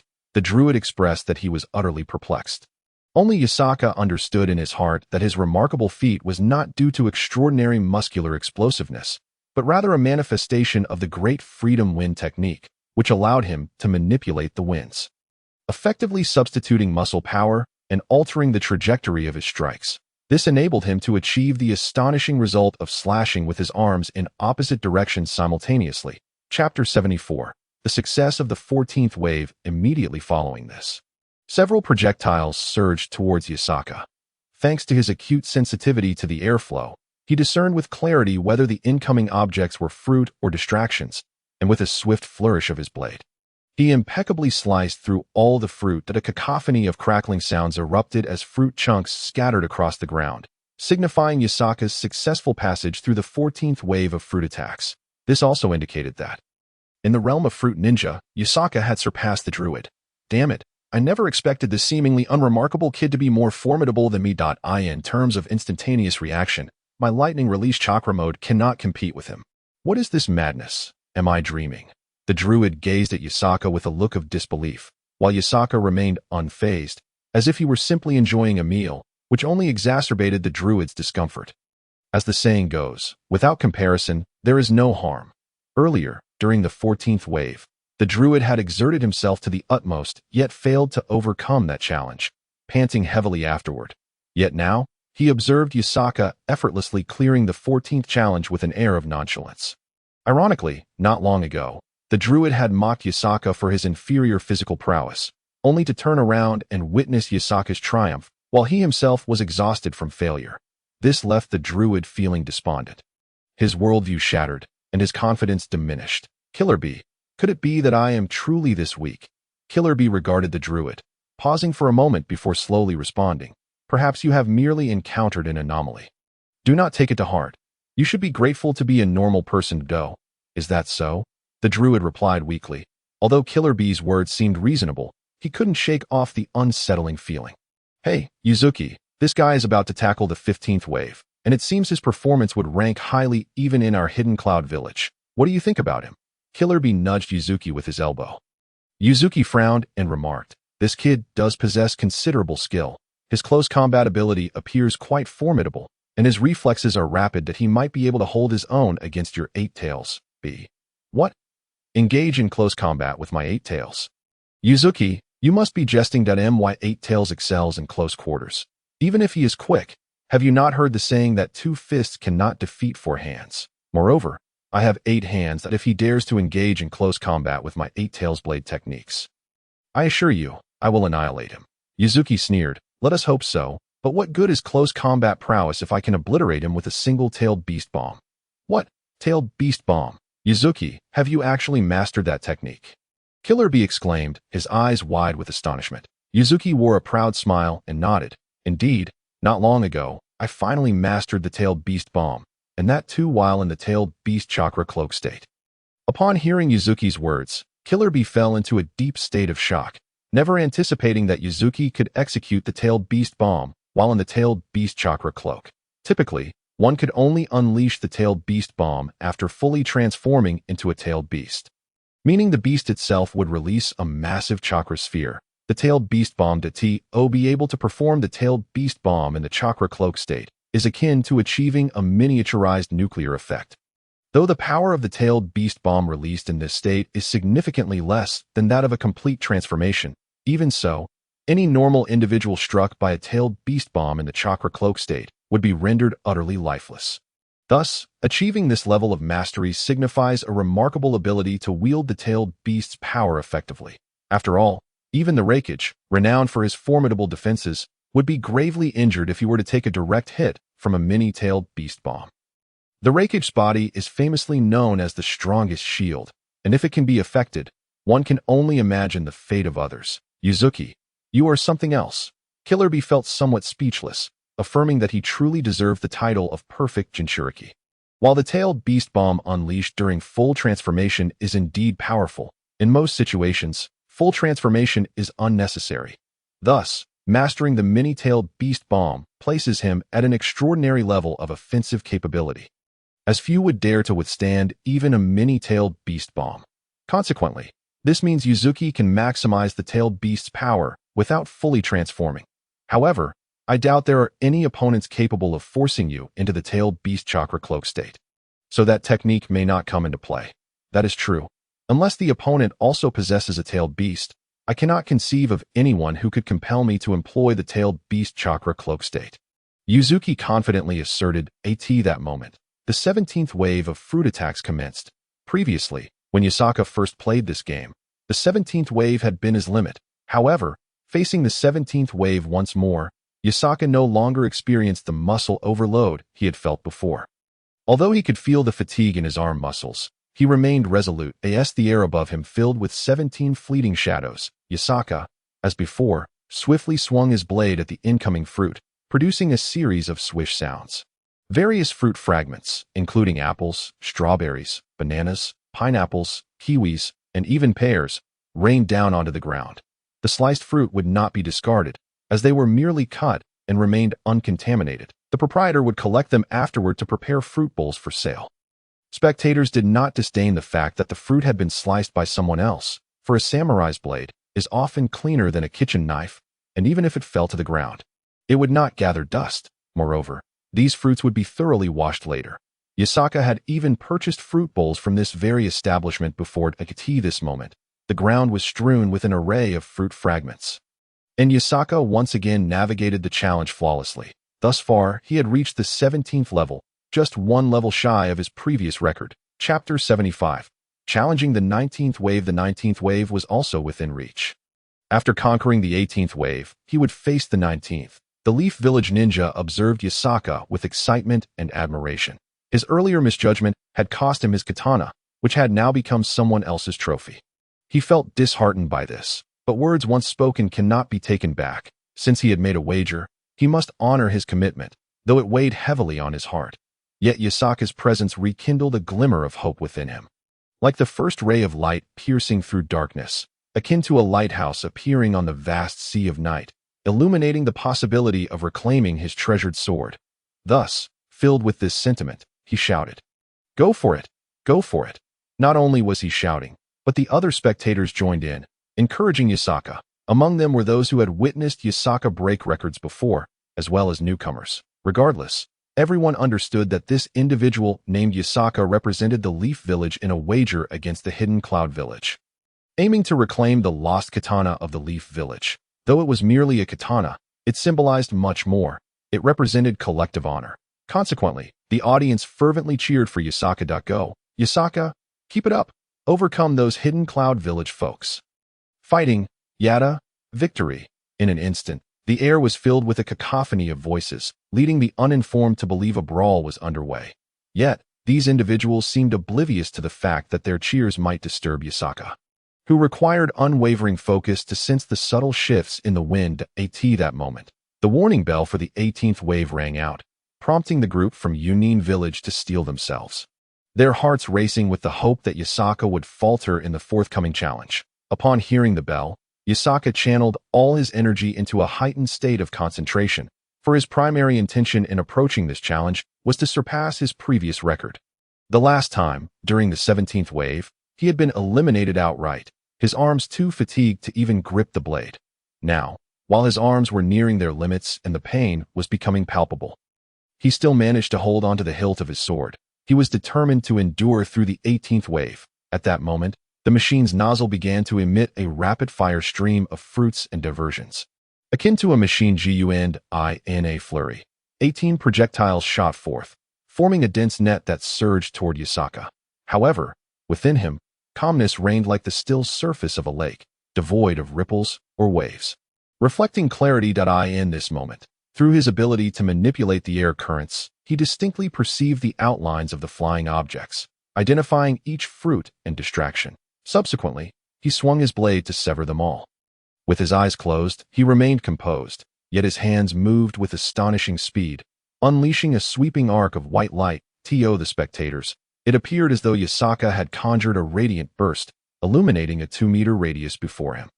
Witnessing this spectacle, the members of Yunin Village exchanged solemn glances, for such velocity could only result from extraordinary skill. Moments later, the dazzling white light vanished, revealing a scattering of fruit fragments on the ground. While Yasaka stood, breathless yet resolute. What?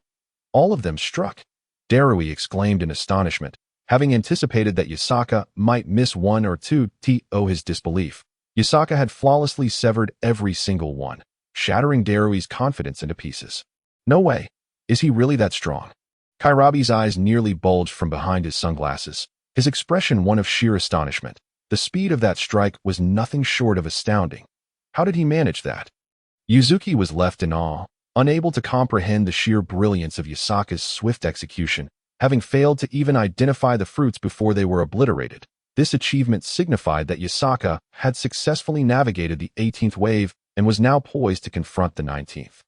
Their wager was centered on this very wave. Surpassing the 18th wave, such a feat would place him among the elite within Yunin Village, stirring a sense of wonder in Yuzuki. For Yasaka was merely a genin, lacking the robust physique characteristic of Yunin ninjas. Damn, this kid possesses remarkable stamina. The crucial moment of the 19th wave has finally arrived, Darui remarked with trepidation. At this juncture, he had fully acknowledged Yasaka's prowess with the blade.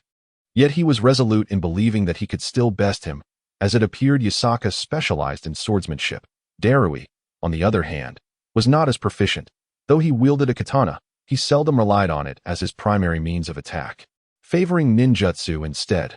Thus, he was confident that if a confrontation ensued, each would leverage their strengths, and he did not doubt his ability to triumph over Yasaka. Hearing Darui's words, Kairabi furrowed his brow and replied, "Perhaps there's another explanation, such as a unique bloodline limit that enhances his stamina. Regardless, do not let it discourage you. After all, you do not specialize in swordsmanship, while he likely does. From this perspective, we have actually gained a strategic advantage by acquiring first-hand intelligence about him, enabling us to formulate a targeted strategy." Kairabi's insight resonated, for with just a modest katana, they had gleaned valuable information on a competitor from Konoha, a profitable endeavor indeed.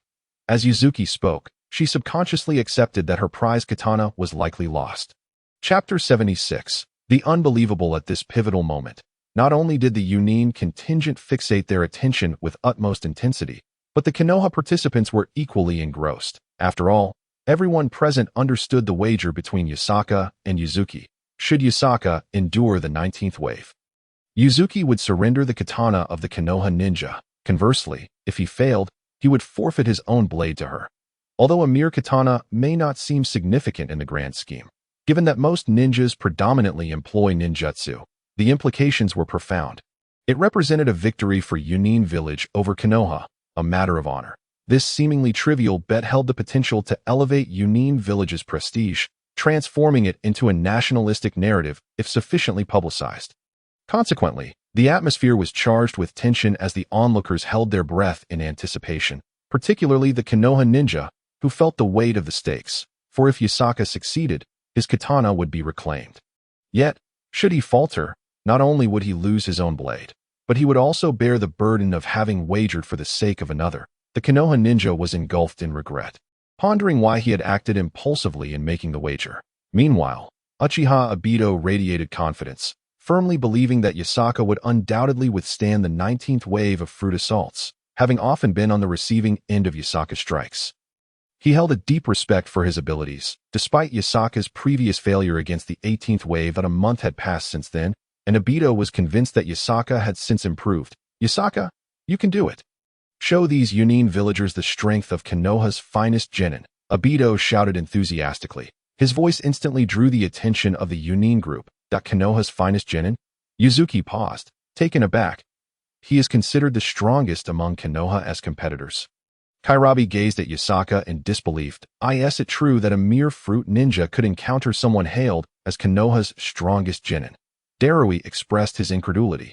Does that mean if we defeat him, Yunin village becomes invincible? Samui exclaimed, excitement dancing in her eyes. Indeed, Konoha's strongest genin. I must defeat him, Yuzuki declared, her eyes gleaming with competitive spirit. The strongest genin of Yunin village, facing off against an equal from another nation naturally ignited her ambition. If she could triumph over the strongest genin of Konoha, Suna, Kiri, and Iwa, she would undoubtedly secure her place as the most formidable genin in the ninja world. Upon contemplating this possibility, Yuzuki felt a surge of excitement that caused her body to tremble slightly. She possessed the capability. After all, she was renowned as the perfect Jinchuriki, capable of flawlessly wielding the power of tailed beasts. Once a tailed beast was unleashed, it was not merely the lower ninjas who posed no threat. Many high-ranking ninjas were utterly outmatched. Although some claimed that her prowess was not her own, but rather a result of the tailed beast's strength, thus equating to cheating or exploiting an unfair advantage, she considered herself one with the tailed beast. It was an integral part of her very being, and therefore, it could indeed be regarded as her own strength. Yakasaka, prepare to be my defeated foe. At that moment, Yuzuki's gaze towards Yakasaka transformed, akin to a leopard lurking in the grass, eyeing its prey. Just then, the warning bell for the 19th wave rang out. Here it comes. Yuzuki steeled herself, focusing intently on the machine's nozzle, and the others mirrored her concentration, not daring to blink. After all, the speed at which the machine launched fruit was astonishing. From the moment the fruit was released to the instant Yakasaka sliced it, it transpired within a mere 2 seconds. Thus, a single blink could lead to missing a spectacular moment. Although the onlookers could barely discern the details of Yakasaka's fruit slicing, they were acutely aware that if they blinked, they might miss even the dazzling arc of his blade, only to witness a ground strewn with fruit shards, which would be a significant loss. Come on, you must succeed, a leaf ninja silently prayed to It that moment. The fruit assault commenced. The machine's nozzle erupted like a machine gun, rapidly ejecting a barrage of projectiles, which transformed into dark shadows hurtling towards Yakasaka. At this juncture, a new pinnacle was reached in the realm of Konoha's fruit ninjas. This was the first time someone had persevered to the 19th wave since the fruit ninja stall had arrived in Konoha. Consequently, the proprietor of the fruit stall was quite exhilarated. Indeed, the new generation was consistently surpassing the achievements of their predecessors. Meanwhile, Yakasaka's right arm was already exceedingly fatigued, likely unable to endure much longer. Yet it was still a marked improvement compared to prior attempts. During the previous encounter, he had reached his limit before even the 18th wave, to the point where he could scarcely grip the hilt of his blade. However, now, he not only maintained his grip, but continued to swing his sword to cut the fruit. Yakasaka meticulously sensed the changes in the wind, swiftly predicting the trajectory of the incoming fruits in his mind. With a powerful shout, he swiftly drew his blade, and a flash of white light sliced through the air, cleaving an apple in half with a resounding thump as it fell to the ground. This was the first fruit Yakasaka had severed. 18 left. Uchiha Obito silently counted, along with the other spectators, who echoed the countdown in their minds. Even the ninjas from the hidden cloud village found themselves silently counting down to see how many fruits Yakasaka could manage to slice through. Chapter 77. The Great Watermelon. At this moment, from Yakasaka's perspective, the second fruit, closest to him, soared forth that it was a watermelon. Unexpectedly, the intensity had increased, introducing such a large fruit, or perhaps it was a result of the escalating challenge after surpassing the 18th wave.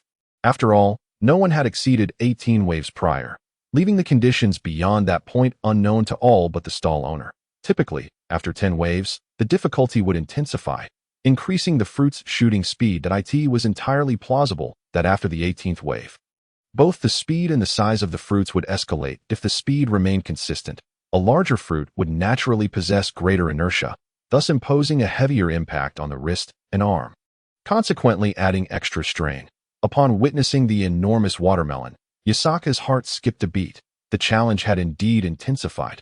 His arm was already quite fatigued, and he estimated that he was nearing his limit, drawing from prior experience. Yakasaka resolved not to overexert himself this time. In the last attempt, he had nearly lost control of his blade, which could have resulted in a catastrophic accident. Should he falter again, it could lead to dire consequences.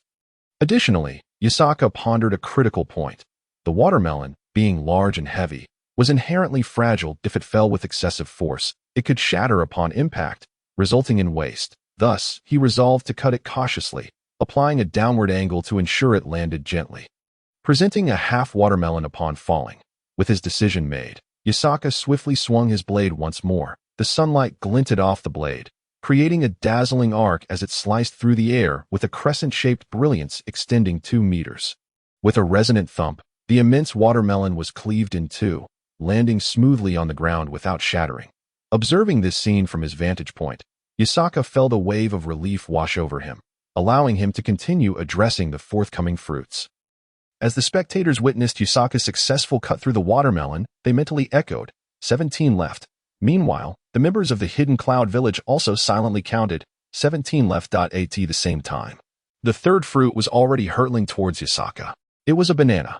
Yakasaka quickly adjusted his arm's position, shifting from the downward angle previously employed for the watermelon to a diagonal upward angle for the banana. In a manner akin to before, the sharp blade effortlessly severed the banana. Upon witnessing this, Uchiha Obito, who had activated his Sharingan, clenched his fist and exclaimed, "Well done, 16 left." It wasn't just Obito. Others present echoed the count in their minds, 16 left. The Leaf Ninja felt a surge of anxiety. With 16 fruits remaining, it was premature to celebrate. As the challenge progressed, the difficulty would only heighten. While the initial fruits might be successfully cut, the later ones could become overwhelming, leading to failure due to the sheer density of the projectiles. Whether Yakasaka could conquer this 19th challenge would determine if he could reclaim his katana. Thus, the Leaf Ninja was even more anxious than Yakasaka himself. Simultaneously, the group from the Hidden Cloud Village remained wholly focused on Yakasaka, aware that he had 16 projectiles to slice through in a fraction of a second, a daunting challenge. Only AI among them could achieve such a feat. At this moment, Yakasaka had a clear view of the fourth incoming projectile, an apple. However, just as he swung his blade towards it, an alarming realization struck him. Wait, this isn't fruit. It's a fake fruit. Although the apple appeared identical to a genuine one, its speed and trajectory suggested something was amiss. This revelation startled Yakasaka.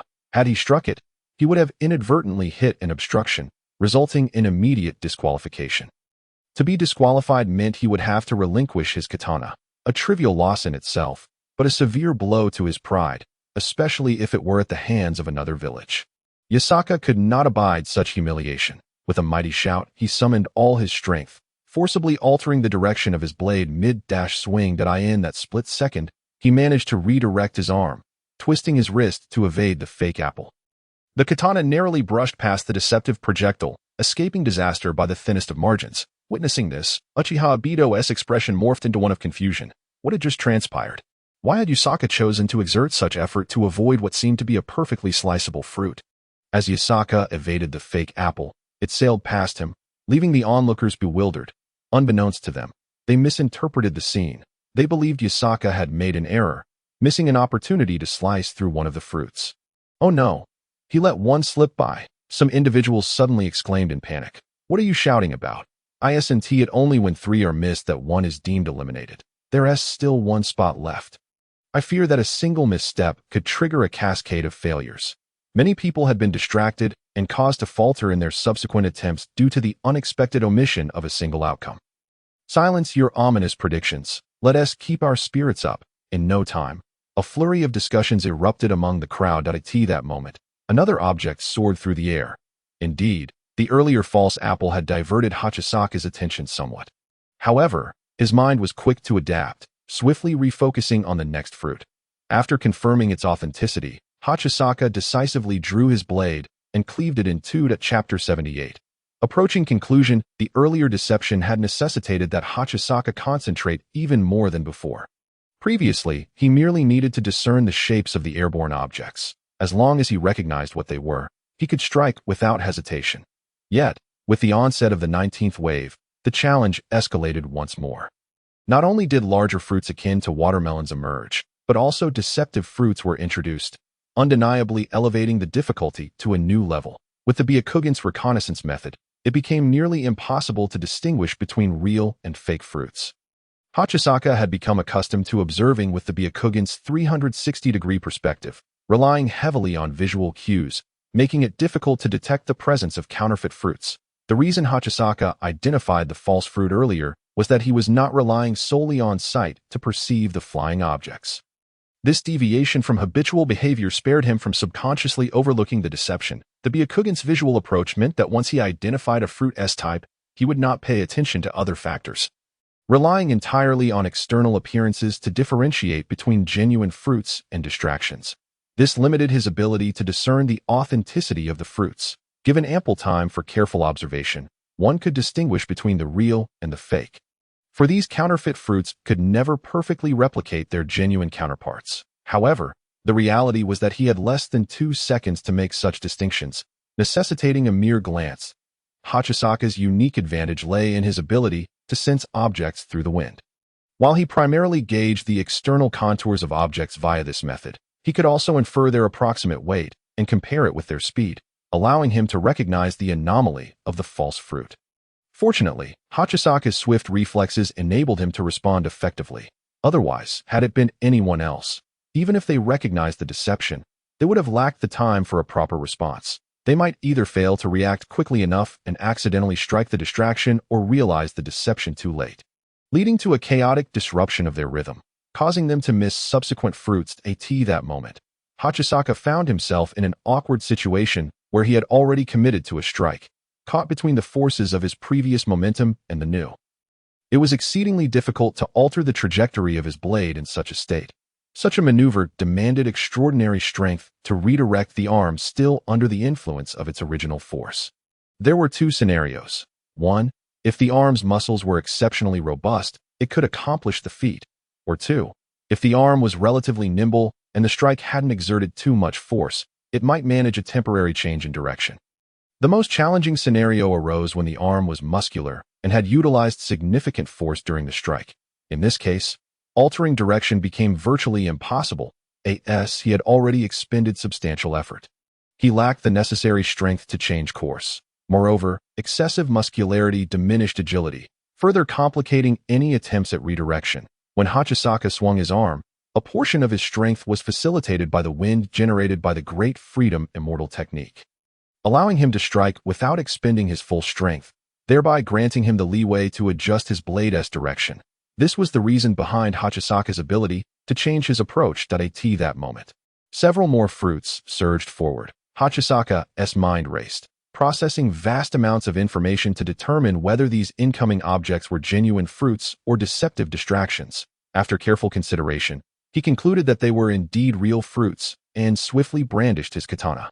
Given that the katana was a relatively lightweight weapon, Hachisaka was able to execute his strikes with impressive speed. In a single motion, he effortlessly severed the remaining fruits. However, due to the abrupt change in direction earlier, his arm experienced considerable strain, pushing it to the brink of exhaustion. Thank goodness I can still grip the hilt, Hachisaka thought anxiously, fearing that if his arm reached its limit, the katana might slip from his grasp and injure someone. Consequently, he remained vigilant over his right hand. Should he sense any sign of losing his grip, he would cease immediately, for even if he lost the wager due to this, it would only result in the loss of a katana, which was far preferable to causing harm to the innocent at that moment. Several more flying objects approached. Hachisaka's focus began to wane, yet he forcefully concentrated to ascertain whether these objects were fruits or distractions. He quickly swung his blade once more, dispatching all the incoming objects. Witnessing this, Uchiha Obito felt a surge of excitement, for thus far, Hachisaka had eliminated the majority of the flying objects. Only 5 remained. If he could persevere, with one final push, he would successfully navigate through the 19th wave of fruit attacks. Should he succeed, the wager against the ninjas from the hidden cloud village would be won. Uchiha Obito silently prayed, "Please, let there be no last-minute mishaps." Meanwhile, the ninjas from the hidden cloud village, including Yuzuki, began to feel the tension rise as the gap closed to just 5 flying objects. If Hachisaka were to succeed in cutting down these final 5, Yuzuki would face defeat. However, they were powerless to intervene. After all, they held their own pride and could not resort to the underhanded tactics employed by Ito Junji. Thus, they could only watch as Hachisaka sliced through the fruits, praying for a mistake on his part. Yuzuki wore a serious expression, fully aware of her high probability of losing this wager. She had come to acknowledge Hachisaka's prowess, particularly in the realm of fruit slicing, where he undeniably excelled. Consequently, Yuzuki felt a deep sense of frustration. Chapter 79. The arrival of the Mist Village at the same time, just as Hachisaka was about to confront the final 5 flying objects. Individuals from the Sand Village and the Mist Village had entered Konoha. By pure coincidence, members of the Sand Village and those from the Mist Village encountered one another. "Hey, Zabuza, don't you think those folks over there are from the Sand Village?" Terumi May asked, shielding her eyes from the sun with one hand while pointing toward the distant group attired in Sand Village garb that was unmistakably evident from their attire. Zabuza replied with a grave expression. "Indeed, they appear to be from the Sand Village. Why are you so serious? It's as if we're on the brink of an all-out war," Terumi May remarked, bemused. Zabuza maintained his serious demeanor and responded, "As long as they are not my allies, I will regard them as formidable foes that I envision battles against them in my mind, thus considering most people as my enemies." "Wow, Zabuza, are you suffering from paranoia? You seem to be losing your grip on reality. When we return, you should definitely visit a neurologist." Zhao Yingming expressed her incredulity, feeling that among her colleagues in this profession, apart from herself, none of her teammates were particularly sane. Zabuza Momochi was perpetually serious, viewing everyone as a potential enemy, his paranoia rendering him perpetually on edge. Ritsuka Kisaragi, on the other hand, was a rather effeminate character who spent his days embroidering with a needle and yarn, engaging in pursuits traditionally associated with women, leading Zhao Yingming to question her own femininity. As for Kagetsu Mangetsu, he was a peculiar individual obsessed with polishing his ninja blade repeatedly, his day consumed by this monotonous ritual. Zhao Yingming estimated that he must have engaged in this repetitive behavior over 100 times daily, akin to a compulsive disorder. Meanwhile, Ringo Yuhi would toy with a broken lighter, discharging its arc device to zap unsuspecting individuals. Kisame Hashigaki incessantly summoned massive sharks only to send them back, repeating the cycle, much like Kaigetsu. Consequently, Zhao Yingming felt as though she were surrounded by a cadre of lunatics, driving her to the brink of madness until they finally arrived at Konohagakure, where she felt she had at last encountered normal human beings. This realization uplifted her spirits immensely. Even when encountering individuals from rival villages, they appeared far more endearing than her eccentric teammates. At that moment, a group from Sunagakure also laid eyes on the denizens of Kirigakure. Maki, humorously dubbed the half-and-half of Sunagakure, pointed at Zabuza, saying to his companion, Scorpion, "Behold, those are the people from Kirigakure. I've heard their minds are rather unhinged. We should keep our distance. After all, the deranged are not bound by the law when it comes to murdered dough. Are they truly mad?" Scorpion inquired, a hint of skepticism in his voice. Indeed, Maki nodded affirmatively, gesturing towards Zabuza. "Look at that individual wielding a large blade. His name is Zabuza Momochi. His thoughts are consumed with murder or being murdered. If you tell him you refuse to be his friend, he may very well slay you, for he perceives anyone who isn't his ally as an enemy, and enemies must be eliminated. He is undoubtedly a victim of paranoia." A.S. Maki was introducing Zabuza to Scorpion. Zabuza caught sight of Maki pointing at him, but he glared and barked, What are you looking at? Unfazed, Maki retorted. What of it? Zabuza roared in fury. Dare to look again, and I shall end you. Maki stood his ground, defiantly replying, I will gaze at you as I please. With that, he fixed his stare on Zabuza. I'll kill you. Zabuza fumed, brandishing his sword and charging at Maki, only to be ensnared by Zhao Yingming's water prison technique. Zabuza, do not cause a ruckus, she admonished loudly. T.S. staring at me. I want to kill him. Zabuza howled within the confines of the water prison. What of it? Perhaps he merely admires your striking visage. Is it forbidden for others to harbor such admiration? Zhao Yingming retorted sharply. What? He fancies me. That cannot be. Zabuza protested vehemently. I have no interest in men. Release me. I must slay him. His rage intensified as he strained against the water prison, desperate to escape. Observing the increasingly frantic Zabuza, the Sunagakure group nodded in agreement, recognizing that he indeed seemed quite unhinged. Did you see that, Scorpion? I merely glanced at him, and he lost his composure. His condition is quite severe. Maki noted. Scorpion nodded, acknowledging, indeed, that at that moment, Maki pointed to Ritsuka, who was diligently knitting with a needle. Oh, you see that person crafting a sweater? That is Ritsuka Kisaragi, the wielder of the sewing blade, known as the unbeaten of Kirigakure. He is rather effeminate and avoids anything remotely masculine. Dedicating his time solely to embroidery, he is rumored to have mastered the forbidden art of the Aoi Kage, making him a formidable opponent, though he has a penchant for handsome young men, and you may find yourself on his radar. Upon hearing Maki's words, Scorpion glanced at Ritsuka, and at that moment, Ritsuka waved at him, causing Scorpion to think him rather polite. However, Ritsuka then licked his lips and, striking a delicate pose, said, Young man, would you care to engage in a delightful exchange? Scorpion felt a shiver run down his spine and turned away, yet Ritsuka mused to himself. He turned away. Is he playing hard to get? How intriguing. He is certainly my type, and I must have him. Meanwhile, Zhao Yingming shuddered upon hearing Ritsuka's words, muttering, What a wretched pervert, to which Ritsuka replied, The fault lies not with me, but with this world. Zhao Yingming felt a wave of revulsion wash over her. Choosing to ignore Ritsuka. In truth, both Zabuza and Ritsuka were slightly older than Zhao Yingming, and under normal circumstances, they should have been Jonin rather than Jinin. However, due to certain circumstances, they had remained at the Jinin level, thus participating in this tournament. Meanwhile, Maki continued his introductions, pointing to a man with shoulder-length white hair. Oh, you see that fellow. His name is Kaigitsu Mangetsu, another eccentric. He suffers from obsessive-compulsive disorder, polishing his blades over 100 times daily. And his mental state is quite questionable. Yet his strength is formidable. He is proficient with all 7 ninja swords and possesses the unique characteristics of the Kaigitsu clan. It is worth noting that the second Mizukage was also of this clan, and they have the ability to liquefy their bodies, rendering them immune to physical attacks, which could pose a challenge for your puppetry. Scorpion nodded, asserting, even with immunity to physical damage, I have ways to defeat him. Maki continued, and over there, the girl with red hair, her name is Zhao Yingming. She is arguably the most sane among Kirigakure's participants. She possesses immense strength, wielding 2 bloodline limits, making her a significant threat in this competition.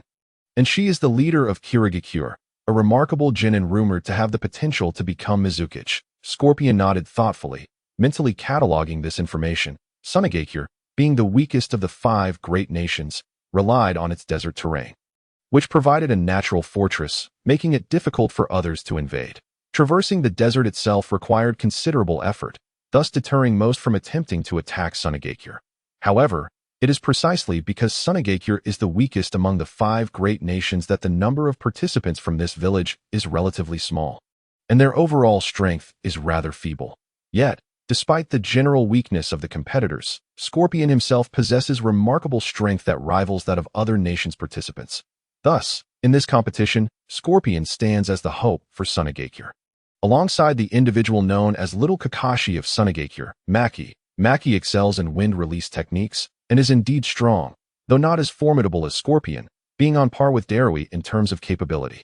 One of Scorpion's objectives in this competition is to eliminate Kakashi in order to avenge his parents. He understands that, given his current strength, he is not yet capable of defeating the legendary Konoha shinobi Minato Namikaze. On one hand, he lacks the raw power.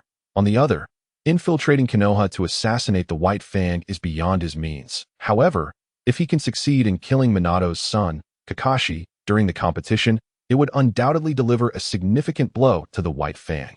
In fact, the demise of the White Fang's son would inflict even greater psychological damage than the direct assassination of the White Fang himself. Scorpion believes that he is now sufficiently powerful to take down Kakashi. Having trained diligently over the past few years, surpassing the level of a mere genin and outclassing many jonin. Thus, if fate allows him to encounter Kakashi in the arena, he is confident that he can eliminate him. Particularly, his poison is exceedingly potent, ensuring that anyone without the antidote within 5 minutes will surely perish, and he is certain he can prevent Kakashi from obtaining the antidote in that time frame. After all, even if antidotes are prepared on-site, it would take at least a minute or two for them to be distributed, which would be an extraordinary speed. Yet, there lies a significant challenge. Scorpion is uncertain whether he will even have the chance to confront Kakashi, given the multitude of contestants participating in the event. Consequently, he contemplates the idea of covertly assassinating Kakashi in the days leading up to the competition. However, this endeavor is fraught with difficulty. Firstly, the security measures in Konoha are remarkably robust. Even at night, patrols traverse the streets, making it quite challenging to stealthily approach Kakashi's residence and execute him. Especially with so many foreign participants now within Konoha, the village undoubtedly has special methods to monitor these outsiders. It is highly probable that their every move has already been observed since their arrival. Furthermore, if Minato happens to be present, attempting to kill Kakashi would become an exceedingly arduous task, bordering on impossible.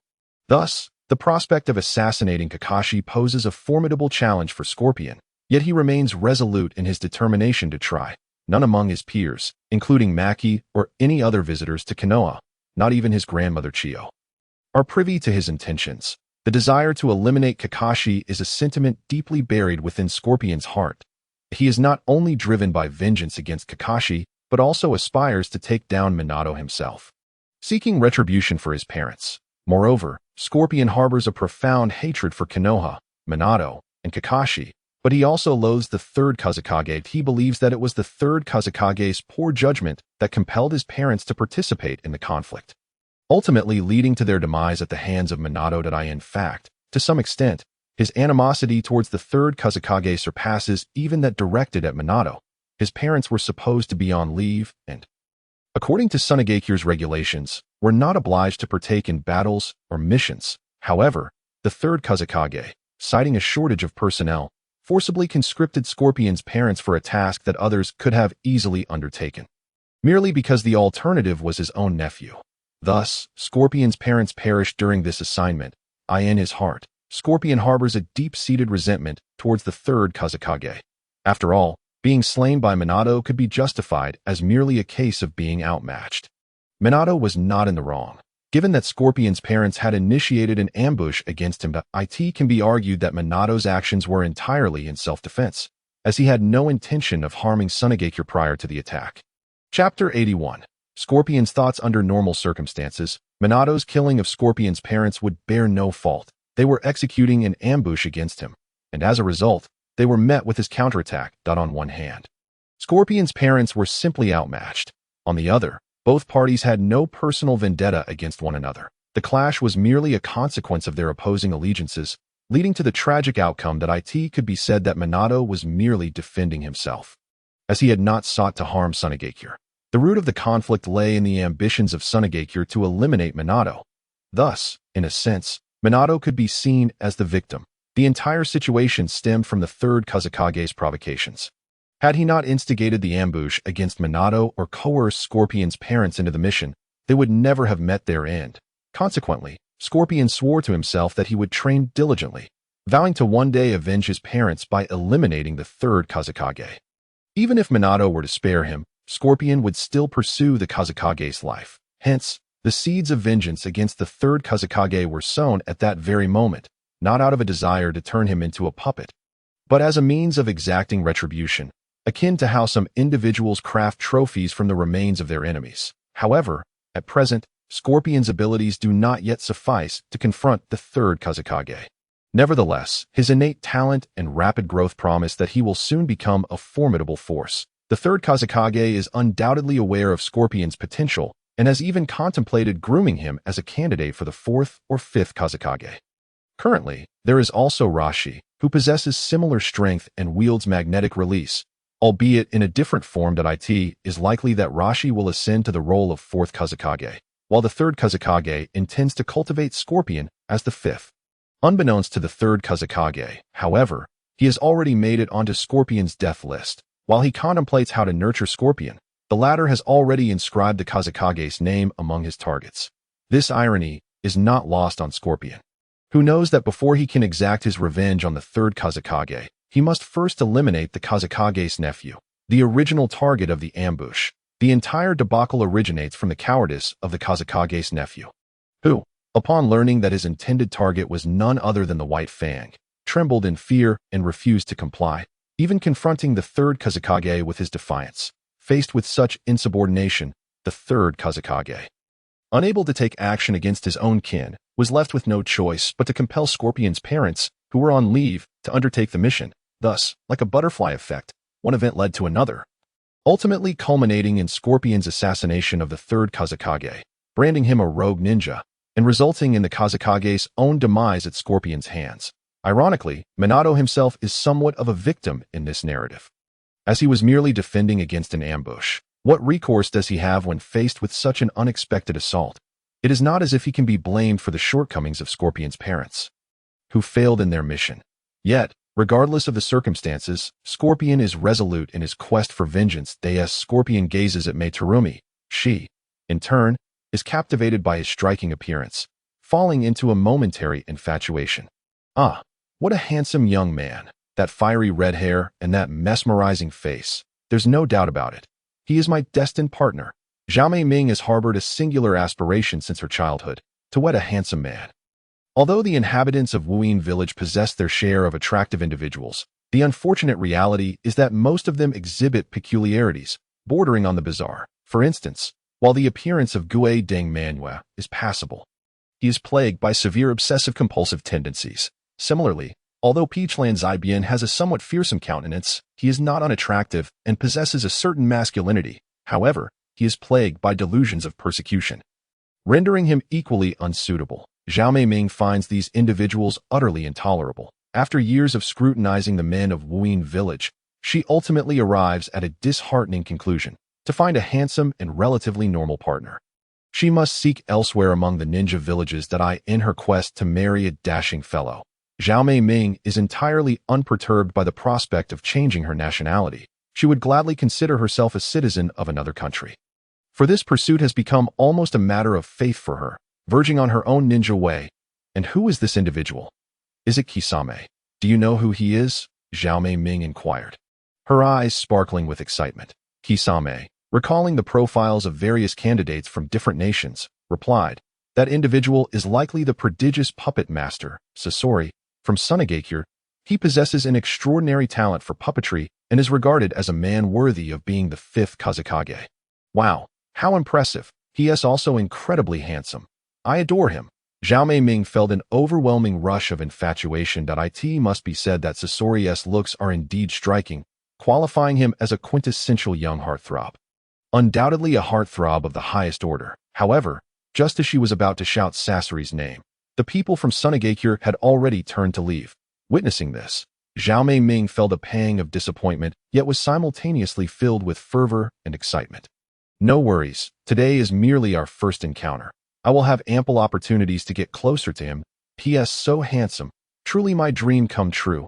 Zhao Mei Ming mused, even envisioning the scene of her wedding to Akasuna no Sasori. From this perspective, it is evident that Zhao Mei Ming harbors a hint of obsession and delusion. Chapter 82. Daidara. While Zhao Mei Ming indulged in her daydreams, the inhabitants of Awagakure arrived, gazing at the towering walls of Konoha. They marveled. What imposing walls! It must have taken considerable effort to construct such a formidable structure. One of the Awagakure members remarked. What is so difficult about it? With earth release, one could easily create such walls. Another member countered. However, constructing walls of such height that encircle Konoha would be quite a laborious task. The first member replied. That is nothing. If we mobilized 100 individuals to simultaneously use earth release, super great earth flow wall, we could probably complete it in under a month, the second member asserted. Their reasoning held merit. Listening to their conversation, Deidara scoffed, stating, "What good would that do?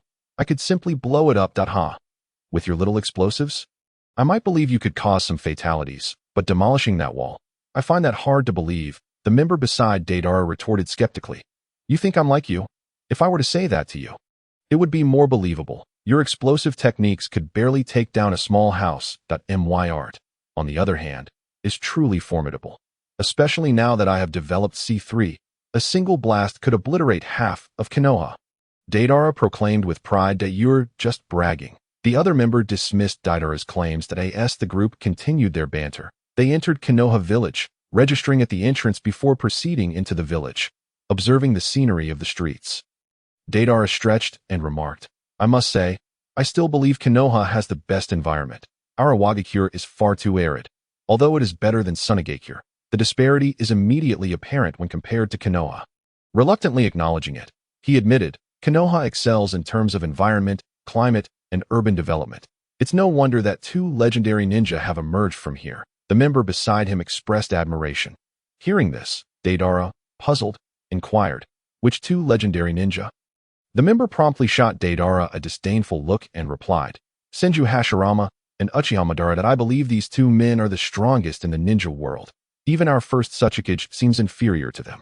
I've never heard of them." As they passed a barbecue stall, their growling stomachs led them directly into the restaurant, immediately drawing the attention of other patrons inside. "Hey, make a reservation. Those folks don't seem to be from Konoha," Yamanaka Ino whispered as she discreetly observed the Iwagakure group, addressing Akimichi Choza across from her. "Indeed, they are likely participants in the recent 5 Kage friendship tournament. However, I can't discern which nation they represent." As they aren't wearing headbands, Ino continued, "Shikamaru, do you know?" Choza inquired of Nara Shikamaru. After a moment of contemplation, Shikamaru responded, "If I'm not mistaken, they are probably from Takigakure Do. How did you deduce that?" Shikamaru subtly gestured toward Deidara, saying, "ISNT, they're an intelligence report detailing potential participants in this 5 Kage friendship tournament. I recall that one of the candidates from Iwagakure resembles him, Deidara, a member of the explosive corps. Known for his explosive techniques. I haven't read that handbook." Choza and Ino realized simultaneously. Not far from them, Minato Namikaze and Kushina Uzumaki were equally curious, observing the Iwagakure group. "Minato, that person must be the leader of Iwagakure's team." "Deidara, right?" Kushina asked inquisitively. "Indeed, he possesses a unique bloodline limit that allows him to create explosives. He is quite formidable that I wonder if any of our village's participants can defeat him." Kushina mused, nibbling on her barbecue. Minato pondered, "I believe there are some who can. Let me think. First, Kakashi should be able to contend with him. Kakashi has water, lightning, and earth chakra natures, allowing him to adapt to many situations with various offensive and defensive techniques." After a pause, Minato continued, "Next, there's Asuma Suratobi, who wields wind and fire techniques, making him no slouch at mid to long-range combat. Then there's Uchiha Itachi, with his fire techniques and the Shunshin no Jutsu. He is quite capable, and his Sharingan is no less potent than Deidara's. And then there's Yasaka. That child possesses exceptional swordsmanship, that if he can avoid distance, he is sure to win. Likewise, there's Suki no Kaze, who can also fight, but he must close the gap." Kushina nodded in agreement. "So, either they need to excel at long-range combat or close the distance with Deidara, correct?" "Precisely. Deidara's explosive techniques involve creating bombs, and he cannot immunize himself against his own explosives. Thus, his attacks are primarily effective at mid to long range. If they can close the distance, it becomes much easier to defeat him. Conversely, if he creates distance and they lack effective long-range attacks, they will inevitably fall into Deidara's rhythm, leading to an almost certain defeat." Just as Minato articulated this, Xiaomei Ming and her group from Wuyin village were walking down the street when they noticed a gathering of people ahead. "Look, there are so many people up ahead. I wonder what is happening.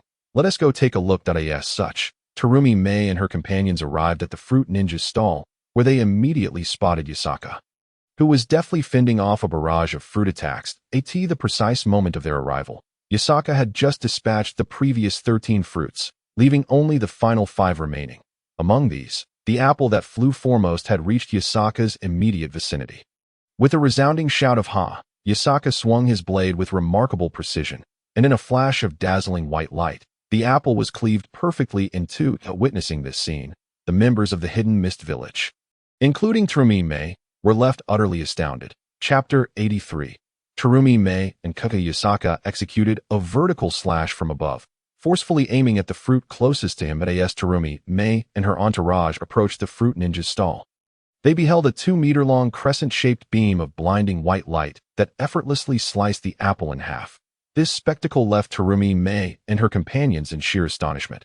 "How impressive!" Terumi Mei exclaimed, her eyes sparkling as she gazed at Yakasaka, her face a canvas of admiration and shock. The elegance of his slicing technique was astonishing, while it appeared to be a simple act of cutting fruit. The sheer power behind that stroke was formidable. She mused that had it been a person in place of the apple, they too would have been cleaved in twain. "He is a formidable adversary. I must eliminate him," thought Momochi Zabuza, his eyes wide with intensity. In his mind, anyone who was not a friend was an enemy, and thus, enemies were to be vanquished, preferably at the earliest opportunity. Observing Yakasaka's remarkable swordsmanship, Zabuza, a fellow ninja who wielded a blade, felt a palpable sense of threat emanating from him. Determined to nip this potential danger in the bud, he resolved not to allow this seed of threat to grow into a towering tree. Zabuza felt an overwhelming battle spirit, nearly succumbing to the urge to charge at Yakasaka with his decapitating sword and engage him in combat. However, being in the Leaf Village restrained him from acting impulsively. For had he done so, he would likely meet his end today. Beside him, Kisame Hashigaki was equally astonished by Yakasaka's prowess. Residing in the sword-dominant Hidden Mist Village, he frequently witnessed individuals wielding blades, yet rarely encountered a display as breathtaking as Yakasaka's recent stroke. Thus, Kisame was taken aback, pondering how one could wield such formidable sword techniques. That stroke seemed capable of severing anything that dared to obstruct its path, embodying an air of invincibility. How remarkable, and so young. If I am not mistaken, this individual is also a participant in the upcoming 5 Kage Friendship Tournament. Sporting the Leaf Village headband. It is entirely possible that we may cross paths in the competition. How exhilarating and nerve-wracking, Kisame thought. Intrigued by the imminent tournament gathering such a plethora of talented ninjas, Kisame's interest in the forthcoming 5 Kage Friendship Tournament intensified, as he perceived defeating the geniuses of other nations as an immensely gratifying endeavor. A validation of one's own strength. Although he had witnessed Yakasaka's masterful swordplay, Kisame did not feel inadequate, for his own abilities were not lacking. Particularly, his water-style jutsu was among the finest of the Mist Village participants. In terms of proficiency in water-style techniques, Kisame was unparalleled among his peers. While others were formidable in their own right, their strengths did not primarily lie in water-style ninjutsu. For instance, Zabuza was powerful, yet his prowess stemmed from the synergy of his water-style techniques and his decapitating sword's combat effectiveness. As for Terumi Mei, her water-style jutsu was indeed formidable, but her true strengths resided in her two bloodline limits, particularly her exceptional use of boil release and dissolution release. Others, such as CHJR and his companions, each possessed their unique strengths, but none specialized in water-style techniques. Their use of water jutsu was primarily for situational support rather than as a means of lethal offense. In contrast, Kisame was a true master of water style, relying on it for combat. Thus, Kisame regarded himself as a mid-to-long-range combat ninja, while Yakasaka's exquisite swordsmanship marked him as a close-quarters fighter. Kisame was confident in his ability to maintain distance from Yakasaka. And once he did, it would indeed be Kisame's domain. After all, the most renowned characteristic of water-style techniques was their extensive range, often surpassing even that of fire-style jutsu. Therefore, if he could create distance, Kisame believed Yakasaka would struggle to contend with him. After all, how could even the strongest fighters sever his water? Moreover, as the leader of the Mist Village team, the formidable Kisame had privately arranged with his comrade, Sujitsu Hozuki, to lend him the Samahata during the tournament. With the Samahata in his possession, Kisame would gain a tremendous advantage, as it was an ideal weapon for complementing water-style techniques. Though classified as a ninja blade, it functioned more akin to a summoning beast, possessing the remarkable ability to consume an opponent's chakra and replenish its wielder's own. The more chakra it absorbed, the stronger it became, embodying a weapon that grew more formidable with each clash. Hence, Kisame was confident in his ability to vanquish Yakasaka with water-style jutsu.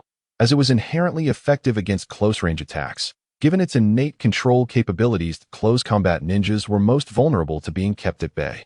Consequently, a sinister smile crept across Kisame's face as he regarded Yasaka, his gaze akin to that of a leopard poised to pounce on its unsuspecting prey.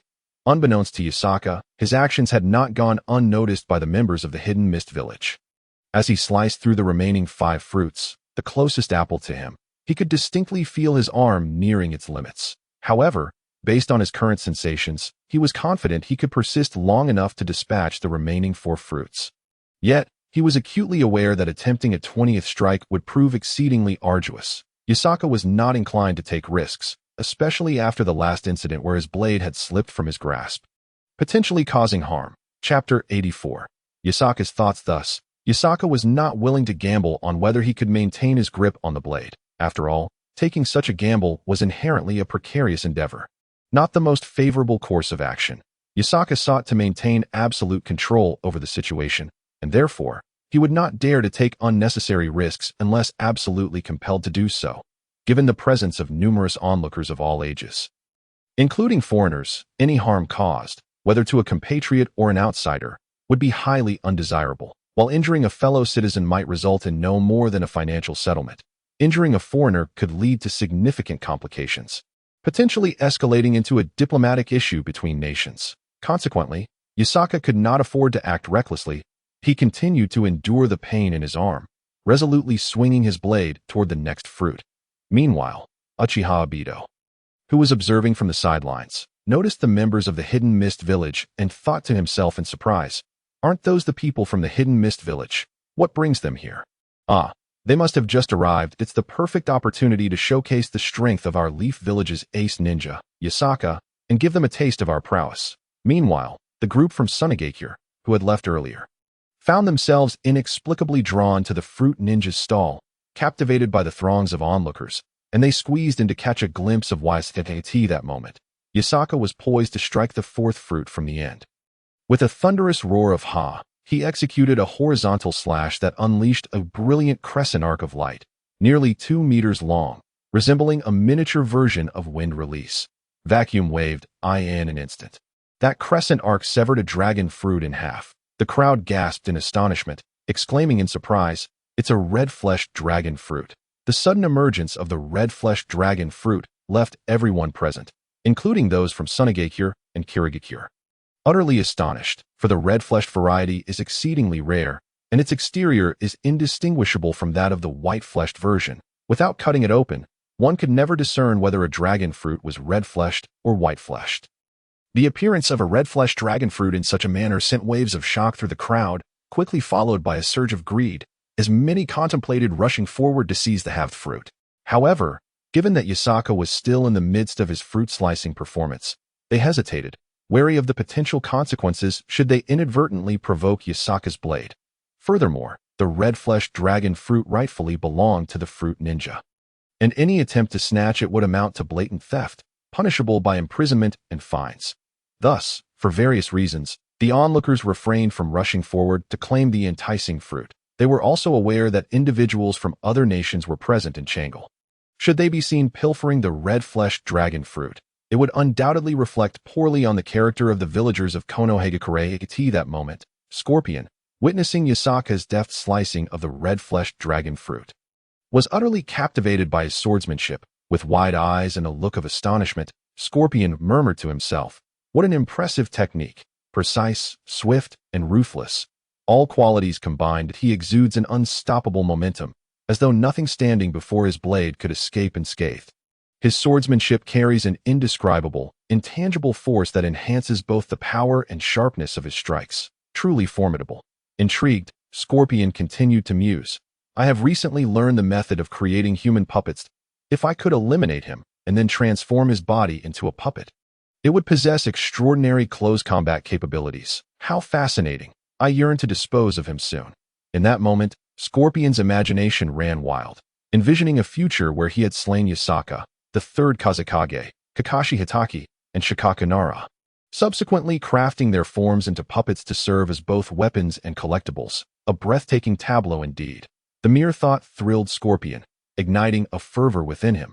Yet, He understood that eliminating such powerful figures would require formidable strength, at least the prowess of a Kage.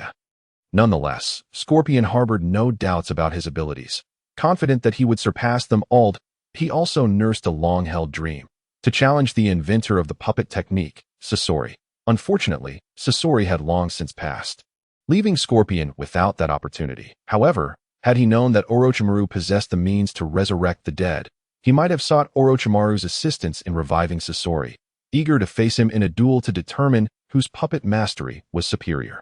Consequently, Scorpion found Yasaka's body particularly appealing, viewing it as an excellent medium for crafting a puppet.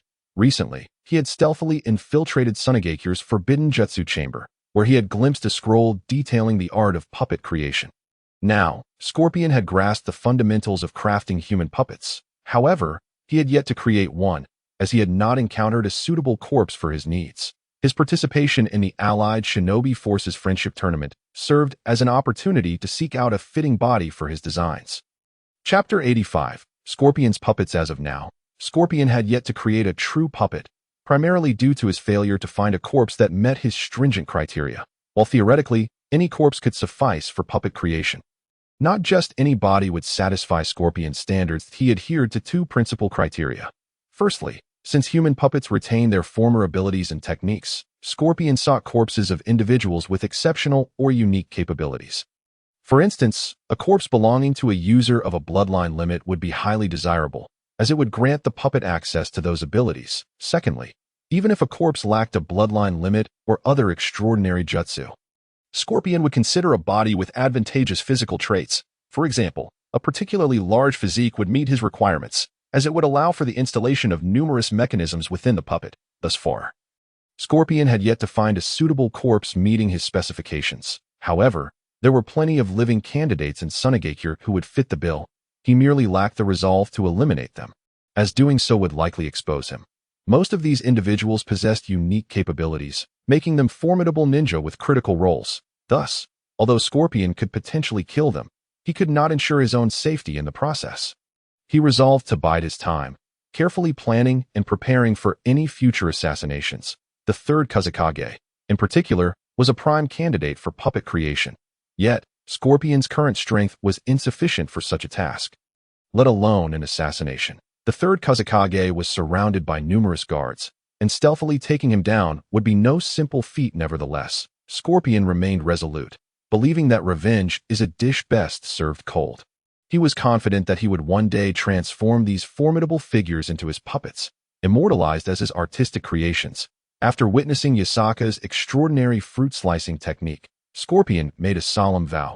He would one day convert Yasaka into his puppet, adding him to the death list etched in his mind that Yasaka's prowess was simply too remarkable to ignore. And, aside from ranged attacks, puppets excelled in close combat, but it was evident that Yasaka possessed formidable close combat skills, making him an irresistible target for Scorpion's ambitions. As Yasaka severed the fourth fruit from the end, he felt an increasing fatigue. Even beginning to pant from the exertion, he began to feel fatigued. After all, this intense exercise seemed to last only a brief moment, comprising merely a handful of repetitions. However, in reality, achieving such a high level of intensity was exceedingly challenging that it required distinguishing between fruits and distractions within a mere 2 seconds, followed by a rapid succession of slashes. This was not only a significant test of mental fortitude, but also a substantial strain on physical endurance. It resembled an individual sprinting with all their might for 10 seconds, resting for 5, and then sprinting fervently once more, repeating this cycle multiple times. For an ordinary person, enduring this cycle 5 times would likely result in collapse. Thus, accomplishing it over a dozen times was a feat beyond the capabilities of most. This was where Yasaka's prowess truly shone, and it was also the source of his exhaustion. The rapid, high-intensity slashing over such a brief period was indeed of a remarkably strenuous nature. By the time Yasaka reached the 14th wave, he could distinctly feel his arms beginning to ache. Persisting through to the current 19th wave was no small feat. That was largely due to the enhancement provided by the Great Freedom technique that he was able to endure this long.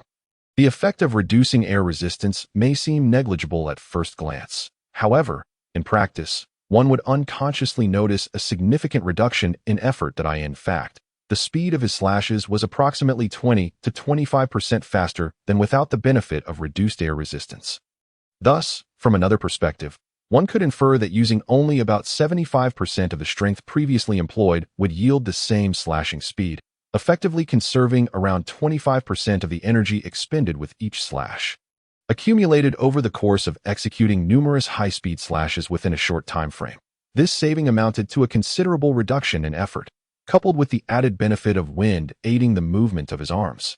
It further enhanced the efficiency of his actions. Therefore, it could be asserted that while utilizing the Great Freedom technique, he could achieve a remarkable 40% reduction in the energy required compared to when he was not using it.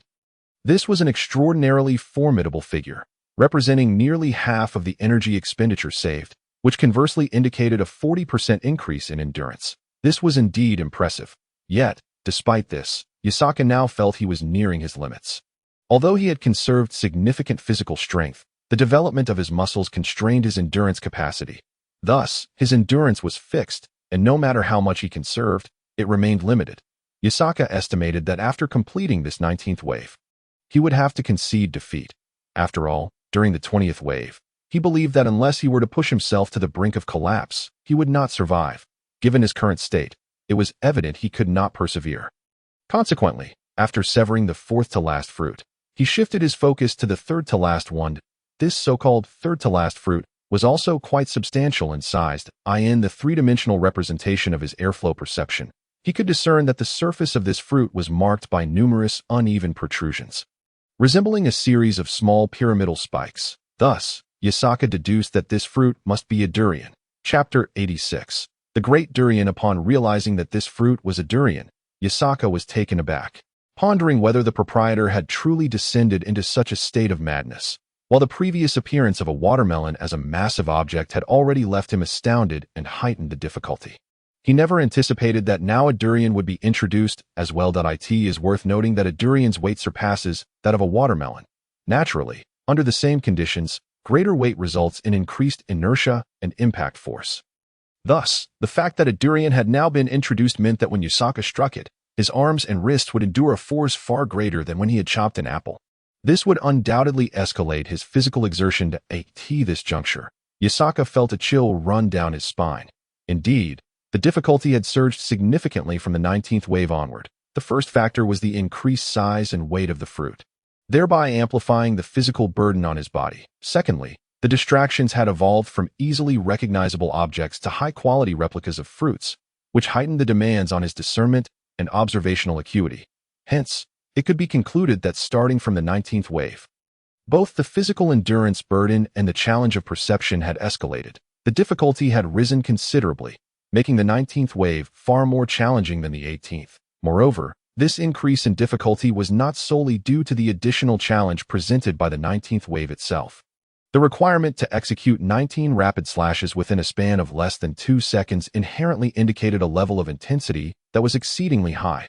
Additionally, he would need to allocate extra mental energy to differentiate between genuine and counterfeit fruits, all while contending with the added impact force from a larger fruit. Thus, the difficulty of the 19th wave had escalated a full tier compared to the 18th wave, despite the mere addition of one fruit. This represented a substantial increase in challenge. After all, with each additional fruit, the mental and physical burdens would compound. Observing the authenticity of 18 fruits versus 19 fruits was a markedly different endeavor. As the saying goes, it is the last straw that breaks the camel's back. Consequently, after Yakasaka severed the fourth-to-last fruit, he gazed at the enormous durian approaching and mused inwardly. Just 3 more to go. If I can push through these 3, victory will be mine.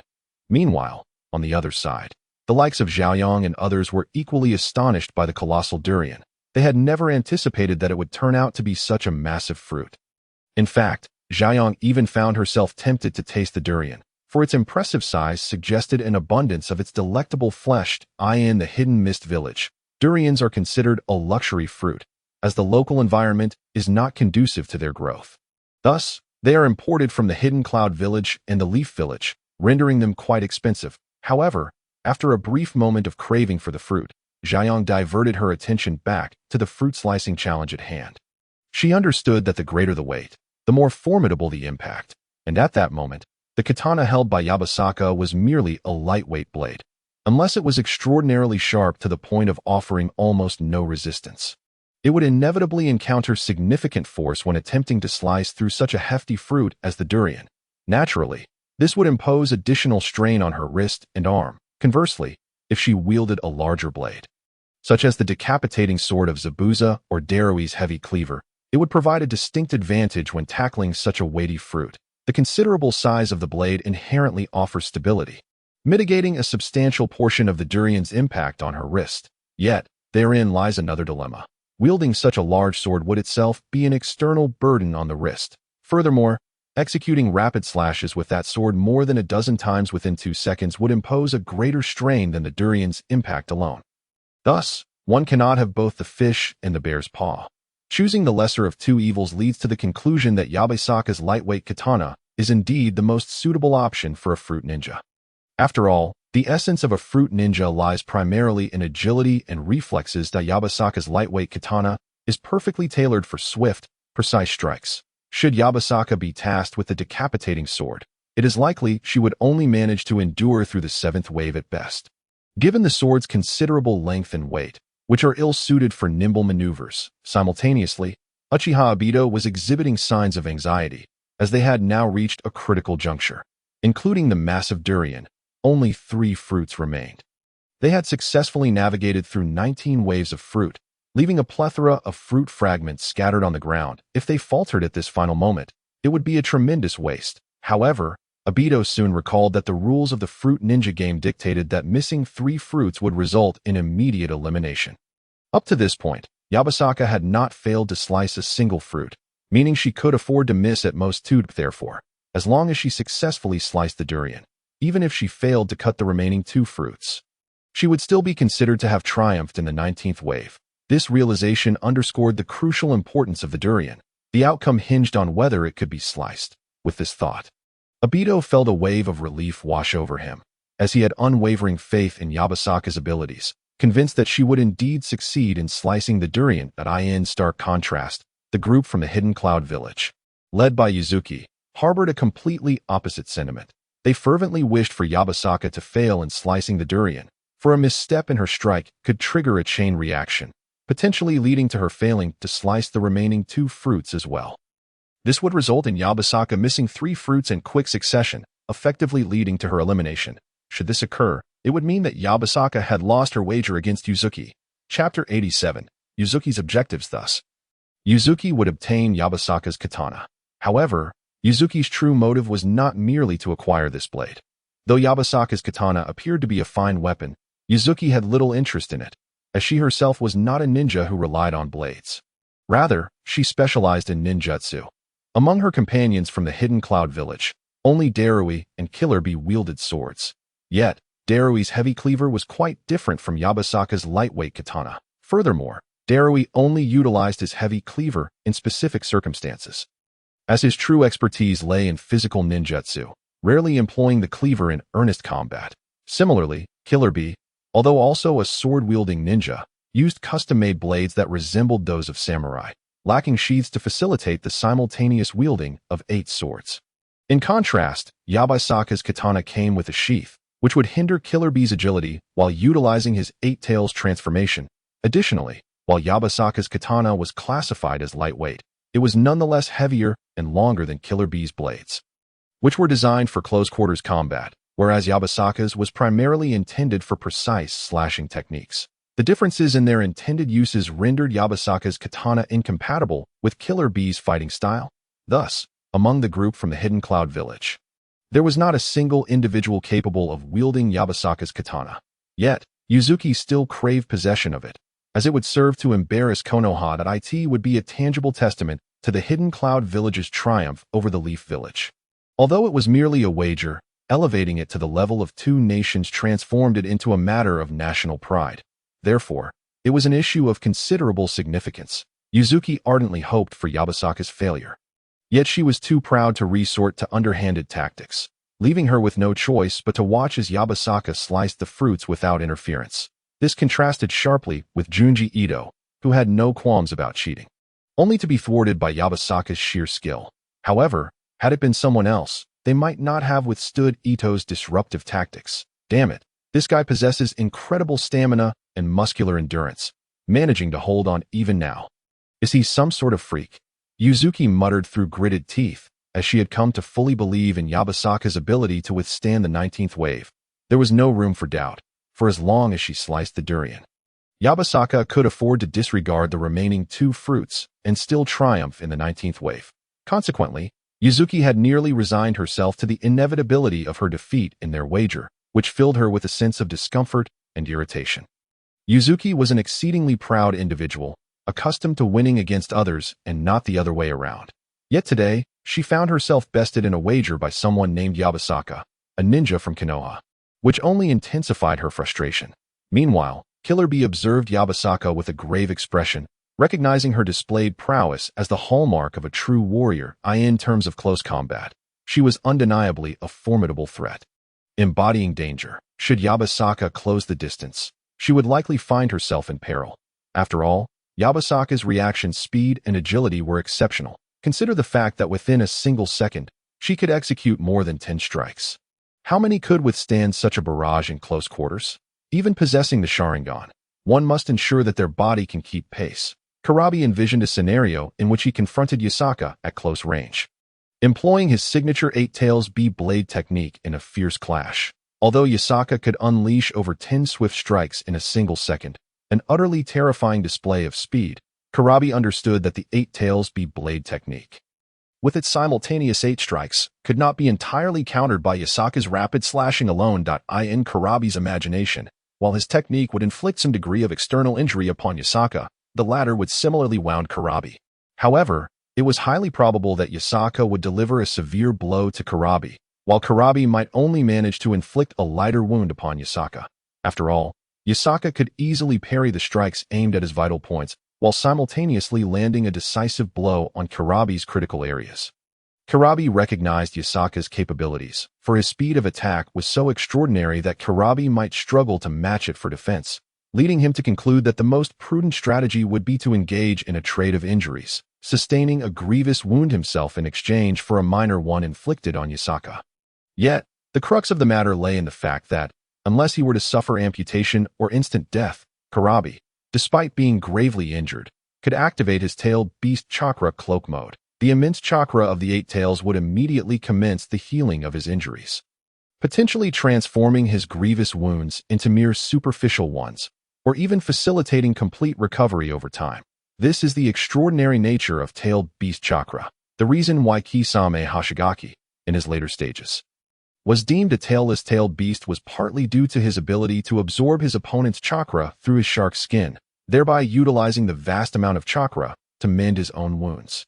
This capability culminated in Kurabi delivering a blood-scythe hot blade that exposed Kisame's ribs, yet Kisame remarkably restored what could be considered life-threatening injuries to a healed state in mere seconds, by siphoning the immense chakra from Kurabi. Thus, Kurabi had come to the firm conclusion that in close combat, he was unequivocally no match for Yasaka.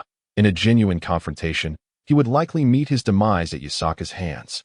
However, should he create distance, or if he could prolong the duration of his tail beast chakra cloak, Kurabi felt an 80% likelihood of emerging victorious. The death of Hachisuka.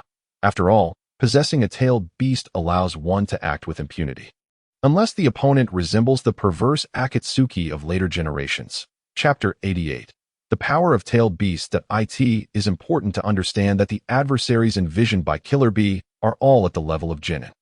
And how many Genin are capable of contending with a tailed beast, even though Killer Bee has not yet achieved true mastery over the 8 tails, unable to fully unleash its complete form. He has nonetheless managed to attain a degree of partial transformation into the tailed beast. This means he can now manifest several octopus-like tentacles resembling the 8 tails. Furthermore, Killer Bee has progressed to the point where he can transform into the tailed beast chakra cloak mode with 5 tails while retaining his sanity. Currently, his limit lies in transforming into the tailed beast chakra cloak mode with 5 tails without losing his rationality. He can maintain his consciousness with a maximum of 5 tails, but should he attempt to manifest a 6th, the 8 tails would overpower his awareness, resulting in his body being controlled by the 8 tails. Although Killer Bee maintains a relatively amicable relationship with the 8 tails, having become something of friends, his physical constitution and mental fortitude are still insufficient to withstand the powerful psychic onslaught from the Eight Tails. This explains why, despite their friendship and mutual lack of hostility, Killer Bee can only achieve a maximum of 5 tails. When utilizing the power of the tailed beast, the Jinchuriki's mental realm acts like a vessel, integrating the psychic will of the tailed beast. Given Killer Bee's youth, his mental fortitude is inadequate. In simpler terms, he cannot contain the formidable will of the Eight Tails. Thus, if he were to forcefully attempt it, the will of the Eight Tails would dominate him.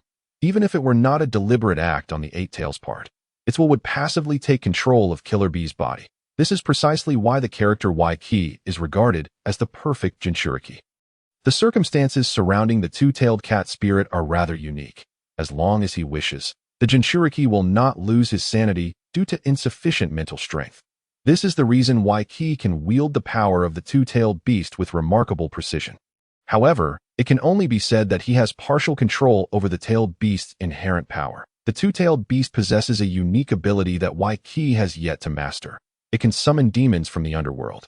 Hidden upon the forehead of the two-tailed beast is a third eye, which remains concealed when closed, making it undetectable to others. However, when the two-tailed beast deliberately opens this third eye, it can summon creatures from the underworld to aid in battle. To utilize this ability, an immense amount of mental energy is required. Clearly, Waikiki, as the Jinchuriki of the two-tailed beast, currently lacks the mental strength necessary to harness this capability. Consequently, when the two-tailed beast possesses Waikiki, it cannot utilize this special ability. Should the two-tailed beast become a free-tailed beast, meaning it exists without a Jinchuriki, it would then be able to freely wield its ability to summon demons from the underworld. Thus, it can be stated that due to Waikiki's insufficient mental strength, he is unable to endure the psychic impact of this ability, resulting in the current incapacity of the two-tailed beast to utilize it. This ability is indeed a unique characteristic of the two-tailed cat spirit. Every tailed beast possesses its own distinctive ability. The one-tailed Shikaku has control over wind. The two-tailed beast can summon demons from the underworld.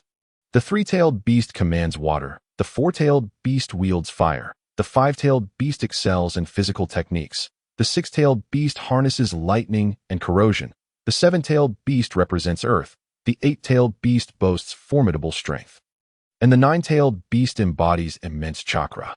Therefore, Killer Bee believes that in this year's 5 Kage Friendship Tournament, his only true rival is likely Waikiki, the Jinchuriki. Of course, this presupposes the utilization of the tailed beast's power. Before their arrival, the Raikage had explicitly instructed Killer Bee and Waikiki to refrain from using the tailed beast's power unless absolutely necessary, as doing so would excessively expose their nation's strength and could easily incite the greed of other countries. Thus, Killer Bee would not resort to using the tailed beast's power unless absolutely required. However, even without overtly employing the power of the tailed beasts, both Killer Bee and Waikiki can still access an immense amount of chakra far surpassing that of their peers. This is the advantage of possessing a tailed beast. In addition to Killer Bee, Darui, standing nearby, wore a similarly astonished expression.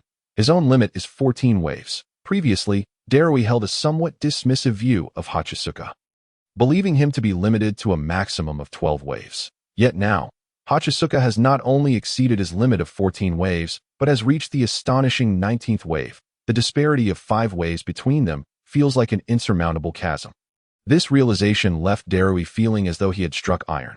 Although he does not believe he would truly lose to Hachisuka in a real battle, he remains deeply unsettled. Just then, Might Guy happened to pass by. He was familiar with this fruit ninja stall and had even tried it himself, recalling that his own limit was 13 waves at the time. In truth, the reason Might Guy was eliminated was that his eyes could not keep up. His physical prowess is undoubtedly the strongest among this year's genin, as he specializes in taijutsu and possesses exceptional physical abilities. Additionally, Might Guy's reflexes are remarkably sharp, a necessity for someone specializing in taijutsu. However, his challenge lies in his inability to clearly discern between fruits and distractions while moving at high speeds. Lacking the Sharingan or any other sensory abilities, he must rely solely on his normal eyesight. Although Might Guy can see the shadows and has the capability to strike them, he lacks the discernment to differentiate between fruits and distractions. This ultimately led to his elimination, as he possessed the ability to progress further. If Might Guy had possessed the Sharingan, he might have been able to achieve 20 waves. Consequently, Might Guy squeezed into the crowd, and just as he emerged, he witnessed Hachisuka preparing to strike a large durian. This scene left Might Guy utterly astonished that he muttered to himself, "When did they start including durians? This is utterly outrageous. I remember there were only smaller fruits like apples, bananas, and oranges back in my day. How many waves is this now? How can there be large durians?" As he spoke, the massive durian shot towards Hachisuka like a meteor, prompting Hachisuka to grit his teeth and firmly grip the handle of his knife before delivering a powerful strike. In an instant, a radiant crescent-shaped blade of light sliced through the durian. Chapter 89. 2 more to go. The dazzling white light from that strike cleaved the durian in half to in that moment. Hachisuka beheld the golden flesh within the durian. However, he soon felt an immense force coursing through his wrist and arm, for even the sharpest blade would still encounter the powerful impact of the durian's force. Had this been the first wave rather than the 19th, Hachisuka would not have perceived the durian as particularly formidable.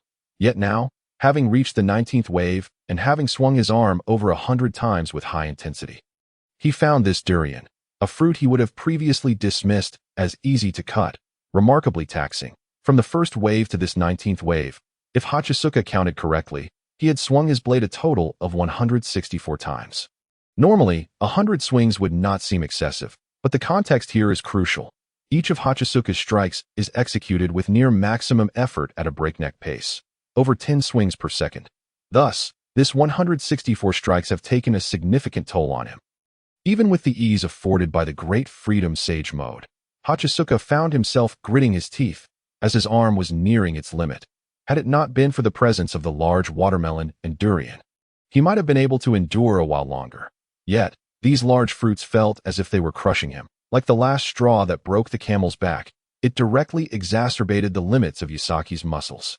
Consequently, Yasaki could only grit his teeth, his mind racing with the thought that only 2 remained. Thus, he hastily continued to tense the muscles in his arms, adjusting his wrist to swing in the opposite direction of the previous strike against the colossal durian. This was the twisted nature of the 19th wave. The sequence in which many of the fruits approached was such that the positions of 2 fruits were completely opposite to the direction of his arm's slicing motion. In other words, the first fruit would be on the left, while the subsequent one would be on the right. This necessitated that he first slice the fruit on the right from right to left, and then from left to right, from bottom to top for the next fruit. Attempting to slice both fruits simultaneously from left to right was virtually impossible. At times, the 2 fruits would even align horizontally. This implied that after slicing the first fruit, he had to execute the same motion again in an exceptionally brief span to cut the subsequent fruit. In summary, the difficulty of this 19th wave had escalated dramatically. If the difficulty of the 18th wave was rated at 20, then the difficulty of the 19th wave soared to 50. It wasn't merely 40.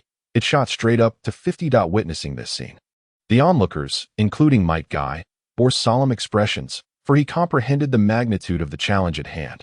Although for Might Guy himself, the act of slicing posed little difficulty, as his muscular endurance far surpassed that of Yasaki.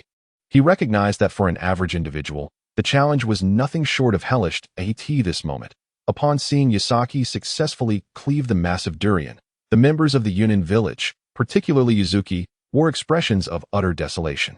They looked as if they had just ingested something repulsive. The reality was that even if Yasaki were to miss the next 2 fruits, he had already triumphed in overcoming the 19th challenge. In essence, Yasaki had achieved victory over his wager with Yuzuki. How could he have accomplished such a feat? Yuzuki exclaimed in exasperation, her gaze fixed on Yasaki for an extended period, unable to discern how he managed to endure through such relentless waves of fruit attacks. However, she did glean some insight. She and the others noticed that Yasaki was slicing with his eyes closed. This indicated that Yasaki possessed an ability to perceive his surroundings without relying on sight. Yet, the specifics of this ability remained a mystery to Yuzuki and her companions. Was it akin to the Byakugan that provided direct sight, or was it a form of perception akin to others? Or perhaps something entirely different? Yuzuki's mind was brimming with various conjectures. Even though the specifics eluded them, at the very least, they recognized Yasaki's unique capability, which offered them an additional layer of strategic intelligence. Consequently, they could anticipate potential encounters with Yasaki in future competitions. This distinction highlighted a notable difference between the Sharingan and the Byakugan, if one possessed the ability to negate sight, such as during the use of the dark technique.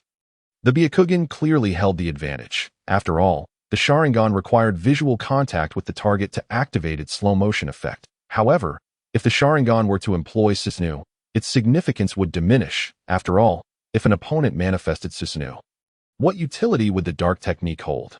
Thus, Yuzuki and her companions silently committed their observations regarding Yasaki to memory. This individual possessed such formidable close combat prowess.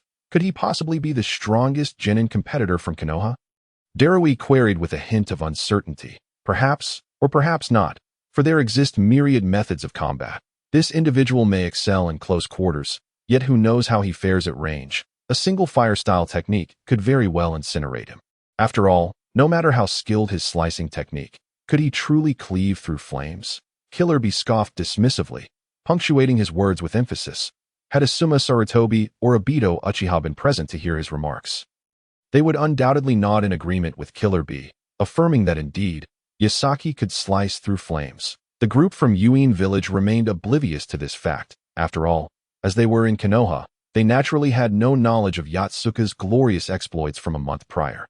Otherwise, they would not have wagered whether Yatsuka could withstand the 19th wave. Considering that Yatsuka had already endured the 18th wave a month ago, it was indeed plausible that he could manage to endure a bit more and reach the 19th wave. Thus, it is evident that intelligence can be of paramount importance. At present, Yatsuka found himself faced with the last two fruits. One of these was a banana, while the other was a singular grape. Remarkably small in size, a slight miscalculation could easily lead to a skewed cut, presenting a significant challenge. Chapter 90. Extreme difficulty. This revelation left Yatsuka astounded. He pondered how the difficulty of the 19th wave could have escalated so dramatically.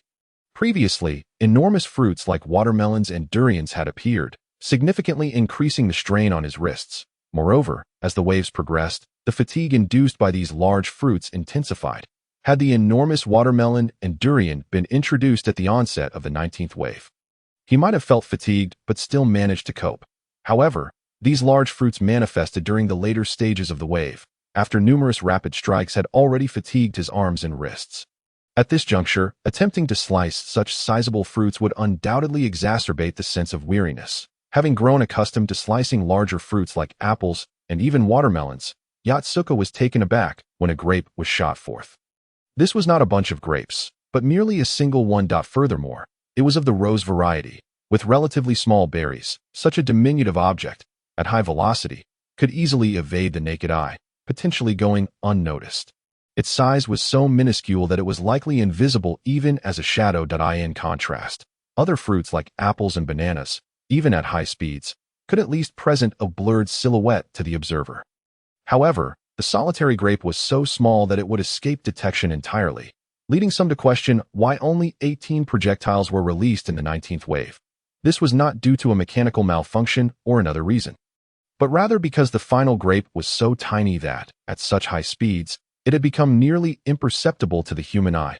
Only those with exceptional vision, like Obito Uchiha's Sharingan or the Byakugan, could discern its presence alongside other unique sensory abilities, such as Jiraiya's spatial barrier or Yatsuka's airflow perception. Thus, upon spotting the diminutive grape, Yatsuka felt his composure nearly shatter. After all, the grape was exceedingly small, making it easy to overlook while attempting to slice it. A slight deviation in angle would result in a missed cut.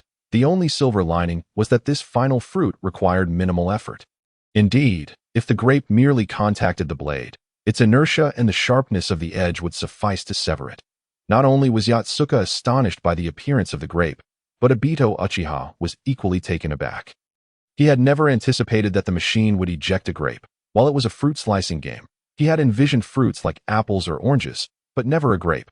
Although grapes are indeed fruits, they are typically found in clusters. Should a bunch of grapes be propelled at such high velocity, it would disintegrate into individual berries, akin to a shotgun blast, rendering them impossible to slice. Consequently, Obito had previously dismissed the notion of grapes entirely. Yet now, he was utterly astonished that the proprietor of this fruit slicing stall had audaciously chosen to launch a single grape, which was particularly small. This proprietor is utterly deranged to increase the difficulty to such an extent. Obito exclaimed incredulously, "To have a single grape like this is simply outrageous." Beside him, Might Guy, intrigued by Obito's remarks, inquired, "A grape? Where's the grape?" "I can't see it." Obito promptly explained, "The last fruit is just a grape. Very small, about this size." He gestured with his fingers to illustrate the grape's diminutive dimensions. "What? A grape so small? This is beyond outrageous," Guy exclaimed, astonished, nearly leaping from his spot. He had never imagined the challenge could escalate to such a degree. Now he understood why he had only seen 18 projectiles moments ago. The final flying object was indeed a minuscule grape, which his eyes had failed to detect. This realization sparked a troubling thought in Guy's mind. If, in actual combat, the opponent were to deploy hidden weapons of comparable size to that grape, minuscule projectiles, how would he be able to respond? As it stood, his eyes could not perceive such small, high-velocity objects, potentially leaving him vulnerable. This instilled a profound sense of urgency within him. He resolved to acquire a skill that would enable him to detect such imperceptible entities in the future. Meanwhile, the individuals from Kumogakure, Kirigakure, and Sunagakure also realized that the final fruit was indeed a grape, leaving them equally astonished. Darui leapt to his feet, exclaiming, "What the hell? The difficulty of the 19th wave is absurd. Not only are there watermelons and durians, but now even a tiny grape has emerged. This is practically hellish." His expression was one of disbelief, mirrored by the others. Killer Bee maintained a serious demeanor, contemplating that even with his 8 tails techniques, he would struggle to withstand the 19th wave. Consequently, his regard for Yatsuka's prowess only increased. Yuzuki, too, bore a look of shock, unable to comprehend the difficulty of the 19th wave. Though they had played the fruit-slicing game in Kumogakure, none had ever persevered to the 19th wave. Chapter 91. Difficulty surges. It remained uncertain whether the challenges in Konoha surpassed those in Kumogakure, or if the 19th wave was simply designed to be this formidable, as they were witnessing someone reach this level for the first time. Thus, they were profoundly astonished. At this juncture, it was evident that Yatsuka had won the wager. Although Yuzuki was reluctant to admit it, he had indeed lost. However, it was not a significant issue. He had previously triumphed over another Konoha ninja, so this outcome merely balanced the scales, leaving little room for embarrassment, only a tinge of regret. This experience imparted a valuable lesson to Yuzuki. It is wise to refrain from gambling, as it is inherently uncertain, and no one can guarantee victory.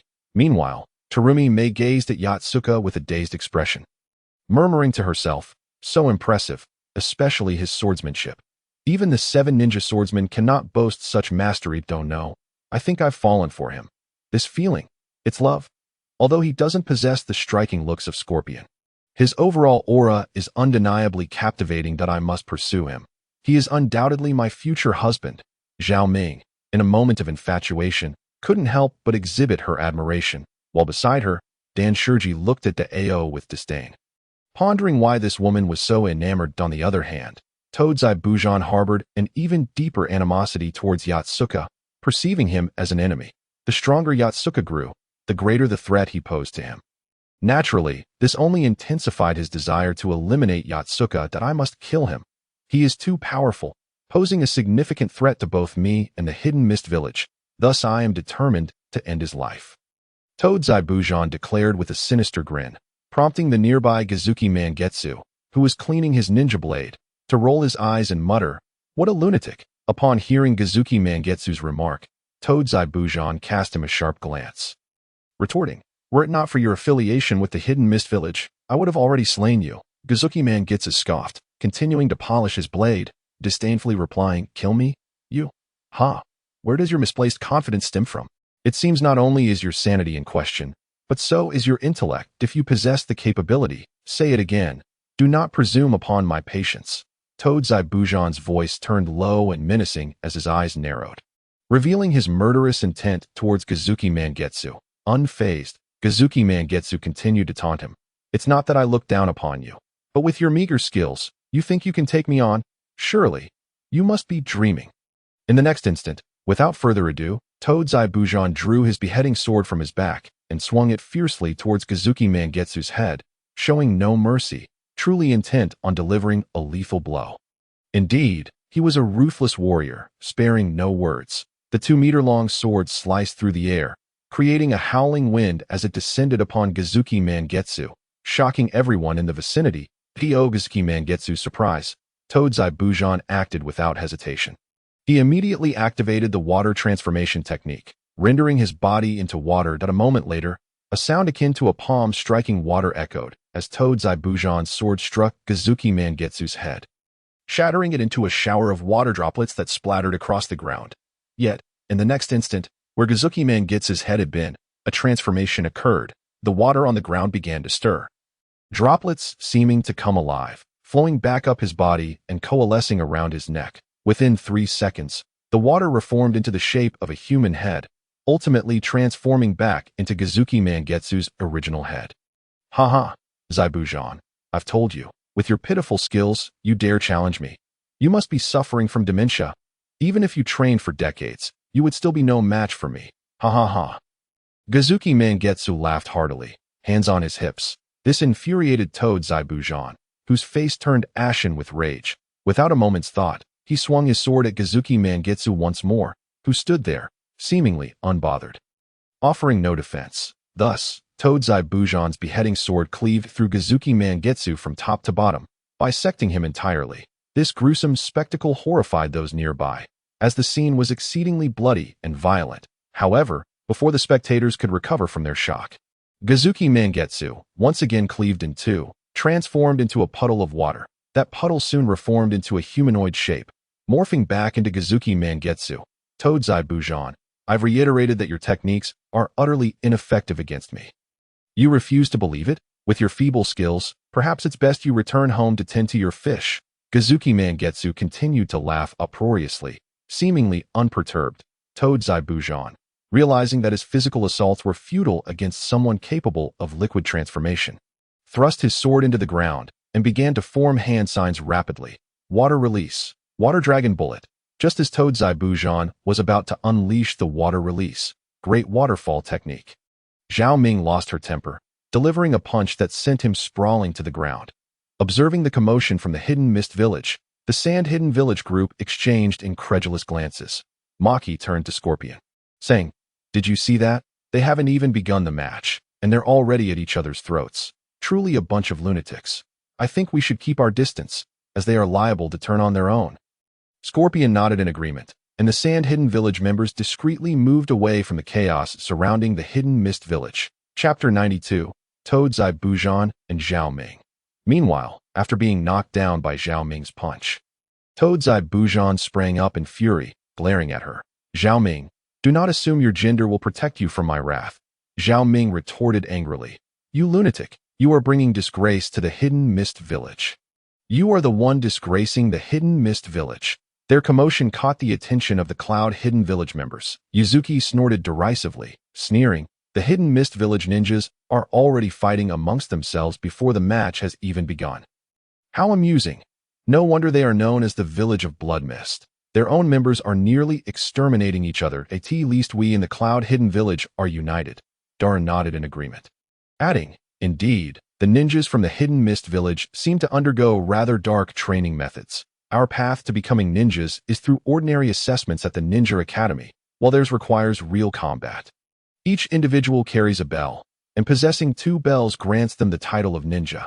During this process, killing is permitted.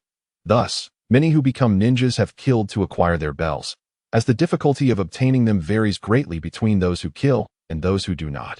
After a pause, Daru continued, "Consequently, nearly half of the ninjas from the Hidden Mist Village have killed their comrades during their examinations. Sometimes, they may even directly eliminate their own teammates.